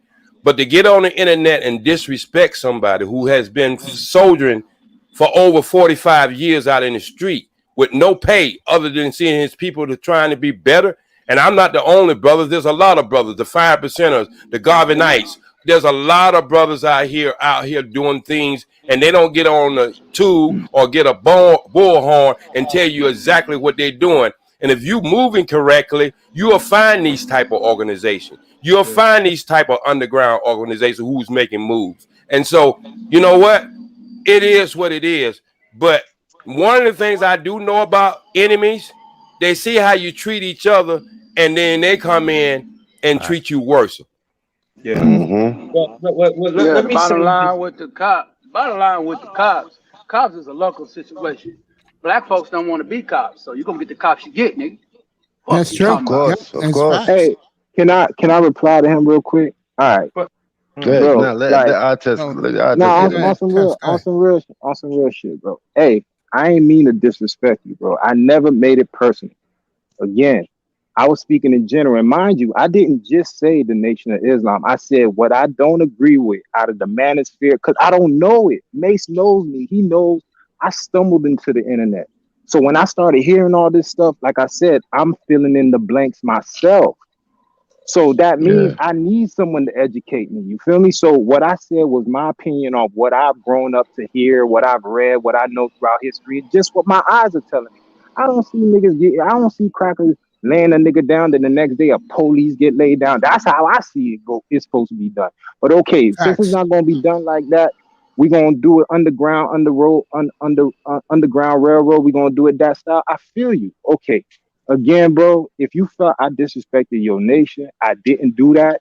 If you think I was personally coming at you, it was only after your reply, because your reply could have been a bit more, you know what I'm saying? You ain't had to be like, I'm gonna take what you said and throw it in the trash. I get it. We kind of started off on the wrong foot. I apologize, bro. But it wasn't coming at you directly. And if you put in, you know what I'm saying, you did what you did, bro, salute. And we need more of that. You feel me? But on the same plot, like, bro, you know what I'm saying? As a whole, nigga, we talk too much, my nigga. Like, we on this shit. You're absolutely, about hoes. he's absolutely right. Because one thing, on the wrong frequency. Because look, the last 20, 30 minutes, we've been on some, you know what I'm saying, on some other shit. But imagine if, as a whole, we was on that. You feel me? That's where the magic happens. That's where the magic happens always for us. happens small, brother. It takes a penny to run this country. People don't believe that. Pennies is what still run this country. That's why they still print them. Yeah. And so it's just like me, brother. When I first came into the knowledge and the wisdom, and Canaan, the God know what I'm talking about, because I came into that knowledge by the 5%. We learned more than 33% in the first meeting. You know, so when we understand, some people understand what I just said, and some people ain't gonna get it because I'm speaking in code now. And so what I'm saying is, my receipts, I think I'm one of the only guys who ever came into the internet and say, look, we dropped the ball on a lot of things, but we did a lot of great things too. And I understand that if our children don't know anything, that means we didn't teach them in the right way. I have always been responsible for that.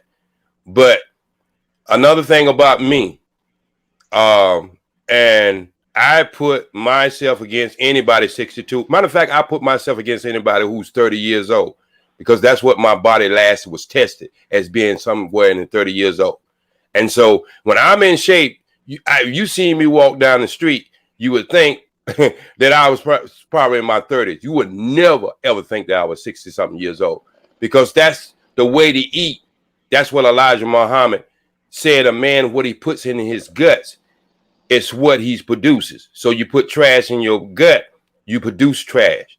And so I accept your apology. And I even apologize to you. You think when I said I throw everything up, but that's what I do. When I hear stuff, I throw it in the trash can when I have a reply or retort to it. And that's just the way I've been.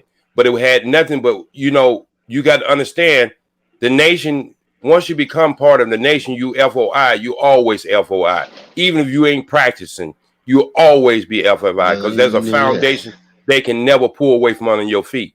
Nah, that's definitely facts.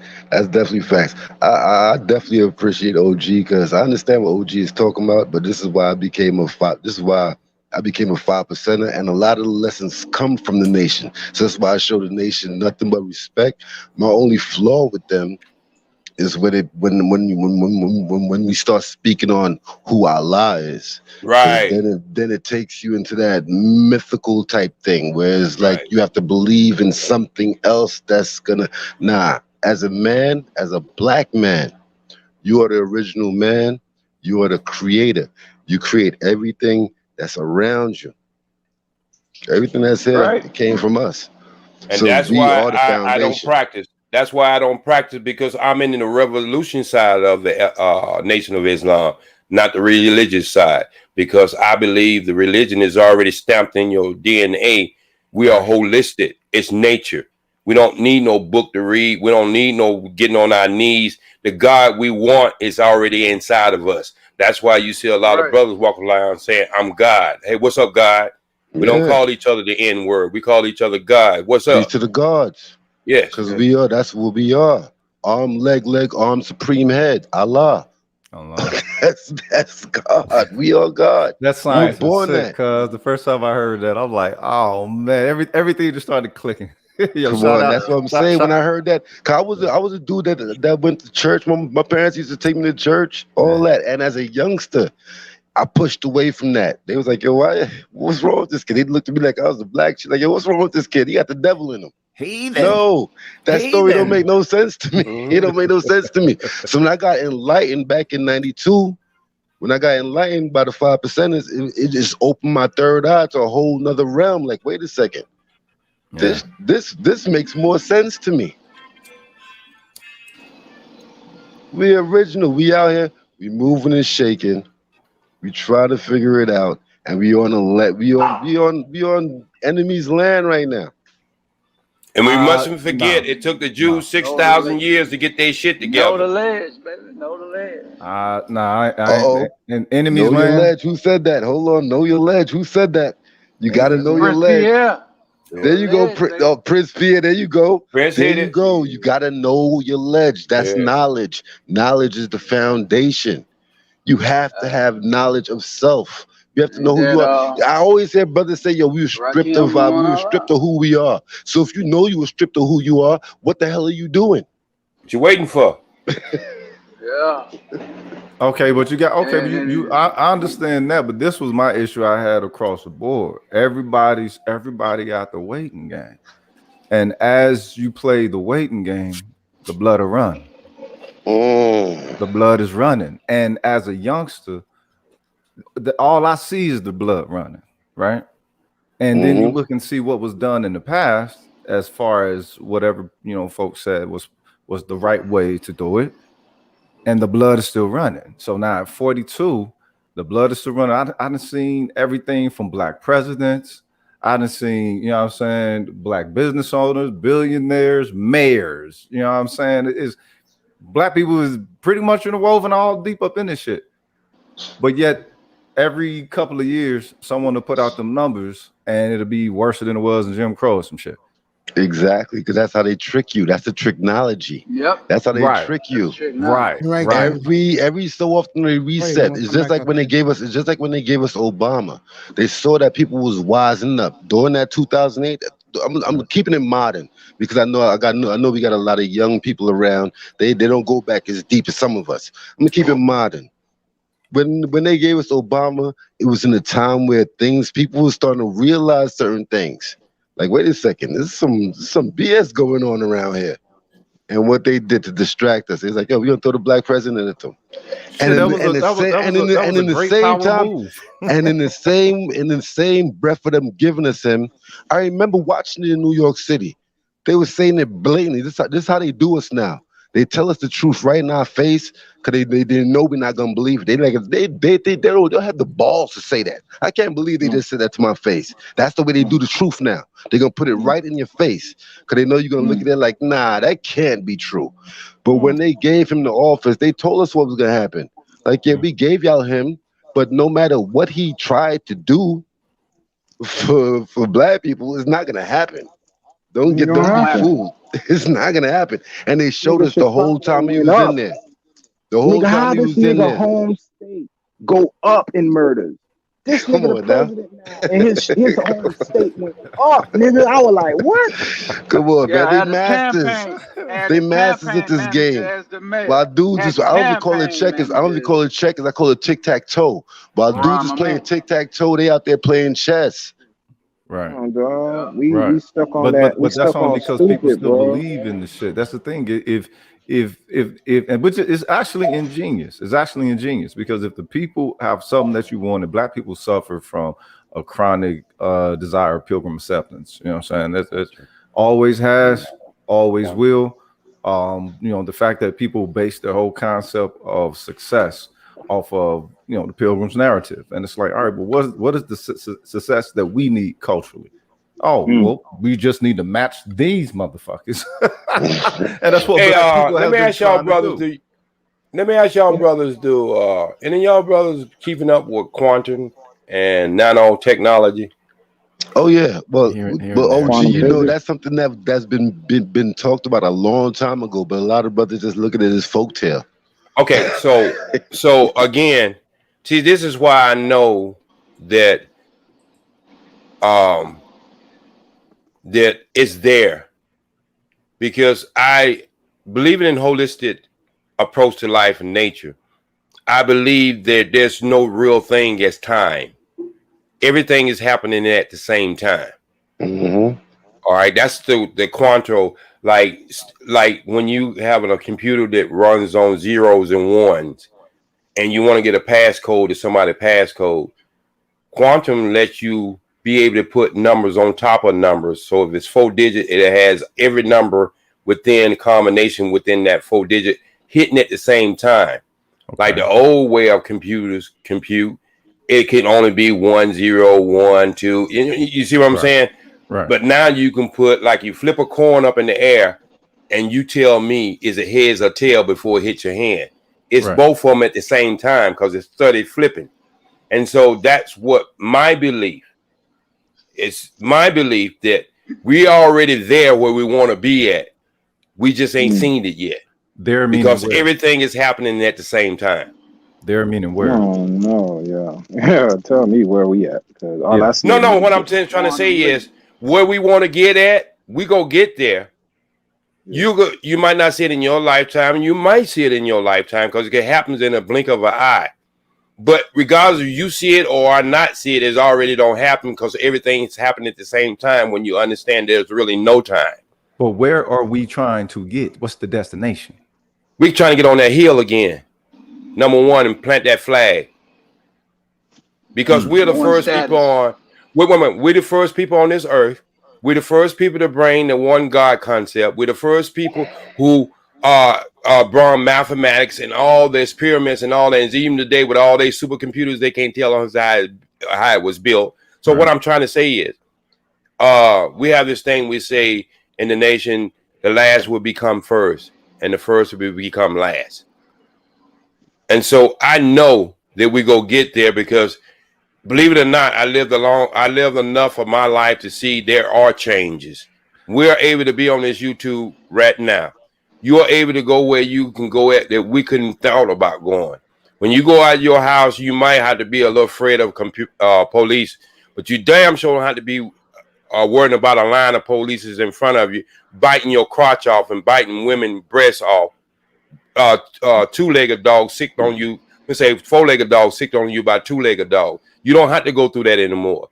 If you can walk in a restaurant and you don't get served, you can do something about it. See, back in the day, we couldn't. We get our ass whooped and get locked up. So for to say that we don't know history enough to know that there are changes. So you just saying the U.S. eased up? I'm not saying. I didn't say U.S. eased up. I said we stood up. They kind of eased up. You know why they eased up? Because they had to. Because the internet created a space where it made the whole world come off like one block. It's like we all live on the same block right now. That's what the internet did. It made a small. So it's like there's nothing that you can really hide no more. Before they used to be able to hide, so that's why they said that quote, like we put the truth in books, because we thought black men wouldn't be able to read. We mastermind that. Right. We was inventing stuff and being professors at their colleges. And they still come out. We can't read. Okay, but you got to take into consideration. What if that is not the destination that the youth want? You know what I'm saying? Bro, a guy put his knee on a guy on tape, on camera. This is what I'm saying. Yeah. Hold on. Let me just finish this thought. He put his knee on this motherfucker to let you see him kill this guy on tape, and he got 20 years or whatever the fuck he got. 23 years, bro. And back in the day, he would have got an honor badge. But when I'm that wasn't supposed to be. Yes, go ahead.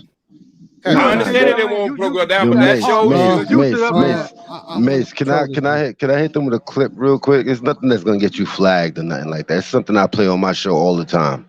Yo, but hold on, let Tess finish. I'm gonna let Tess finish. No, y'all good. Y'all kind of know where I'm going because the nigga sat there and did what he did, and the time he got was a spit in our face. So what I'm saying is, they're going to continuously keep doing these type of things until they see we not having it, bro. Like it has to happen. There you go. Like, thank you, it has to happen, like, bro. Yeah, you got it. It's a must. All black people saw that as an act of war. All black people saw that. That was an act of war, right? But most black people are acting like they don't want to acknowledge that. But every nigga saw it. Even Dave Chappelle saw it. Because that's why he said, "Who are you talking to?" in his special. That's the reason why he said that. Everybody that saw 984, whatever he called that shit, at that moment, that special, he says, yeah, all these police got all their hands in their fucking pockets. Who are you talking to? We all know what the fuck that meant. Let me hit y'all with a quick clip, real quick. Mace, I'm good on that? Or yeah, you go ahead. All right, listen to this real quick, y'all. Listen to this. You're right, dude, you're right. You're right. You're right. You're right. You talking about life in America? The way the rich get rich on the backs of the poor. The way it's been ever since we robbed this land from the Native Americans. But you got no right to complain about the very system you're supporting by picking up that gun and sanctioning the goddamn terrorists. More guns. And that clip right there comes from the brand new Purge movie that dropped. This is what I'm trying to say, where they put the truth right in your face. And they tell you to look at it like entertainment. They don't lie to you. They tell you what it is. I mean, they tell y'all exactly what it is to y'all face. That's not them telling on themselves no more, though. Really. It's Hunger Games. It's Hunger Games and the Purge out here right now. They know what it is. They know what it is. They know that they've been in control for so long, and they've been doing what they've been doing for so long that they know that with the black community is on autopilot.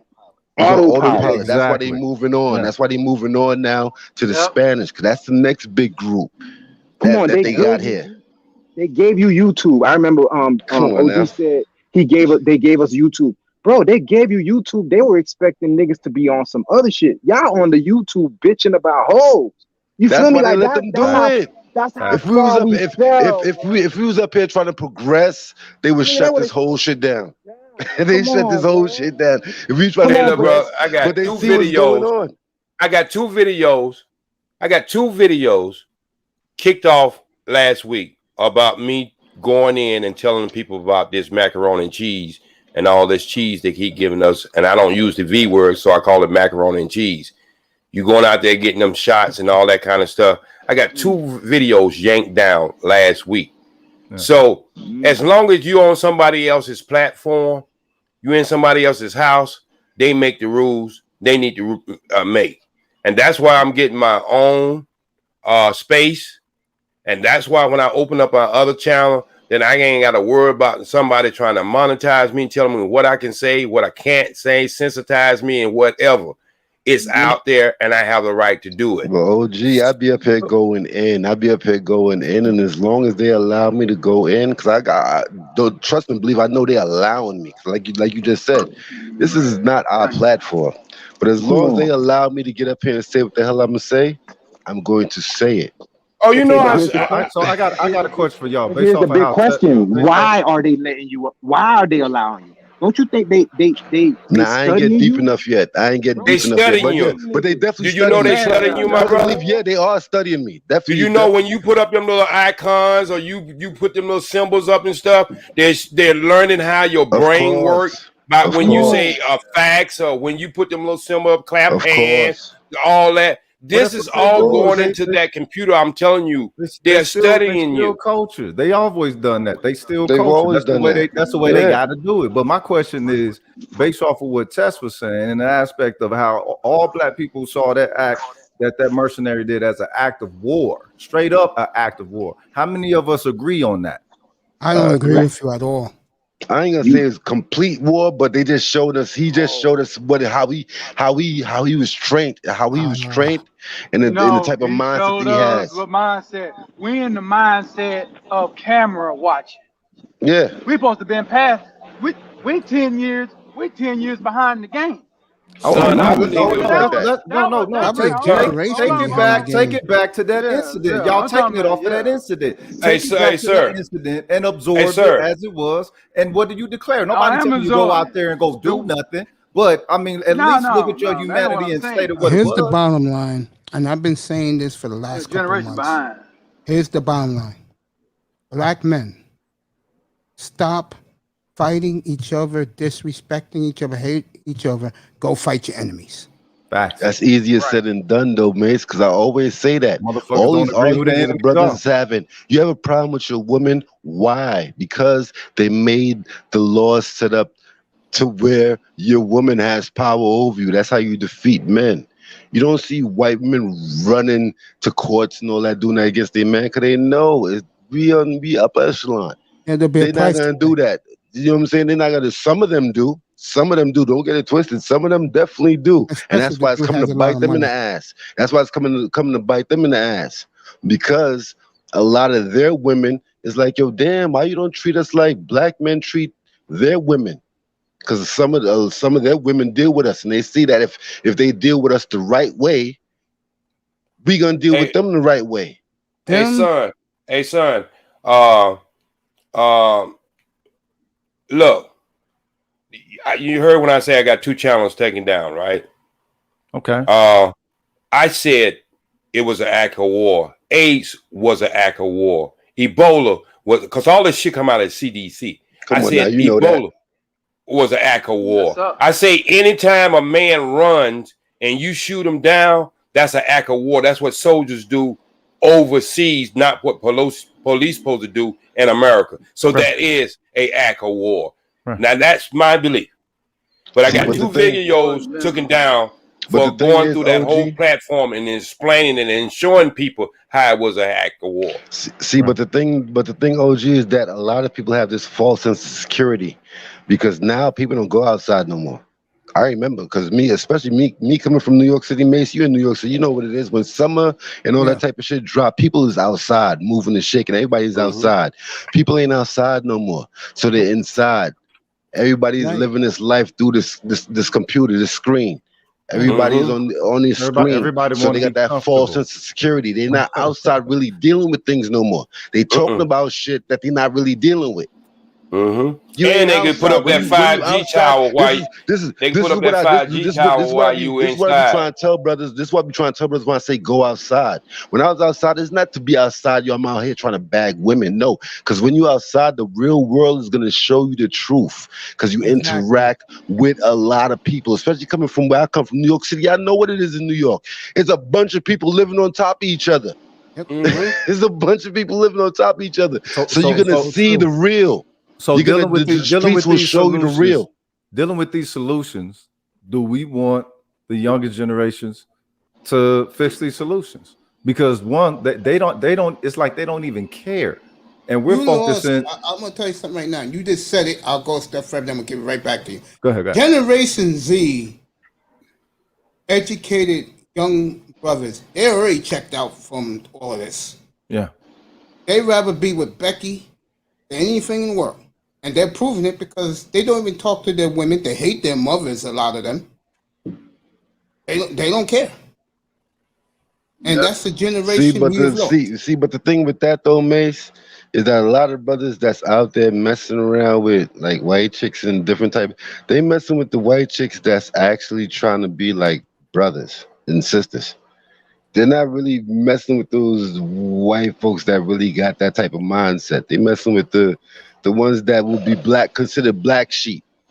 They would be considered black sheep. You hold up, brother. You think that? You mean to tell?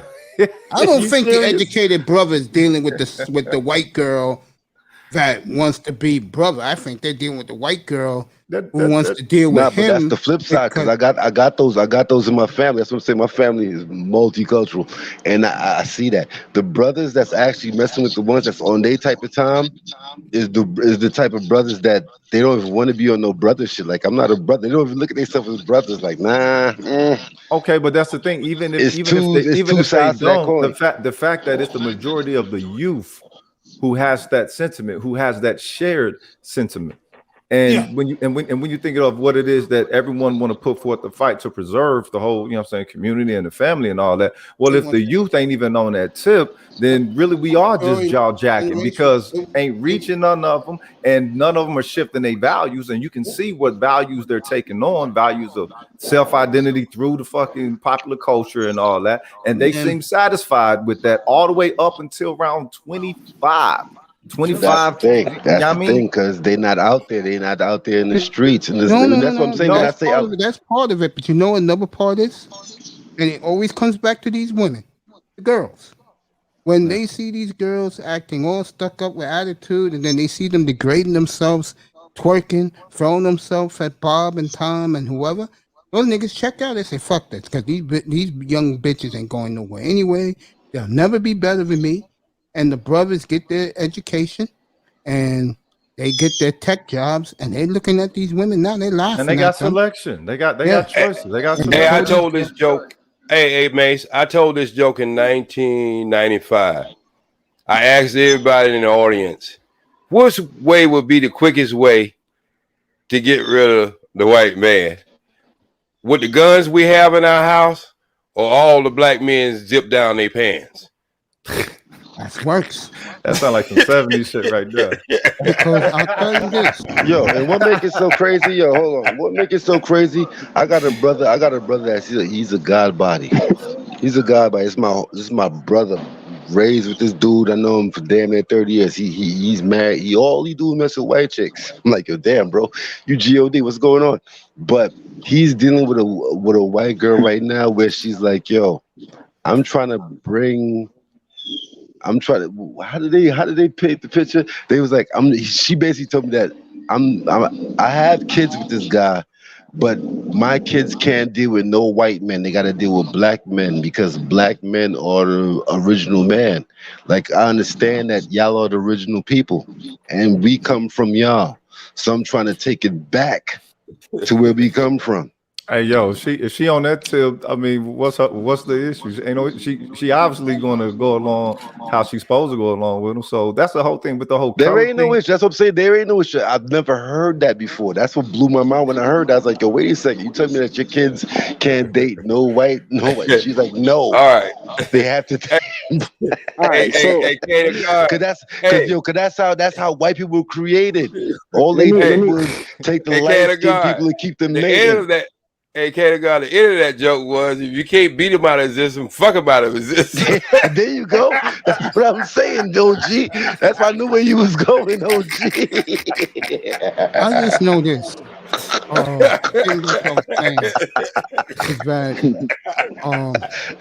Is what these young guys see is what I'll give it to you right now, Tess. What these young guys see at a young age. Like I try to explain to black women. One thing about black men that you don't realize until it explodes in your face. A lot of brothers don't forgive, don't forget. I can tell you right now, the brothers who are smart, they do not want nothing to do with these black girls and these black women. They don't. Because they on ratchet time. Especially, I call it the 4 corridors. The Caribbean, Europe, Africa, and North America. That's why the smart brothers, the brothers with money, they're all in Brazil right now. They're all in Colombia. They're all in Trinidad, bro. They are getting as far away from this place as possible. Yeah. But that's how you're going to make the difference. You're not going to make the difference in America. America is what it is. It's totally the law of the land. Yep. It's the law of the land. Relationships in America is based off the law of the land. Yeah. Hey, I test, boy. If I was trying to rally the troops, I'd say, hey, look here, man. I got 100,000 soldiers on front line, right? And ain't none of them got guns yet. And I say, hey, look here. Hey, Troy, this is Toyah, this is not for your ears. Toyah done ran for the hills. Okay, this is some funny shit right here. And MGTV. She did right. I got 100,000 troops in front of me, ITS sport. And I'm saying to them, I said, look, I didn't give y'all no guns. And they're like, why? Why the hell we gonna fight this battle? I said, go pick any white woman you want and just fuck about it. Oh man, OG, and I'm telling you, hey, I'm telling you right now, you will have more people sign up for the goddamn service. OG, you a trip. Only if it was that. I'm sorry. Toyah came back. Hold on, I thought Toyah ran for the hills. Toyah came back because it's Saturday with Toyah. My bad, Toyah. I'm sorry, Toyah. We got Toyah in the building. Yeah. Let's let Toyah speak. Toyah, what's going on, Toyah? How you doing? Good. How are you? I'm all right. I'm hanging in there. It's a good Saturday for me, you know. Yeah, I'm up here with Mace. It was a nice day. Parkway You outside. Toyah sound like she outside. You outside, baby, with the birds? That's somebody else in the background. Oh, that's me. Oh, okay. You got a hawk over there. You know what I'm saying? You got a hawk I over thought I there. heard something like that. You got a hawk over there. Oh yeah, he outside. There you He's go. always outside. Yeah, No, Toyah, that was a everybody- car in front of my place. I don't know what they were trying to do. Oh shit, damn, OG. Hey yo, I'm getting ready to mash out. I gotta go to a family gathering, but hey, Hey, thanks Rogish, for man, nice having you up here, bro. Don't be a Rogish, I've been stranger. on a couple of I've been on a couple of streams with Rogish, man. Salute Rogish, man. I thought Respect, Rogish, you got that Wesley Snipes. You definitely sound like Wesley Snipes. yeah, maybe a little bit, maybe a little bit. I thought I was talking to Blade. Yeah. Art Lustahl says I sound like George Clinton. Nah, you sound like Blade, man. That's why. Cause Sound I know like Blade. you. I know you had Wesley Snipes as your picture before. Yeah, you sound like Wesley. Yeah, that was you him. got that Snipes. That was him as Demolition Man. Simon Yeah, Phoenix, oh, though, you know what I'm Demolition Man. I'm glad you brought that up. I'm glad you brought I ain't that about up. no Rogish. I ain't about no heroes, cause it's all villainy over here. There you go. There you go. I'm glad you brought that up, though, Rogish. Simon Phoenix. Simon Phoenix. There you go. Salute to Rogish, though, man. Salute to Rogish, man. Thank y'all That's my guy right there. for the sharpening. To Toyah, thank you for sharing how you shared. You as well, Mace, and you as well, Miss V. Hopefully this ain't the last time we do this. So, Yeah, hey, where Miss V at, though? Miss V. Where Miss V at? Miss Alright, V, y'all Toyah take know it. I like her already. Toyah already know I like her. I'll talk to her tomorrow, out later tonight. Y'all take care and puff pass. You take it easy too, my brother. Your Peace. family gathering, bro. Yeah. But I kind of like that. I mean, I didn't want her to fall off, but the two women fell off when they seen the men's getting a little heated in conversation, and that's good because then there's no boasting chest on either side. We're talking like men then, and then we was able to feel that out, get it straight, and then now the conversation is on the level where we wanted to be at now. OG, Dude, I respect them. OG, you know how many female subscribers I lose because of stuff like that, bro? Yeah, but you know what? I understand that, Mace, but this is a good lesson for women and children that we all look, man. I got upset with my mom and my dad in my house, and they the person who birthed me. I always get And so tired of my mom in my house, bro. we She's can here right have, now. you see what I'm saying? We can have discuss. It's not what happens, it's how you cure the problem. See, that's where the solutions always come in. He was able to come back and realize something. I was able to come back and realize something. And then now we can learn from each other. Yeah, see, this is that's what solid. we don't have things that we can deal with in a long haul, and we just hightail and run. So if you lost people and subscribers for that, Mace, they wasn't made for your channel. Subscribers. You're supposed to lose those subscribers. I tell you when the sisterhood gets very sensitive with me. Not when I bash them, but when I destroy the simps. They hate when I do that. Because they love Sims. Oh my God. They love. That's what I mean. You see, based on what y'all saying, me and that man, if either one of us was a bitch, it would have went left. Right. Two I men. respect both of y'all brothers, You know what I'm man. I saying? respect both of y'all brothers. Two men gave their points and they learned from it. A bitch is just gonna hold a grudge and turn it into something. That's what you tell Yeah. Make Toyah, videos I'm about going what back to happened Toyah. and I don't all know that what y'all stuff. Still doing. are talking it out. I don't know And what see, y'all that's the doing. I'm great going back to thing Toyah. about maturity. That I it don't know what y'all allows doing. you to work things out. I mean, people deal with it every day going to work, and they don't just quit their job. They put up with a lot of stuff more on their job than they do with each other.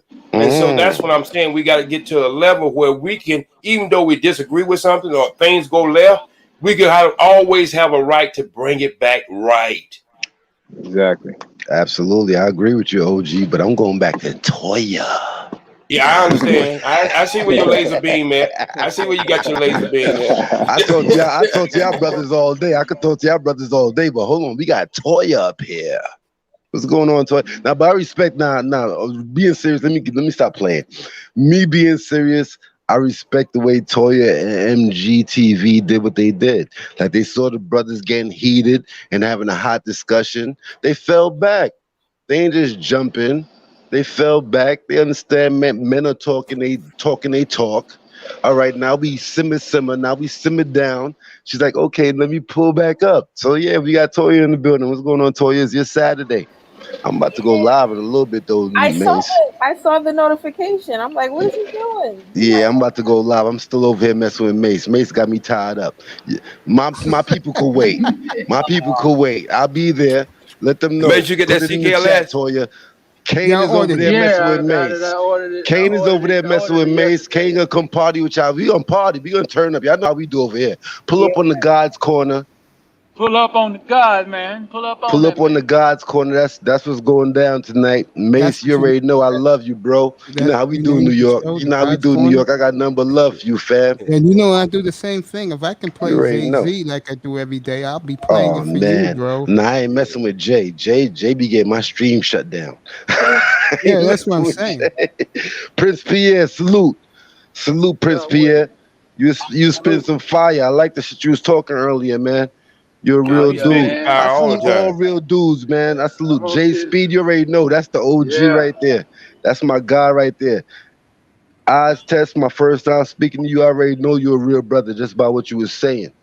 Just by what you were saying, I understand you're a real brother. I Solid. test one of them guys. He gonna give you the eye test. He gonna test your metal. Yeah. I like that. I like that. There you go. I like that. That's why I was going like this to calm him down, bro. I like that. This is I tested all my lieutenants and captains. Shit, so I know how this shit go. OG done came up here and got me sparked up. I'm over here going hard with y'all, but I got something going on. Put that game down. Yeah, there you go. He gonna make you reminisce about shit. That's what I like. I like reminiscing. Make you remember about Dr. Khaled Abdul days and all that shit with motherfuckers out there stopping down. Oh, you guys, since you guys are up here, I'm gonna do it for. No, I'll do it for her on Friday. She won't be on next week because she's celebrating her 23rd birthday. Happy birthday! Happy birthday. Yeah, That's all, Toya. That's all. 23. Not Toya capping. Hold on, Toya. You that serious? Of course, I'm capping, but I respect 23. women. Damn, Women Toya, don't I'm like pulling their up. real Toya, age I'm out pulling there. up. I'm pulling up, Toya. We going on a date. You gonna be at the 23 and We going on a date, Toya. Prince, let's go, bro. No. I'm gonna be at the beer Man, burger. I don't know what's up with this man. I mean, let's get something straight though. I don't have no problem hollering at Toya, but I never even. I was just high side motherfuckers that was hating on the avatar. I really ain't trying to holler at chicks on that shit, bro. Prince Pierre, cut it out.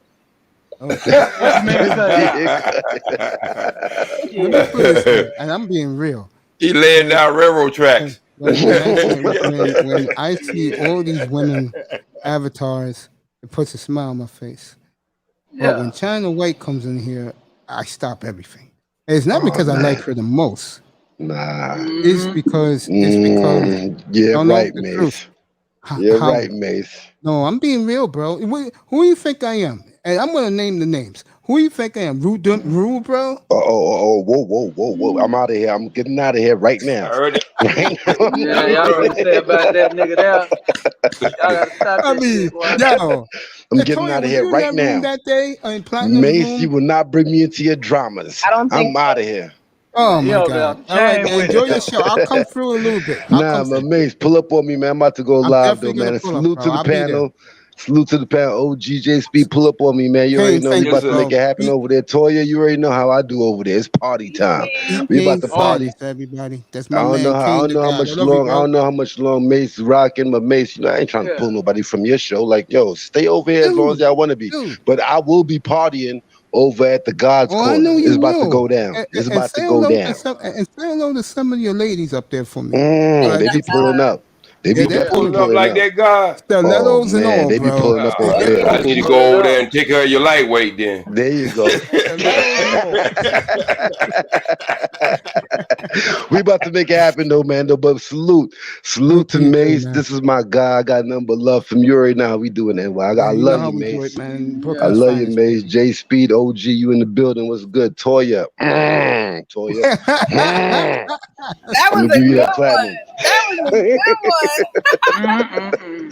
Prince Pierre, what's good? Salute to Prince Pierre. I test.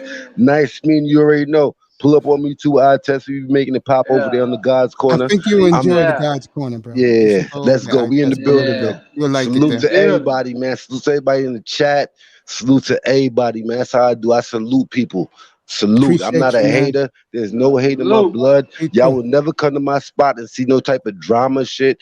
I got nothing but love for all my peoples. Let's go. We in the building. It's Kane the God. I'm out of Have here, a great man. show. I'll be there a little later. Yeah. I eat my second giant bowl. Get to the not bowl, chopper. second Right giant quick. cup of chocolate cookies and cream ice cream a little bit. Hey, man, so when you get that medicine, you make sure you let me know, man. I'm going to come on and I'm going to show y'all the best ways to use it. Because a lot of people can't get down that 16-ounce olive oil. So I'm going to show you an alternative, and it works just as good. And so you let me know, because I know there's a couple guys in your channel that night did order it. And so I like to come on and show y'all how to do that 5, 4, 3, 2, 1. Yeah, Prince did it too. He ordered it. He told you earlier in the chat I ordered the pills or whatever. I'm supposed to order something else. Yeah, I ordered the pills. Yeah, that's all you need right there. And I'm going to tell you the little other stuff you can get from the grocery store. Like you need 100% maple syrup. That's number one. And you need to get some fresh lemons, not that stuff in that green bottle. I don't know what the hell that is. But yeah, you need real lemon. And I'm going to show you some things that you can do. And you're going to be amazed within 7 days what happens. Okay. And I hope y'all get it by Monday, because I'm going on my fast Monday. So I'm trying to get down to about, I guess about realistic, maybe about 41. Okay. 41 in the 6-pack. I think I'd be cool. Okay. Yeah. All right. And Troy, I have some things that been on the back burner for so long, and they're ingenious ideas as far as formatting movies and movie scripts. But that one I want to do is the book, and I'm pretty sure once you start talking to me, you playing it, you trying to play it down, huh? Once you start digging in my head and my brain, you be saying, man, I can just cut on a recorder and write 5 or 6 books just listening to you, because I have had a lot of experience working in Hollywood radio with people all over the world, and you'll find out I have some stories. I can just give you one idea. I got one idea in my head, from the strip club to the Nation of Islam. Now, who wouldn't want to pick up that book and read? From the strip club to the Nation of Islam. There you go, baby girl. I like that. We gonna work together. Yeah, but that ain't the big one. That's just the one I could put out there. That ain't the big one. We'll talk about the big one. Okay. All right. So anyway, I'm gonna go ahead and let y'all bow out and let y'all have a good. Hey, I Test Sports. It's nice talking to you. I'm glad that we got on the same wavelength, because alignment is very important in life. And Mace, do your thing, and Toya, I'll be looking to hear from you. And Prince, you know you doing your thing over there. So when you get your pill, you make sure you tap into Mace, and then we all can get on at the same time. We can go through that little process I do. And then y'all can show y'all fans, or the people who listen to y'all, the people who know y'all, how good it worked. I don't make a dime off of it. Appreciate you. It was great today as always. Appreciate you for the information. Appreciate you, go guy. Yes, sir. Man, salute. All right, salute. Salute, man. Prince, you sure, bro? Prince, no, you man. sure? Sure about what? You got nothing to say to this beautiful lady right here? No, I got a lot to say to this beautiful woman, man. I mean, shit, but hell, y'all. The stage is yours, bro. I'm gonna go eat some ice cream, bro. Stop rubbing it in, Macy Dad. All right. I mean, just talk, bro. Me and I Test will talk a little later about football. We got Dolphins to talk about beginning whenever he's ready. Yeah, I Test dropped off, so it's all yours, bro. I will be back in a few minutes. I'm gonna let these two talk. Let me go get my ice cream, and then I'll let you two talk. All yours. I'm out of here. All right. What's going on with it? Hi, I think you. I don't know if my connection is bad or if your connection is bad.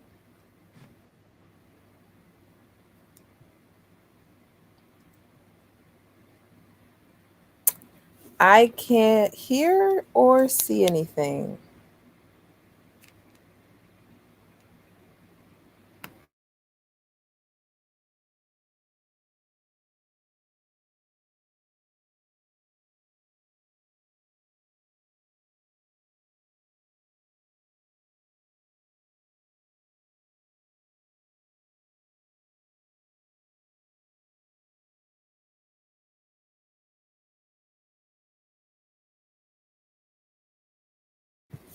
I'm guessing it's my connection because I don't know what's happening.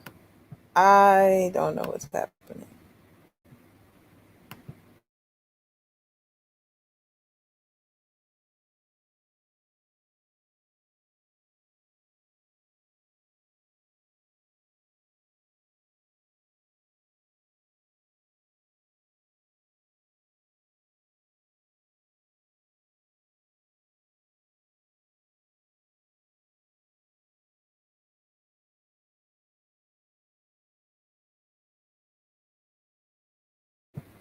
Can you hear me?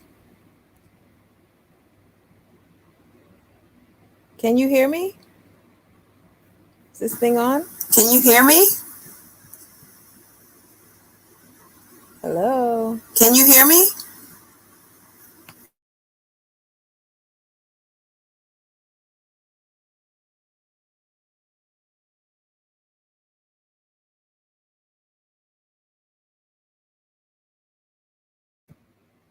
This is really weird.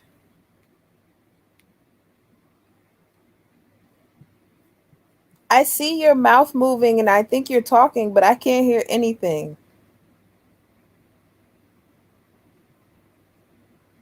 Aw.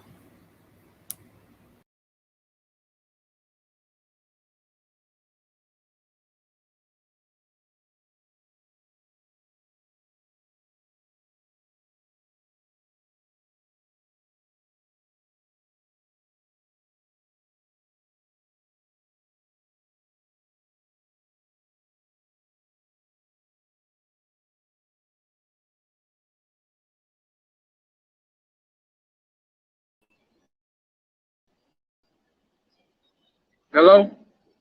Man, let me go out and come back in. Mace. Yeah. Yeah, my reception.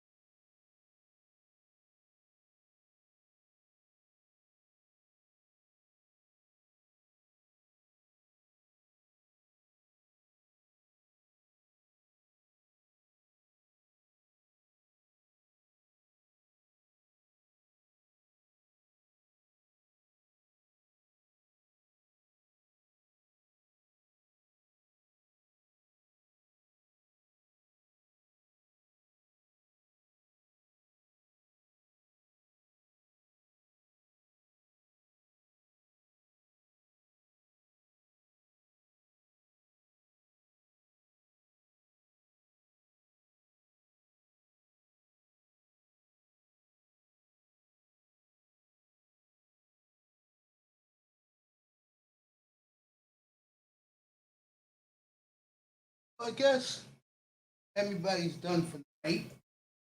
So am I. Guess everybody went to Kane's room. So I'm just going to say this. I want to thank everybody who was up here, the beautiful LaToya, MTGV TV, Kane the God, OG, iTest,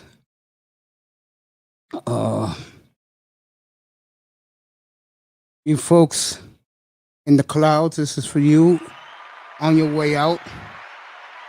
She was coming up here. iTest is back, so I'll roll with him a little bit. Me and him will be together for a little bit. Everybody else left. Nah, what's the name? PL sent a lady Mac down and then yeah. The reception fucked up, man. I was mad too. I was like, damn, I'm about to see my boy Pierre lay the Mac down. I mean, my man was telling me for the last 2 weeks he's feeling her. And I told him, bro, it's Toyah. And I told him, bro. You see how I left, bro. I was like, oh, yeah, we both left, bro. I left. Let my dog do his thing, man. Yeah, that's why I left and put it like with my logo up, and I walked out. I didn't even listen to the conversation. They were hating, man. The internet was hating on them. That's a damn shame. I want to thank the beautiful Miss Toyah. Remember, it's her birthday next Saturday. It's my mother's birthday next Saturday. So I'll be taking Mom to the steakhouse next Saturday. You know, the internet don't like black love.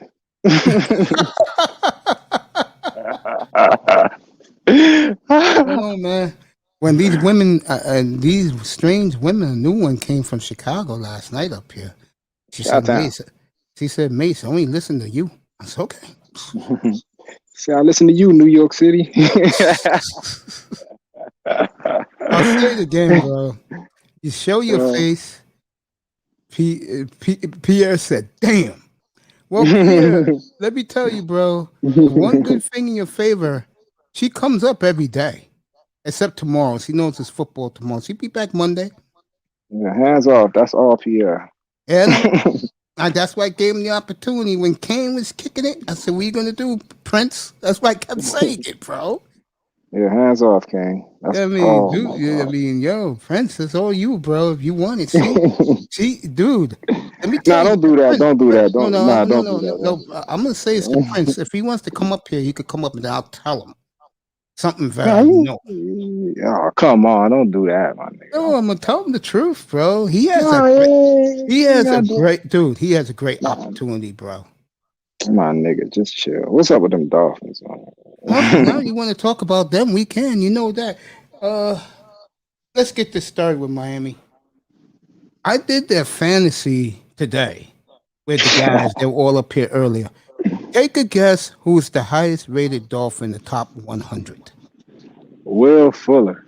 Nope, he was 91. The rest of them are in the hundreds. Yeah, man. Now look at this. Now, you can hear me now. I was trying to make my proper introduction. The motherfucking internet fucking with me, man. Boy, the cap of the internet, the cap of that bitch ass motherfucking goof. Fuck you, now I'm gonna I got great news for you, bro. What's up? Your lane is wide open for you to get that. I'm dead serious. Okay. I'm being honest with you, bro. She don't like these fucking ignorant morons who be trying to kick it to other platforms, bro. She don't. Oh, no, yeah. I ain't tripping. I was just saying shit. I was gonna goddamn me spit it out. I wasn't worried about what Kane was doing. I know Kane was capping, man. So I wasn't worried about that. So we gotta stop capping around here. I'm like, no, let me tell you right now. I'm being real with you. I think Kane sees what I see. And what that is if you're gonna kick it to that woman, you better be seriously into that woman. Oh, absolutely. I mean, because she's the type that what she's been through, she don't need her heart broken, bro. No. Like in other words, don't be. I'm not talking about you, Prince. Don't be the dude that she trusts you and you tapping that, and then the next thing you know, she finds out you're tapping Shaniqua down the block. That's not gonna be a good look for that guy. Be a guy that you want to work something with her, and she will be all in. Like that 375-pound idiot, the trucking guy. The way he talked to her 2 weeks ago, I'm like, bro. Yeah, I was I was sitting up at a good reception, mate, but just when everybody started talking crazy, we got getting into the debate. And then I had to finally move. So I had to, I'll get that for you again, but the lane is wide open, bro. If you want, it's like Emmett back in the 90s running behind that wall, bro. Yeah, that's how it's like for you right now. Don't Leon let it. All I time. put in a good word for you. You want to run behind that line, Here's my though. boy, man. I guess we're gonna be here for a while. Here's my boy right here. You know who he is, I test. Prince knows who he is. Who else would it be but the great Mr. Miami 305? What's up, brother? Shots fired. Hey, guess who did shot fired today? Who's that? Toya. Mm. She said shots fired. Bang bang.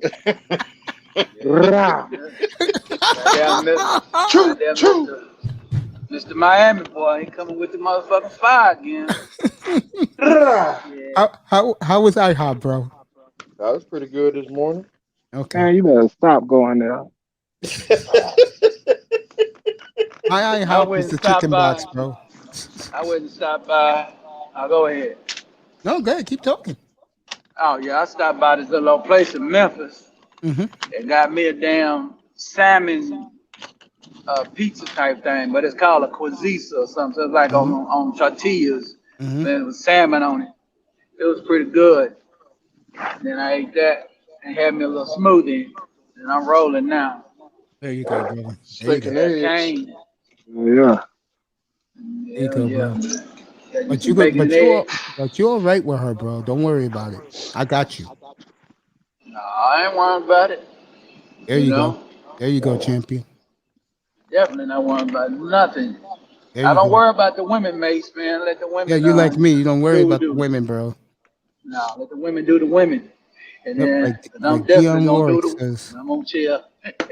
Like Dionne Warwick says, walk on by, baby. Walk on by. That's right. Just keep walking. Don't even pay no attention. Toya, I love you, honey. I'll see you Monday morning. Or are you gonna pop in here tomorrow? And Well, like Bobby Womack say, you welcome. Stop on by. Oh man. What's on your mind now, Mr. Miami, man? I know you ready for tomorrow night. I know you ready for tomorrow. Ready for tomorrow morning, ready. bro? I'm Yeah, ready. we'll be full throttle in here tomorrow morning, bro. I am pumped up. 11 o'clock Eastern, folks. I am so pumped up. I mean, it's here. I waited, a bullshit 3-4 months after the draft. You know? Now they're back. We ready since January. I test want to talk about the Dolphins. We'll do it. We'll talk about everybody. We'll do it right now. Getting back to the fantasy rankings. I was not surprised that Gilsicki was 113. I was not surprised that your boy, number 11, was 121. Damn, they try, huh? Hey, Waddle was 166 and Tua was 159. And that nigga should be 199. Yeah, I said it all along, gang. I said it all along. If you're gonna play fantasy football this year, do not pick Miami Dolphins. They just don't cut it in fantasy sports, bro. They haven't cut it since Ricky was there. Nah, Lamar used to give me some points. Lamar Miller, yeah, he was good. He was decent. Yeah, I would agree. No else is giving me points. Brown didn't get y'all no points. Who? I wasn't playing fantasy then. Who? Ronnie Brown would have got points, bro. That nigga. Oh, Ronnie Brown was 15 years ago, bro. That was a long time ago. But when he had Ricky with the Wildcat, yeah, but Ricky's Ricky, bro.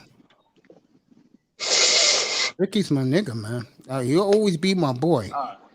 Yeah, you believe John B. that he's solid. How the hell is this clown higher than any other Dolphin player? He should be the lowest. What about Wallow? Wallow's 166. Dang. I did it today for Pete and who else was up here, the Dolphin fans? Somebody else was up here. And I did it for them. They were in disbelief. Who is it? Say again? Who is it? What do you mean disbelief? Like why they said? No, who's the highest? Oh, Gaskin, 47. What the fuck? Then 91 is what's his face. 91 is Fuller. 113 is Gilsicki. 121 is Parker. 159 is Tua. 166 is Waddle. How the fuck is Gaskin 47? Damn. Because they value the running back position. That's why. In fantasy football. Fireman's Damn, number one. so if Fireman, you he's gonna a join the league? John B, you gonna join the league? Let me know. Fireman John B. It's gonna be called Laurel's Warriors. Laurel was such in pride today, and he was up here early this morning. Laurel's Warriors. Yeah, that's gonna be the league, the big money league with me against him. Yeah. And anybody else who wants to join. I know JB wants to join that one. A couple of guys wants to join that one. Manzano chickened out. Mace, could you make a league where it's for fun? Pull your pants up, nigga. I know Prince will pick you, but he'll probably Prince. Which one you gonna join? The 8-team league or the 10-team league? 10 teams. Damn. Niggas. Mace, is Bird overrated? No, Bird was one of the all-time greats. Yeah, man. I'm gonna put the leagues together tomorrow while I'm on the air. Well, you're gonna see me typing and doing stuff. That's me doing the league, bro. This week I promise, gang. I will do the fantasy quarterback rankings, top 20. If you play in the 10-team league, top 20. You guys will like. I'm gonna upload a video. I'm gonna shoot it probably Monday morning because Tuesday I'm a little busy, so I'll do it Monday. You're welcome, Manny. You know that. Bird's an all-time great, man. Larry Bird. Ooh. But getting back to the Dolphins, yeah, I don't know what to expect. I'm being honest. Man, I that think defense their defense is championship ready to go, but the rumors, when the smoke, they fire. Philly, Dallas, they want your boy. Stop it. Keep him. Need X, man. He the key. You take X out of it, we kind of in flux, man. Because I don't trust Byron Jones. I had an argument the other night. Got some pushback about Xavier Howard, and I was telling the guy that I forgot who it was up here that night, and I told him, bro, have you seen the guy play? I said I was down on him too until I had my Dolphin guys up here last year, and it was eye test who kept telling me, yo, he's better than you think, Mace. And again, I can't get out of my head the interception he did in the end zone against Tyreek Hill, man. Even Tyreek Hill couldn't believe that shit. I handed that nigga. Give me that. And a big Oh yeah, shot. that Dolphin defense that day, they were balling. They He the fucked up key. on Holmes 5 times. They intercepted him 3 times. He the key, man. 4 turnovers. 5. What team can't win with that? The Dolphins because of the quarterback situation. Damn. That shit had me like, man, this nigga, he's supposed to be the great hope. But Howard's contract may be too big for you with the Eagles. But here's my thing, bro. He's under contract, right? I'm on some Lalo shit now. 1 more year. I Fuck look, that, man. guys thought it was a joke, and it wasn't a joke. You should have heard Pete earlier today. I've been on guys since 11 o'clock, so I've done 9.5 hours. Yo, let me tell you, Pete had to stay quiet. The second Jason Sanders' contract was signed, my man's agent said, "Bill, about my man's extension." You guys think it's a joke? The kicker is the best player on the team. You could no, he is. You could say Howard too. Both are the best players. That's why Howard's agent got mad and went up to Chris Greer and said, "Bill, about my boy." Right after he signed that contract that Friday, bro. Dude, I'm predicting it right now. I broke the story. That contract y'all gave Jason Sanders, he gonna fuck up this year. Watch. No, it's It only. always, Yeah, go ahead, Tess. Sorry. no, it always happens. Every time y'all pay a kicker, he fuck up the next year. Missing field goals. I Missing think he's going to extra be point. okay. If he was making, let's say, $5 million, yeah, I can see him be under the pressure. But only making $2 million, he'll be all right. So why the fuck They would gave that him a extend? $10 million signing bonus, bro. That's the problem. That's what I'm saying. For why did that bother this nigga? Come on, nigga, sit his ass down. He got one more year. I thought we extended him 3 years. No, man, you got one more year. So Jason Sanders. No, I'm talking about Xavier Howard. Man, I'm on some Laro shit, nigga. Sit down and play. Might get a chip out of it this year, man. Be quiet, yeah. I'll say this: if Tua plays well, like I was asking, who was up here earlier? Somebody was up here. Oh, Flipside Fishing was up here. That's who I was talking to. Flipside. He was here with the Dolphin contingent. They were here earlier this morning and early afternoon. And I said the flip side, if Tua gave you 27-7 and 3,700 yards, would you take it? And he said, as long as they're winning. I said, I promise you, if he does that, Dolphins are winning 12, 13 games. Are you going to take it? Take it. Yeah. He does that. If he does Baker Mayfield last year, Miami's winning 13 games, bro. Because I saw something that I saw, and he's right. Who's going to throw in that secondary now, bro? Nobody who can throw on And my this kid signed his contract yesterday, and Tess, he wasn't up here. I was ranting and raving about how good Holland is.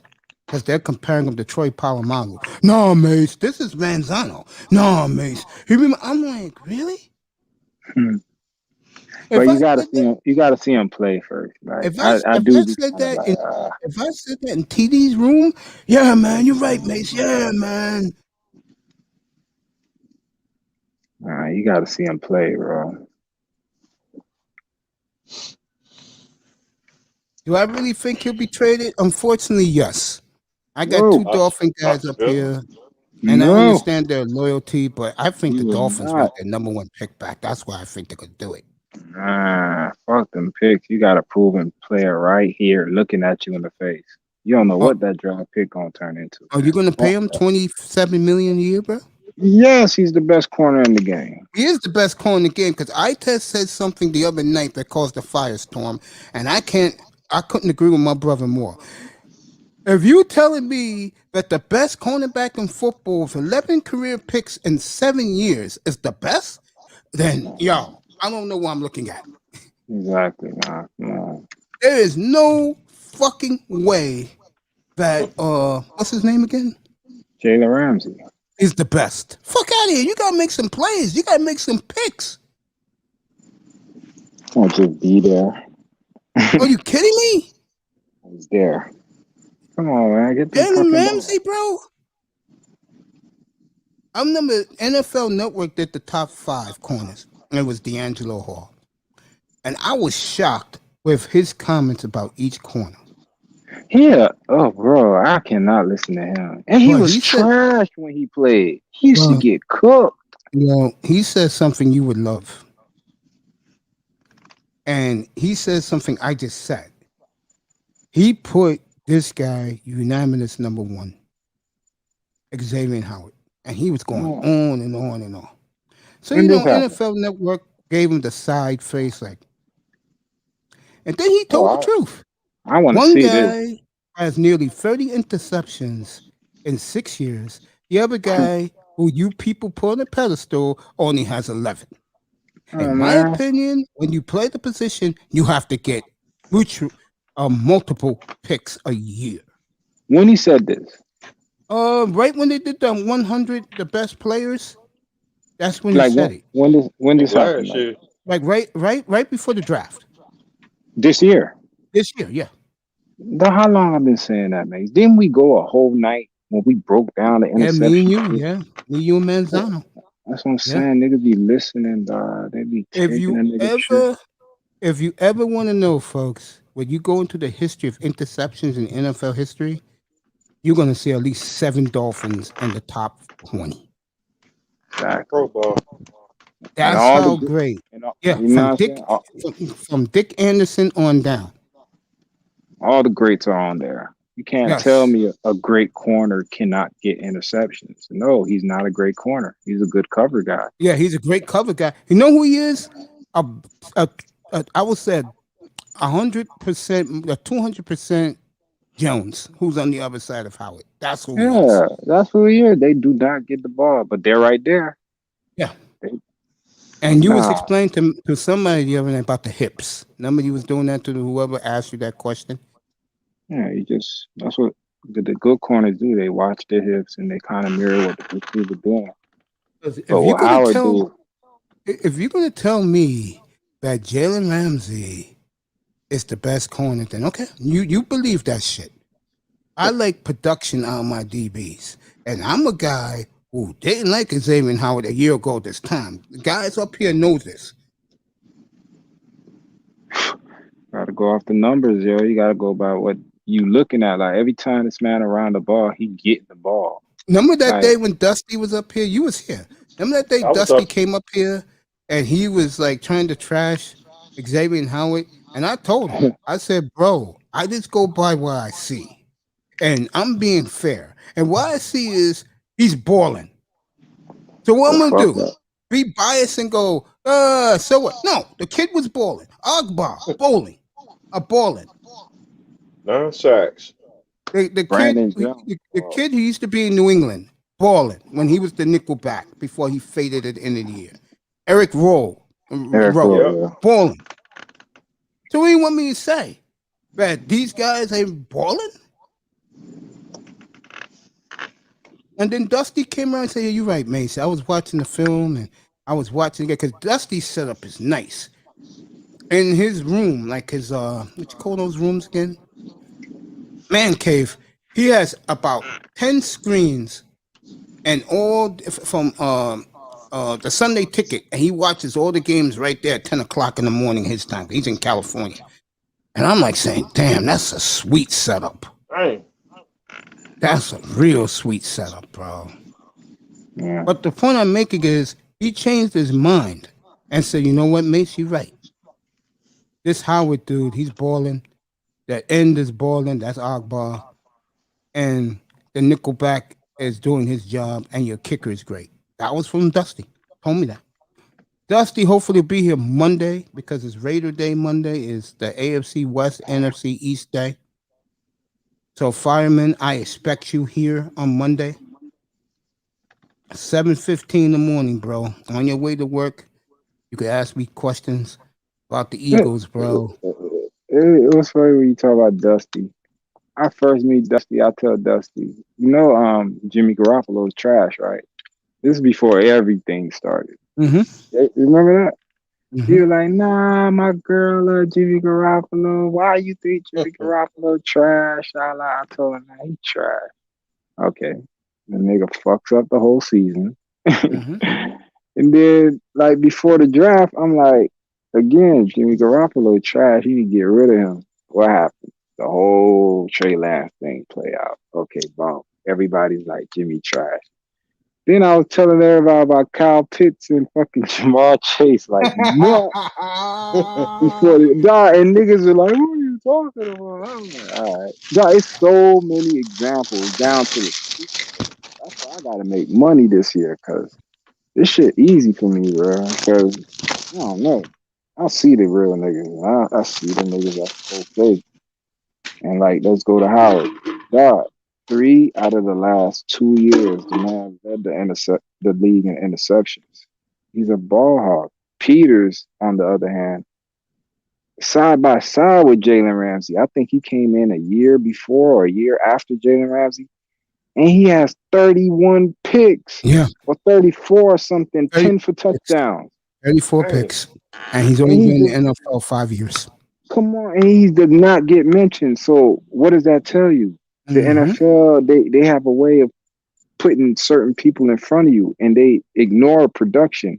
But production is always going to show in the end. Yeah. Fucking Marcus Peters, the last 3 years of his career. Look at Marcus Peters' last 3 years of his career. He was on that championship team with the Chiefs. He was on the Super Bowl team with the Rams. Super Bowl team with the Rams. Super Bowl team with the Rams. Yeah. And then another potential championship team with the Ravens. Come on, man. Everywhere he goes, it follows him. Jalen Ramsey, on the other hand, they had fucking #1 draft picks up and down that Jacksonville team. Traded his ass to the Rams. They got their ass whooped in the playoffs. Yeah. In the Super Bowl. Sleeper team this year, the Redskins. Man, fuck them. They You took know, off you formula. said up here you keeping an eye out on them, bro. Yeah, because they took off formula. They got nothing but #1 draft picks on that D-line. Redskins. Dane, fucking Chase. Who's the other one? All them Alabama motherfuckers. Yeah, up in the front line. Yeah, Montez, the Sweat kid. Montez Sweat. I mean, they're here. It's pain makes that shit go. They hear Pete this morning just kissing the Cowboys' ass, bro. I'm like, are you fucking serious?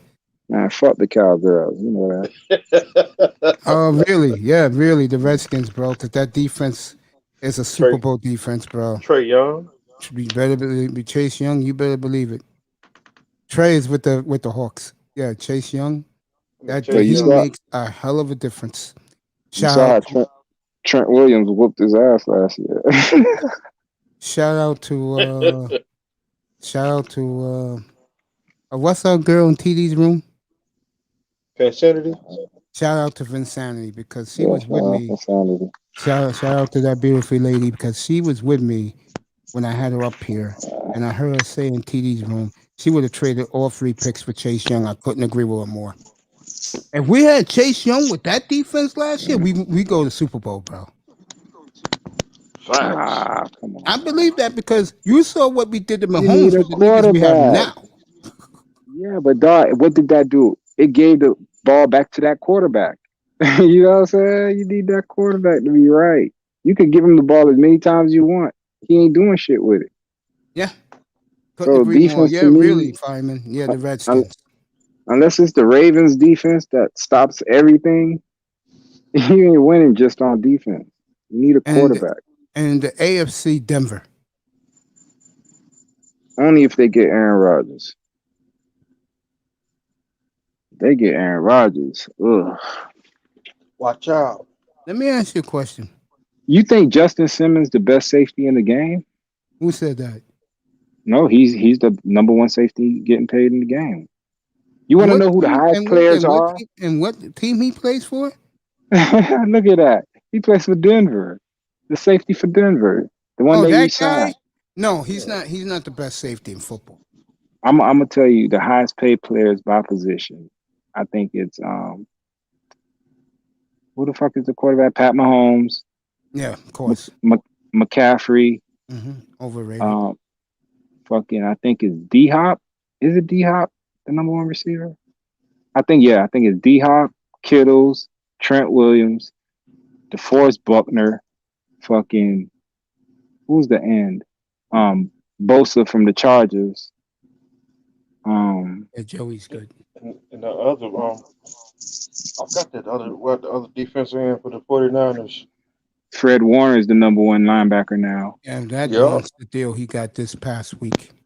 And the safety is Justin Simmons. #1 corner is I think it's Ramsey. Ramsey has the #1 cap. I think. I'm not sure. Yeah, those are by position, bro. Those are the highest cap players. Very interesting. Let me see, Fireman, what my brother's saying. It's funny, on that list, I saw 4 49ers. I saw Kittles, Fred Warner, former DeForest Buckner, and Trent Williams. Nigga, they breaking the bank over there. And they still got Bosa coming up. See, if you had a defense, Fireman, you know you my man. If you had a defense, you may have an argument. That Redskin defense is out of his fucking mind, man. Strong. And give Ron Rivera credit. He's been saying it to his players. I gotta see it 2 years in a row. The season starts with them when Tampa comes to town. That's week 10. They want Tampa in the worst way. They gonna get their and ass I don't blame them. The champ is coming. I'll tell you. Was you up here when I told you what happened with? Yeah, I did tell you. If you don't know, Tom Brady now has gone third person, and he will be only known as the GOAT from now on. And he blasted John Lynch, and he said, "Quote to Jim Gray: If Wayne Gretzky and Michael Jordan was available, wouldn't you sign them?" But I don't want Wizards Michael Jordan. You think Tom Brady was Wizards Michael Jordan last year, bro, with 43 touchdowns? But that's what I mean. He's making bad comparisons because Michael Jordan was only great in Chicago. No, nowhere else. The comparison he's making is, in He's his on that. opinion, yeah, he's but the they're the GOAT. GOATs in their sport, and he's the GOAT in the NFL, and from now on, you will address that man as the GOAT. but back to his argument, bro. He can't be like, if Michael Jordan was out and when they were out, they were not the same player. But he's the only one that broke that. If you really look at it, he's the only nigga that left his team and won a championship. You really believe Montana ain't do it? None of them did it. Fireman, you really believe that the Eagles defense can match Washington? Hell yeah. You think so too? I fuck with Jalen Hurts, man. You know I'm a Jalen Hurts guy. No, I'm talking the defense, not the quarterback. Defense. Man, he is the defense. Well, he keeps them off the field, bro. I'm telling you, God yo, Philadelphia, bro. Here's what's funny. Go ahead, Mr. Mike. I ain't saying Tom word. Brady, Mr. Mike. Tom Brady cheated in the Super Bowl. Come on now with that shit, man. Dude, Gold Professor is the number one. My boy, to a friend of mine, close friend of mine. Both of them are Tom Brady groupies, man. And I'm not a groupie. I respect that nigga. He been whooping the Dolphins' ass for 20 years. I'm not calling you a groupie. I'm calling Gold Professor a groupie. I'm just stating my point on him. I respect what he's doing over there. You know what I'm saying? Keep it away from us. You my boy. I love you. I love you. Do that Tom Brady shit. Because here's why I like what Tom Brady doing to them niggas. Bro, they trashed our division for 20 years. They were like, oh, sorry ass Dolphins, sorry ass Bills, Jets, Tom Brady and Bill Belichick is just whooping ass.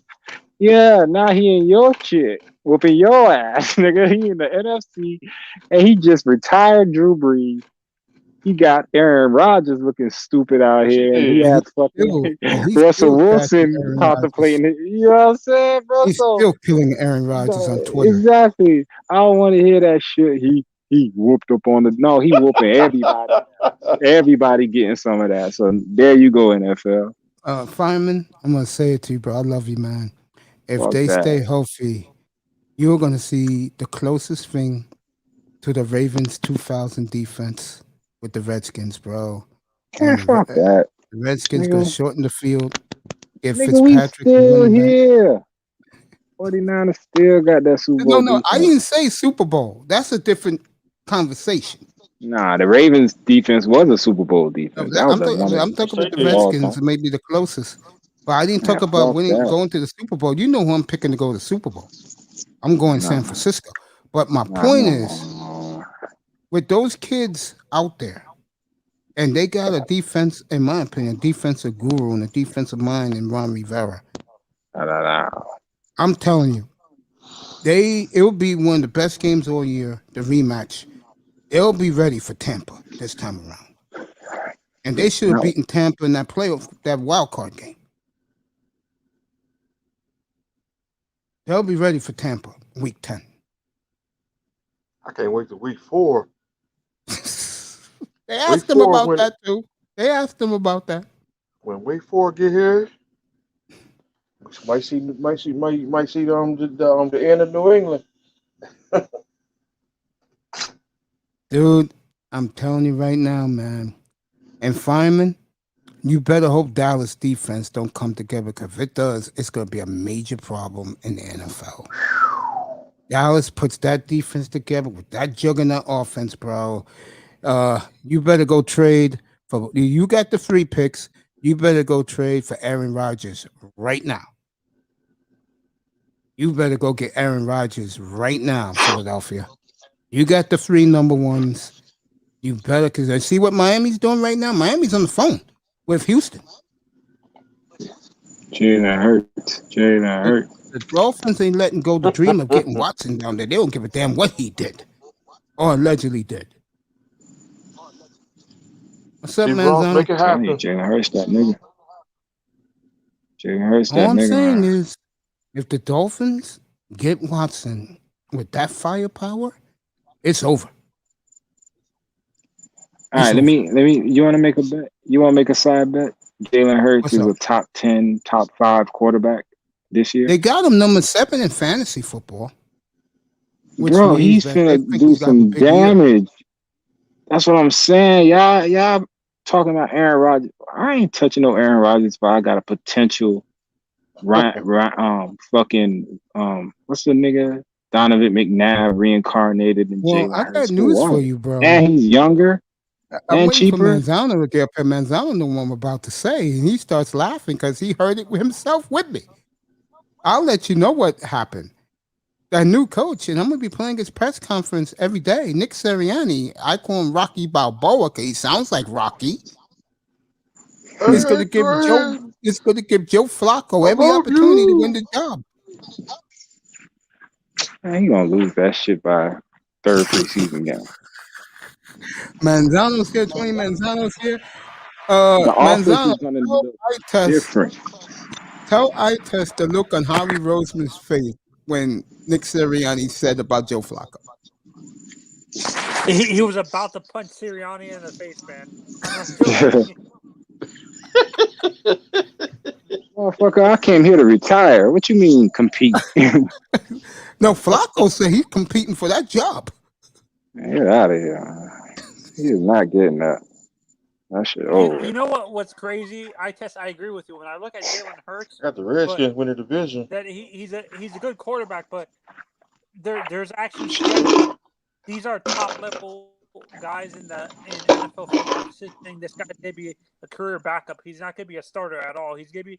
They're comparing him to Tyrod Taylor and. That's what I'm saying, fool. And Tavares Jackson. They do not know talent, my nigga. I've been watching this motherfucker ever since everyone was all gaga about Tua. I was like, all right. I started peeking into Tua, and I was like, all right, yeah, it's cool. But Buddy right there can do all that shit too, and he bigger and faster, and he actually led his team to 2 championships. It's like that story gets lost. Like, who the fuck did Tua replace? Jalen Hurts. What did he replace him in? The championship game. He got them there back-to-back years. And people say him losing the one to Deshaun Watson, bro, that he lost that at the last second. He could be a national championship winner that beat Deshaun Watson. Imagine he wins that game. His stock is different. I know. That's what I'm saying. It's all perception, but that's the same player right there. Y'all niggas, bro. You know what it is? This is why people are so down on him, because remember, he came from Oklahoma, and it's not that. I put all that into the equation. I watched the Oklahoma tape, and then I watched the Alabama tape. Alabama, he was more of a runner. Oklahoma, he just began to become a passer. So now you equate that with him having a season under his belt in the NFL, 6 or whatever games it was. Look at the splash he made, and look at the starts that Tua put out there. with you know what I'm saying? It was this guy last night. Let me say it real quick. They coddled Tua out there, right? And Tua fell apart. They threw Jalen Hurts out there, and the nigga beat the Saints when the Saints needed that game. You feel me? And he beat another team, and bro, he was productive in every game that he played in. Bro, every game he played in, it wasn't his fault they lost. That's true. It was their defense. Come on, dog. You can't tell me you give him an entire offseason and then you throw a motherfucker like Joe Flacco in front of him to beat out. Watch, man, watch. I'm telling y'all, by mid-season. I respect your evaluation, but you know what scares me a little bit is that people are. You're saying he's the second coming of a guy like Donovan McNabb, but that's He's faster though. He's faster. He's faster, but he doesn't have McNabb's pure arm. He's still a work in progress. But what he got right now, you put him with a nice quarterback coach, my nigga, you got a weapon right there. Because McNabb could never run like him, bro. The man was top something in rushing in college with people like fucking what's the guy, DeAndre Swift. What's the guy in Indianapolis? Jonathan Taylor.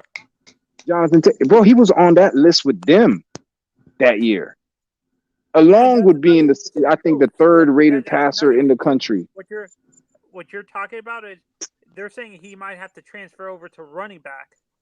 Man, that ain't not gonna work. That's dumb. I see him being. That's dumb for. I think he's not quarterback. Do you think that's another thing? There's still a stigma when it comes to the quarterback position in terms of the black quarterback specifically, that they're more of an athlete than an actual quarterback? Do you think there's still a stigma in front offices when it comes to that eye test? You know there is. That's a rhetorical question. Like they don't want a guy that could run like that to be able to, you know what I'm saying? Look, it's still a position of like that's the CEO of the team. Therefore, that's the leader of the team, and they're not comfortable with all 32 teams having a black guy being the, you know what I'm saying, the guy running the franchise. She took the words right out of my mouth. I was about to look what they did to Watson. The one time a quarterback, and at the time we thought he was pure snow. I mean, you know what I'm saying? He flexed a little muscle. Man, this nigga don't know what's going on right now. I talked to Laurel the other day about Jack Easterby. What, the lawyer? Jack that's the right hand man to the owner. Jack the Snake. Mace? Yeah. Is that who you're talking about? Jack the Weasel? Yeah, Jack the Weasel. Yeah, that's him. Following players to the nightclubs, writing them up. Yeah. Jumping out of the trash can. What the hell? I can't believe I'm saying this. I think Easterby's jealous that he couldn't get what Deshaun Watson is getting. That's why he. Oh, nigga hating, bro. You not know he was the reason. Him and O'Brien, they conspired to get DeAndre Hopkins. They were like, how many baby mamas this nigga got? Get this nigga up out of here. It's true, bro. That coach bad mouthful, man. O'Brien, man. He's like, and he said this.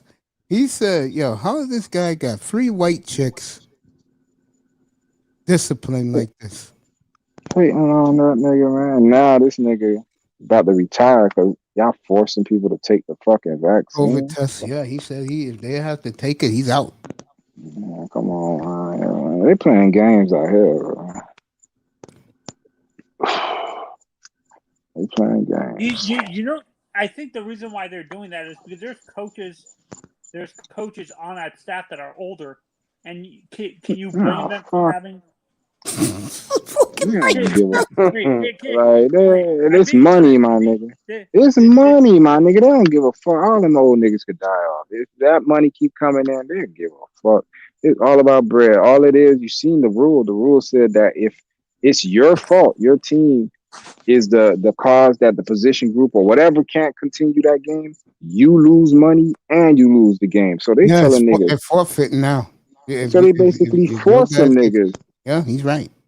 So imagine if I'm making $2 million a check, but you making $100,000 a check, and your dumb ass get COVID, and I can't play. Niggas is gonna fight. So it's already, telling you, bro, and it's already putting niggas against each other because niggas that don't want to take the vaccine, if you ain't a big dog, they're gonna get you the fuck up out of there or tell you, nigga, you better take that vaccine.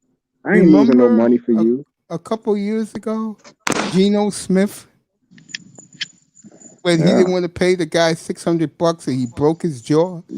Ass betting, bro. Just like John B. John B ain't got no 20. How much he say he bet you? 20K.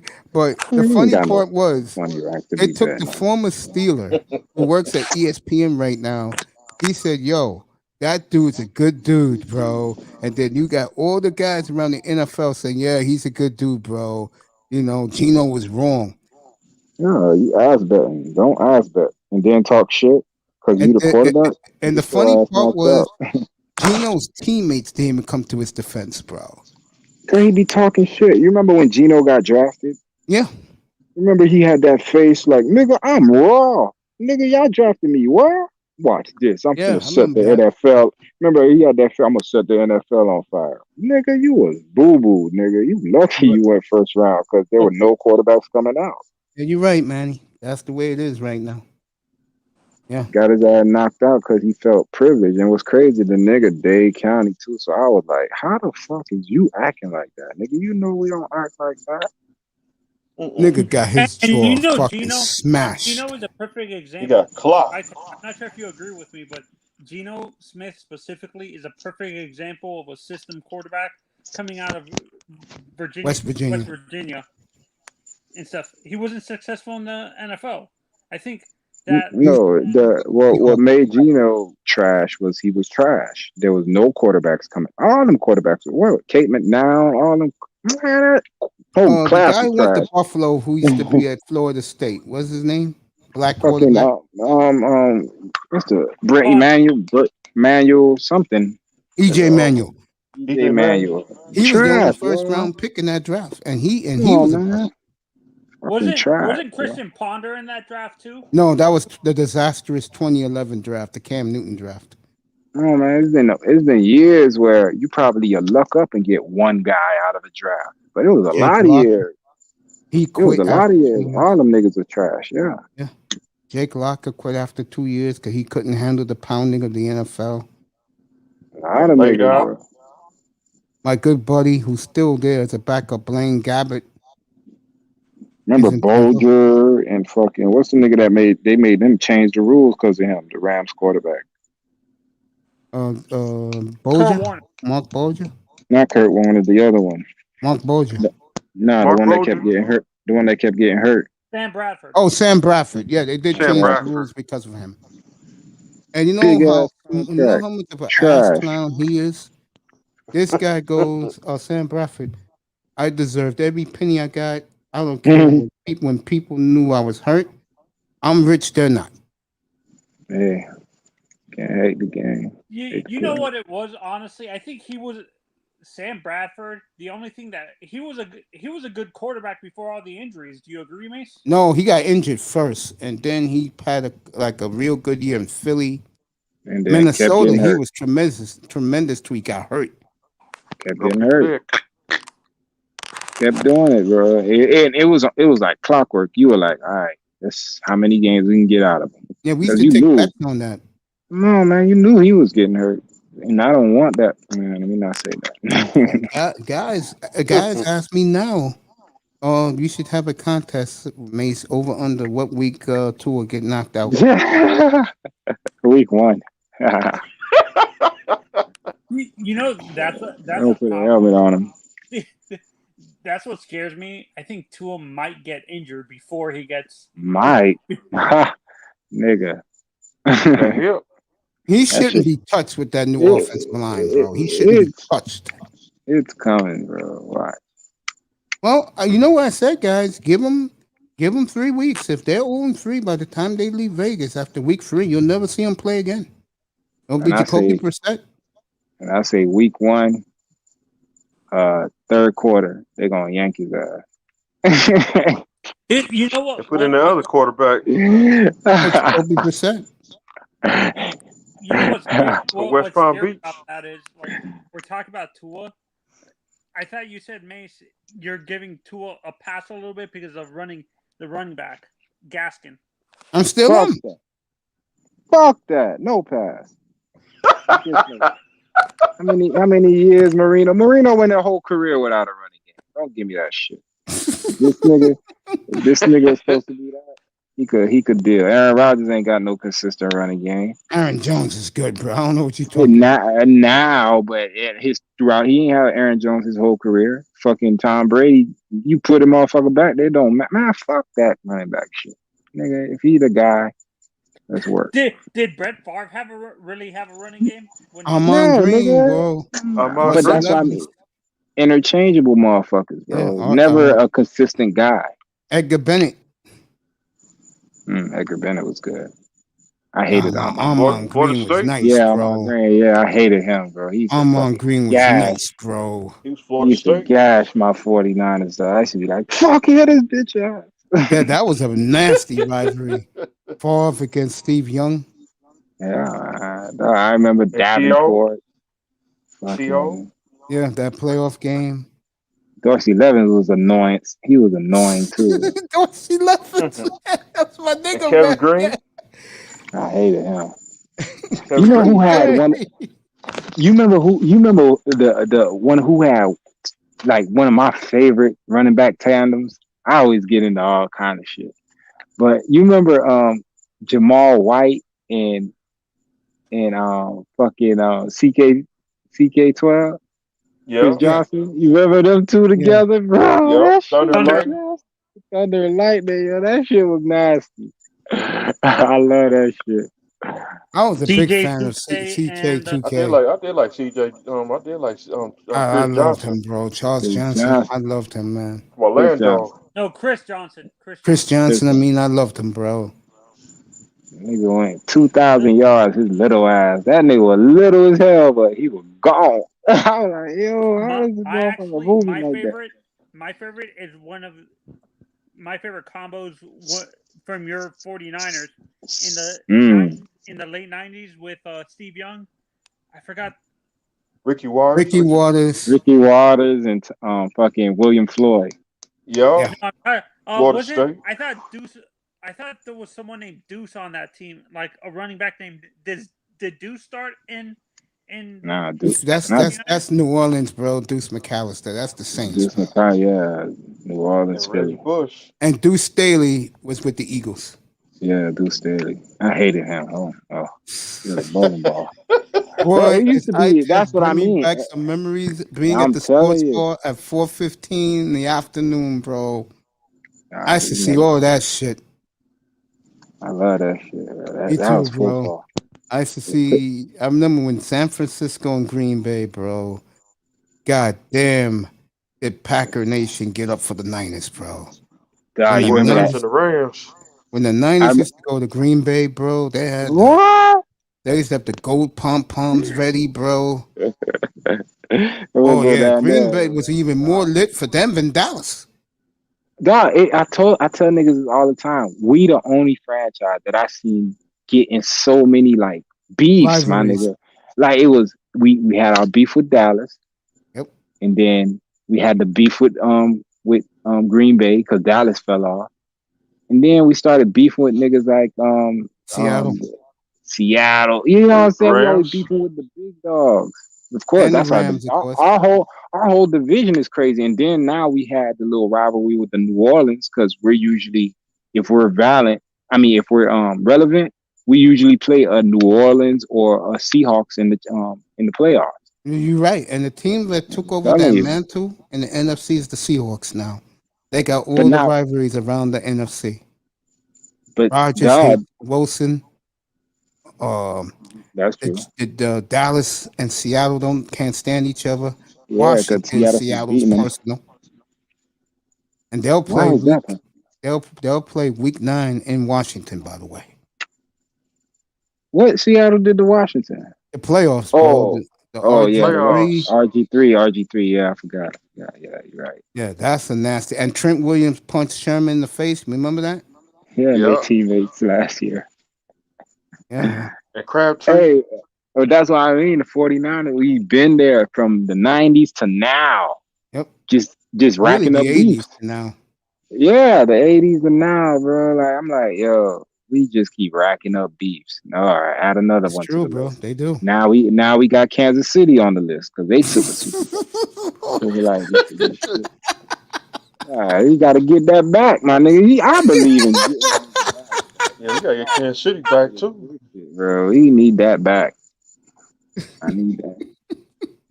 Because you remember we had to get well, our championship get back for Seattle was that week 17 game when we knocked them out The division. the Playoffs. division. Yeah. No, they went to the playoff, but they had to go to Green Bay and get their ass. No, they won that game. No, they lost in Green Bay that year. Oh, they lost in Green Bay. Yeah, that's right. They lost in we Green Bay. put them on the bus. I'm telling you, bro. Seahawks versus what you call it, man? The Green Bay and the Seahawks, bro. That shit was vicious. San Francisco. Yeah, it's beef You could everywhere. arguably say those are two of the best Really? championship games in the NFC in years, bro. We got God. Seattle to the list too. It's Seattle, Green Bay, and Seattle, San Fran. Frisco. That's it. Trifecta. And them motherfuckers, who, if they hot in New Orleans, you could throw them in there, but they always fuck it up in the end. Bro, it's been fluke plays that's kept New Orleans out of, I think, 2 Super Bowls. Fluke plays. Yep, it's true. Our boy who's in Buffalo right now, that catch. Yeah, Diggs. Yeah. Got to put a helmet on him. I still can't get over that game, bro. Yeah, that shit was crazy. That shit was crazy. Minnesota was dominating them, bro. First half, 17-0. You had the quarterback. What's my buddy name again? He's in Denver now as a backup. Bridgewater? No, it wasn't Bridgewater. What's his face? My man he was the white boy flexing that day. Yeah, I know you're talking about the white boy. He had a great year that year. Sure did. I'm a Dolphins fan, but my favorite running back from the 49ers was Garrison Hurst. Garrison Hurst. That nigga was nice for the Niners, bro. That 99-yard touchdown. Yeah, there you go. That's the play. That's Kevin Green used to be with the 49ers. No, but remember he beat the Raiders on a play like that too. Yep. Another 99-yard. If you want to go way back with the Niners, I'll tell you what nigga was nice, bro. Charlie Garner, bro. Damn. Charlie was nice, man. Before you went to the Raiders too. Yeah, I started Roger Craig, Ricky Waters, and then Frank Gore. Yeah, I'm still shocked that Roger Craig is not in the Hall of Fame, man. There's something wrong with that shit. I do like Roger Craig ain't in the Hall? No, he's not.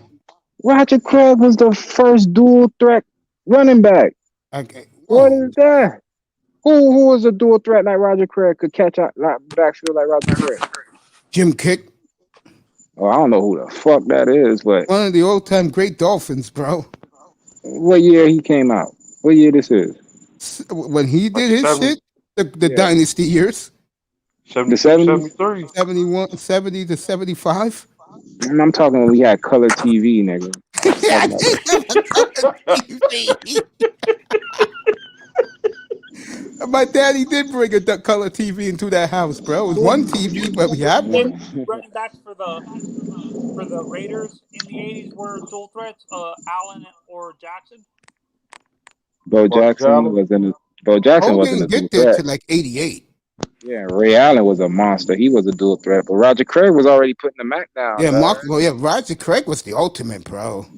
Come on, man. He was the ultimate. And I don't like the Niners, but I liked him. Yeah, Ricky Waters took the blueprint. Oh, you know that was my nigga. Well, Ricky was my nigga, bro. You know, like the guys who are badass. That was my nigga. Bro. Yeah, Ricky remember when the 49ers had Eric Wright? Yeah, that was the early days when they won a couple of Super Bowls. Then they've got 4 more guys to play in the backfield with Ronnie Lott. Who is faster, Ricky Waters or Ricky Williams, Miss? Waters. Who was faster? No, Ricky Williams, bro. Ricky Williams was a beast. Fucking Ricky Williams was fucking ridiculous, man. Yeah, he was a beast. In the year they didn't make the playoffs the first time, they played the last game of the year in Buffalo in the snow. He destroyed Buffalo, bro. Come on, bro. Ricky Williams in the snow. That nigga ran for 240 that day, bro. And remember, people be trying to. Wasn't that the whiteout game? Who? Wasn't that the whiteout game against the Bills where it was like You couldn't even see. Mace, put that shit on the screen. Teach this young nigga about Ricky Williams, man. No, Bro, you better respect Ricky. You got to put. He about to show you. He about to bless you right now. Ricky Yeah, I'll Williams. show you Ricky I know Williams. how Bad good Ricky motherfucker, was, bro. but what I'm trying to remember was that the whiteout game where. Yeah, it was the whiteout game. It was. It was. I'll never forget this. It was the summer of 2002, and I go into one of these stores that sells caps, and it was the first time football jerseys was sold. That nigga had the home white Ricky Williams, bro. I said, yo, how much you want for that? He just took it out of the box. I said, nigga, how much you want for that? He said, yo, give me $250. I gave that nigga I gave that nigga $300. I said, keep the change, bro. I put that shit on right in the store. I want the Ricky Williams with the 75. I said, nigga, cap. let me get a cap too. He said, bro, you do this for me, you get a free cap, bro. What color you want? I took the all white cap.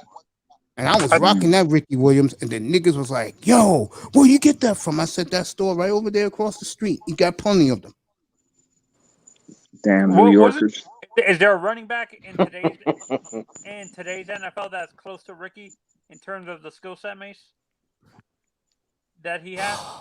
I should know this answer because there is. I was gonna say before he got injured, Zeke. You know who I'll say it is?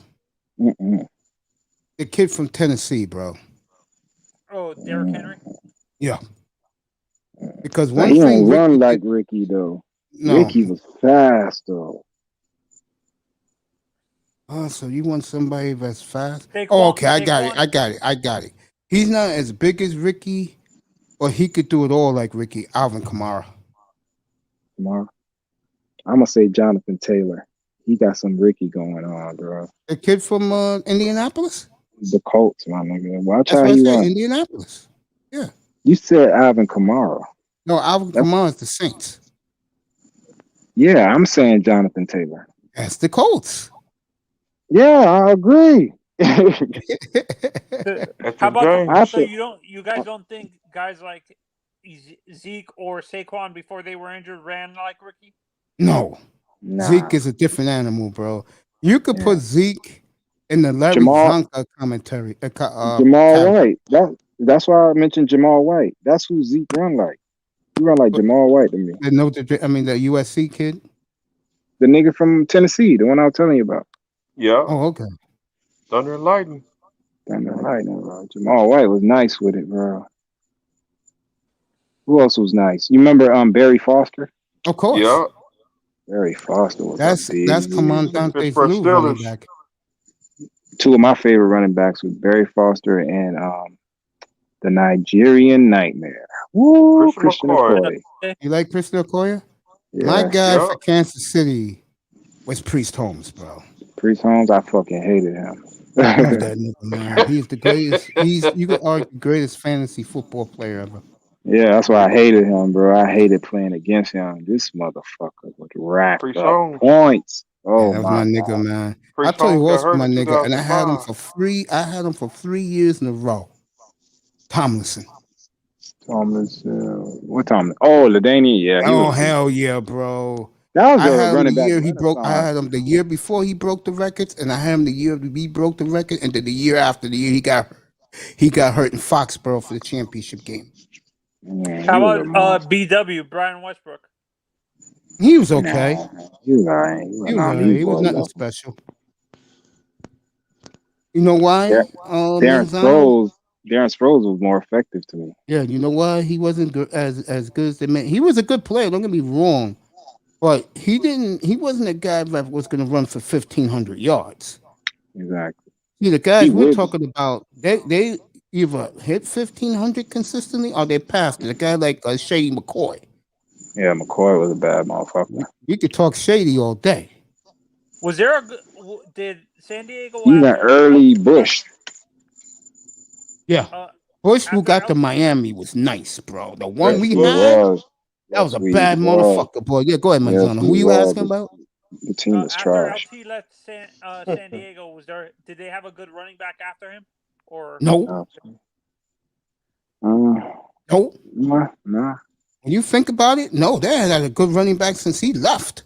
Nah, Gordon was good. Gordon was good. Don't play. He was okay. Nigga, Melvin Gordon was a beast, nigga. I Before don't he know, left. man. When I saw Melvin Gordon, I All saw the right. Melvin Gordon that was in Denver last year when he was ready to put the game away against Miami. He fumbled at the 2-yard line. That's You the thought- nigga I remember, bro. Turnover. But you gotta think the nigga was trash. You put him on a team like the 49ers, nigga Melvin Gordon going to the Hall of Fame. You know your boy, what's his name? It pronounces his name, the running back in San Francisco? Mostert. Mostert, Raheem Yeah, Mostert, or Trey he's in Sermon. it's him. Sermon. Trey He's in the- Sermon. He's in the 30s in the fantasy rankings. He's a fucking beast, nigga. That nigga, he gets out his sleep and run like a 4.3, 4.2. I'm dead ass serious. He fast as fuck, my nigga. All right, you got Manzano here. Manzano. The other night, me and you had an argument about the rookie of the year. And you said that Trevor Lawrence will get it over the quarterback of the Jets. And I said, let me think of somebody else. And then when I said Trey Lance will win it in the landslide, you gave me some pushback. I want you to tell iTest why you don't think Trey Lance can win Rookie of the Year. The Rookie of the Year, I understand he's going to be a playoff contender, but it's all about the stats. And Yeah. I think Kyle Shanahan is going to take the ball out of the rookie's hands and focus on the running game. Am I right, iTest, or am I being... is that incorrect? No, I agree with you. That's what I told Mace. Remember Mace? I said he ain't throwing for no 30 touchdowns. He's gonna run the ball. He probably account for 30 touchdowns, like 15 or 17 throwing, a couple running, a couple. You know what I'm saying? A couple Then handoffs let me here and ask there. you this question. But he might not be able to play all the games because I'm thinking Jimmy's gonna play maybe 3-4 games, then he'll fuck up or get hurt, and then Trey will come in. So he'll already be behind the ball 4 games, and then the game plan is gonna call more for run heavy, bootleg, you know what I'm saying, quarterback waggle type of play. Because that's what they're gonna go ahead. The word on the street is he's gonna win the job outright. And Now if he wins it outright, that's I what I'm still talking don't about, think- yes. But okay, if he wins it outright, I still don't think it's gonna be a 30 touchdown throwing season for him. They're gonna get his feet wet by doing what he does best, which is running the ball and not turning it over, quarterback bootlegs. You know what I'm saying? A lot of play action shit. He played on the center. You know But what I'm you saying? know And then Shanahan, you know if next year Shanahan they'll put him feels- in shotgun. You know Go if ahead. Shanahan feels that he has something special, he wants to unleash him. But dog, you got to operate. Dog, history repeats itself. So now, if I'm Kyle Shanahan, and I'm like, okay, I got my new RG3. Where did I fuck up with the other one? Oh, that motherfucker was too. And it was part RG3 fault, but part Kyle Shanahan because he was new to it. Now you're more seasoned. You had an arrogant quarterback in RG3 that wanted to do your system and this. You told him, nah, chill. He like, nah, I got this. I got socks on. You remember that's all RG3 cared about, his socks and his image. Yep. And talking Sure that did. shit. So now you got a more humble kid that's willing to learn and take time. I'll ease him in, fool. I'm not finna just give him the turkey and tell him, eat that whole shit. Nah, nigga. Baby Well, the reason steps. I say that because this is a man, I'm talking about Kyle Shanahan, that beat the Rams, and the reason why Jared Goff is in Detroit, he beat him with both his backups. I get it, but do you wanna build a house on sand or you wanna build a house on a nice sturdy foundation?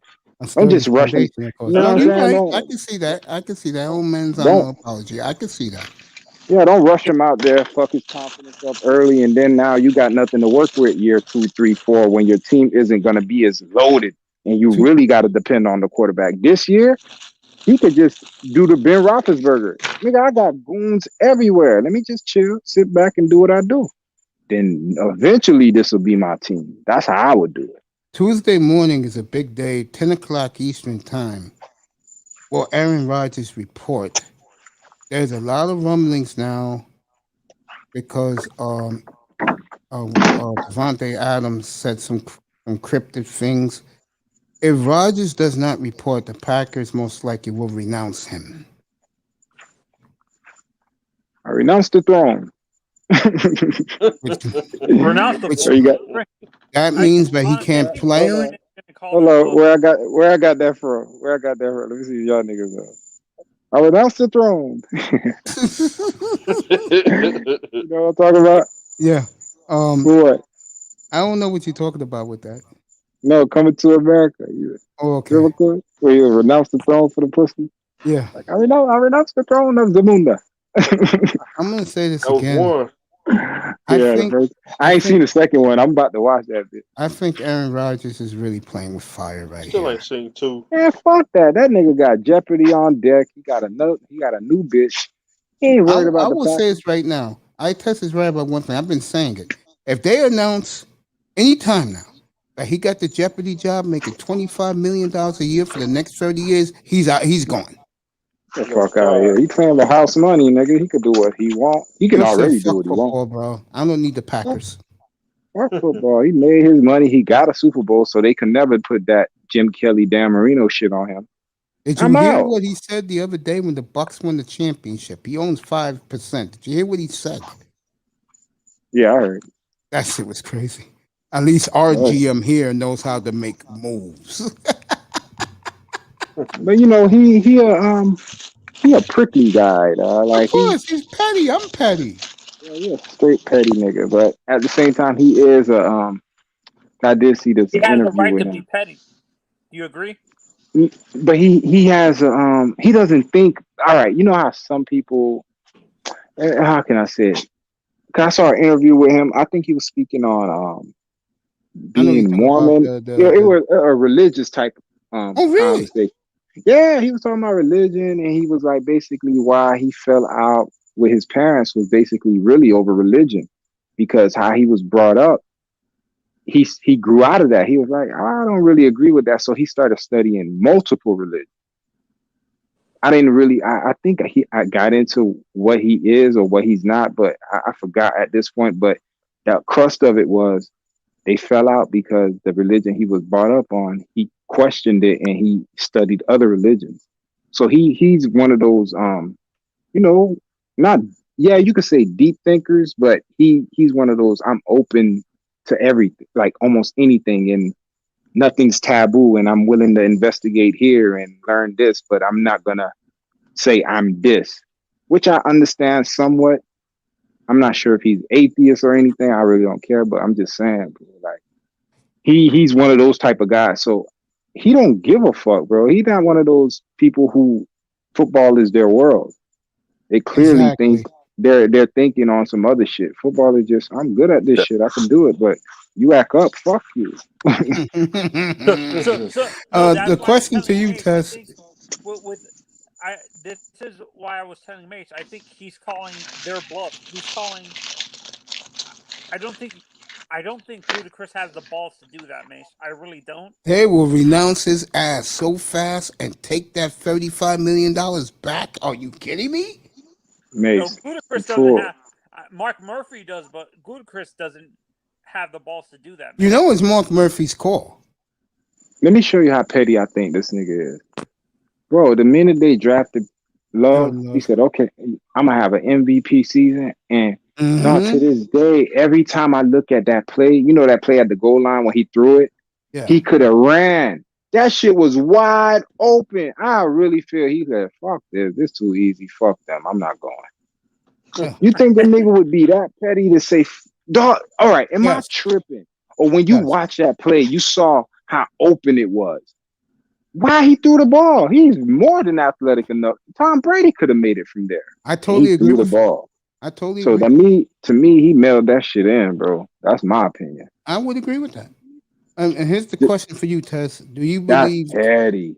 You said fuck a Super Bowl just to get back at that nigga? You think he gonna cave? You think he gonna cave now if he's willing to do that?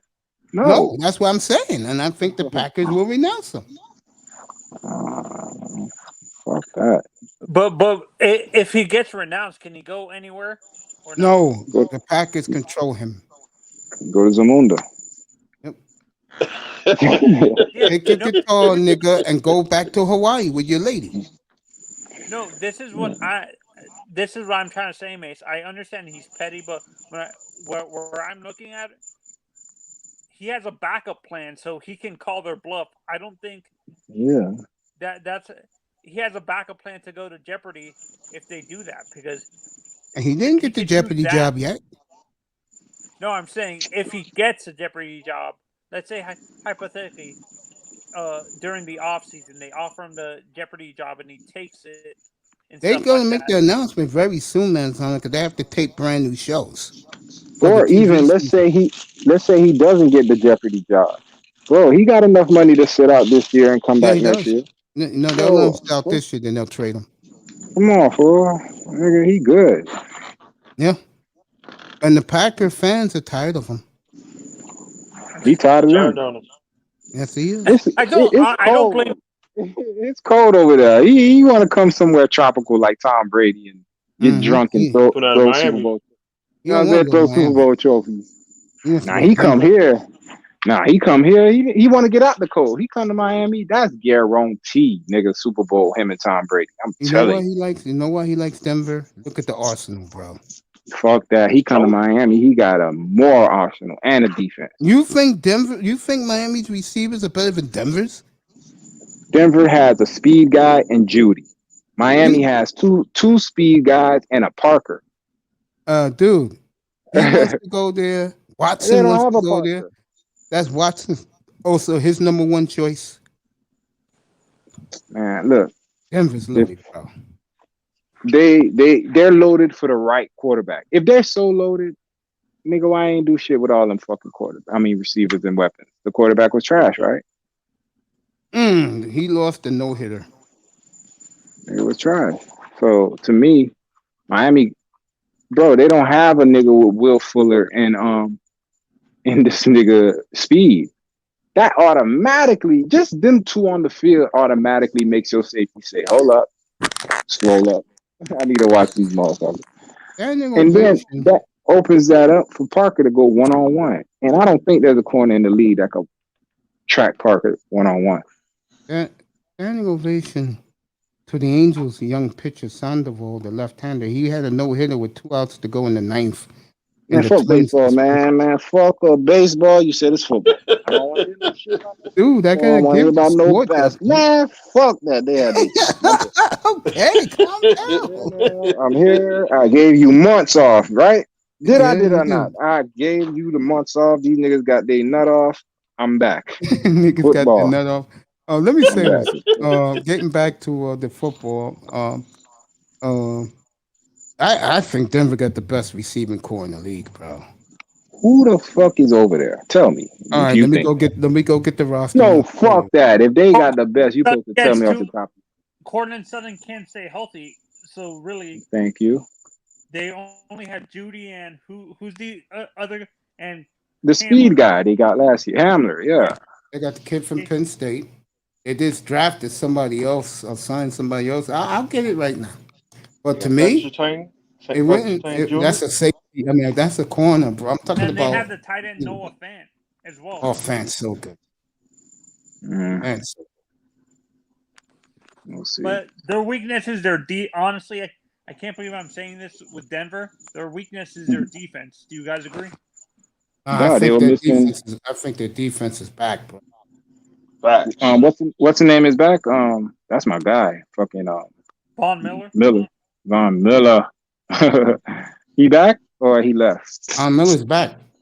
Oh shit, that defense gonna go up again. I mean, it was 2-3 years ago. I was saying he the best player in the NFL. I think this guy took the mantle from him now as a pass rusher.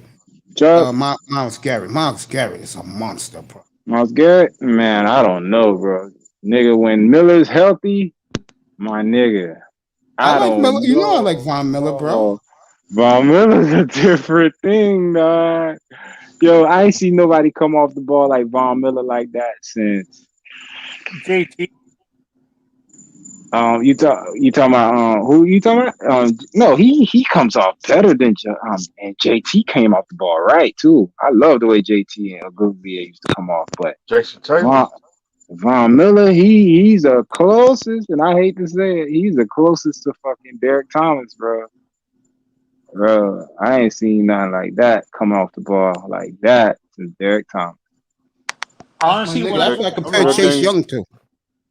That's what I compare Chase Young. He ain't got the bend, dog. I be seeing Von Miller bend.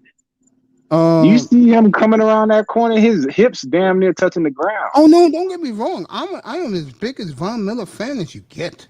Nah, you don't know Von Miller, my nigga. Yes, I do. No, you don't, my nigga. Ask Cam Newton about when it. you look at when Oh yes, oh yes. Ask Tom Brady about him. Oh, D Ford was like that. Yeah, those two, they were. That's why I'm like, damn, D Ford. He got a crazy come off and bend too, but he hurt all the time. Here's the question for you. He's still with the 49ers? Here's the test for you. Yeah, he is, bro. If he come out this year, nigga, we double loaded, nigga, because we want to got. Question asked right now, because this man played college football, Division I, one of the highest levels. Do you believe, because you've been in locker rooms, Tua is liked in the locker room? I think they get. I mean, from the little I know of his personality, he seems like an easygoing, cool guy. So I don't think they dislike him. They just waiting to see if all that hype and last year was just an anomaly. Like that's what all niggas care about. Now, if he really balling, it's gonna open. Like, all right, let me tell you, like football, it's weird, right? Because it's a bunch of like alpha males. You feel me? A bunch of goons, a bunch of niggas that you know what I'm saying? So while it's a filling out process to see who's gonna be like starter. So everybody's kind of competing with each other, kind of like looking at each other to see, all right, what his weakness is, and if you got, you know what I'm saying? All that is going on. So now when we starting to flesh out, all right, who the top niggas on our team? Because everybody know, all right, yeah, that nigga gangster fool. I'd rather him be on my team. You know what I'm saying? You know. Yeah. So now when that start happening, even if a nigga really didn't like you, like that, like he ain't really fuck with you, the fact that you the starter and you like one of them top niggas, you automatically get like I don't know how to say it, bro, but it's just a different instant credibility. Yeah, it like, bro, like, yeah, this nigga on the field, like when shit happening, he on the field. So when you talk, shit holds a little bit more weight. And if you really good, nigga, everybody your friend. You know what I'm saying? That's true, bro. You gotta be a real asshole for guys not to like you, and you're a great player. Not to fuck with you, yeah. It's wild in there, bro. It's nothing PC about it. Everything is raunchy. Everything is fucked up. That's why I talk how I talk. Cause nigga, it's like fucking being without all the other politics. It's damn near like a jail thing when they lock your ass away. Penal colony, yeah. Yeah, they lock you away for the summer. Nigga, you 2-man room, 2-a-days, all day. You know what I'm saying? All it breeds is aggressive ass motherfuckers and fights happen, all kind of Manny, shit. you do great as always. Manzano will be back up somehow. So that shit is weird, bro. But it's fun too. I ain't even gonna lie, bro. That shit be fun as hell, especially when, you know what I'm saying, you got hoes in the locker room next to, I mean, you're not hoes. Let me stop calling hoes. You know what I'm saying? You got females in the dorm across. So, you know, after all the rah-rah, the weightlifting, the running, you know, all your aggression is, you on chill mode by the end of the day. Now that's when niggas, you know, niggas probably smoke, niggas go play Madden, niggas get at hoes. niggas be, bro, I'm telling you, it's a different vibe. That's why a football player know another football player, just like a nigga that's been to war, a nigga that's been to combat. They know another nigga that's been to combat. It's just different shit. You understand shit differently. Yeah, I understand it. Yeah. It's weird, bro. And civilians, y'all niggas think y'all know everything, but until you go through it, you don't know shit. Manzano wants to know, I test your thoughts of Oklahoma and Texas leaving the Big 12 to go to the SEC. And he don't do college football, Manzano. All I do is player evaluation at the end of the year. Other than that, fuck them. Unless the Cane's balling. If the Cane's balling, matter of fact, we could do it right now, Manny. Talk about hazing in sports. You played the game. Ain't no fucking hazing, man. That shit is a myth, bro. If you getting hazed, that mean you a bitch. That mean niggas feel like they can. I ain't never got hazed my day in my life, and nigga ain't even try that shit with me, bro. So I don't get it. certain niggas, you just look at them, they smell it on you. I could fuck with him. Certain niggas, leave him the fuck alone. So that's all it is, bro. If a nigga feel he could haze you, you a bitch. I ain't never joined no fraternity. Remember that guy Prince, whatever his name is, from the Giants, when fucking JPP just kept dumping that nigga into the fucking whirlpool, bro. Yeah. And then body slammed him, bro. No, I don't know what you're talking about right now. Yeah, Prince Okamura, whatever his name is, that happened 10 years ago, bro. Oh, Yeah, I mean, for not real? even 10 years ago, like a couple years after that. Yeah, he used to bully him, bro. Because, like you Yeah, said, he could smell it on him. I ain't with that shit, bro. Like, fuck, I don't Yeah, get it. bro. But He then fucking, again, yo, dude, think about this. You played the game. JPP, as big of a man he is, that kid is a little man. And I that get it. motherfucker used to body slam him in the whirlpool. And you know what I would have do the time I got out the whirlpool? Yo, let me stop. Cause that's what I mean, bro. Certain niggas, you don't, bro. I'm telling you, certain niggas, even if you think maybe, bro, it might go somewhere else you ain't ready for, my nigga. I'm gonna tell you what Frank I'm Clark telling used to you, be up in dog. Seattle. Frank Clark was the enforcer, and And you know, especially if I don't fuck with you. If I ain't fucking with nobody, bro, do not touch me, my nigga. Like I got like violation. the old lineman for Seattle, he is. I think he's with the Jets now. Iafredi, I think his name is. Is it Frank Clark? No, Frank I'm Clark. talking about Frank Clark. Iafredi, I think the kid's name is. Yeah, ain't these niggas going to jail? That's what I'm saying. It be goons on teams, my nigga. Yeah. They know who to fucking play with, my nigga. It be some Open- niggas, bro. Go ahead. Opening day. I mean, what I'm saying opening. What the hell I'm thinking about? Yeah. During his rookie camp, I'm talking about Iafredi. He used to fuck with Richard Sherman, like do to Richard Sherman what JPP did to Prince Akamura, whatever his name is. Yeah. So Frank Clark saw that shit. He didn't say nothing. About week 6, week 7, that nigga was coming in from practice, and fucking Frank Clark shattered that motherfucker's jaw. He hit him so hard that nigga flew. Damn. And Frank Clark told him, he said, yo, I don't like your ass anyway because you a fuck up. But when you're talking to one of our leaders like he ain't shit, this is what you get. And if I ever see you talking down to any of our veterans, you know what's going to happen. You know what happened to Alfredi? No joke. You know what happened to him, bro? Became pussy. You know, like when you go to jail and they turn you into their bitch, that's what happened to him, bro. He couldn't talk no more. Couldn't say shit. Let me tell you quick, like off of that. All right, bro. It was funny too because, like I said, it'd be a filling out process. Now we got a bunch of niggas from all over the country. Niggas from Palm Beach, niggas from Miami, New York, a lot of Cali niggas. You feel me? Like upstairs, it was a basketball team. Most of them niggas up there were Crips. Of course. So this is the shit you at, right? So now, you know, I'm a low key ass nigga. You feel me? My people dropped me off. My mama and my daddy dropped me off. So I got a family. You feel me? But I'm a low key ass nigga. So I'm in my room most of the time. When these niggas vibe, I come vibe, but I ain't really saying shit. So now, bomb. Niggas peep, nigga know, nigga understand where I'm from. You know, Miami niggas start telling, okay, yeah, he from here, blah, blah, blah, blah. Okay. So now some new nigga come in, right? Some new nigga, I forgot his name. No, I know his name. We used to call him Can't Get Right, right? But I forgot his real name. But he one of those like just wild ass niggas for like, you know what I'm saying? Just one of those crash dummy ass niggas. I know nigga, you could see it in their eyes when they crash dummies. So the nigga just wild, you know, one of them niggas like he just pop up, he talk loud, he always want to be around the cool niggas, but the cool niggas, they let him be around because all they do is talk shit about him. You feel me? But they let him hang around and he automatically kind of think he with them. Now me, I'm the type of nigga, I do my own thing. The other niggas respect that shit. You know, they fuck with me, I fuck with them, but they know what's up. So because I'm low key like that, and I play receiver, mind you. So I'm one of the smallest niggas on the team. We all big niggas, but you know, receivers, we're generally the corners, receivers, quarterbacks, we're not usually the biggest motherfuckers on the team.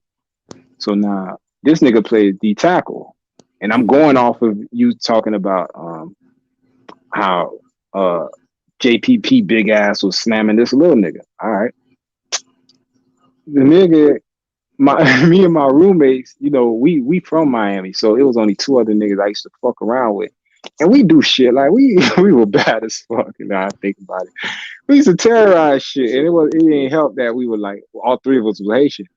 So we used to terrorize the dorms late night. I'm talking about 6 in the morning, niggas trying to sleep. We up, nigga. We 6 in the morning at my door. So now imagine 6 in the morning in Cali is 9 a.m. Miami time. So that means, nigga, we been up all day. So one day, right, we on some other shit, and I start calling the nigga room next door, which is the can't get right nigga, right? And then I call the room, I'm like, you bitch ass nigga, in a funny voice. And then the nigga like, hold up, man, who the fuck is this? I hang up the phone. So we doing some prank call shit. So then I do it again, and he right next door, and he like, yo, that's you. Hey, I'm finna come over there and crack your shit, and you do that shit one more time. Me, I'm still on some like, you know, I'm laughing and shit. I'm like, man, we just joking with this nigga. This nigga not serious. So just cause a nigga, if you like me, he can tell you don't do something. What you gonna do? I'm gonna do him and crack his. I'm gonna do it. You feel me? So I call this shit again. I call this room, bruh. This nigga. And here's the thing. My roommate, he was the friendly nigga. So everybody used to come to our room, but I was the low key nigga. I'd be in my room Olo. So our doors always open. Niggas stop in, niggas come fuck with us. So my room open, bro. This nigga walked into the room. Now my roommate, he played D tackle too, but he don't know that's my homie. If I wanted, I would jump your ass in here. But I gave him like, yo, don't do that. Let me see what this nigga, if he think I'm a pussy or something. So the nigga walked in, fool. The nigga talking about, yo, I told you don't call my fucking room. I said, bitch, what you gonna do about it? I'm laughing still. Bro, the nigga stood over me. Now he in my room, my nigga. Yeah. Standing over me. I'm sitting on my bed, bro. I stood up. The nigga kind of like pushed me to sit down. Like, what you getting up for? I'm like, yo, get out my room, my nigga. And if I get to my shoes and you still in my room, I'm telling this nigga what's about to happen. He think I'm joking, fool. I put on my shoes nice and slow, tie my shit up. Nigga still in my room. Man, what you think I did? Right upside his shit. Bro, right upside his shit, the nigga went out my door. You talking about a nigga hit you? I put him out my room with that hit. To the point the niggas in the other room said, what was that? That's how hard I hit that nigga. Everybody came out their door. And who the fuck? And now we squaring up. So now we got cameras in the hallway. You know, niggas is crazy. They want to see a fight. They don't give a fuck. I'm let me see, 3 months off of my knee surgery. So I ain't even supposed to be doing none of this shit. I'm just dropped my crutches. Fuck that. This nigga done try me. I'll crack this leg again. so niggas get us like separated because we in the hallway. We don't throw no blows. And niggas come out, they separate us, and they like, yo, Mr. Dana gonna come out. Let's go outside. So they kind of cover the camera, so the whole mob go outside. Man, we go outside, we get it in. The next day, of course, beat his bitch ass, bro, because this nigga swore he was just, because he bigger, he just gonna, no, a big nigga, you do not let him touch you. That's what I learned. Because, usually I'm the bigger nigga. I'm 6'3", one, at that time I was 6'3", 235. But I'm usually the big nigga. I usually don't fight like big 6'4", 3 something. But fuck that. I know. I can't let you slam me, and I can't let jabs. So, you know what I'm saying? Just bomb, stick and move, bomb, stick and move, bomb, stick and move. And finally, Mr. Danny came out. That was the nigga that ran the dorm. He's like, man, get your ass in here. Nigga scrambled. To tell you this, the next morning, which is a couple hours from then, niggas went, talk shit, whatever. Who comes walking into the bathroom? Because we all, it's like a big bathroom we all share, you feel me? As far as I'm brushing your teeth. Me and that nigga, he walked into the bathroom like, my bad, bro. shake your hand, my nigga. I thought, you know what I said? I thought you niggas sometimes, fool, you gotta let them know. But for the most part, nigga ain't gonna try it. From that point on, nigga, I never got played with, bro. Never. And I ain't walk around with my chest out. I ain't do no like, you can fuck you. I shook his hand, moved on. One of my biggest, like my homie, my nigga. It was crazy from after that, any nigga that had anything to say about me, who the first nigga jumping in? Him. You showed it tonight with OG, bro. Bars. You showed it tonight with OG, man. But that's what I mean, fool. You could tell certain niggas who been through shit and niggas who just be talking.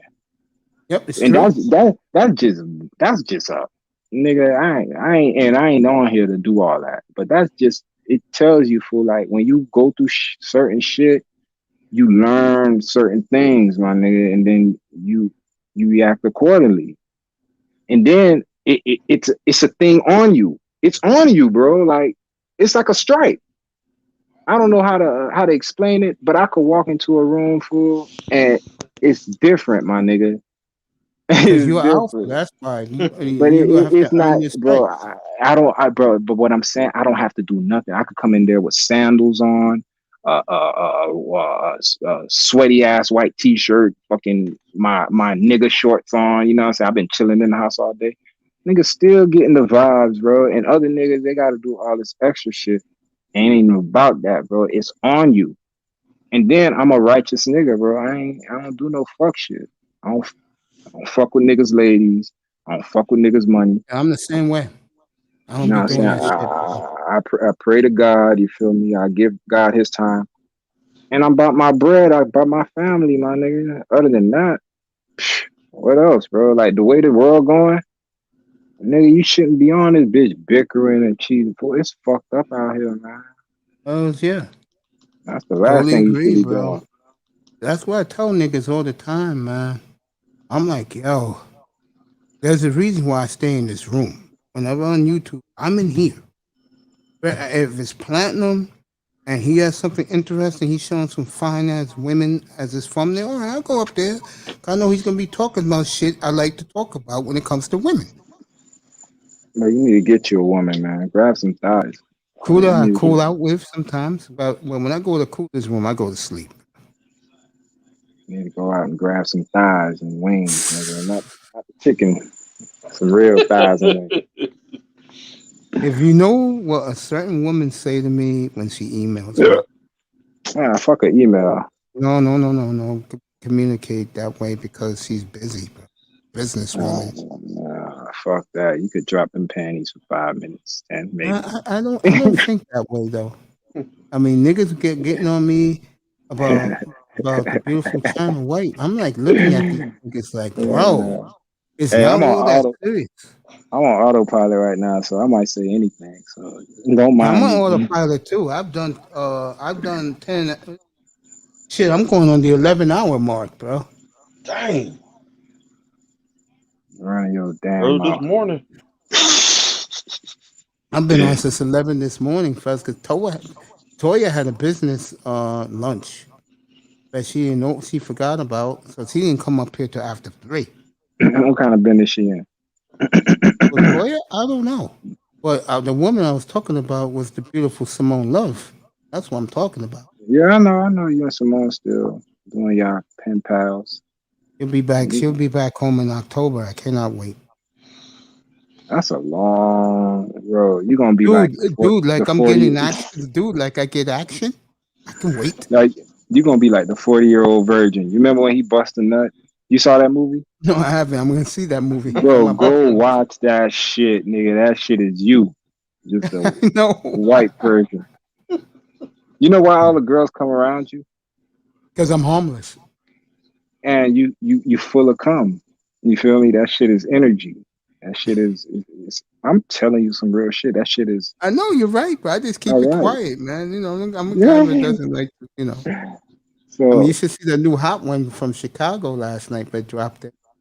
So all they want to do is be that one that get that. It's hilarious to me, though. That's funny. You right about it. You gonna plaster her on the wall. Let me do this real quick. You two guys can talk. I'm gonna be right here. I'm just gonna do something real quick. That shit ain't healthy, man. You have clogged I was pipes. told that. They said I could. I said I'm purple ball now. I can flood every ocean in the world. Clogged pipes, man. Yeah. Let me get back to you guys in like 2. I'll be right here. I'm gonna be on the phone for a minute. Go ahead, man. Ask me anything. I'll give you the answer you need. Not the answer you want. Answer you need, nigga. All right. You seen Fast and Furious yet? Fast and Furious. Which one, nigga? They on what? Fast and Furious 30? How long Like that shit gonna 9? go? Last one I saw was the one with where that nigga he flipped on The Rock. Cause I remember when I first seen the one with The Rock when them niggas was fighting in that office. Remember that one? I don't know which one. Yeah. I think that's 7. I think that was about 6 or 7. Yeah, I think that was 7, and then 8. I saw the beginning of it when Toretto he flipped out on the whole team, and he stole something because he had to work for that lady. But I ain't finished it. Yeah, I fuck with that shit though. Like I like that shit. With 2 with the was good too. I'm just surprised it's a series. That shit's still going on. Yeah. About 20 Good years. story, though. Yeah, nigga. I remember when I took a girl out that first time I saw the first one. I remember I seen the first one at the movies. Yeah, I had to. Yeah, no stream. That was date night shit. Fast and Furious. Yeah. So I might sneak beer in the movie theater. Who? Give me another one. Hey, what's up with the Cause I'm playing cause I'm about to transition. Cause I like that version. I played WWE 2K. Which one is it? 19? I think 19. And, I do my own matches and shit. I like all that shit. But I ain't been keeping up with the latest. But now I got Peacock. I think Peacock got wrestling on there. You gonna watch WrestleMania or WrestleMania? Yeah. WrestleMania 30, was it 36? Is The Rock in wrestling right now? I don't know shit. That was my nigga, The Rock. I'm back now. Yeah, he's my guy too. I told the guys I last do like night. the Rock. Man, The Rock was the last nigga that could work that mic, bro. Him? The Rock was funny as fuck. I was telling The these Rock guys. retired Charlie Ward. I was Oh, telling for these, real? yeah. Yeah. I thought he went to UM. What are you trying Charlie Ward FSU bitch ass for?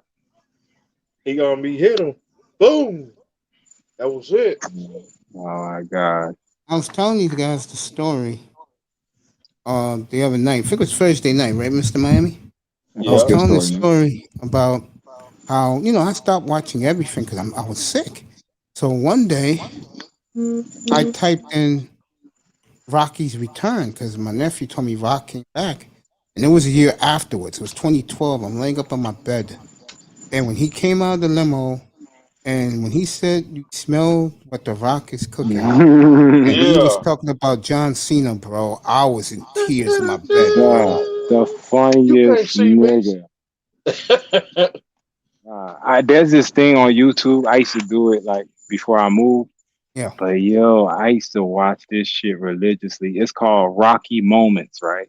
Mm-hmm. And it's all the interviews, all the interaction. Yo, he was funny as so he could have been a comedian that day. Bro, Rocky was hot. Like you know how nigga just say all the right and funny things? Yeah. Bro, Rock was a monster. I remember he made the Big Show look stupid as hell.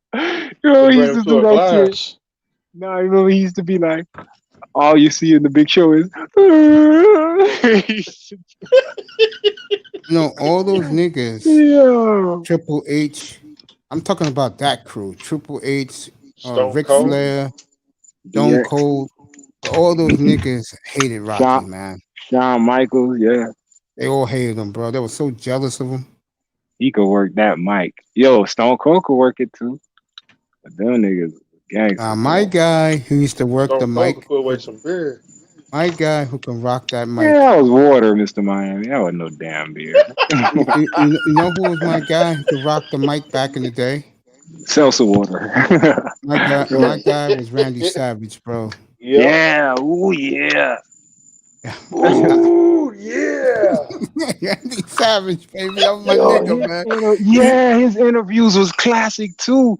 Used to come out real low. Yeah. I come out and they tell me, Randy, and I tell him, I'm gonna beat him 1, 2, 3. Like that dude was gangster as fuck, man. I fuck with Randy, bro. My boy MVP. Yeah, he was good. And you know what else was good, man? Hey, you Jake want me? I'm Roberts, gonna watch that shit when I get off with you. That shit always puts me in a good mood. Yeah, Jake Roberts, bro. Yeah. I don't know who that is. Jake the Snake Roberts. Oh, with the snake. Yeah, he was great with the mic skills, bro. And Honky Tonk Man. You remember Honky Tonk Man? Yeah. And Bret Hart. The Honky Tonk. That was my good. That's my favorite wrestler of all time, Bret Hart. Yeah, you like Bret? Bro, Bret Hart and The Rock. The Hart I like Foundation. The Rock. Bro, I love Bret Hart, my nigga. That was my guy. My Bret guy Hart, in the old everybody. WWE days. My guy was Bro, he took I that love title that group with him, Heenan, and Mr. Perfect. I love that threesome, bro. You remember Bret Hart dismantled that shit. He beat Ric Flair and took his title, dog. That shit was gangster, bro. That nigga took his world title from him. When The Rock took on NWO. I think I left by then. I was gone by then too. I'm talking about 2002 or 3. Yeah, I was gone, bro. Yeah, when they were merging shit, I was like, man, fuck this. I'm out. Man, I was out of it, man. I was doing other things in my life. Mhm. And then when I asked my nephew, true story, the one you worked with, give you those logos, and I asked him, he was doing so good in school. I said, "What do you like?" And I'm chilling, you know. I'm in my office where I used to live. I'm chilling in my office. He came in. I said, "You came up with something?" He said, "Yeah." I said, "So what do you like?" Wrestling. I'm like, "Get the fuck out of here, man." Hey, I'm gonna take my shit. Just like my dad took me, bro. I need to take him. I need to Yeah, find out take when your they little have guy. it. Yeah, when I took my Bro. nephew, I had to sit him Yeah. down at the arena and I had to tell him the truth at the old Meadowlands. And I said, "You do know this fake, right? But he's gonna get up from this and walk to the locker room. You know that, right?" You be quiet. It's not fake. No, he agreed with me. He said, "I know that." I was like, "Okay." I said, You know, "Enjoy the show." I want to kid." keep the lie alive. In my head is real. My nephew, goddamn, did I sport him, man. Bro, I remember my dad took me to see the Ultimate Warrior beat Hulk Hogan. For the Oh yeah. title. Yeah, he took me that. That shit was gangster, man. You know, someone asked me the other night, "Who do I hate the most?" I forgot all about that motherfucker. The one guy I couldn't stand was Warrior, man. Dang. What? The only nigga to own the world and intercontinental title at the same time? Oh God, I couldn't take him, man. Oh my God, nigga. Or he beat Hulk Hogan. Any nigga like anybody like Hulk Hogan, Jordan, I always rooted for the guy that stood up to them. Like that's why I liked Reggie Miller, Ultimate Warrior, Bret Hart. You know what I'm saying? I like those type of niggas that stood up to the name brand guy. Yeah, I know where you're coming from. And to me, those guys were usually better. For some reason, it's like people like Hulk Hogan, they just gave it to him. I wanna be an American. Shut that shit up, God, man. I hate that, man. God, every time I hear that, I want to puke. I wanna be an American. Oh, God, I used to hate that. And then you got Ultimate Warrior. That motherfucker, man. I'm gonna tell you a group of guys I fell in love with 30 years ago. I used to see them in person every I 2 fuck with weeks at Mr. Madison Perfect Square too. Garden. Remember Mr. Perfect? I fuck Of with course, Mr. that was my Perfect. nigga. When he was with Kurt Hennig was Bobby with Bobby Heenan. yes, that's right, and Ric Flair. That was the Yeah. trio, baby. Yeah. Hitman beat Rick. He beat Mr. Perfect for the Intercontinental title. Then he beat Ric Flair for the world. That shit was gangster, man. Oh, that nigga, man. Get my I know boys all. up. They the Know all fiend that shit. niggas, man. Wait, I remember when they used to fight at Madison Square Garden, bro. Who? And whenever that intro came out on, all the brothers dancing in the aisles, bro. Here we go. Do this shit right. Do this shit right. These are my niggas, bro. One of the best themes in history of wrestling, right here, bro. That would be some dumb shit.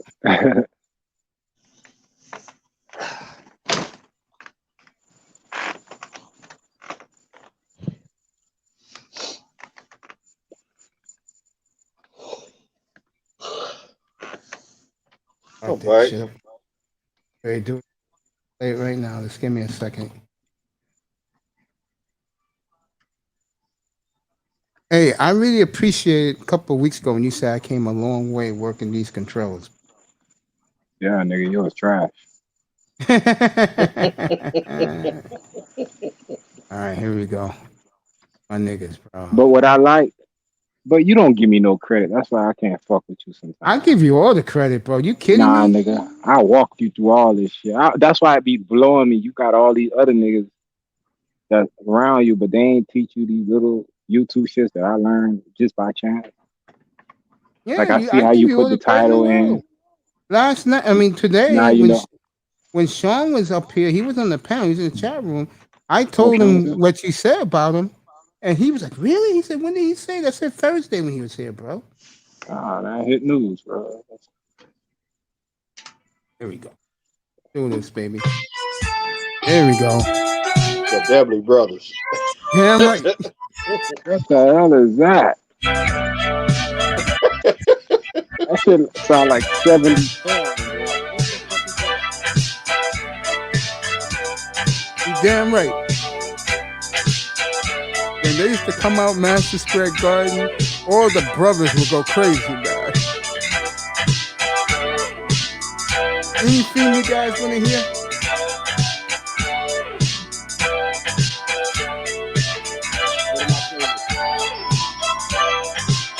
It's gonna be like Midnight Express. You hear me? Go to my playlist. Go to your playlist? Yeah, go to iTest Sports and go to playlist. Okay. And John Cena's back.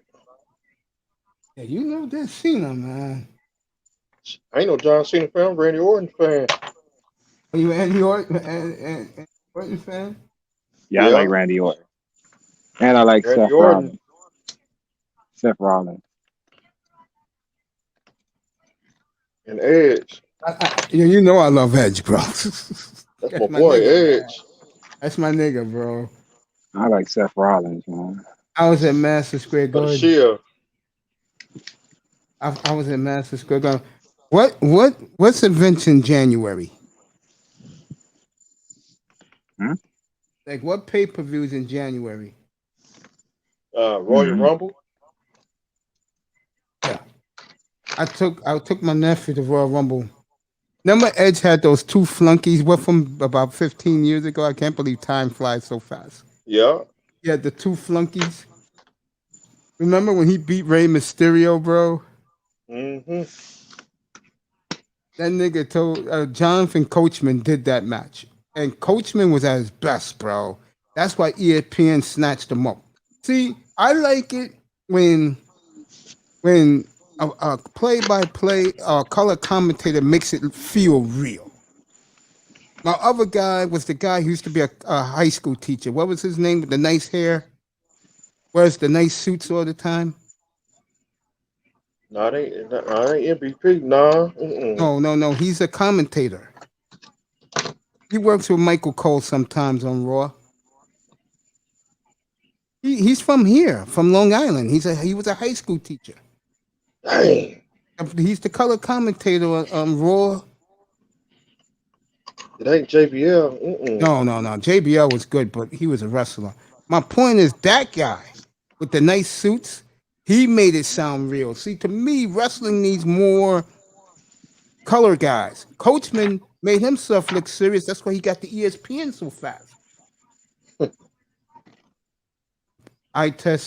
Is it iTest playlist or iTest sports playlist?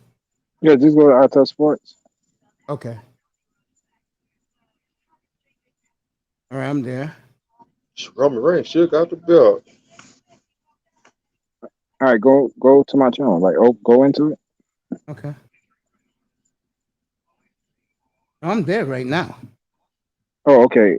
Go Online up. exam. No, not that shit. Go. All right, no. Go to my. You see the avatar? Yeah.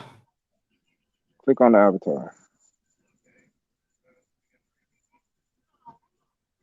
Okay. All right, now go to playlist.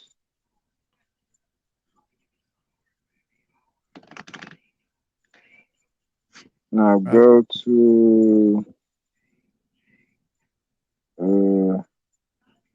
go to no, not that one. Where is that? Go to the left. I hold on. Let me see. All right, you see where it says library. No, hold on. That'll be yours.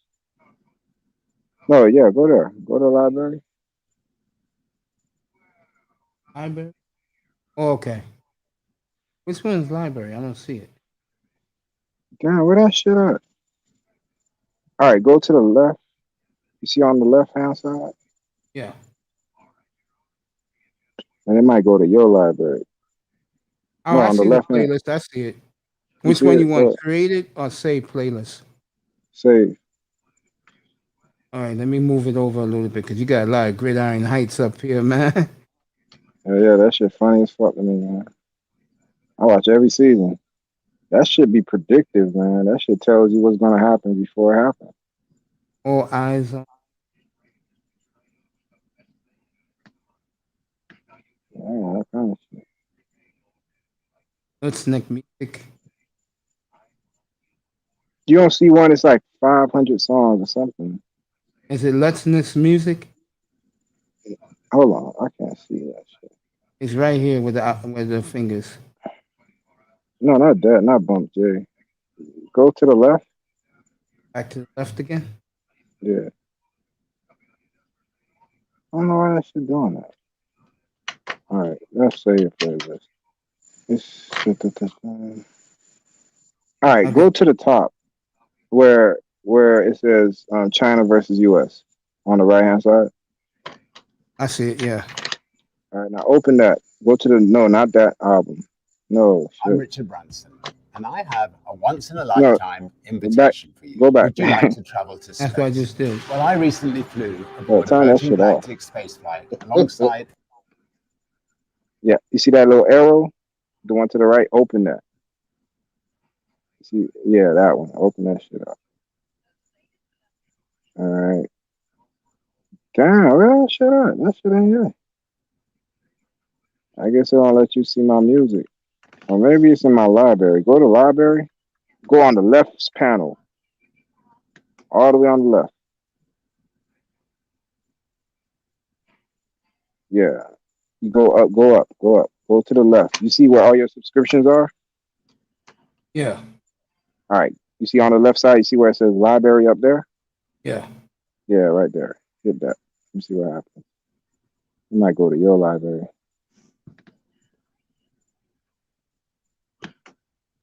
Damn. Hey, play that Gavin Long. Nah, fuck that. You ain't into that shit. I don't want to get your channel. Fuck that. Gavin Long? Long? Yeah, you don't know who I was that is. watching that about 2 hours ago. You were watching Gavin Long shit? Yeah, I Man, was. that Yeah, nigga- while you guys were arguing, I was watching that. You saw how that nigga was moving? One guy. I saw it live when you posted it on Yeah, your site. yeah, those two guys did damage. That's what I be talking about. I get it. Yeah, man, because I know it ain't shit I've been watching. You've been watching this stuff. It's your library. Damn, I don't know why I won't go to my shit on your shit. I would have gave you some shit, man. I'm show you what everybody listening to. I'm just not a fan of big breast of. Did you see You your like, girl yesterday? Ellie the Empress. Boy, she put on a show yesterday morning, bro.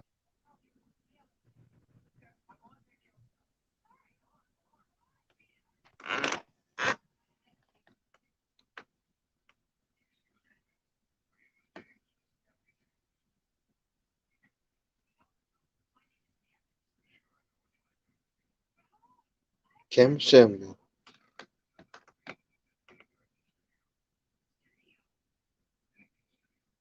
TD fans.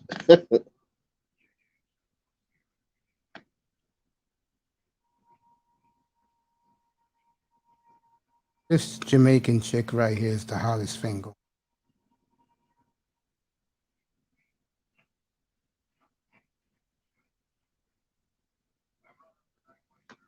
I told her, "Welcome to New York."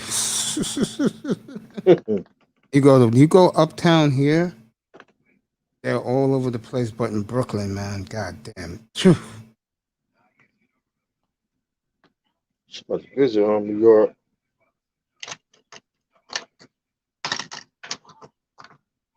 Take him to that one place with the chicken box. Ready to call it night. I've done 11 hours and 16 minutes. You stick around.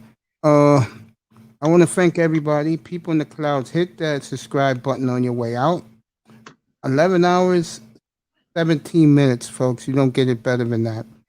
I want to thank the beautiful sWithToyah. I want to thank the beautiful MTGV TV. I want to thank Mahogany, who was here. Manny Mayweather, who was here. Fireman, John B. Mr. Miami, of course, I test. Quasi came by to say hello to me. I always appreciate my brothers from the Manosphere who come here and support their brother, Mace. I just want to say to everybody, you stayed here the full 11 hours and 20 minutes, you're going to get something nice from me very soon. Manzano was here for a quick minute. And Kane the God was here. OG was here. JB's here. Hey, JB, you welcome, bro. I'm glad you like the content. Be here tomorrow, folks, because in 12 hours, it starts. Get your popcorn ready. Get your popcorn ready. Get your fried chicken wings ready. Shit, I may make some chicken wings in the morning and let everybody see me. Got me a whole new bottle of red hot sauce. Louisiana. Right, baby. JB, you're welcome. Be here tomorrow, 11 o'clock Eastern, anytime for us. People who love pro sports but gets the truth. Like that big breakfast Chaos this Reign. morning.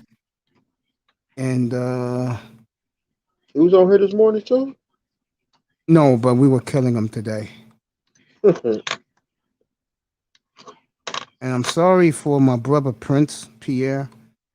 He had that rap. We left him alone, and he said he had technical difficulty. Kane the God was here. Ed Unchained, John B. Of course, my brother up here right now, Mr. Miami, the beautiful Nicer, a whole host of others. There will be no True Savage. There'll be no, I don't want to see Ghost up here tomorrow. I don't want to see Triple Black up here tomorrow. I don't want to see none of those guys up here. It's on now. 9 months of professional football. Starts here, goes through here, ends here, beginning tomorrow morning. We're sponsored by Sigma males. Those are men like yours truly who takes nothing from anyone, especially black women. And I just want to say that I appreciate the sisters in here today. I appreciate the sisters who watch in the sky. And know one thing about this brother right here. I love you, but I can't take it. I can't take it. Can't take you, girls. And I want to keep my sanity. There you go. Sports brought to you by Link. Lean. There you go. Love you guys. Thank you for being up here with us for 11 hours and 20 minutes. Sleep well, everybody. You're going out for a night out on the town with the ladies or chasing ladies. Be careful. That can get you killed. I will see you tomorrow morning, everybody. I'll see you in 12 and a half hours. Good night from the Oasis. Peace. Somebody else has something to say. What's up, Lou? What's up, my brother? Come on, What's up, brother Lou? Come through, my man. We'll see you tomorrow morning, everybody. Live from the Oasis, 11 o'clock. That's right, 11 o'clock Eastern time in the morning. And maybe I'll think about sporting a Dolphin long sleeve tee, the type they wear. It looks like a baseball jersey, but it's not. I got one of those. I may unveil it tomorrow with the fitted cap. Steve the Bird. I'm gonna leave you alone. Love you guys. Good night, everybody. Lou, thanks for coming. I'll see you in the morning, everybody. 11 o'clock a.m. Any football team you like, come on up. Talk about your team. We're gonna be on all day. I love you, gang. 11 hours. Good night from the Oasis.